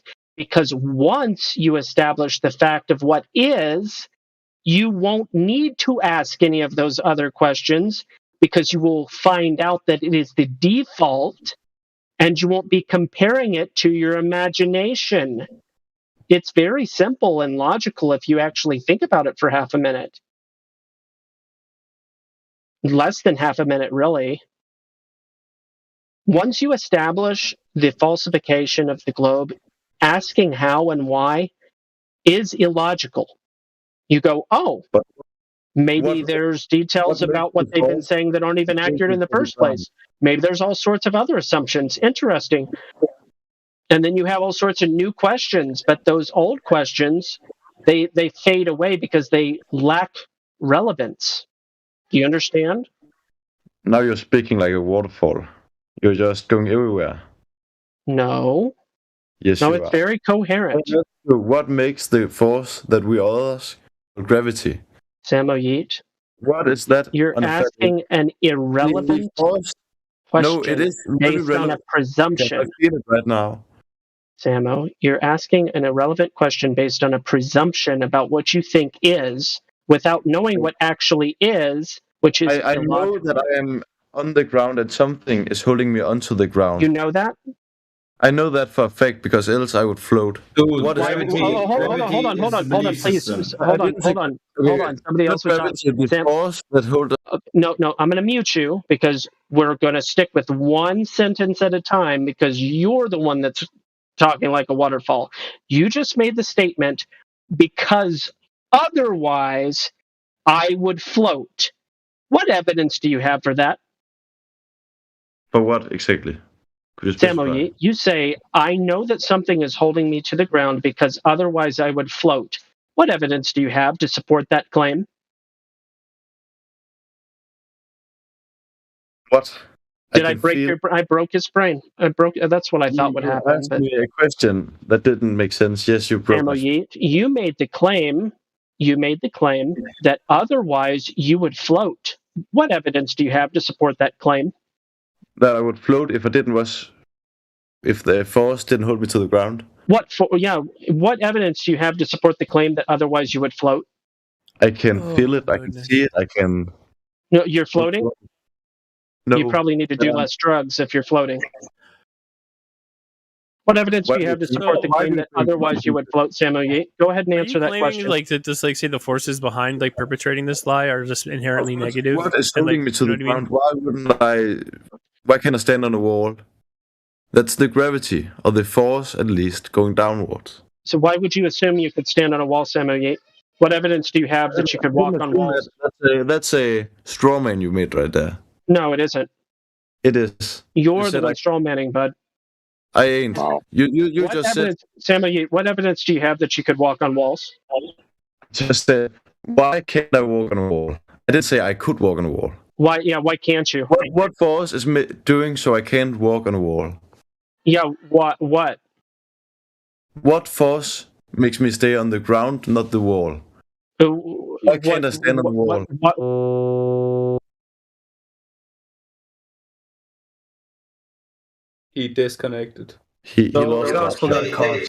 Samuel, so listen, man, listen. The whole concept of you asking what about gravity makes no sense here, because first of all you need to understand the ground that you're standing on being a ground which does not curve 360 degrees around you. You understand? The other thing is, one more thing, brother, one more thing. The other thing you need to understand is asking, what about gravity, blah, blah, blah. In your own heliocentric religion, gravity is a belief. It's a belief system. No one has any proof of gravity existing. Everyone they claim. Oh, man. Everyone has. Go, dude. Do me a favor. Type into Google. Is gravity proven? Type that into your Google, please. How would you prove gravity? You're just going to give us your circular reasoning, which probably involves dropping some. 1 feet above the ground. Listen, hey man, are you doing this on purpose? Are you truly avoiding what I'm saying on purpose to just have any argument? Or are you really want to have a discussion where you can maybe learn something? instead of just circling around in your paradigma. That's exactly what you're doing. No, I'm presenting to you the reality of which things are. I'm telling you, we do not measure the ground beneath us curving 360 degrees around us. The second thing is, we do not have any proof of gravity because the scientific community themselves believe on gravity being an existing force. They themselves cannot define it or measure it or show proof of it here on Earth. You're just circling and going, oh look, I can drop a pencil, therefore it's gravity. You're circling, bro. I'm trying to give you reality. Okay, reality. Observable, measurable reality. What is making the pencil fall to the ground, though? What is making it do that? Your story about how that works on a globe is irrelevant to the fact that the measurements of the surface of Earth falsify the globe you believe in. I'm asking what force makes the pencil go to the ground or to the ground. So put it like this. This is the thing. In your model, you think that you're in space. Therefore, if there was no gravity, you were floating in the air. Is that correct? Yeah. Right. So yeah, that doesn't even get close to our model. Or we don't even have a model, but what we understand of the Earth. But I've seen models from the flat Earth. Yeah, I've seen a bunch of models, car models. Why do you say that? Yeah, I mean, it's this thing that the models are not reality. Models are just reification fallacies. What? A model is a reification fallacy. Samuel, you're not from Germany, aren't you? I'm from Denmark. Denmark, okay. I'm having a little bit of a hard time speaking English. Oh, no problem, man. I can truly respect that. I myself, I'm German, so sometimes don't get everything correct. But I get a little bit, annoyed when we're not talking about reality, Where are you from? Germany. I just said that. Oh, sorry. 10 seconds ago. Yeah, so Sammy, did you understand Central 2.0's point that, none of this question of gravity, which the cause has not been scientifically proven or demonstrated, has anything to do with the lack of curvature? I'm almost to the question mark. I'll start again. Did you understand Central 2.0's point that none of this about gravity has any relevance whatsoever to the lack of curvature measurements of the Earth where we live? Yes, but you did understand that. But it does make sense to ask that question when you're saying that the Earth is flat. There's nothing that can say gravity exists on an Earth that is flat. It couldn't work. No, man. Wait, gravity. Why are you so fixed on something which in your own model has no proof of? Why are you just not going to something that you yourself can observe, which is there a curvature? Or is there curvature? Why don't you want to know in the first place if you're living on a ball curving 360 degrees in every direction and flying through outer space and sometimes being oblate spheroid, oblate ellipsoid or pear-shaped, because it's morphing into different things according to different stupid sign heads. But the other thing is, are you not interested in understanding why we say that the Earth is stationary and flat? Why are you not wanting to discuss the very point why we're all here? Why are you circling around a topic that has nothing to do with the actual thing that we're trying to accomplish, to make you understand that we ourselves have measured the Earth and we came to the conclusion that the numbers which are given to us are pointing towards a stationary Earth because their numbers do not match up with our measurements? Is that not something that you might have any interest in? Then if you're not having this interest, why are you even here? The reason I am asking is because if you want to prove the Earth is flat, you need to have a viable source that tells gravity isn't here or gravity works different or something, because gravity is a very heavy thing. Gravity is a story about why things fall down on the ball that you think you live on, and we've demonstrated geometrically you don't live on that ball, so who cares?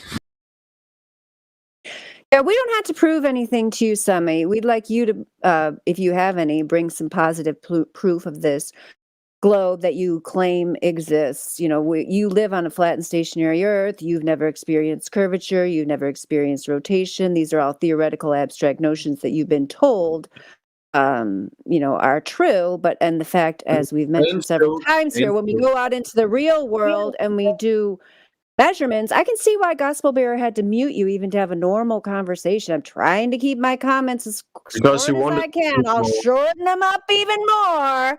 When you go out into the real world and you measure it, you see too far to be on a globe, Samite. All right, I tried to just raise my voice. Somebody muted you. That was nice because, a real gentleman maybe would have let me finish my sentence, but I'm done with this guy. You guys do what you want with him. I would let you finish. The first time I've heard you raise your voice.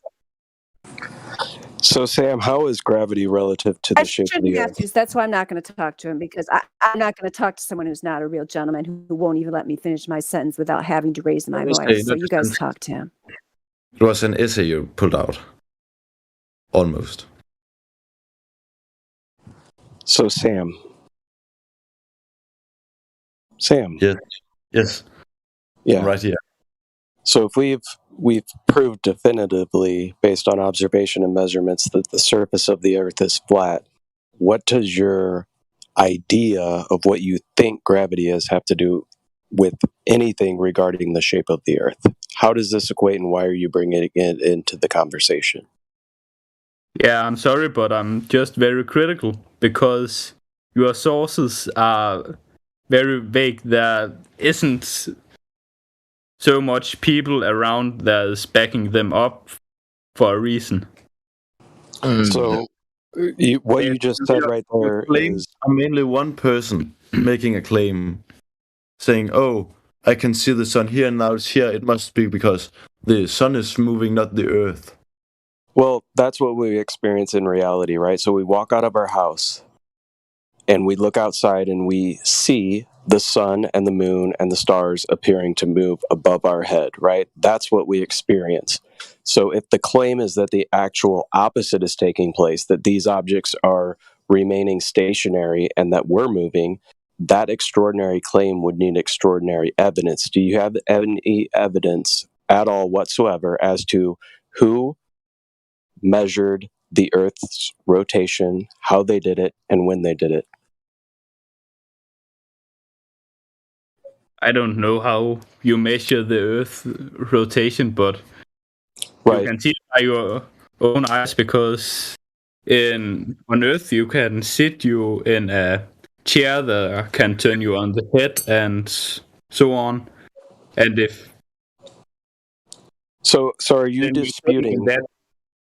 So it can also look like the Earth is spinning around you, but it's just the opposite. So that's the thing, right? So what we experience in reality is things in the sky move above our head, right? We don't experience the Earth moving. So the extraordinary claim You sit in the car, you don't experience the car moving. Let me finish. The world around it moving. No, we do not experience the Earth moving. How do you experience the Earth? That would appear to your vision that the ground was moving, not the Earth. That's what I'm saying. In reality, we see the things in the sky move, right? You can close your eyes, the sun and the moon and the stars move. Like you're sitting still, even though you're moving.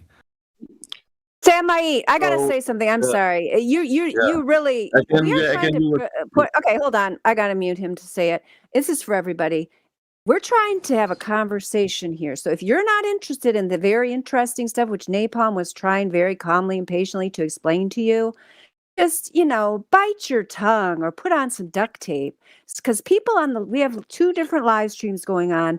Sometimes we make podcasts out of the live stream. We want to have a real conversation here. This is why Gospel Bear was muting you. This is why somebody had to mute you while I was talking, because you start talking and disputing someone in the middle of their conversation. Get out a sticky note, and if you just can't, if you have a bad memory that you can't let someone finish their sentence before you interrupt, then write some notes to yourself. We also have Zarn here. Oh yeah, I was interrupting you. Never mind, Sami. I was going to give Napalm a chance to finish with you, but he's saying I'm interrupting. I wasn't speaking to her. Oh gosh, I can't even. I almost was going to. Did I hear him correctly? Did he say I almost was going to swear on the live stream. He did say that. That's what this guy's doing to me. I am a mod here, a lead mod, Sami. I'm interrupting you because you were being incredibly rude, and I'm moderating the situation. We're going to move on to Zarn, see if he has a decent question. Why don't you listen for a change? But did I hear him correctly? You're ready to listen, Zarn. Yes, you did, Paul. Okay, thank you. Who's talking now? All right, Zarn, Paul was do you asking have a question about the flat Earth? Zarn, do you have a question about the flat Earth? Prove Earth is flat. 3, 2, 1, go. It measures flat. One person. Reality measurements. Napalm, go ahead and address Zarn. Maybe he's capable of having a one-on-one conversation. Water. You're doing a good job with Sami, but he's incredibly rude and isn't capable of taking turns. Napalm, do you have an answer for Zarn? What? Yeah. It's flat according to the Earth. What? Earth is flat according to the Earth. What do you mean by that? I have no idea what you just said. You measure the Earth, and it measures flat. It doesn't. It does. No. Well, show your measurement to the contrary. And I posted the link. I posted the link for the FE core. I'm not interested. You're not interested in the measurements of the Earth being flat? Yeah, the thing that you just stated. Interesting. I'm also making a Google document that debunks the flat Earth. Well, you're up to a bad start if you're not interested in measurements of the Earth. No, I'm not interested in hearing your. It really sounds like that, man.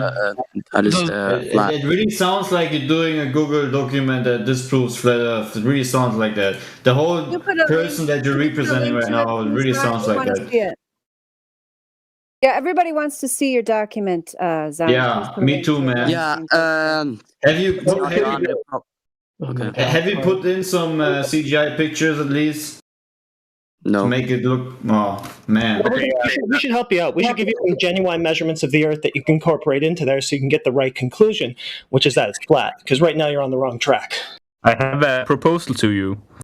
If you remove that thing from my name, I can find some proof you understand, and come back here with them.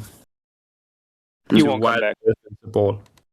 Well, I mean, we've already done the stuff, but you can bring whatever fallacious, reifications you want into here, and we can deal with those. Yeah, and have a more civilized talk than before.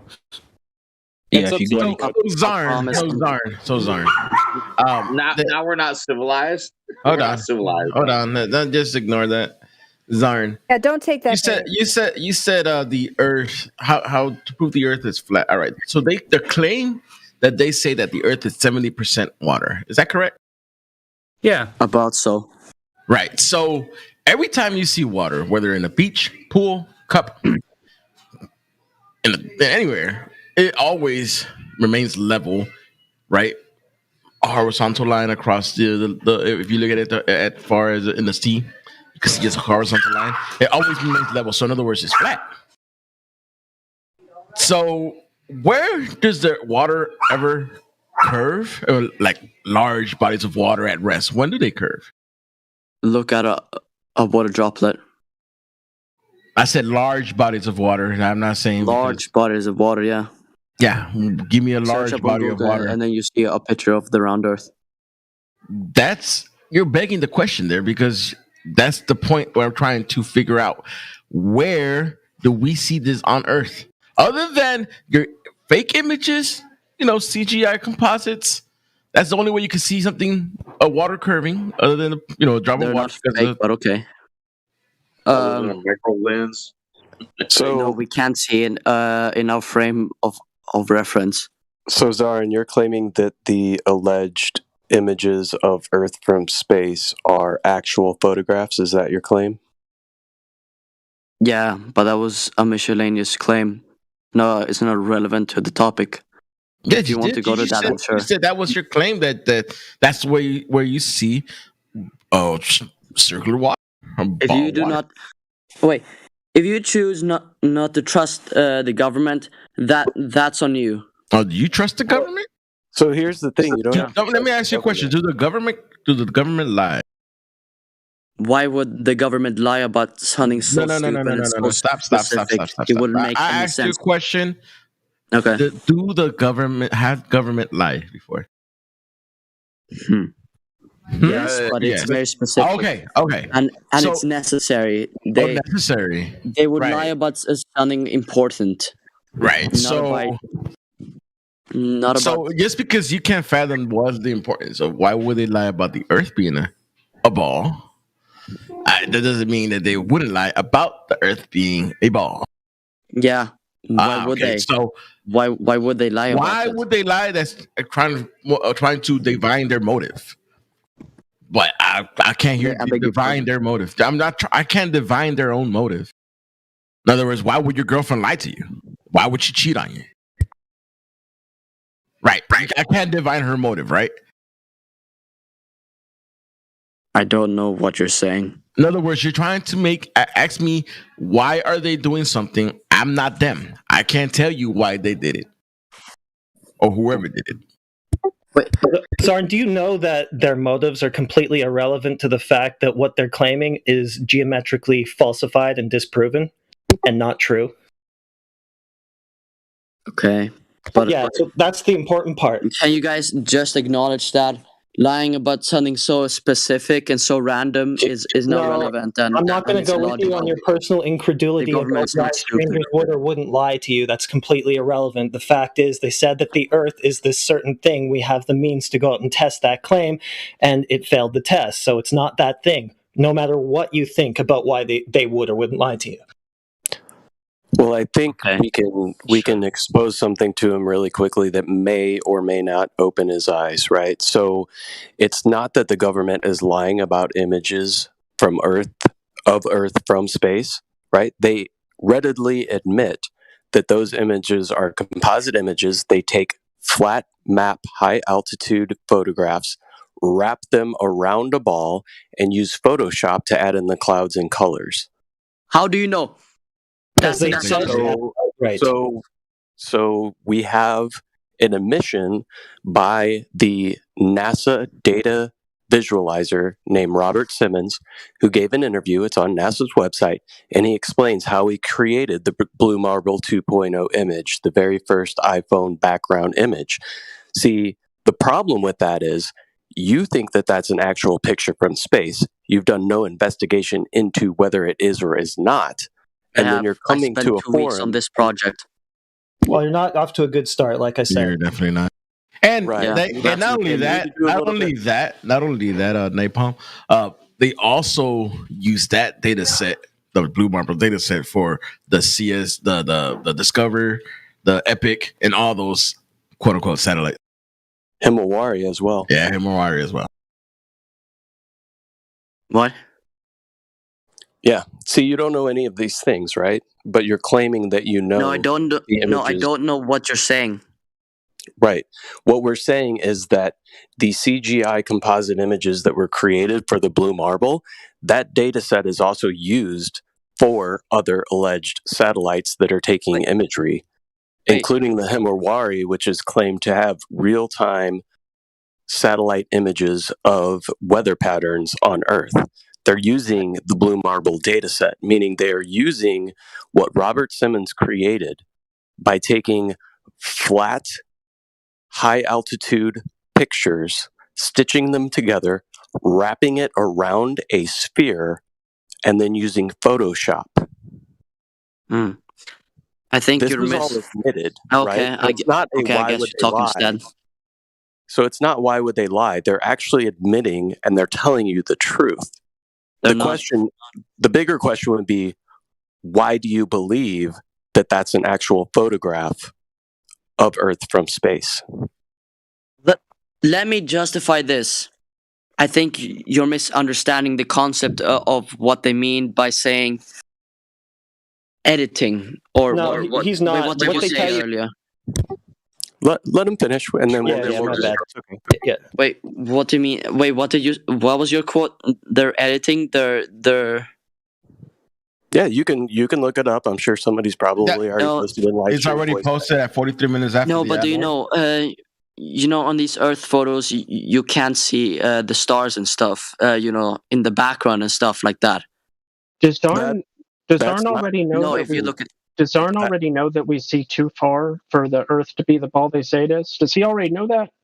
I don't think he knows what's the measurements of the Earth. Have you ever seen a boat like? If you look at a telescope or you just look Was really that a far, yes or a no, you can Zarn? see a boat sink. Like you can see. Zarn, was that a yes or no? The boats are under the horizon. Why is Zarn. that? Zarn, What? How are you? did you know that we see too far for the Earth to be the ball the size they say it is?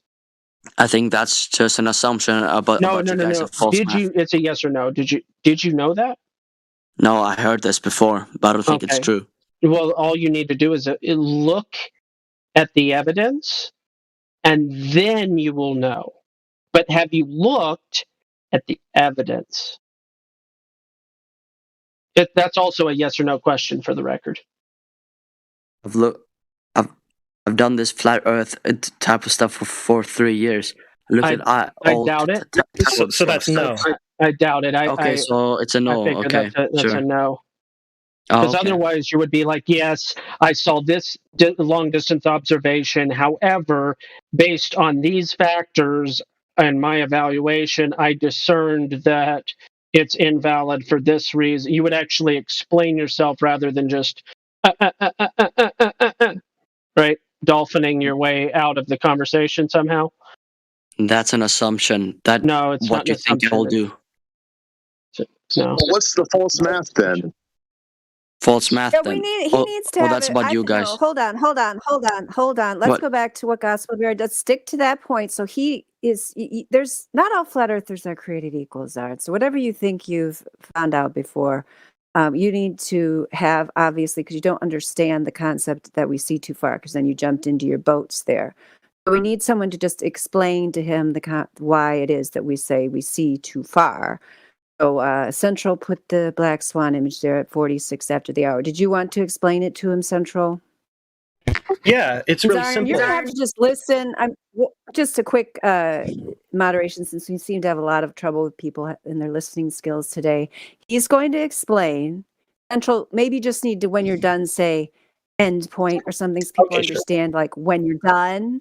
Like, he's probably not going to take that long, and so you wait till he's done. 'Cause even if you don't care, you don't want to find the truth, you don't like to follow the evidence where it leads you, you prefer to just stay on your fantasy globe as a presupposition and come up with excuses for it, there might be somebody listening right now who needs to hear the truth and wants to hear the truth. So we're going to let Central Banker, Central 2.0, explain. And please don't make us have to mute you while he's talking. Thanks, Zarn. All right, go ahead, Central. Wait, can I ask you a question first? Before you You start? always want to preempt our explanations with questions. No, Wait, can I he's just... going to explain it. Then you can, you can hold your questions till the How end. long is this going Go to ahead, take? Central. Well, I mean, I could probably do it in about 15 seconds. You Okay, said that that's we're going over the geometric horizon, right? The physical Earth curve drop off that gets sharper the further away from you it gets, right? Well, if that were true, and if that were an actual thing, then that horizon in that picture I just posted would be appearing at 1.2 miles. But it's appearing where? It's appearing beyond 9.4 miles at the very least. That's a complete, total geometric impossibility on the ball with the size that you think that you live on. So, yeah. What do you say to that? I don't know. Okay, I'm not well, a scientist, so I can't do that. You said that you've been in this conversation for 3 years. You haven't reviewed the evidence, so I'm here to show it to you for the first time in 3 years.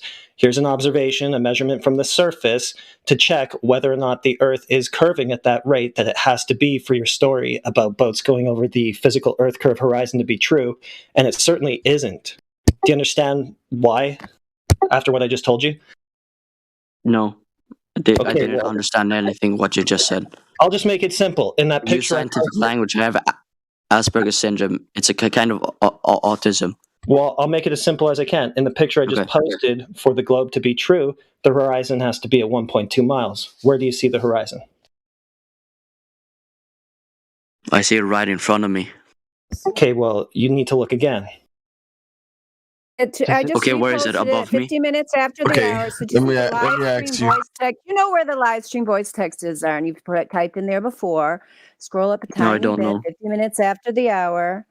So there's the picture we're discussing. Where's the horizon located in this picture of the two oil rigs? I think he's just spiraling. So is it before, after, or in the middle of the oil rig? Yeah, Zarn, this is really easy. Oh, that's the question to me. Wait, what's the question? Well, he asked you if the horizon is before, between, or after the oil rigs. Wait, god damn it.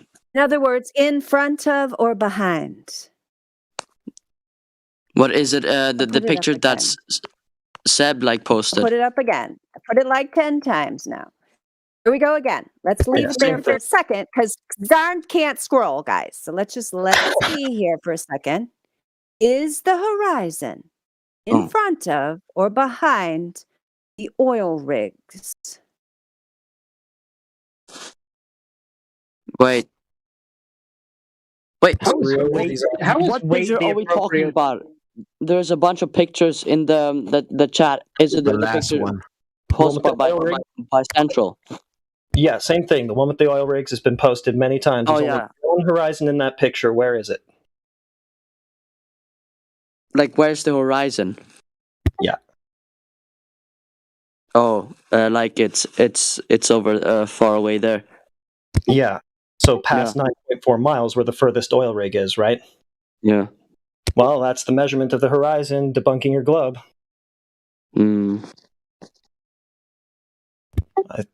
Should have caught that in the last Well, the Earth is not but flat. the nether.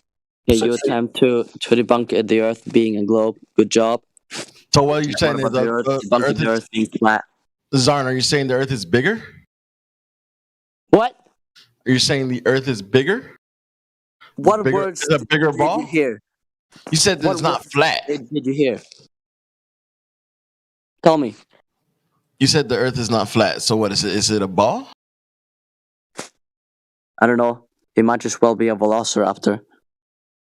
Okay, so Hold on. Those are. Do we have I don't- any other contenders? If you read the regulations, I mean the rules, that's bannable here, bro. We're talking about the Earth, so don't input whatever shape you want. Talk normally, bro, or you will definitely get banned. You understand? No. What am I getting banned for? Because that's one of the rules we have here. If you say the Earth is a triangle, a velociraptor, cat, that will be a bannable offense here. Why? Because this is serious. We're not joking around. If you want to have a play, go play somewhere else. Okay. Yeah, Zarn. So let me just, kind of explain this for the audience. We have a dude that comes in here, says he's been doing this 3 years, that he's got a Google Doc to disprove flat Earth, doesn't know the basic arguments, has no proof of the globe, no proof of spinning. You're just making a claim. Now you're just being ridiculous with your velociraptor claim. So what you need to your takeaway here, Zarn, should be, I get it that you're having a little trouble focusing and so on. That's perfectly fine, understandable in this world that it is like today. It's not your fault that the educational system has failed you. But what your takeaway today should be, you I come live in in Switzerland. here. Oh, well, I just said it's not your Switzerland has fault a that better they- education system than the United States of America. You're not showing it. Oh, Yeah, I guess you're not a good example of that then. Just too much, guys. Too much. Yeah, anyway, it's fine. Okay, so what I'm saying, so if you want to prove to me, Zarn, somebody muted you so that I can finish my statement. Thank you. So you Yeah. want to prove to me how great Switzerland is, how it's so much better than my country. Then why don't you actually do some research? Why don't you take a look at this image, try to figure out what we're showing you? There's a bunch of channels down below. I'll put a link to them in the in the live stream voice text here, show us how you're capable of evaluating information on its face. Don't come in here making claims about how you're going to prove this thing and that thing when you have absolutely zero idea what you're talking about, don't understand the evidence. So your takeaway here, let me get back to my main point, should be, even though you think you're superior to flat earthers, whatever, whoever scarred you in your life, you felt like you were going to find a place where you could come in and make fun of people or whatever.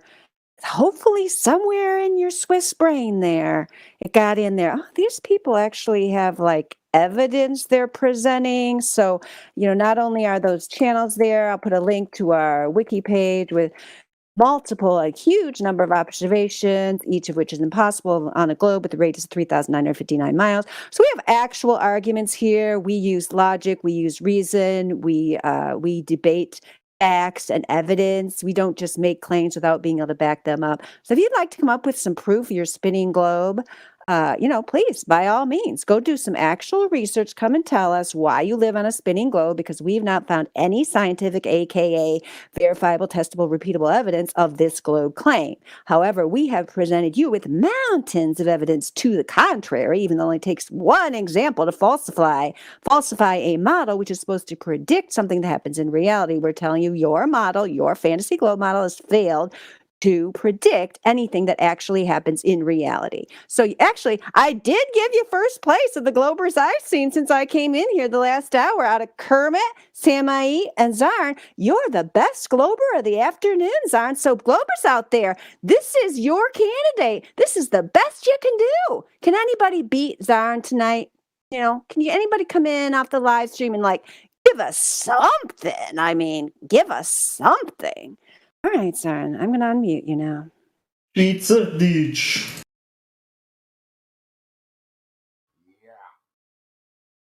Give us some curves. Did you catch any of that? I think he has too many mountains in Switzerland. Once he freaks it out, I'm giving you another chance. Yes, if I unmuted you already, Dan, Zarn. And so, show me the superiority of the Swiss educational system. Go. Give us your best proof of curvature or rotation, please. Wait, can you hear me now? Yeah. Loud and clear. Okay, great. Wait, I'm just trying to. Yeah.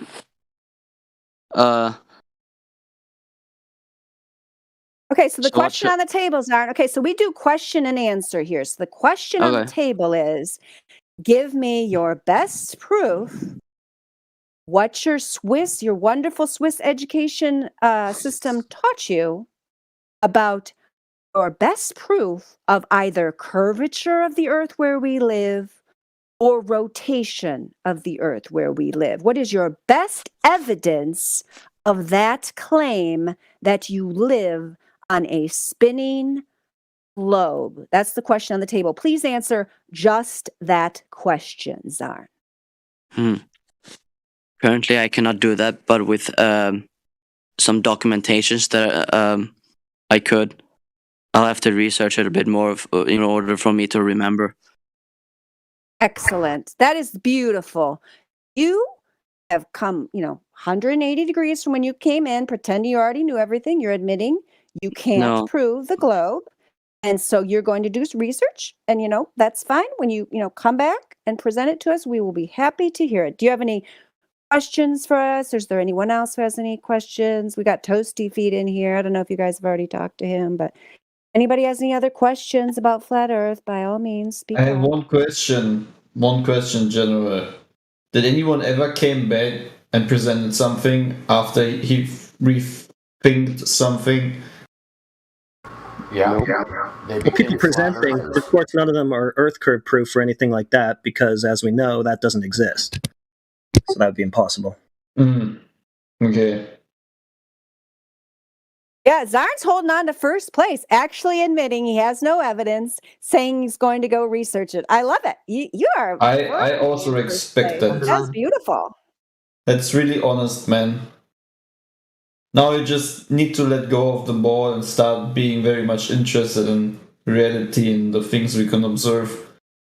And then you're on a good track. Yeah, it's cool, Zarn. Like most of us, I mean, I'll just speak for myself, but I've heard other people say the same thing. You know, we assumed, because that's what you hear in the popular media propaganda, that flat Earth is retarded, people are stuck in the dark age, et cetera, et cetera, et cetera. So, like, yeah, when I started researching, I was expecting, oh yeah, of course, it's been proven, right? Like, this is what the scientists say. So all I have to do is go find that proof. Guess what, Zarn?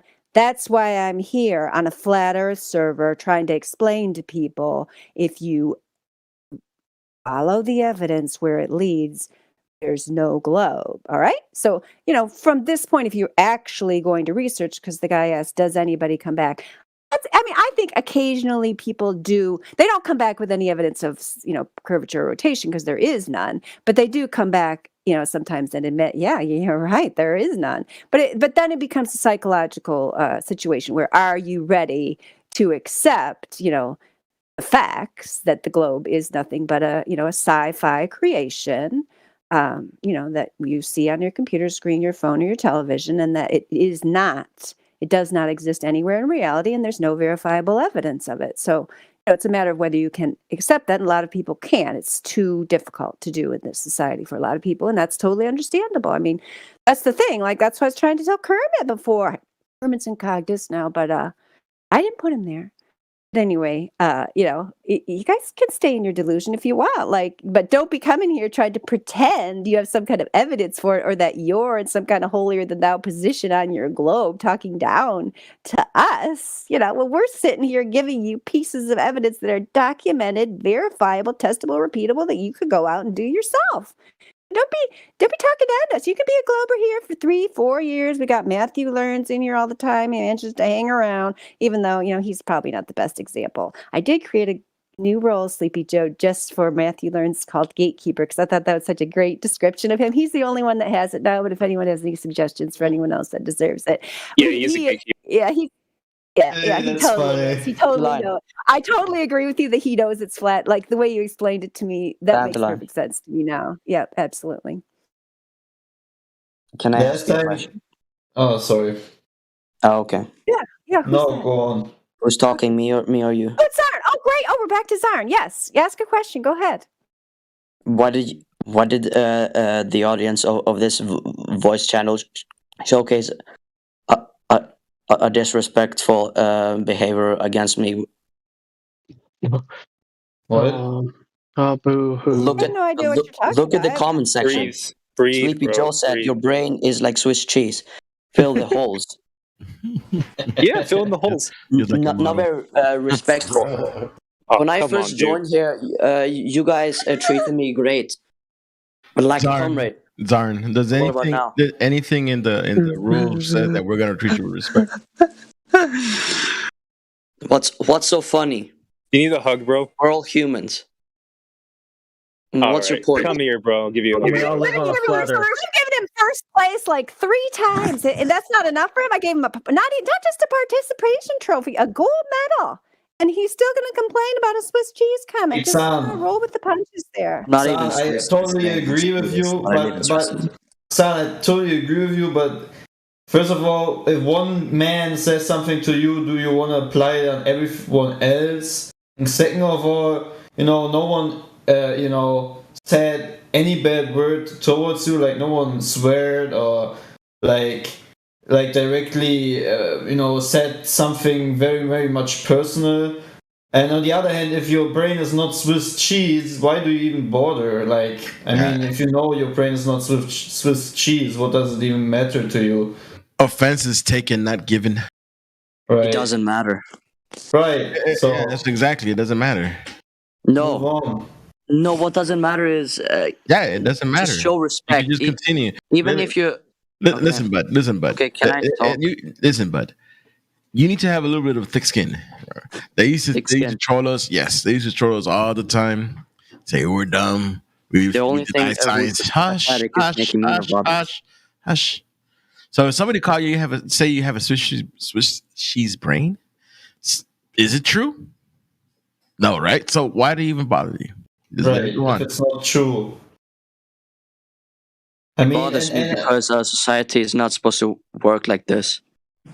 Did they teach Sleepy you? Joe, like, Do they teach stop. you in We Swiss don't have military the phrase "sticks and stones may break my bones, but words will never hurt me"? Do they have he's that? definitely Swedish. What? They stopped that for some reason, and you know what? That actually helped me a lot when I was a kid. I think vocally everyone in here was very nice so far to you.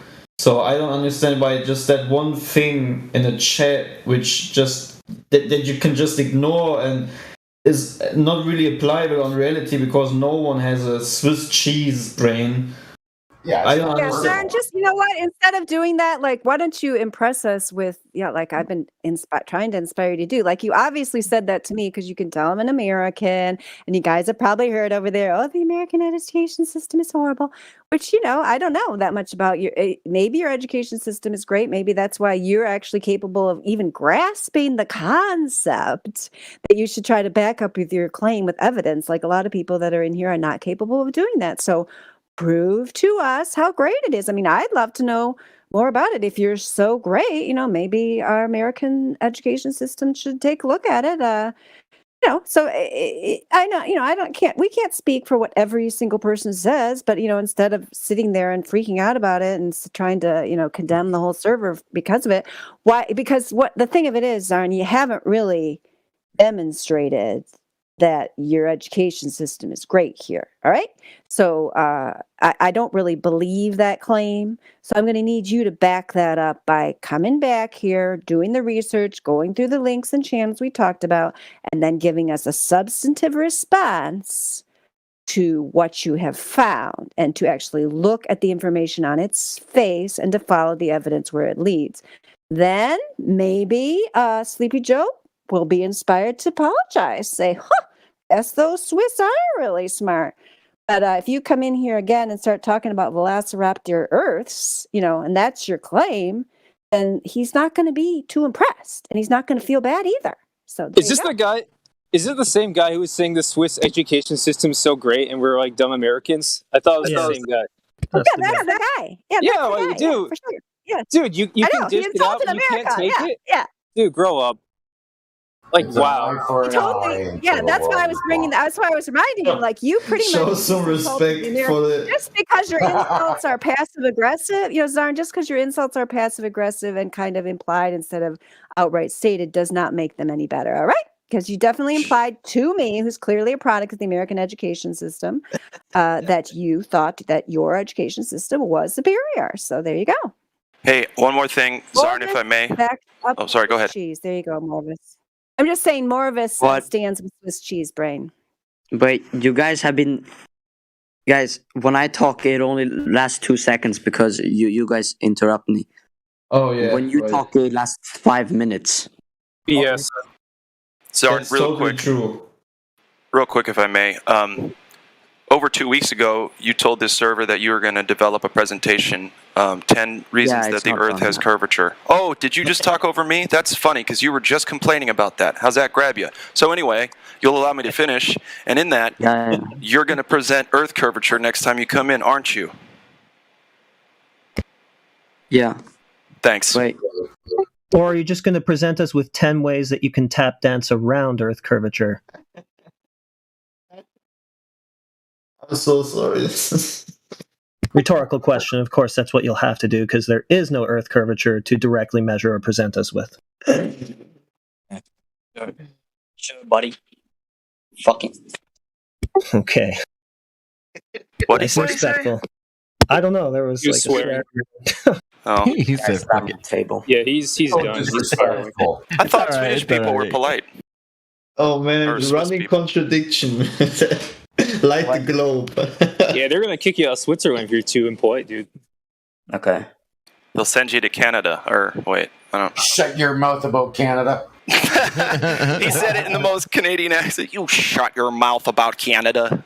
That was the most Canadian way to say shut up, also. Forgot I'm sorry. It's funny. People are so excited.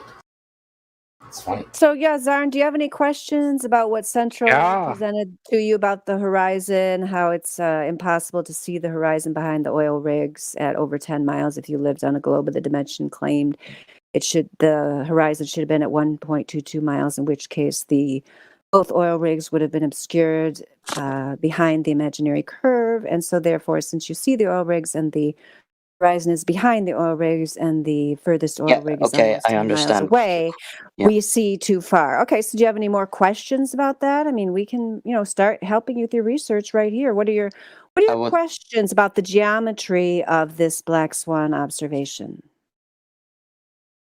I would like to ask you guys one question, and I would like to state something. It's not the statement is nothing to do with the Earth. It's only going. Yeah. We try to keep it to the topic here. Oh, okay, fine. I'll link it a bit. So that's no, you don't want to address the Okay, I'll link it a lot. Okay. It sounds like a lead up to a major some kind of exit troll going on here, but that's fine. Whatever. If you cannot. So what you're saying, Mr. Swiss educational system product, is that you're incapable of commenting on the geometry that Central and others explained to you about how it is geometrically impossible for us to live on a globe of 3,959 miles, which is the claim in which the entire fantasy heliocentric model is based around. So it is not even close. So we're talking about the furthest oil rig being 9.41 miles away, the horizon being behind there, when according to the solid geometry math predicted by the globe model, it would only be 1.22 miles away. So what we're saying is when we go out in reality and test the math that we are given and the numbers that we are given, they're not even close.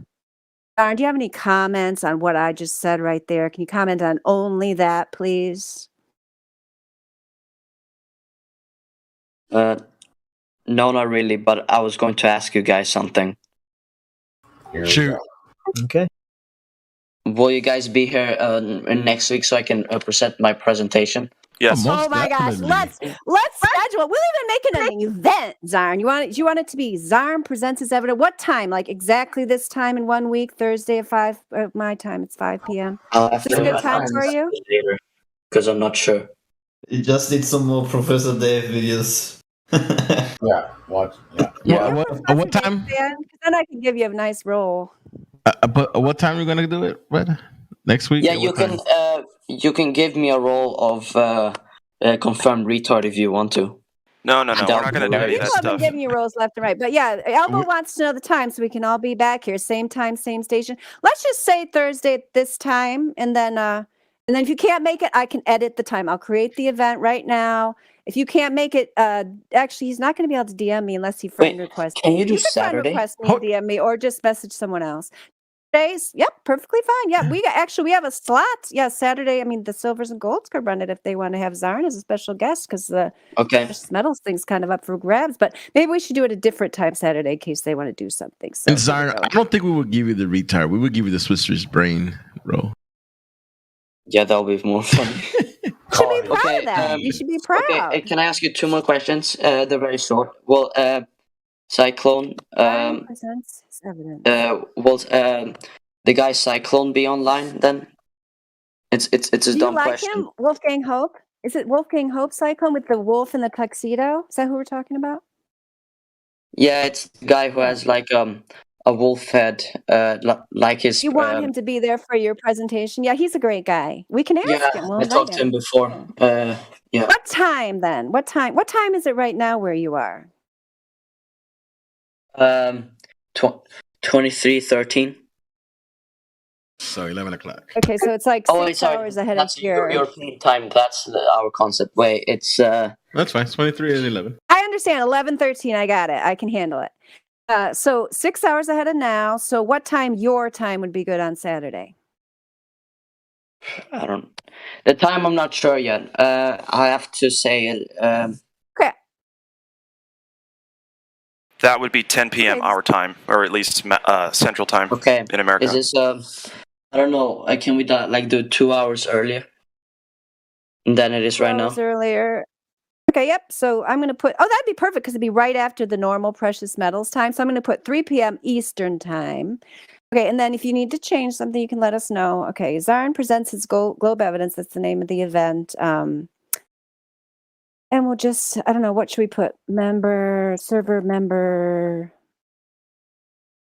Zarn will do a presentation on the evidence for curvature and rotation of the Earth.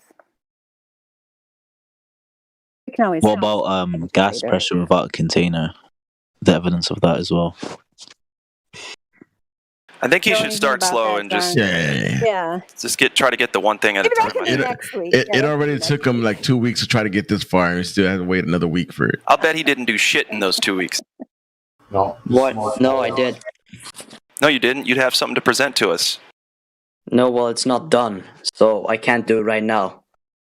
Okay. I want to add in there, and he will prove. I said that should I before. put, just for fun, it'll be kind of an inside joke for us, proving the superiority of the Swiss education system. Should I put that in there? That'd be funny, don't you think?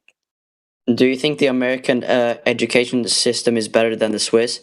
Like, no, we think it's all It'll trash. have to be an event 2 weeks from now. We'll do no, it, don't be sarcastic. Like, it's a serious question. No, we seriously think it's all We'll do trash. the event, yeah.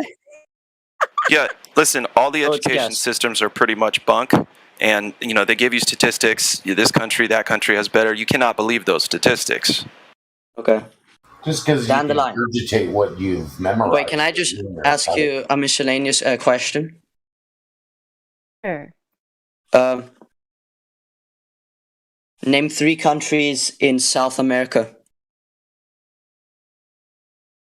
What? No. I don't know. I just Brazil, want... Uruguay, No, Argentina, Don't be scared. Chile, Peru, French Guinea. I already said like 5. Chile. No, I asked Dandelion, not you, but okay. Okay, try.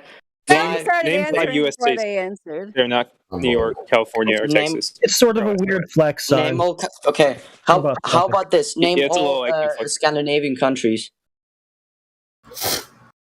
Okay, so what does it have to do with the Earth measuring flat? I'd like to know Norway, that. Sweden, Denmark, Finland. It's just a question for fun. Name maybe one country that doesn't have a 24-hour clock. Can you? That's Canada. Oh. Are you trying to show that your school system is better because you can name countries? We're supposed to be gotchas. So, Yeah. yeah. You can, yeah. Hey, Xam, what is the name of the current president in the U.S.? What?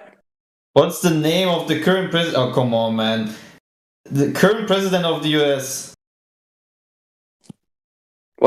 Wait, are you asking what is the current president of the United States? The name of the current president of the U.S. I mean, now you could have already Googled it after the third time of asking. Joe Biden. Wow, yeah. That's incorrect. It's Joe Brandon. Okay, so not, I it's just Joe put Biden. a link to the event there in the live stream. So if you click on interested, then you'll get a notification. So Is it out on an announcement date of the? It's also, I'll announce it. Yeah, on the day of the event, I'll announce it. It's in the events at the very top. So you can go up there. If you say you're interested, then you'll get a notification when it's happening. You can get a notification like 10 or 15 minutes before. It's going to be great. I'm looking forward to it. Okay. Just a little public service announcement. We've never had a president of the United States. We've only had a selected puppet clown of the United States. So I just wanted to give that little. Against Biden, okay. Oh, I just want to give that little PSA there. Oh. You only had one, George Washington. I expected that. Zarn, do you trust your politicians implicitly? That's a big word. Do you trust your politicians? Wait, what was the word you said? No, you see? Yeah, it's too big. Anyway, do you trust your politicians fully? Do you trust No, not fully, but I do trust them. Okay. You cannot trust any person 100%. That's true. Yes, that's true. Your mother, like a really close one, but... So, okay, so listen, are you going to trust everything NASA says 100%, or have they lied to you even once about their space stuff? Wait, sorry, my screen is... But yeah. Have they lied? Do you know if NASA has lied or not? They probably have, but it's probably have. Okay, so you believe they have lied, but only about certain things. Yeah, but they will lie about something that will make sense, not something for fun. Well, you can't divine what would make sense to them or not. And they're not doing it for fun. That may be the last thing on their list. I'm sure they're having a little fun doing whatever evil shit they do. But the point is, we don't know anybody's motivation. And since we don't know that, they could be lying or they couldn't be lying. The best way to find out is to test the stuff. And the best way to test this stuff is to measure Earth curvature. Yep. Is $68 million a day a good reason to tell this lie, Zarn? I think it would be. They probably put that into stuff into space. You can even see when they rockets into space. You can go to the events when they do it. Well, they do launch into space. You can go when they do it. When they go to space with them, you can verify that these rockets are going into outer space. A thermodynamics violation above a globe Earth that has been measured not to exist. You can go with them on that journey. Do you know what falls down? Yeah.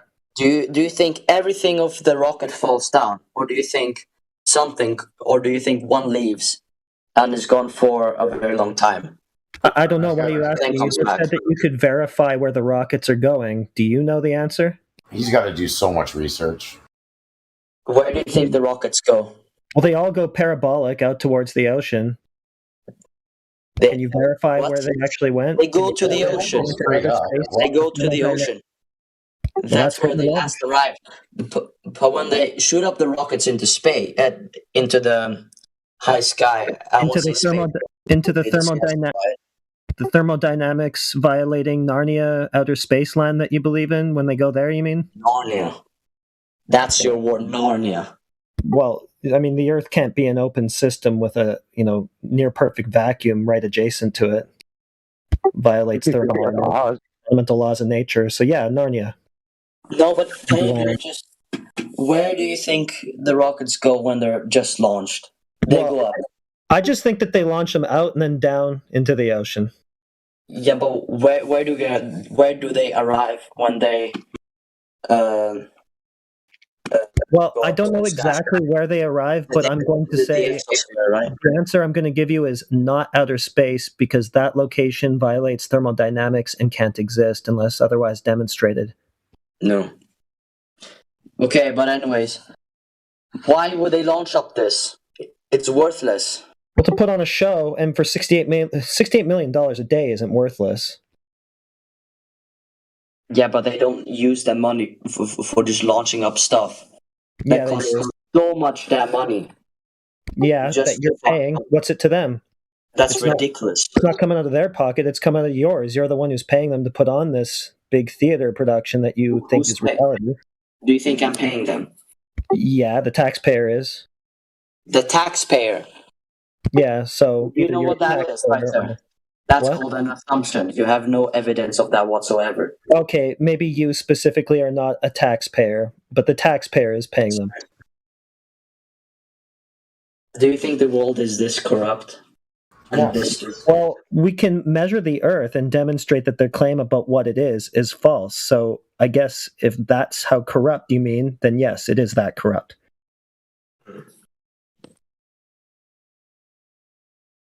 Like you said, you can't trust humans. Yeah.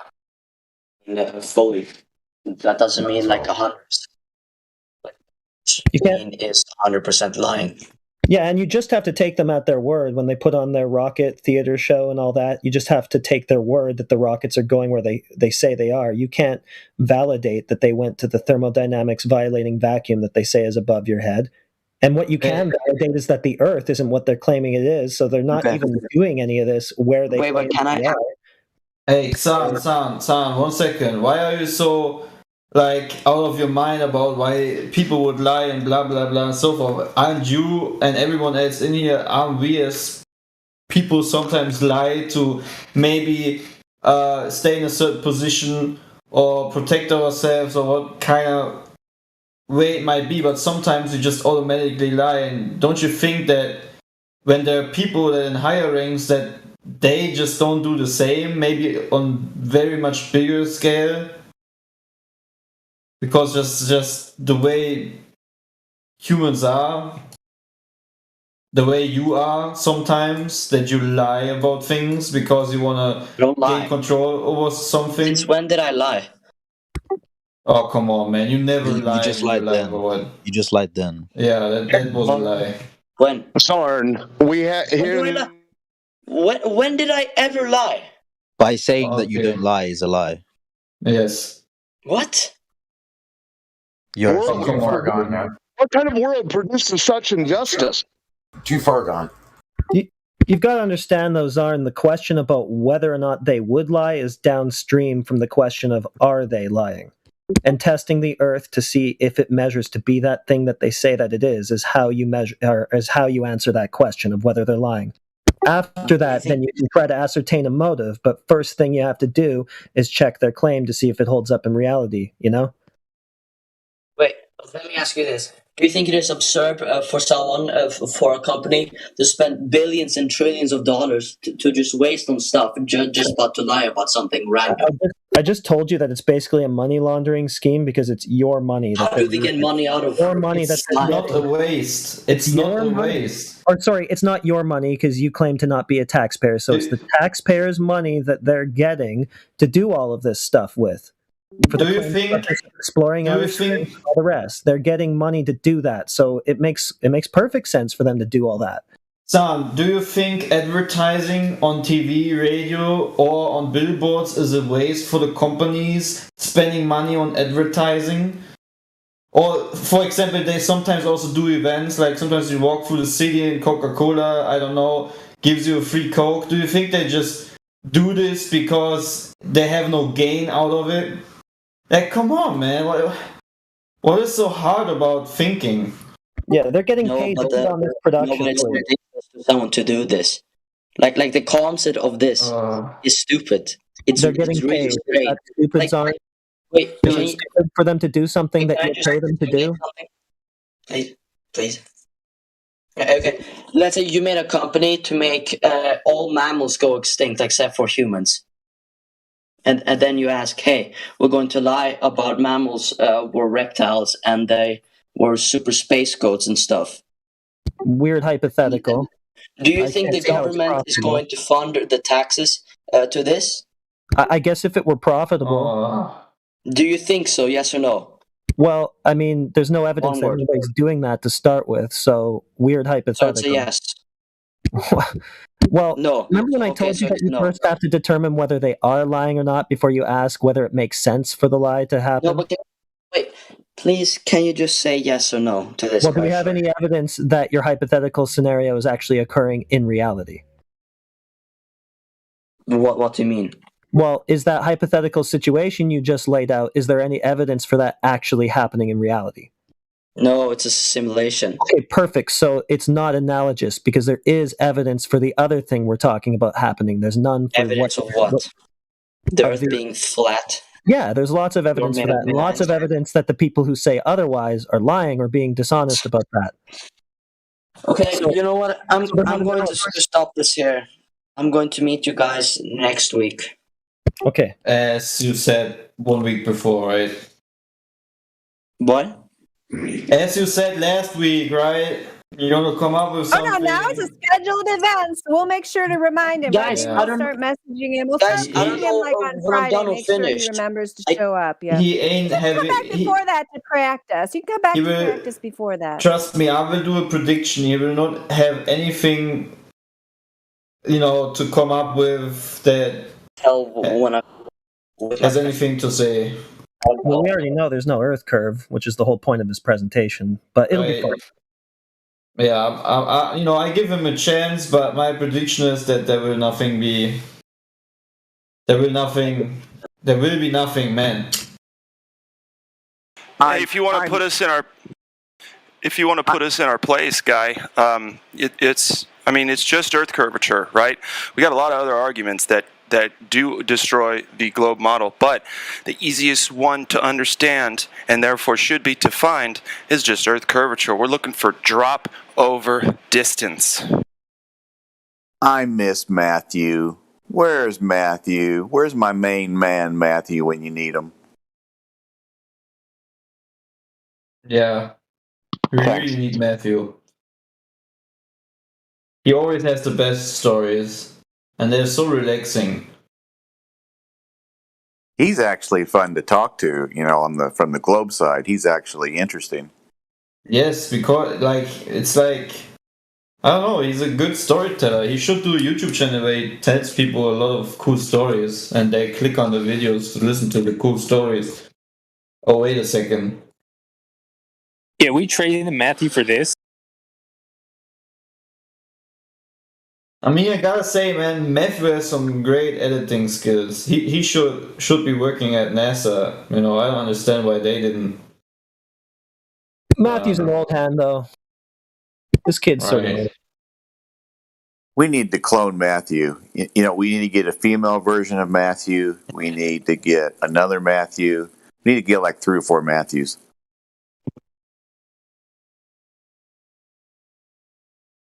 Come back, Matthew. Matthew, come back. We didn't mean it. It would be so funny if he would just show up now. The funny thing is with the old hands like Matthew, it gets to the point where all they can actually do is just admit to you over and over that they just have to assume they're Globe in every case. Reminds me of that song from the 80s. Matthew, come back. You can blame it all on me. Matthew, come back. Every single argument he makes, it just boils down to assuming the Globe. Every time.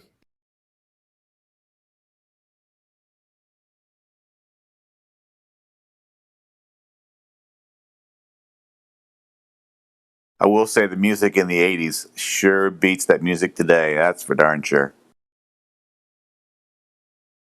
We thought the 80s were bad.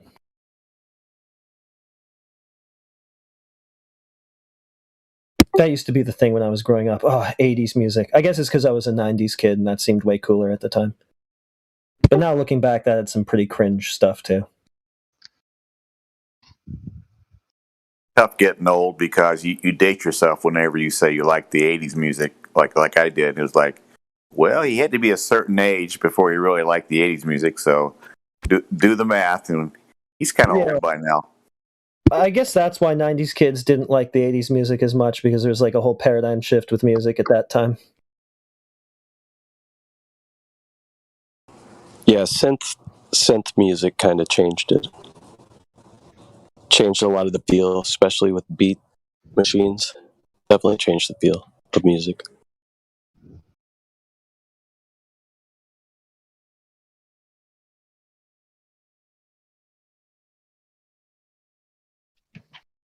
What are you talking about? Yeah, it's gotten weird. I agree, 80s Jim. music is the shit, bro. What are you talking about? I love 80s music. What's wrong with 80s music? And people that like 90s music don't hate 80s music. What's that mean? What does that mean, bro? You know, there was like a paradigm shift in popular culture with music, particularly like grunge kind of taking out hair metal. That would have been in the early 90s, though. Yeah, and so you just grew out of one and into the other. What's the big deal? Yeah, I know. I'm just saying that 90s kids had a bias, so I'm just saying I had a bias. That's all. Good. 90s kids did. Huh? I don't remember that. I don't know. I'm generalizing. I wasn't a 90s kid. I guess I was an 80s kid. Well, I was really a 70s kid, but... Remember the early 2000s? Limp Bizkit! Get up! Yeah, That's I like what Limp Bizkit too. I like all kinds of music, bro. That's why I don't understand what you guys are talking about. I've always liked all the music. There's a few types of bands and certain types of singers that I don't like. The girly ones and just the weird stuff. But I've always liked music. I just don't see it that way anyway. I like all kinds of music. I like country. I like rock. I like grunge. I like all that kind of stuff, bro. Like everything, even rap. I like some of it. Not all of it, but You don't like all of it, you hater. Well, I mean, I don't have to like all of anything, do I? I like ice cream, but I don't like every kind of ice cream. Garlic ice cream is kind of gross, but I guess if I was really desperate, I'd eat it. You don't like Not every kind of ice particularly. cream? I mean, I've eaten it. I've had anchovy ice cream too. It's pretty horrible. But it was a dare. Anyway.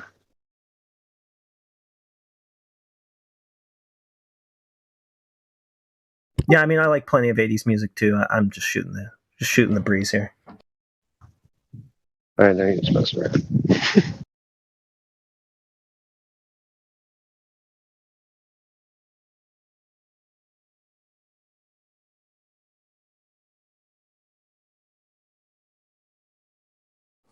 Yeah, so right now there's a bunch of good early 90s albums that are hitting their 30th anniversaries. There's a lot of good music in the early 90s. A lot of solid classic records. Oh, yeah. You guys heard Nirvana? Who's that? I don't know. I'm just looking into it. Oh, yeah, I love Nirvana. Oh, well, never mind. You're probably not going to find the band out. I like the Weird Al parody of Nirvana better. If you ever heard that one where he says, "And I'm yelling, that one's funny. and I'm screaming, and you can't hear what I'm saying." It's a good one.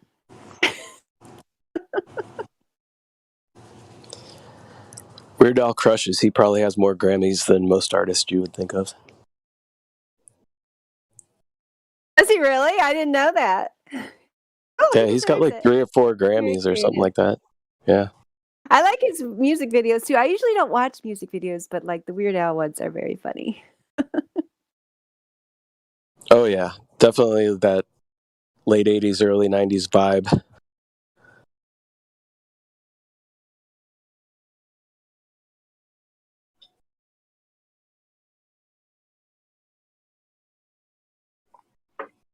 Now who's the hater? I was just kidding when I called you a hater. Did you guys a couple days ago hear my collaboration with John Lennon? The former Beatle. Who's that? I've been. What does he know?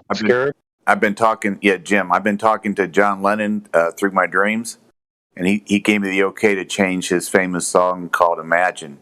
Would you like to hear it? Let it rip. Imagine there's a flat Earth. It's easy if you try. No planets above us, only God's sky. Imagine all the people believing in flat Earth truth. They say I'm a dreamer, though I'm not the only one. Someday you'll come and join us, and the world will be known as flat Earth. Yeah, the only critique I would add is it's the globe that needs to be imagined. Okay, let's see where I missed. Imagine all the people. Oh, I was just saying, let's all imagine the people believing in flat Earth truths. I see where you're coming from. Yeah. Hey, I got a PayPal account. I'm going to download onto voice text. If you want to send in $5, $10, $20, $30, $100, that'd be fine. Thanks. That Imagine song was like them thinking about what the heliocentric model would mean for humanity. Like Carl Sagan in this overview effect.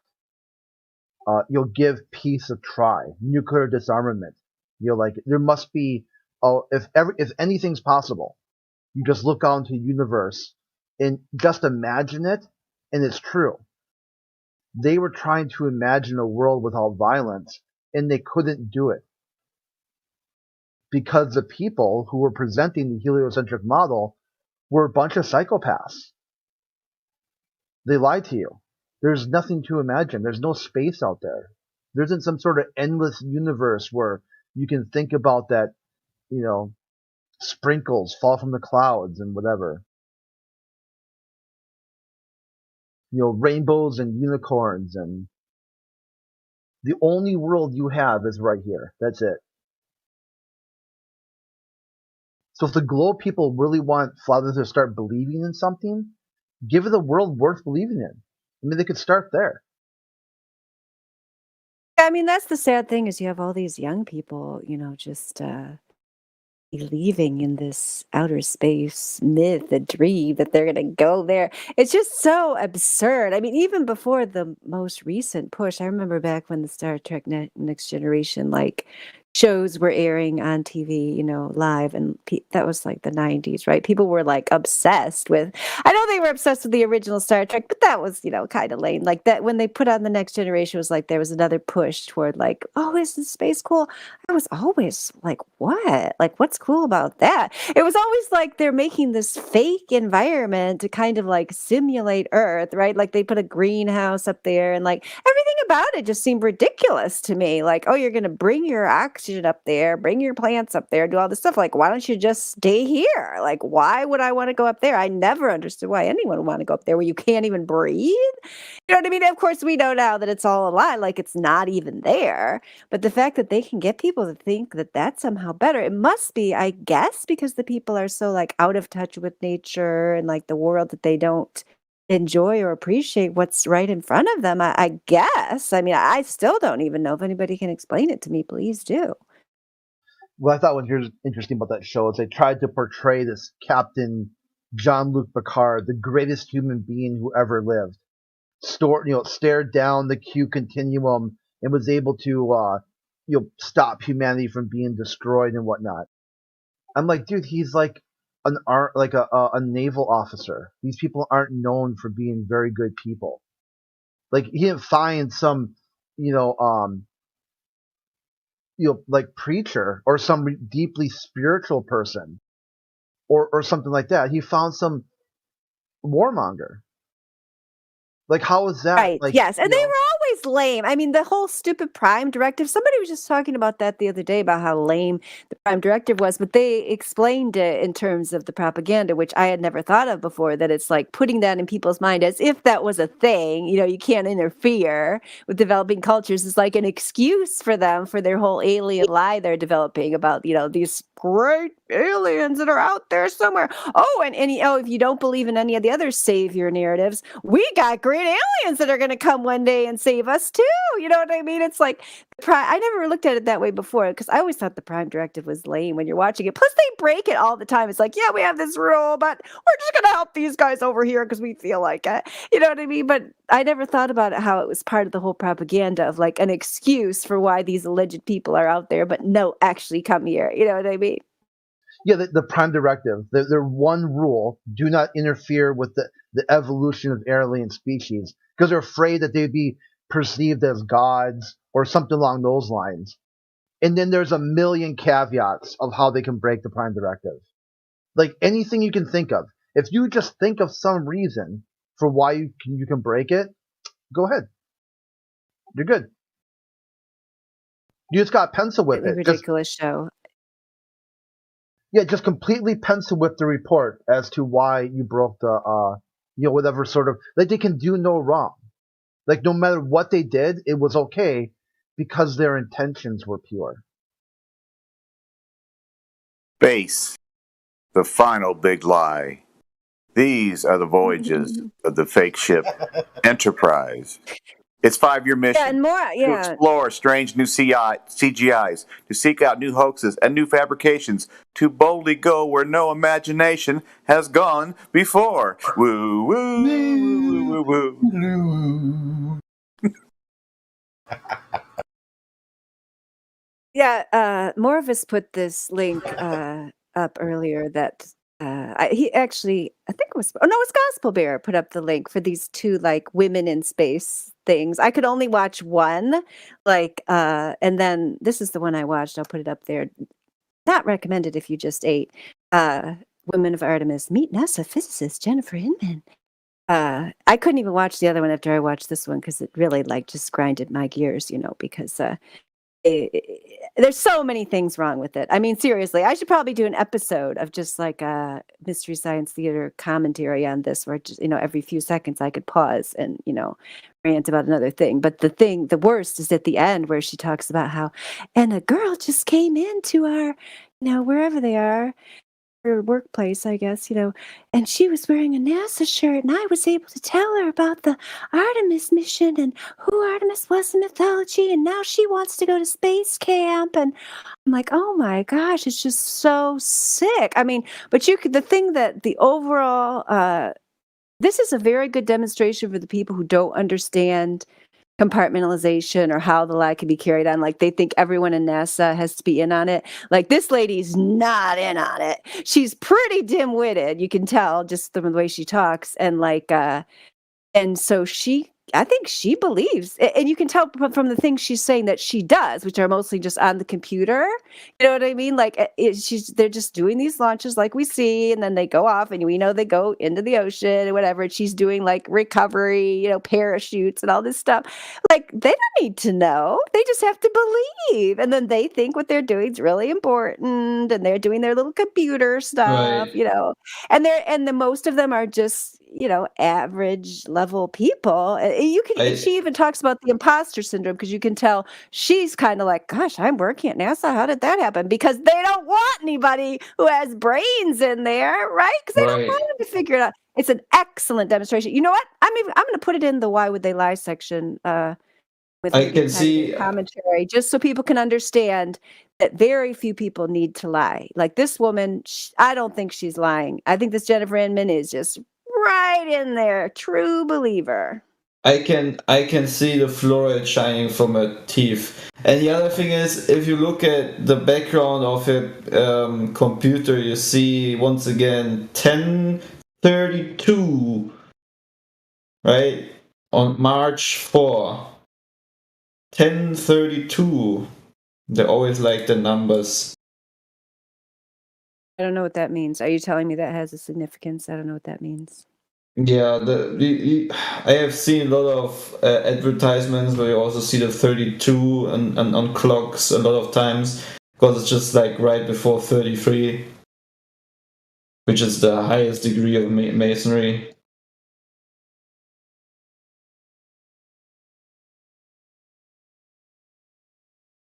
I don't think that's a coincidence.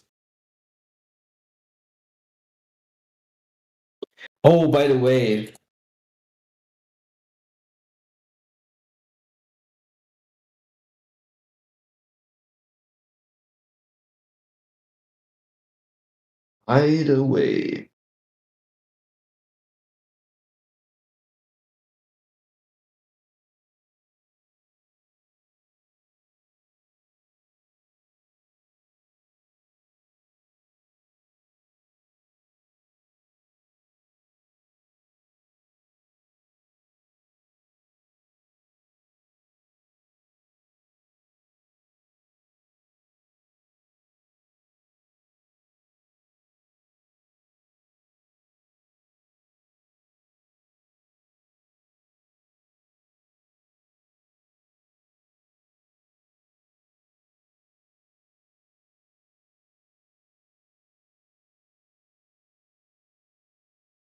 I'll put up the other one, even though I haven't actually watched it, but just in case anyone wants to watch this other woman in space thing, because I find it very sad that they're pushing this on young women, especially. I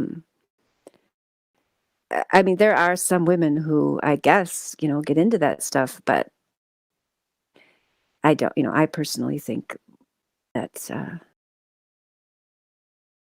the Earth is the realm of the feminine, traditionally, and the sky is the realm of the masculine. And most women I know are pretty down to earth. Like, why can't we just let women be down to earth? Like, I don't know why they have to push all this propaganda on young girls. That's why the end of that video is what really upset me the most, where she was talking about that, because it's fine if, they naturally want to do that, but there's this huge, propaganda push to try to make girls think that's what they're supposed to do. Like, that's the superior path or something, like, and that's been going on forever. I mean, even when I was young, I remember, people asked me what I wanted to do. My mom was a wife and mother, stayed home, took care of us. So when people asked me in school what I wanted to do, I said, oh, I want to be a mother. I'd like to have 12 children. You can't do that. You have to have a career. Even if you want to be a mother, you have to have a backup plan. Like, I was not allowed. Like, I was even going to write my paper on being a mother, And they're like, oh, no, you have to pick something else. So I wrote it on I wanted to be a librarian or a teacher because I felt like, oh, that's pretty close, you know. But like, why couldn't I write a paper on I want to be a mother? You know, I couldn't. Wasn't allowed to. Used to be that was considered to be a perfectly fine vocation in and of itself.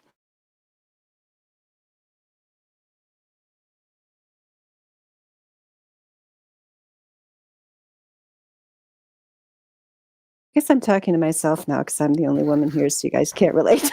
That's an important topic, though. I relate to that. Okay, thank you. I mean, you all have women in your lives.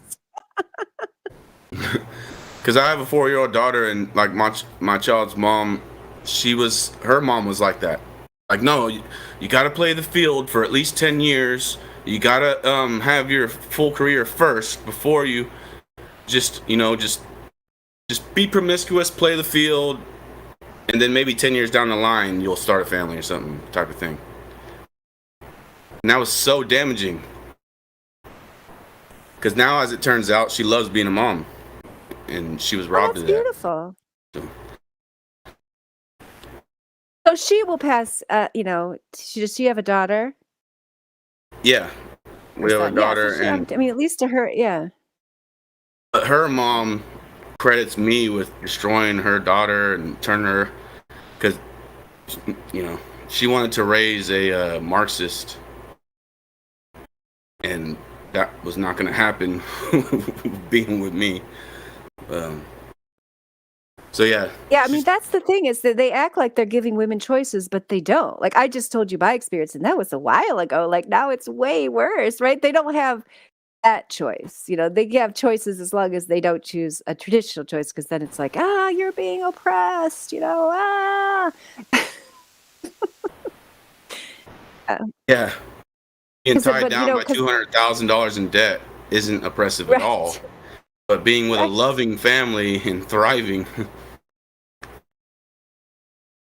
Your liberal Democrats of the 1990s have turned into the woke Marxist totalitarian thugs in the 2020s. Yeah. But I think what your testimony, I think that's important for young women to realize that that if they are feeling called to motherhood, they don't have to listen to these people. Like when I was having my children, like people were left and right were like, "Oh my gosh, you're having another child! You're pregnant again!" Because these are all people who have bought, carbon footprint. The propaganda. But I just ignored them. It's like, yeah, I'm doing that. It's none of your business. I'm not asking you to pay for them. But anyway, but the thing, that's what the people react to when you're doing it. So like, if you're not following your heart and you're doing, like you said, you're listening to what someone else is telling you to do. The thing that happened to me over and over and over again when I'm actually out with these children is women who have 0, 1 or 2 children would say, gosh, one lady, I'll tell you this little story. This is only one of many occurrences. Was at my daughter's high school event for my daughter, but had all my little kids there, too. So, because I have 6 children altogether. And she came up to me, she had 2 children.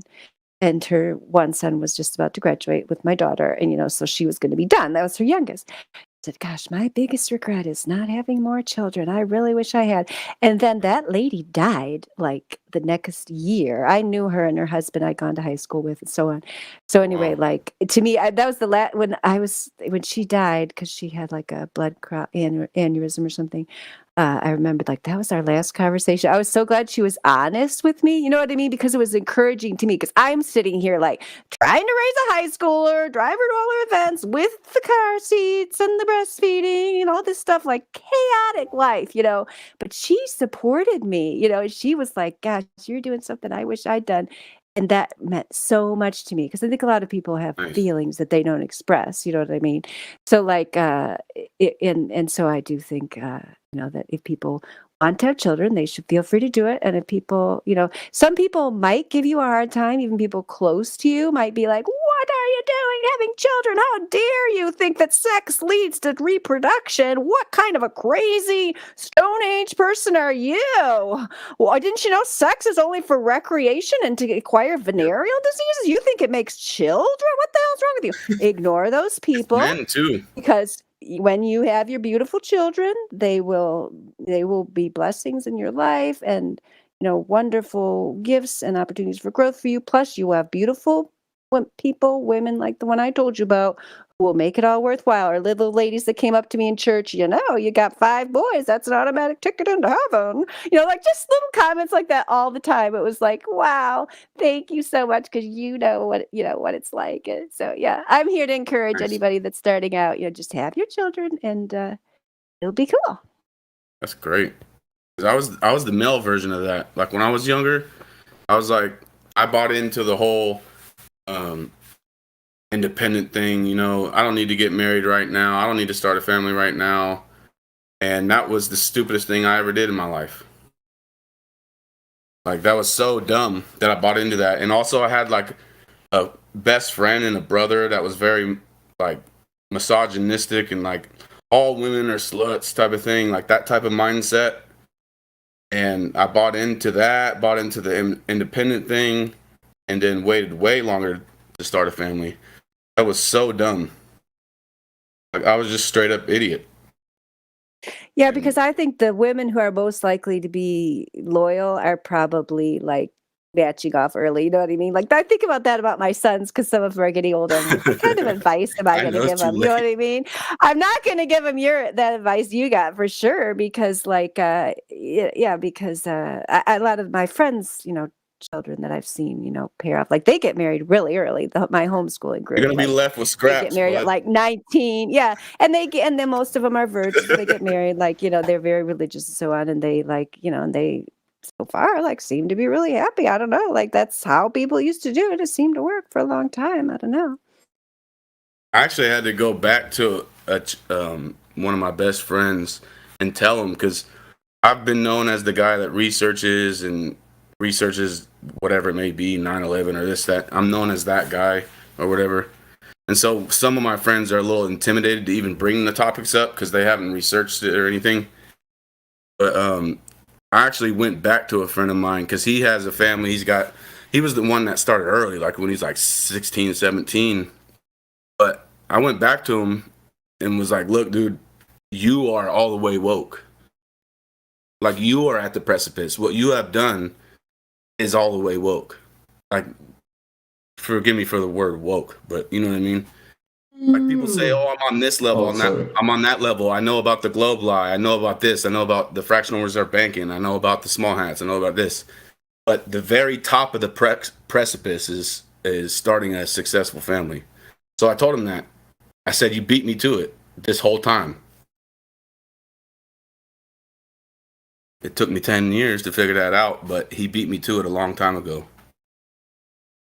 I mean, I think that's what I think the flat earth, at least for me, I don't know how it is for you guys, but once I realized the globe was like, I know people around here still research, other stuff and everything, which is fine. Like if people are into that and have time for that, like I not opposed to people doing that, like, but just personally, I'm just so uninterested in it. It's actually been a great gift because it's gotten me like just kind of laser focused, pretty much except for when I'm here in Discord, like just laser focused on like what's just going on like right around me. You know what I mean? Because like what other people are doing, there's nothing out there. There's nobody out there who like has, any answer I'm looking for. You know what I mean? Because I'll even find people sometimes I kind of like their articles or blog posts. I'll like listen to some podcasts and stuff, but they're still on the planet, on the globe. Like every time they say this planet, this and that, it's not like people can't be right about one aspect without getting the whole picture. But as soon as they say that, I know, you haven't really followed the trail all the way. So like, I mean, I could take what you say and like integrate it, but like, I don't really need to like be running around like scouring, the internet or even books necessarily for like the wisdom, right? Anymore. I'm just and I'm not even to say like I'm not in any way, do not misinterpret me as saying like I am now enlightened. No, I'm just like it's the opposite. I'm like not even like looking for any enlightenment anymore. Just kind of like, I'm just gonna hang out here and plant my garden, watch the birds, play with my children. Like what else should I be doing? You know what I mean? It's like the world's run by psychopaths. Like, I participate in society to some extent, but like what else should I be doing except just living in the present moment? Like, who can tell me I should be doing something else when you guys are, this place is run by psychopaths and half 90% of these people are just doing whatever it tells them to do on TV. It's like it's taking a lot of the pressure off. Let's just put it that way. You know what I mean? It makes the ordinary seem more beautiful. Yeah. Mic check. Mic check. Oh yes, who are we talking to? Hello there. Hey, good morning. Oh, it's sunny. Is it morning? Yeah, no, it's afternoon. Maybe it'll be better when the heroin wears off. Did you just I'm only wake up? kidding. I'm just joking. So I've never tried heroin. I don't think I ever will want to. 'cause I think Dandelion. people get addicted, but I don't think it's a good idea. I don't. You guys probably want to give me some. Yeah. Wait a second. I thought I would just start out with a joke. So anyway, Dandelion, Well, that was I hilarious, love you. Sonny. Yes. Dandelion, Joking about drug addiction wait. is so wonderful. Wait, Dandelion, I love you. I love listening to you. When you were saying that you thought you were talking to yourself. I was listening the whole time, and what you just said about paying attention to what's like right in front of me right here. What's wrong with that, right?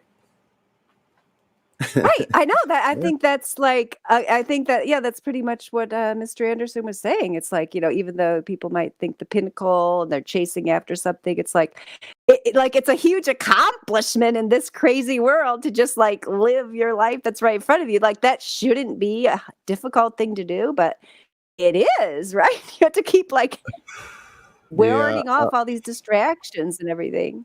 I have a lyric that I wrote and for Imagine also from the other point of view, and that's just a teaser. I'll clue you in on it. It's almost done actually. So Hey, I always say, the world is run by psychopaths who have hired clowns to rule over sheep or to govern over sheep. I'm telling you, the psychopathic clown works for me. You know why? Because it fits in more cases than not. Prove me wrong. That it's not a psychopathic clown in charge of the whole overall thing. If you look at it, is so crazy, so psychotic that it's got to be this psychopathic clown. And I'm sticking with that. And that is, and I know some of you guys, I know for sure, because some people have said it to me before. You guys think I like stick my head in the sand because I don't pay a lot of attention to like what happens on the news and that kind of thing. But that is the female prerogative. I have to tell you. I mean, that's the thing is even the hormones make that occur. You've heard of pregnancy brain. I mean, that occurs. Or, that is a scientific fact that the pregnancy brain makes you like focus on like what's right in front of you. So you can't remember things. I've experienced it like more than 6 times, 6 live births, 3 miscarriages. And that, you just become like, it's the nesting instinct, right? You just become like hyper focused on the now, like what's right in front of you for obvious reasons, because you have to take care of this helpless child. So in general, the female hormones become more intense during pregnancy. They're there all the time. Because I remember my friend in 2017 asking me like, oh, what news source do you think is good? Because I was like, saying some mainstream story was nonsense or whatever. I'm like, yeah, my news source, just opening the window, looking out there. Oh, is anybody coming to get me? Nope. Okay, I'll just go back to what I'm doing. Like, I'll post this stuff in the news, just like somebody's coming to get you tomorrow. Watch out, you're gonna die. Like, no, I see no one coming up the path with a gun or knife, so guess I'm okay. I mean, what news source do I need besides that?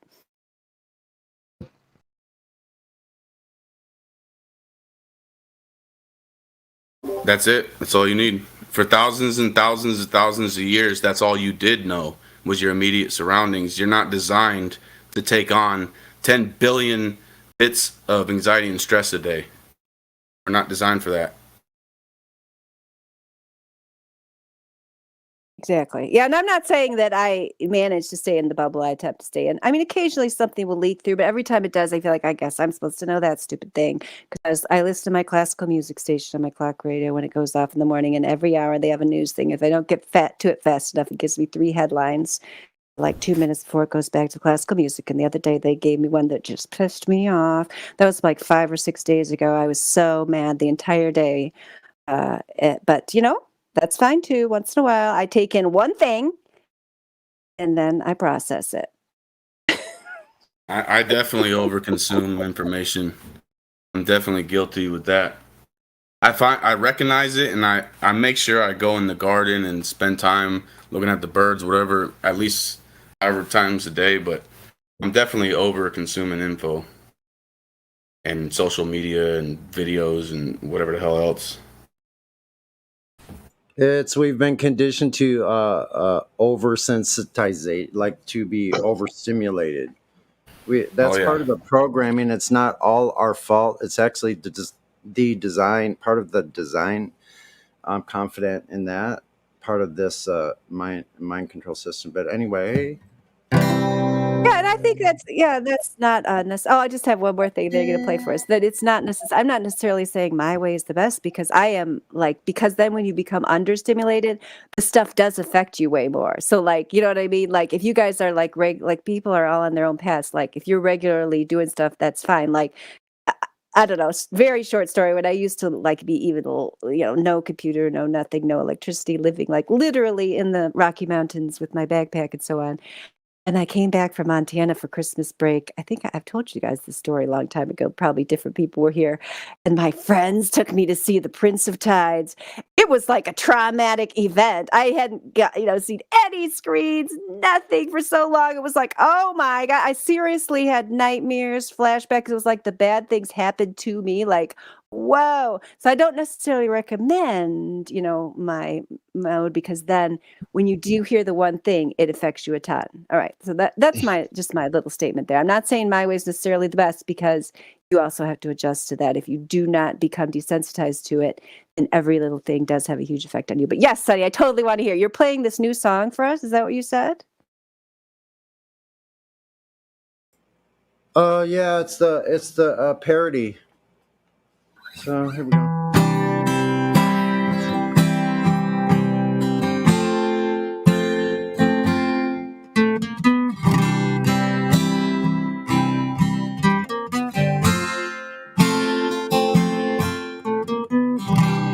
Imagine if everybody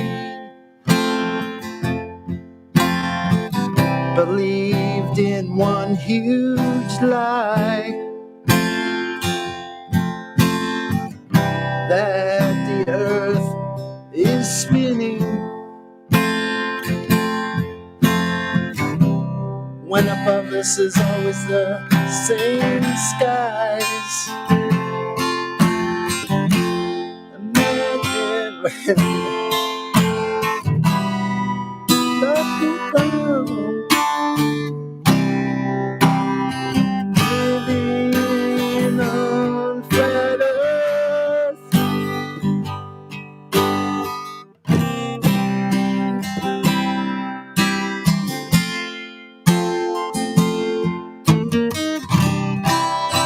Sorry.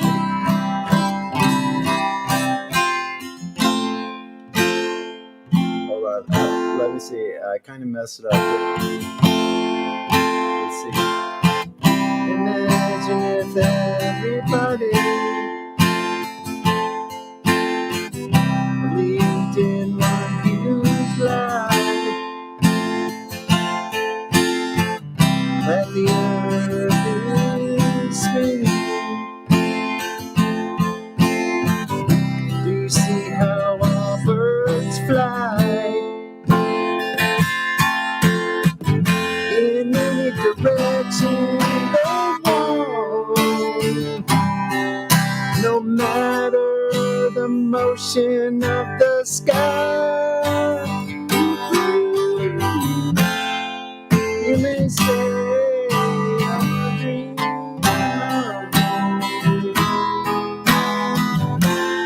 but I'm not the only one. I hope someday you'll wake up and the world will know reality. Yay! Woo, nice. Thank you for sharing that with us.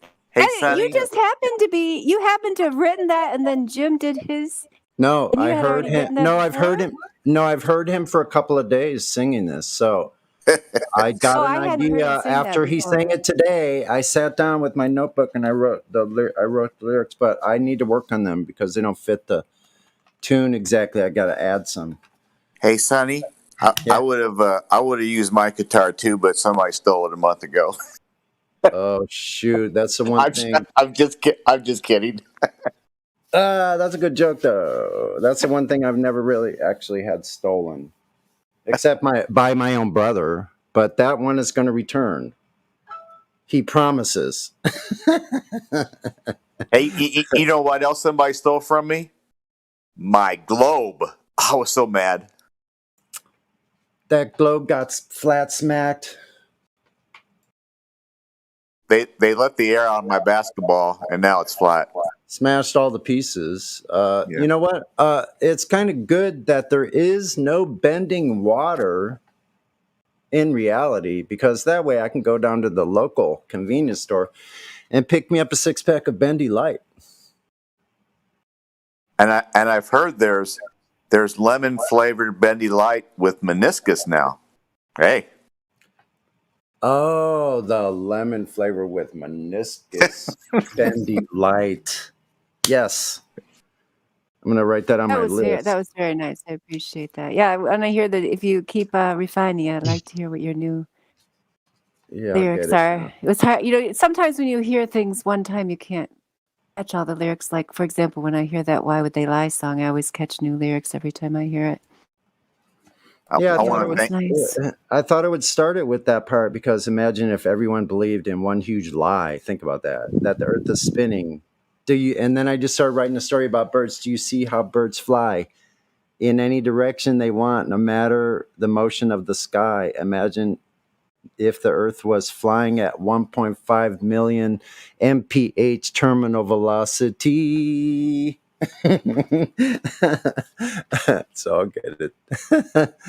That's funny as hell. Wait a minute, let me read the rest, because I couldn't sing it the way I wrote it because it wasn't matching the song. Say there.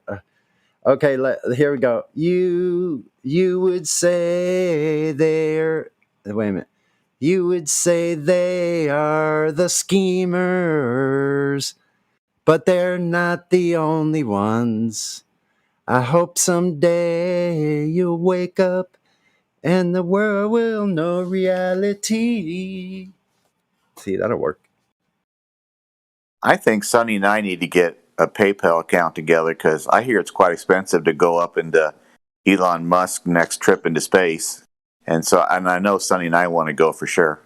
I have a PayPal account, so if you want to support this this project and others for your pleasure, listening, and entertainment, let me know. DM me, and I'll send you the link for my PayPal. Thanks. I just want a PayPal account so I can go to outer space, the next time they go up. I'm not used to promoting myself, so it's like I'm freaking shaky. But anyway, yeah, that'd be great. I can't wait to do more projects, and probably in the next 2 years, I'll be able to travel and move around and take the California Flat Earth to the entire nation. You think I'm kidding? Sonny don't kid too much. Actually, that's hilarious. Oh yeah, you know what? Also, you know what I wanted to say about also escaping to nature, because I think if I had my way, I would just again go and live in nature and not deal with society at all. But the reason I stopped doing that was because I decided that you could live that way to be wonderful, like for yourself, right? Because it is healthier. You're not being assaulted by all this propaganda and stuff. But I realized, oh gosh, I might as well be dead if I'm just going to be living, here like all by myself in the natural world. Like it's way better. But I remember making that decision to return to society, and so lately I've kind of been regretting it, but. You guys do help me, feel like it was the right decision, that there is some purpose in trying to have some effect on society, even though half the time it seems like we're not really having any effect. Sonny, you missed. We had 3. Are they still here? Because I have to decide what adjectives to use to describe them. If they're gone, I can be more honest. Yeah, they're all gone. 3, oh my gosh, what is the nicest adjective I can use? Just kind of... Is slow the right word? I don't want to say. They were very recalcitrant. There we go. Recalcitrant globers. Recalcitrant. Oh, I have to look up that word. Could you just recalcitrant. Let me think. What's a That was my nice way of saying it. And so you don't know what that means, so I'm gonna have to be more explicit. They were just stubborn. There we go. We'll just call them stubborn.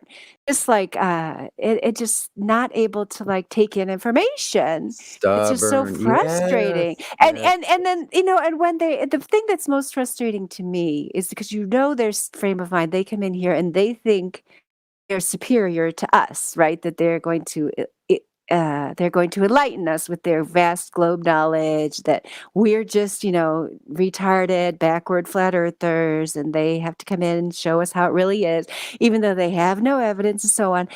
And like they never realize it. They're not ever embarrassed. They don't realize the last guy kind of did. Oh, Sonny, and we created an event. It's next Saturday if you want to come and see his evidence. Zarn, he's going to present his evidence for curvature and rotation, which he admitted that he did not have, even though he came in here saying he had a Google Doc disproving flat Earth, and he's sure it's a globe and this and that.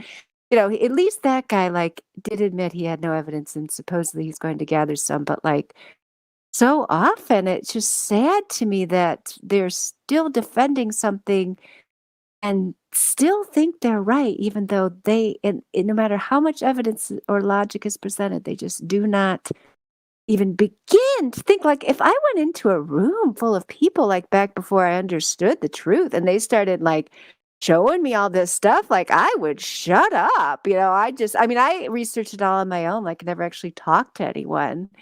But back when that was happening, when I started to realize, oh my gosh, there's no evidence for this globe, never would I have kept arguing for it when I realized I had nothing. It's hard for me to even, because people will say, oh, remember, you once were a glober. No, I was never a Kermit who we had in here, or a Sam Oysett, or even a Zarn. I don't think any of us were. So that's what makes me wonder, is that kind of person, is there any hope really for them to get off the globe? Because I guess some people have told me that they were those people, it's maybe it's a personality thing. I think, was it Lou who told me that? I think so. Lou told me he was one of those people that he argued against it. But I never argued for the globe once I started to look into flat Earth, even before I realized it, because I knew, this is an open question. This is not an open and shut case. I didn't think it was flat. I thought, somewhere I'm going to find something, right? But I hadn't found it yet, so I shut my mouth and said nothing. It's just, but maybe it's a personality thing. Yeah, correction there. No, I didn't really fight for the globe or anything. Once I wasn't willing to go all the way and say for sure that the Earth was flat. I kept that on the fence role for quite a while, leaving room for that shadow of doubt, until eventually it was just there was no point. I hadn't argued a single thing for the globe for a year and a half or something. I was yeah, I'm definitely a flat earther. I might as well wear this heading. But no, I didn't really argue. That's how it normally, that's okay. Yeah. And that's how, when we do see people transition over, that's how it usually happens, right? They just kind of hang around here for a while, and then they eventually be yeah, guess I haven't found anything. So yeah, these. So do you think, Lou? So I mischaracterized you. I'm sorry. I misunderstood. Probably, or was just not remembering. Next time, just make sure I'm not here, and it'll be fine. Don't worry about it. I know. I thought you were a counterexample to my claim, but now you're agreeing that there's no hope for these people, right? Pretty much. No, there's very little. I've only seen. There's only one person I can think of. There's probably, I'm sure there's more, but there's only one person I can think of who, that we argued against a lot. Who was a Jim Panda goon who, eventually after a couple of years of him arguing on the globe side, he switched to the flat Earth, and I think that's amazing. Brummy. But it's very, very rare. Very rare. Almost impossible. Is Brummy our example? Is he the example? No, I'm thinking of Reasons, which is what is it? I always forget the name he goes by right now. That's the same guy. Yeah, that's Brummy. Yeah. Oh, okay. Yeah, same dude. Well, if one person has done it, then there is hope. Okay, yeah. If one person's done it, then it can be done. There you go. This is why I'm going to other spaces is just completely toxic. Like if the globalists controlled space, you won't even get a chance to get there before they think. Like they said, this woman said, "You're a flat earther." Yep, they've debunked the flat Earth. I'm like, okay, what is it? What did you debunk? And he's like, the normal spiel about like, it's a disk in space and all this stuff. I go, nope, that's not flat Earth. Flat Earth is geocentric. And then after going through it, just back and forth with him for like a couple weeks, in text only. It turns out the guy's also an atheist, like duh, right? A lot of these anti-flat earthers are atheists. So I said, here, use this for your with a flat earther is. I do not believe in heliocentric model or models, even more so when presented by religious institutions. And then it got into the conversation where NASA isn't religious. And then once he learned NASA's part of the federal government and the motto is "In God We Trust," then he after going back and forth with him just about government, he finally says, "You know what? You're right. You're right that there's these branches of government and NASA's part of government and all this stuff, but I hate you," and then banned me. So even when you get close to like a breakthrough with some of these people, their hatred will just bleed through, and like this guy admitted he learned something, but it didn't matter to him because at the end of the day, he's not going to listen to what flat earthers have to say. He'll fight it, even if it's objectively true. And I can understand that. Like, I get it. Like, I've always known, like, for some people, the need to, like, be part of the group, or be, like, accepted into society or whatever, like, follow the mainstream, whatever you want to call it, is, like, way stronger in some people, than in others. I mean, I don't know if that's, like, a genetic thing or if it's an environment thing or what it is, but, like, so I try to have, like, empathy for these people. I mean, I'm not always so good at it, but I do try. I mean, I get the point. Like, I don't have that trait, I never have, but other people do. And then there's other things that I struggle with that, maybe they're great at, so I get it. But it's unfortunate that in this particular case, like the urge to fit into the group, is actually, countering their personal progress, in my opinion, in terms of like actually accepting reality and finding peace. I mean, you're permanently stuck in this state of cognitive dissonance. Like, that's not good for you,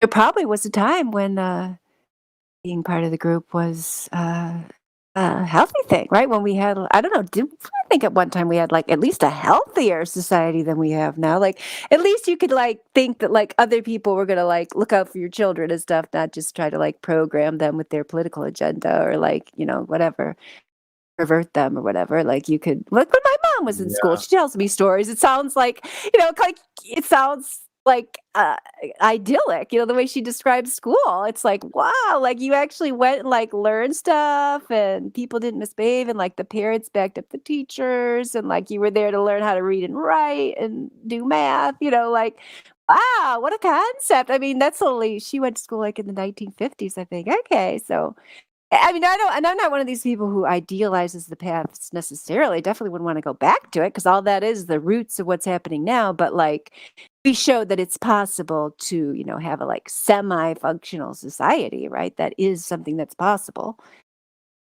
Well, yeah, I think, to a certain extent, but then also as far as that goes, like we didn't have the internet for most of that time. A lot of stuff people kept to themselves. It didn't get reported. People are pretty good at keeping a public appearance, a facade that they would wear, but then go home and beat their wife and their kids and drink or whatever. This stuff has always happened. It's just you didn't talk about it. Well, that's true. And I'm not trying to say like it was a paradise back then, but it wasn't. I can't get into examples without like getting off into areas that probably we shouldn't talk about. But it wasn't like you didn't send your child to school and then they end up like on all these other little tangents of stuff that have nothing to do with education. Like that's the main thing I was trying to say, but it wasn't like they were all like really living in the perfect thing. Some of it was a facade. I totally Agree with that. Yeah. It's like the rise of Karens. It's like the ultimate version of the Karen. They're so obsessed with not only what people are doing, but also what they're thinking. They're that upset about it.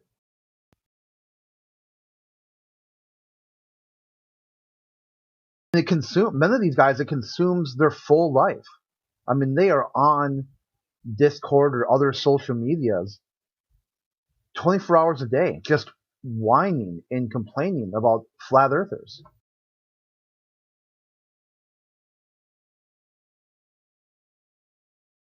Yeah, that is pretty weird. The anti-flat earther people are very weird. I agree.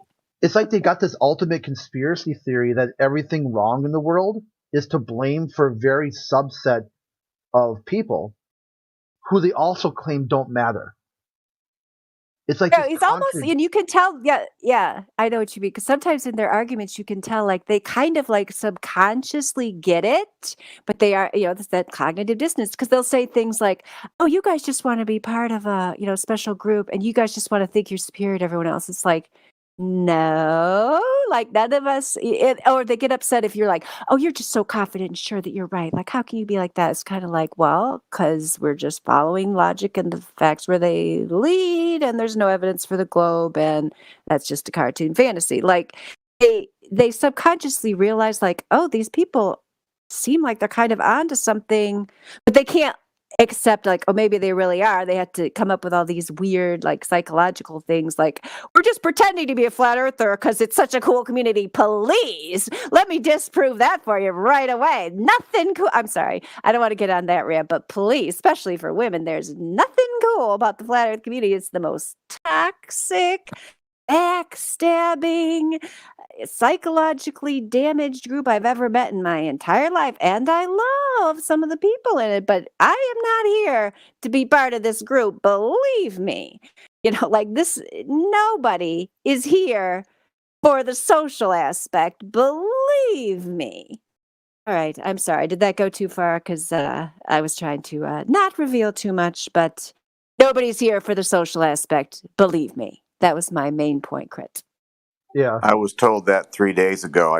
I did an Instagram debate with somebody from Australia, and he got on a rant saying that I think flat earthers, including you, looking at me through his video, whatever he was using, he said, including you, just do this flat earth thing for attention. That's all you do. That's what you do it for.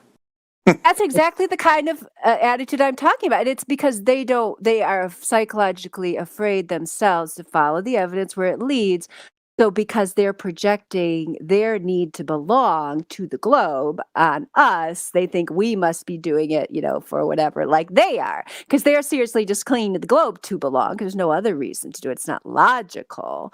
And I do want to give one little disclaimer. The reason why it's like that in flat earth is obviously because it's like that by design. I mean, just like any, grassroots, revolutionary, anti-establishment community, it only takes a few, well-placed people making it that way to make it that way because they want to make sure it doesn't become any kind of a social movement that is actually fun to be in, right? Like if it really were what they said, I mean, that's probably what it would be if it were allowed to develop naturally, but of course nothing is allowed to develop naturally. So you have the people who are in charge, so-called, of the so-called community, making sure that it never actually does become a wonderful community. So like we're kind of like a ragtag. I still think we're a cool community, like don't get me wrong, but like nobody would want to be part of it just to be part of it. Like, let's be real. We like it because we need other people in our lives who are, to have a reality check. Like a lot of us are surrounded by people who refuse to give up the globe. So it's nice to have people around who are like willing to accept reality as it logically presents itself. So yes, we have a community, but it's not a natural organic. I mean, obviously anything natural organic that has to do with getting away from mainstream society has been, since the 1960s and likely before infiltrated. Of course they covered their tracks better since the Patriot Act, but we all know, for example, when the 1960s commune movement, for example, the farm in Tennessee was trying to start a new society. base, living off the land and so on, because they were rejecting the Vietnam War and the warmongering society and the military-industrial complex and so on.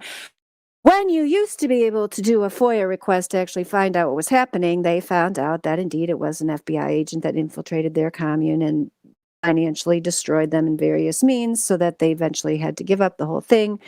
And now they're still there as a loose organization. They still do deliver babies there. That's probably the best thing that they do is they promote midwifery, and because outcomes are much better when they're outside of a traditional medical hospital. They have way better outcomes, like extremely low fatality rates, and they've delivered thousands and thousands of babies down there at the Farm Midwifery Center in Summertown, Tennessee. But the point is, I'm not saying we're not a nice social movement because we're not nice people. I'm saying we're not a nice social movement because there are none. And there's never going to be, as long as the people in charge are still in charge.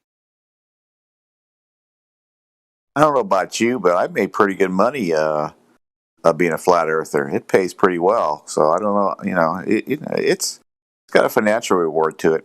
Hey, Lester Holt on NBC News just came on at 5:30, so I need to check out for at least 30 minutes because I want to watch some truth, some real truth for a while. So I'll be back after Lester has talked me into becoming a Glober, 30 minutes. All right. Have fun. Oh, that's all it takes, 30 minutes. Gosh, wow, cool. Maybe I'll try that. I got to go cook dinner, though. I do, and I've been talking you guys' ear off. I don't know what's wrong with me today. I'm just chatty Cathy. I can get that same job done in 5 minutes. I'm sure the news, actually, there's an exponential rate of brain damage to minutes watched. I'm positive of it. Hey, they're going to talk about what time does John Lennon come on? They're going to talk about this most recent outbreak, so I got to get out of here because I'm living in fear. What time does John Lennon come on? I don't know. So who's that? Aren't you the guy that hears voices, John Lennon? I don't know. Wait a minute, is that another guy? Or? Yeah. Larry, he's the one who did the Imagine parody, but did you miss Sunny? Sunny did an Imagine song for us a little bit earlier. Were you here? No, I missed all that. I just remember, I think it's this guy who was talking about hearing voices in his head, and it was John Lennon. I don't know if he's like a clown or someone who's suffering from a mental... He goes in and out of, you're talking about Jim. He goes in and out of parody. Sometimes it's hard to tell when he's being serious or being a parody. I don't know, maybe we should have him give us a signal before... Because he uses the same voice for both. I actually jump out. Yeah, he's gone. Yeah, he's gone. He said okay. I was gonna wait till he was gone to talk about him. I'm kind of worried about him.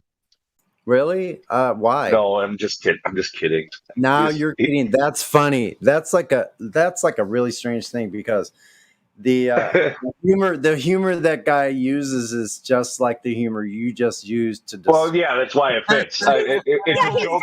Deadpan. Yeah, he's a deadpan. He does the deadpan humor. Yeah. I used to have my 8th grade science teacher was really good at the deadpan humor. And when I was in 8th grade, I think I missed a lot of it, but then I happened to he was my supervisor when I was student teaching. And so then I was older. I was sitting there, I was observing him. I'm like, oh my gosh, this guy is hilarious. I must just not have gotten his jokes when I was a child. You know what I mean? And the kids, of course, still weren't getting it, but I thought it was really funny. But that kind of person sometimes just entertaining themselves, right? Like they don't even care if the other people are getting it. All right, I seriously got to go make dinner, guys. But it was very fun talking to you. It was a good afternoon. So I'll catch you all later.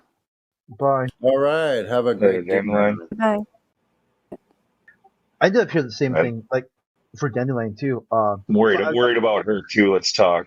We're worried about Dandelion. We're going to put out a fund, actually, in a sympathy room. We'll go talk about her now. No, I'm saying why not talk about it, just her reason for joining the community, the Flat Earth community. Because you hear people always saying oh, you're a flat earther, you're crazy, you're dumb, you don't understand science. All these positive claims about flat earthers, and you meet flat earthers. I only hear that from you guys. I'm only kidding. Yeah, you meet flat earthers, and it's a diverse group of people that can't be generalized like that. Don't get me started. Apparently, I'm on some kind of a roll. I don't know what kind. Jelly roll.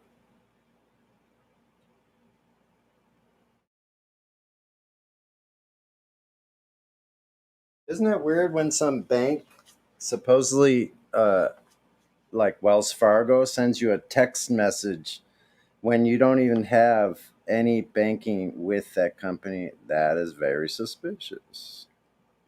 Yeah, no, just delete all those calls. Anybody who calls you is, I just automatically assume it's a scam, no matter what. Scam. Yep.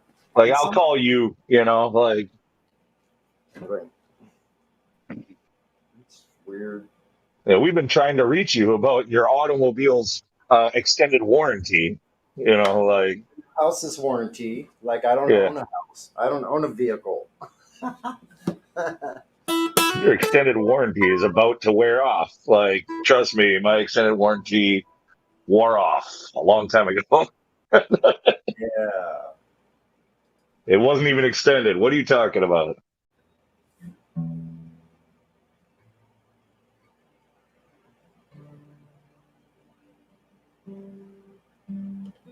No, that's all that stuff. Like, that's why I can't stand all the robocalls and all the spam calls, and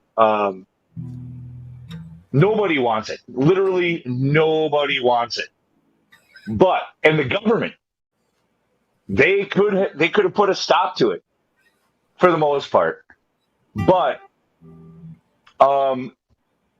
if they did that, it would stop them from spamming you during election cycles, telling you to vote for them. And so they were like, no, we're not doing that. Because they want to robocall you, and they want to spam call you to try to get elected.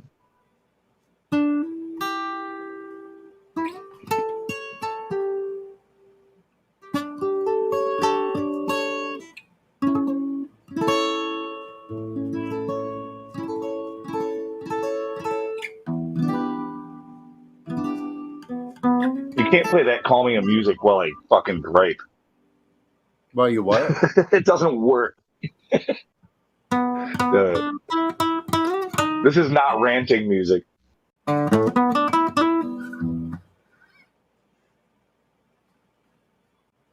Well, But it might call me. Walking. How's it go?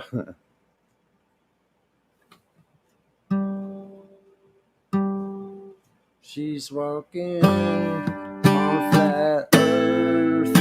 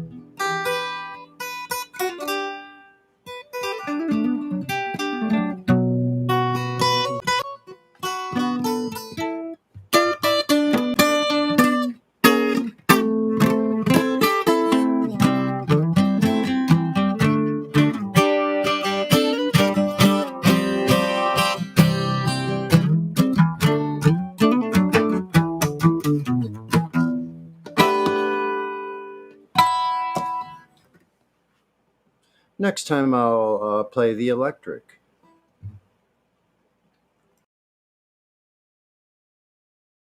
Nah, I like the acoustic. It's probably the best over the way that you do it anyway, over the mics and everything. Sounds nice.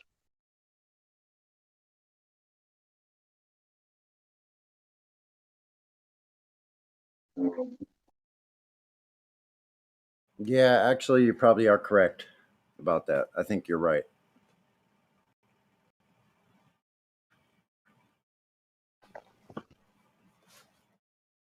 Over the mic. Yeah.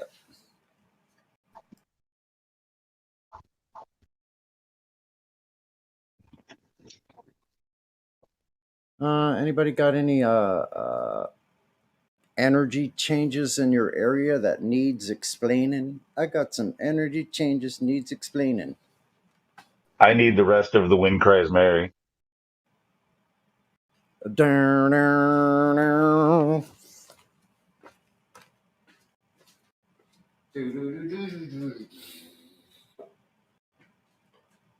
I haven't listened to some Jimi Hendrix in a while, actually. I think, in fact, ever since I got my freaking that kick-ass Pioneer all made nice, I don't think I put it on there, and I really should find an ultra high def copy of Experience Hendrix and throw it up there.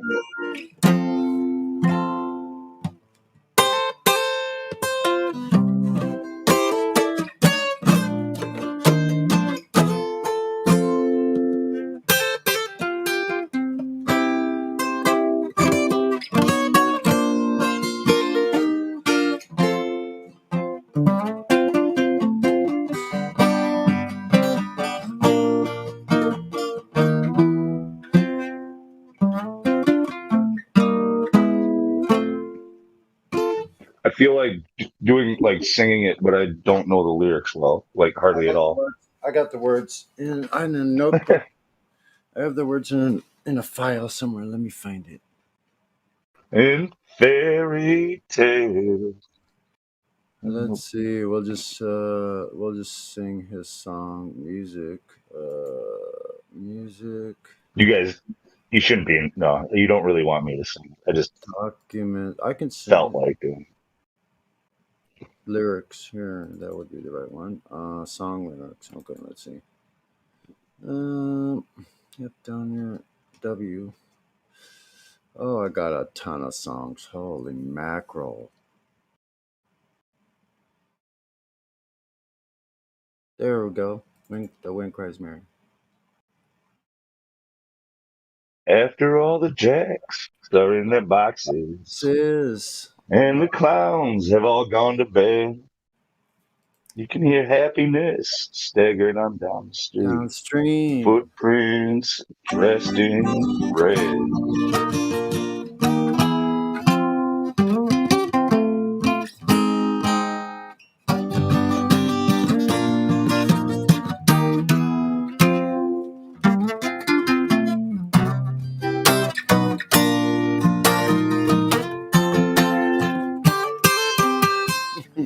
Hold on, I need a pick.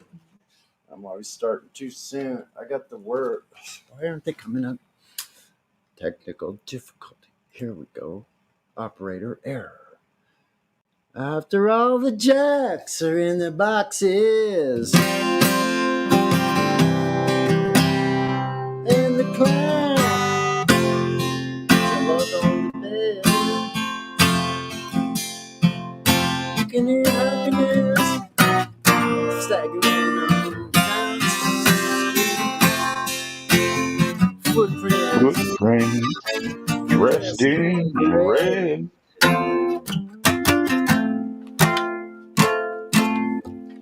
And a broom is eerily sweeping the broken pieces of yesterday's life. Somewhere a queen is weeping. Somewhere a king has no wife. It's pretty heavy duty, huh? What the rest? Oh shit. That's a problem, not being able to have all the lyrics on one sheet. Oh, and then the traffic lights turn blue tomorrow, and they shine their emptiness down on my bed. A tiny island sags downstream, 'cause the life they live is dead. And the wind screams Mary.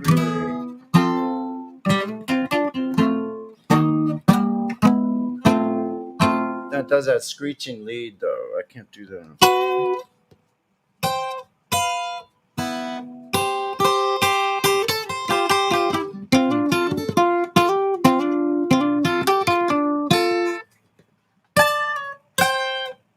Oh shoot, I can't do it on this one.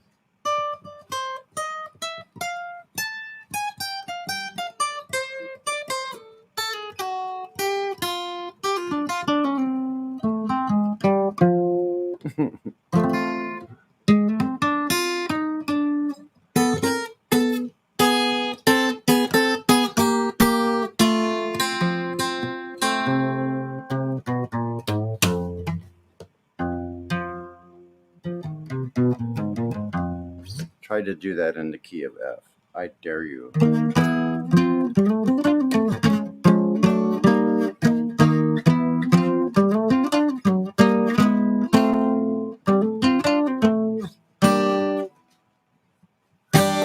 That's pretty cool though. Anyway.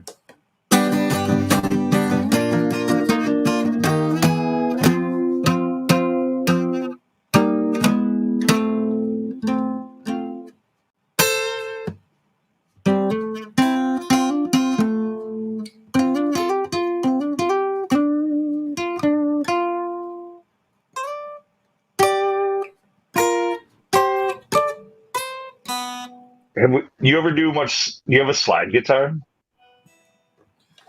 Or you can do use a slide on pretty much any electric, but or guitar. But If I tune this one down to you have like a what do they call that? Like it's got like the like a dobro, or it's got like the metal body or whatever. Like the Yeah, I don't have one of those. I'd love to have one of those Dobros. Yeah, I'd love to have it. Steel body guitar. Yeah. Play Curtis Lowe. Play Curtis Lowe. I don't know. You know what? I don't really know. I don't really know if I know any Curtis Lowe. So, like what I can do is play. Like I could tune it down to a dobro tuning on the guitar.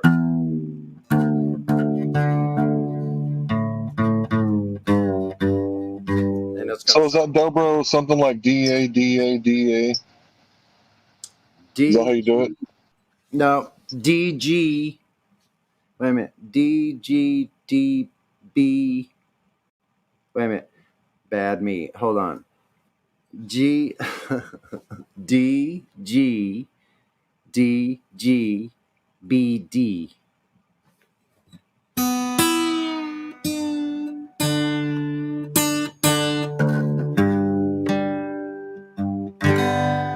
So it's tuning it to an open G.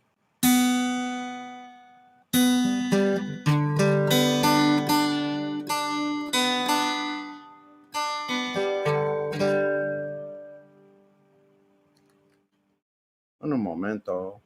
And this guitar will start sounding more raspy, and it actually sounds like it's distorting because it buzzes. And it's actually, I love it because it's not perfect. Just like me.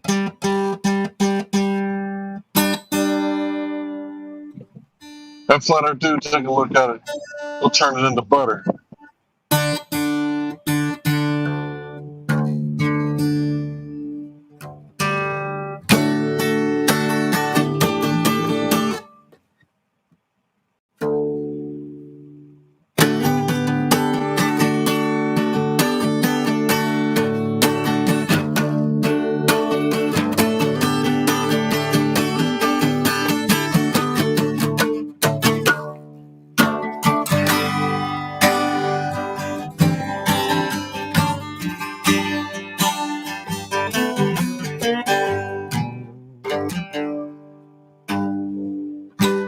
Yeah, the way you tune that, it does give it sort of that like kind of tinny sound or whatever. That worked good. I like that. So hold on, I got a slide now. It'll be a little bit raspy, but where did I put it? Hiding right there, eh? Gotta watch out for that Sonny character. He hiding stuff all around from himself. Hold on a minute.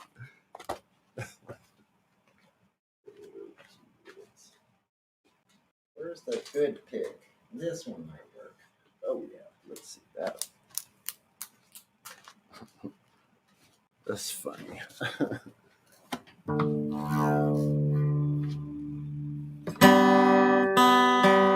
Whoa.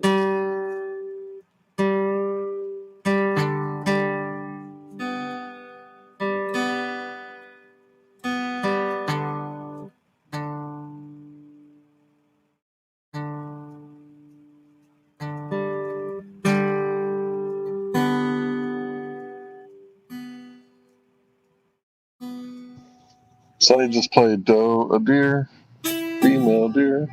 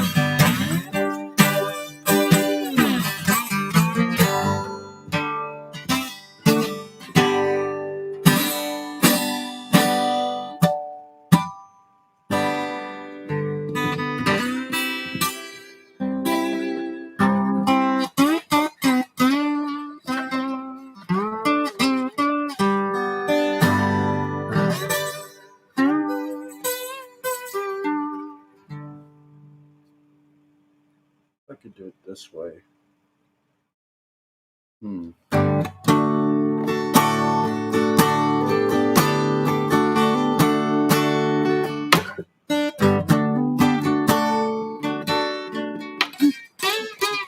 Oh shoot, I can't do it on this one.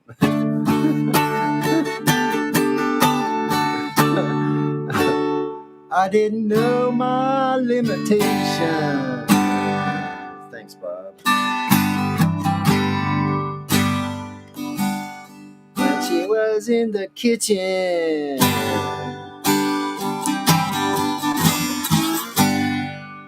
making coffee, bacon, and eggs.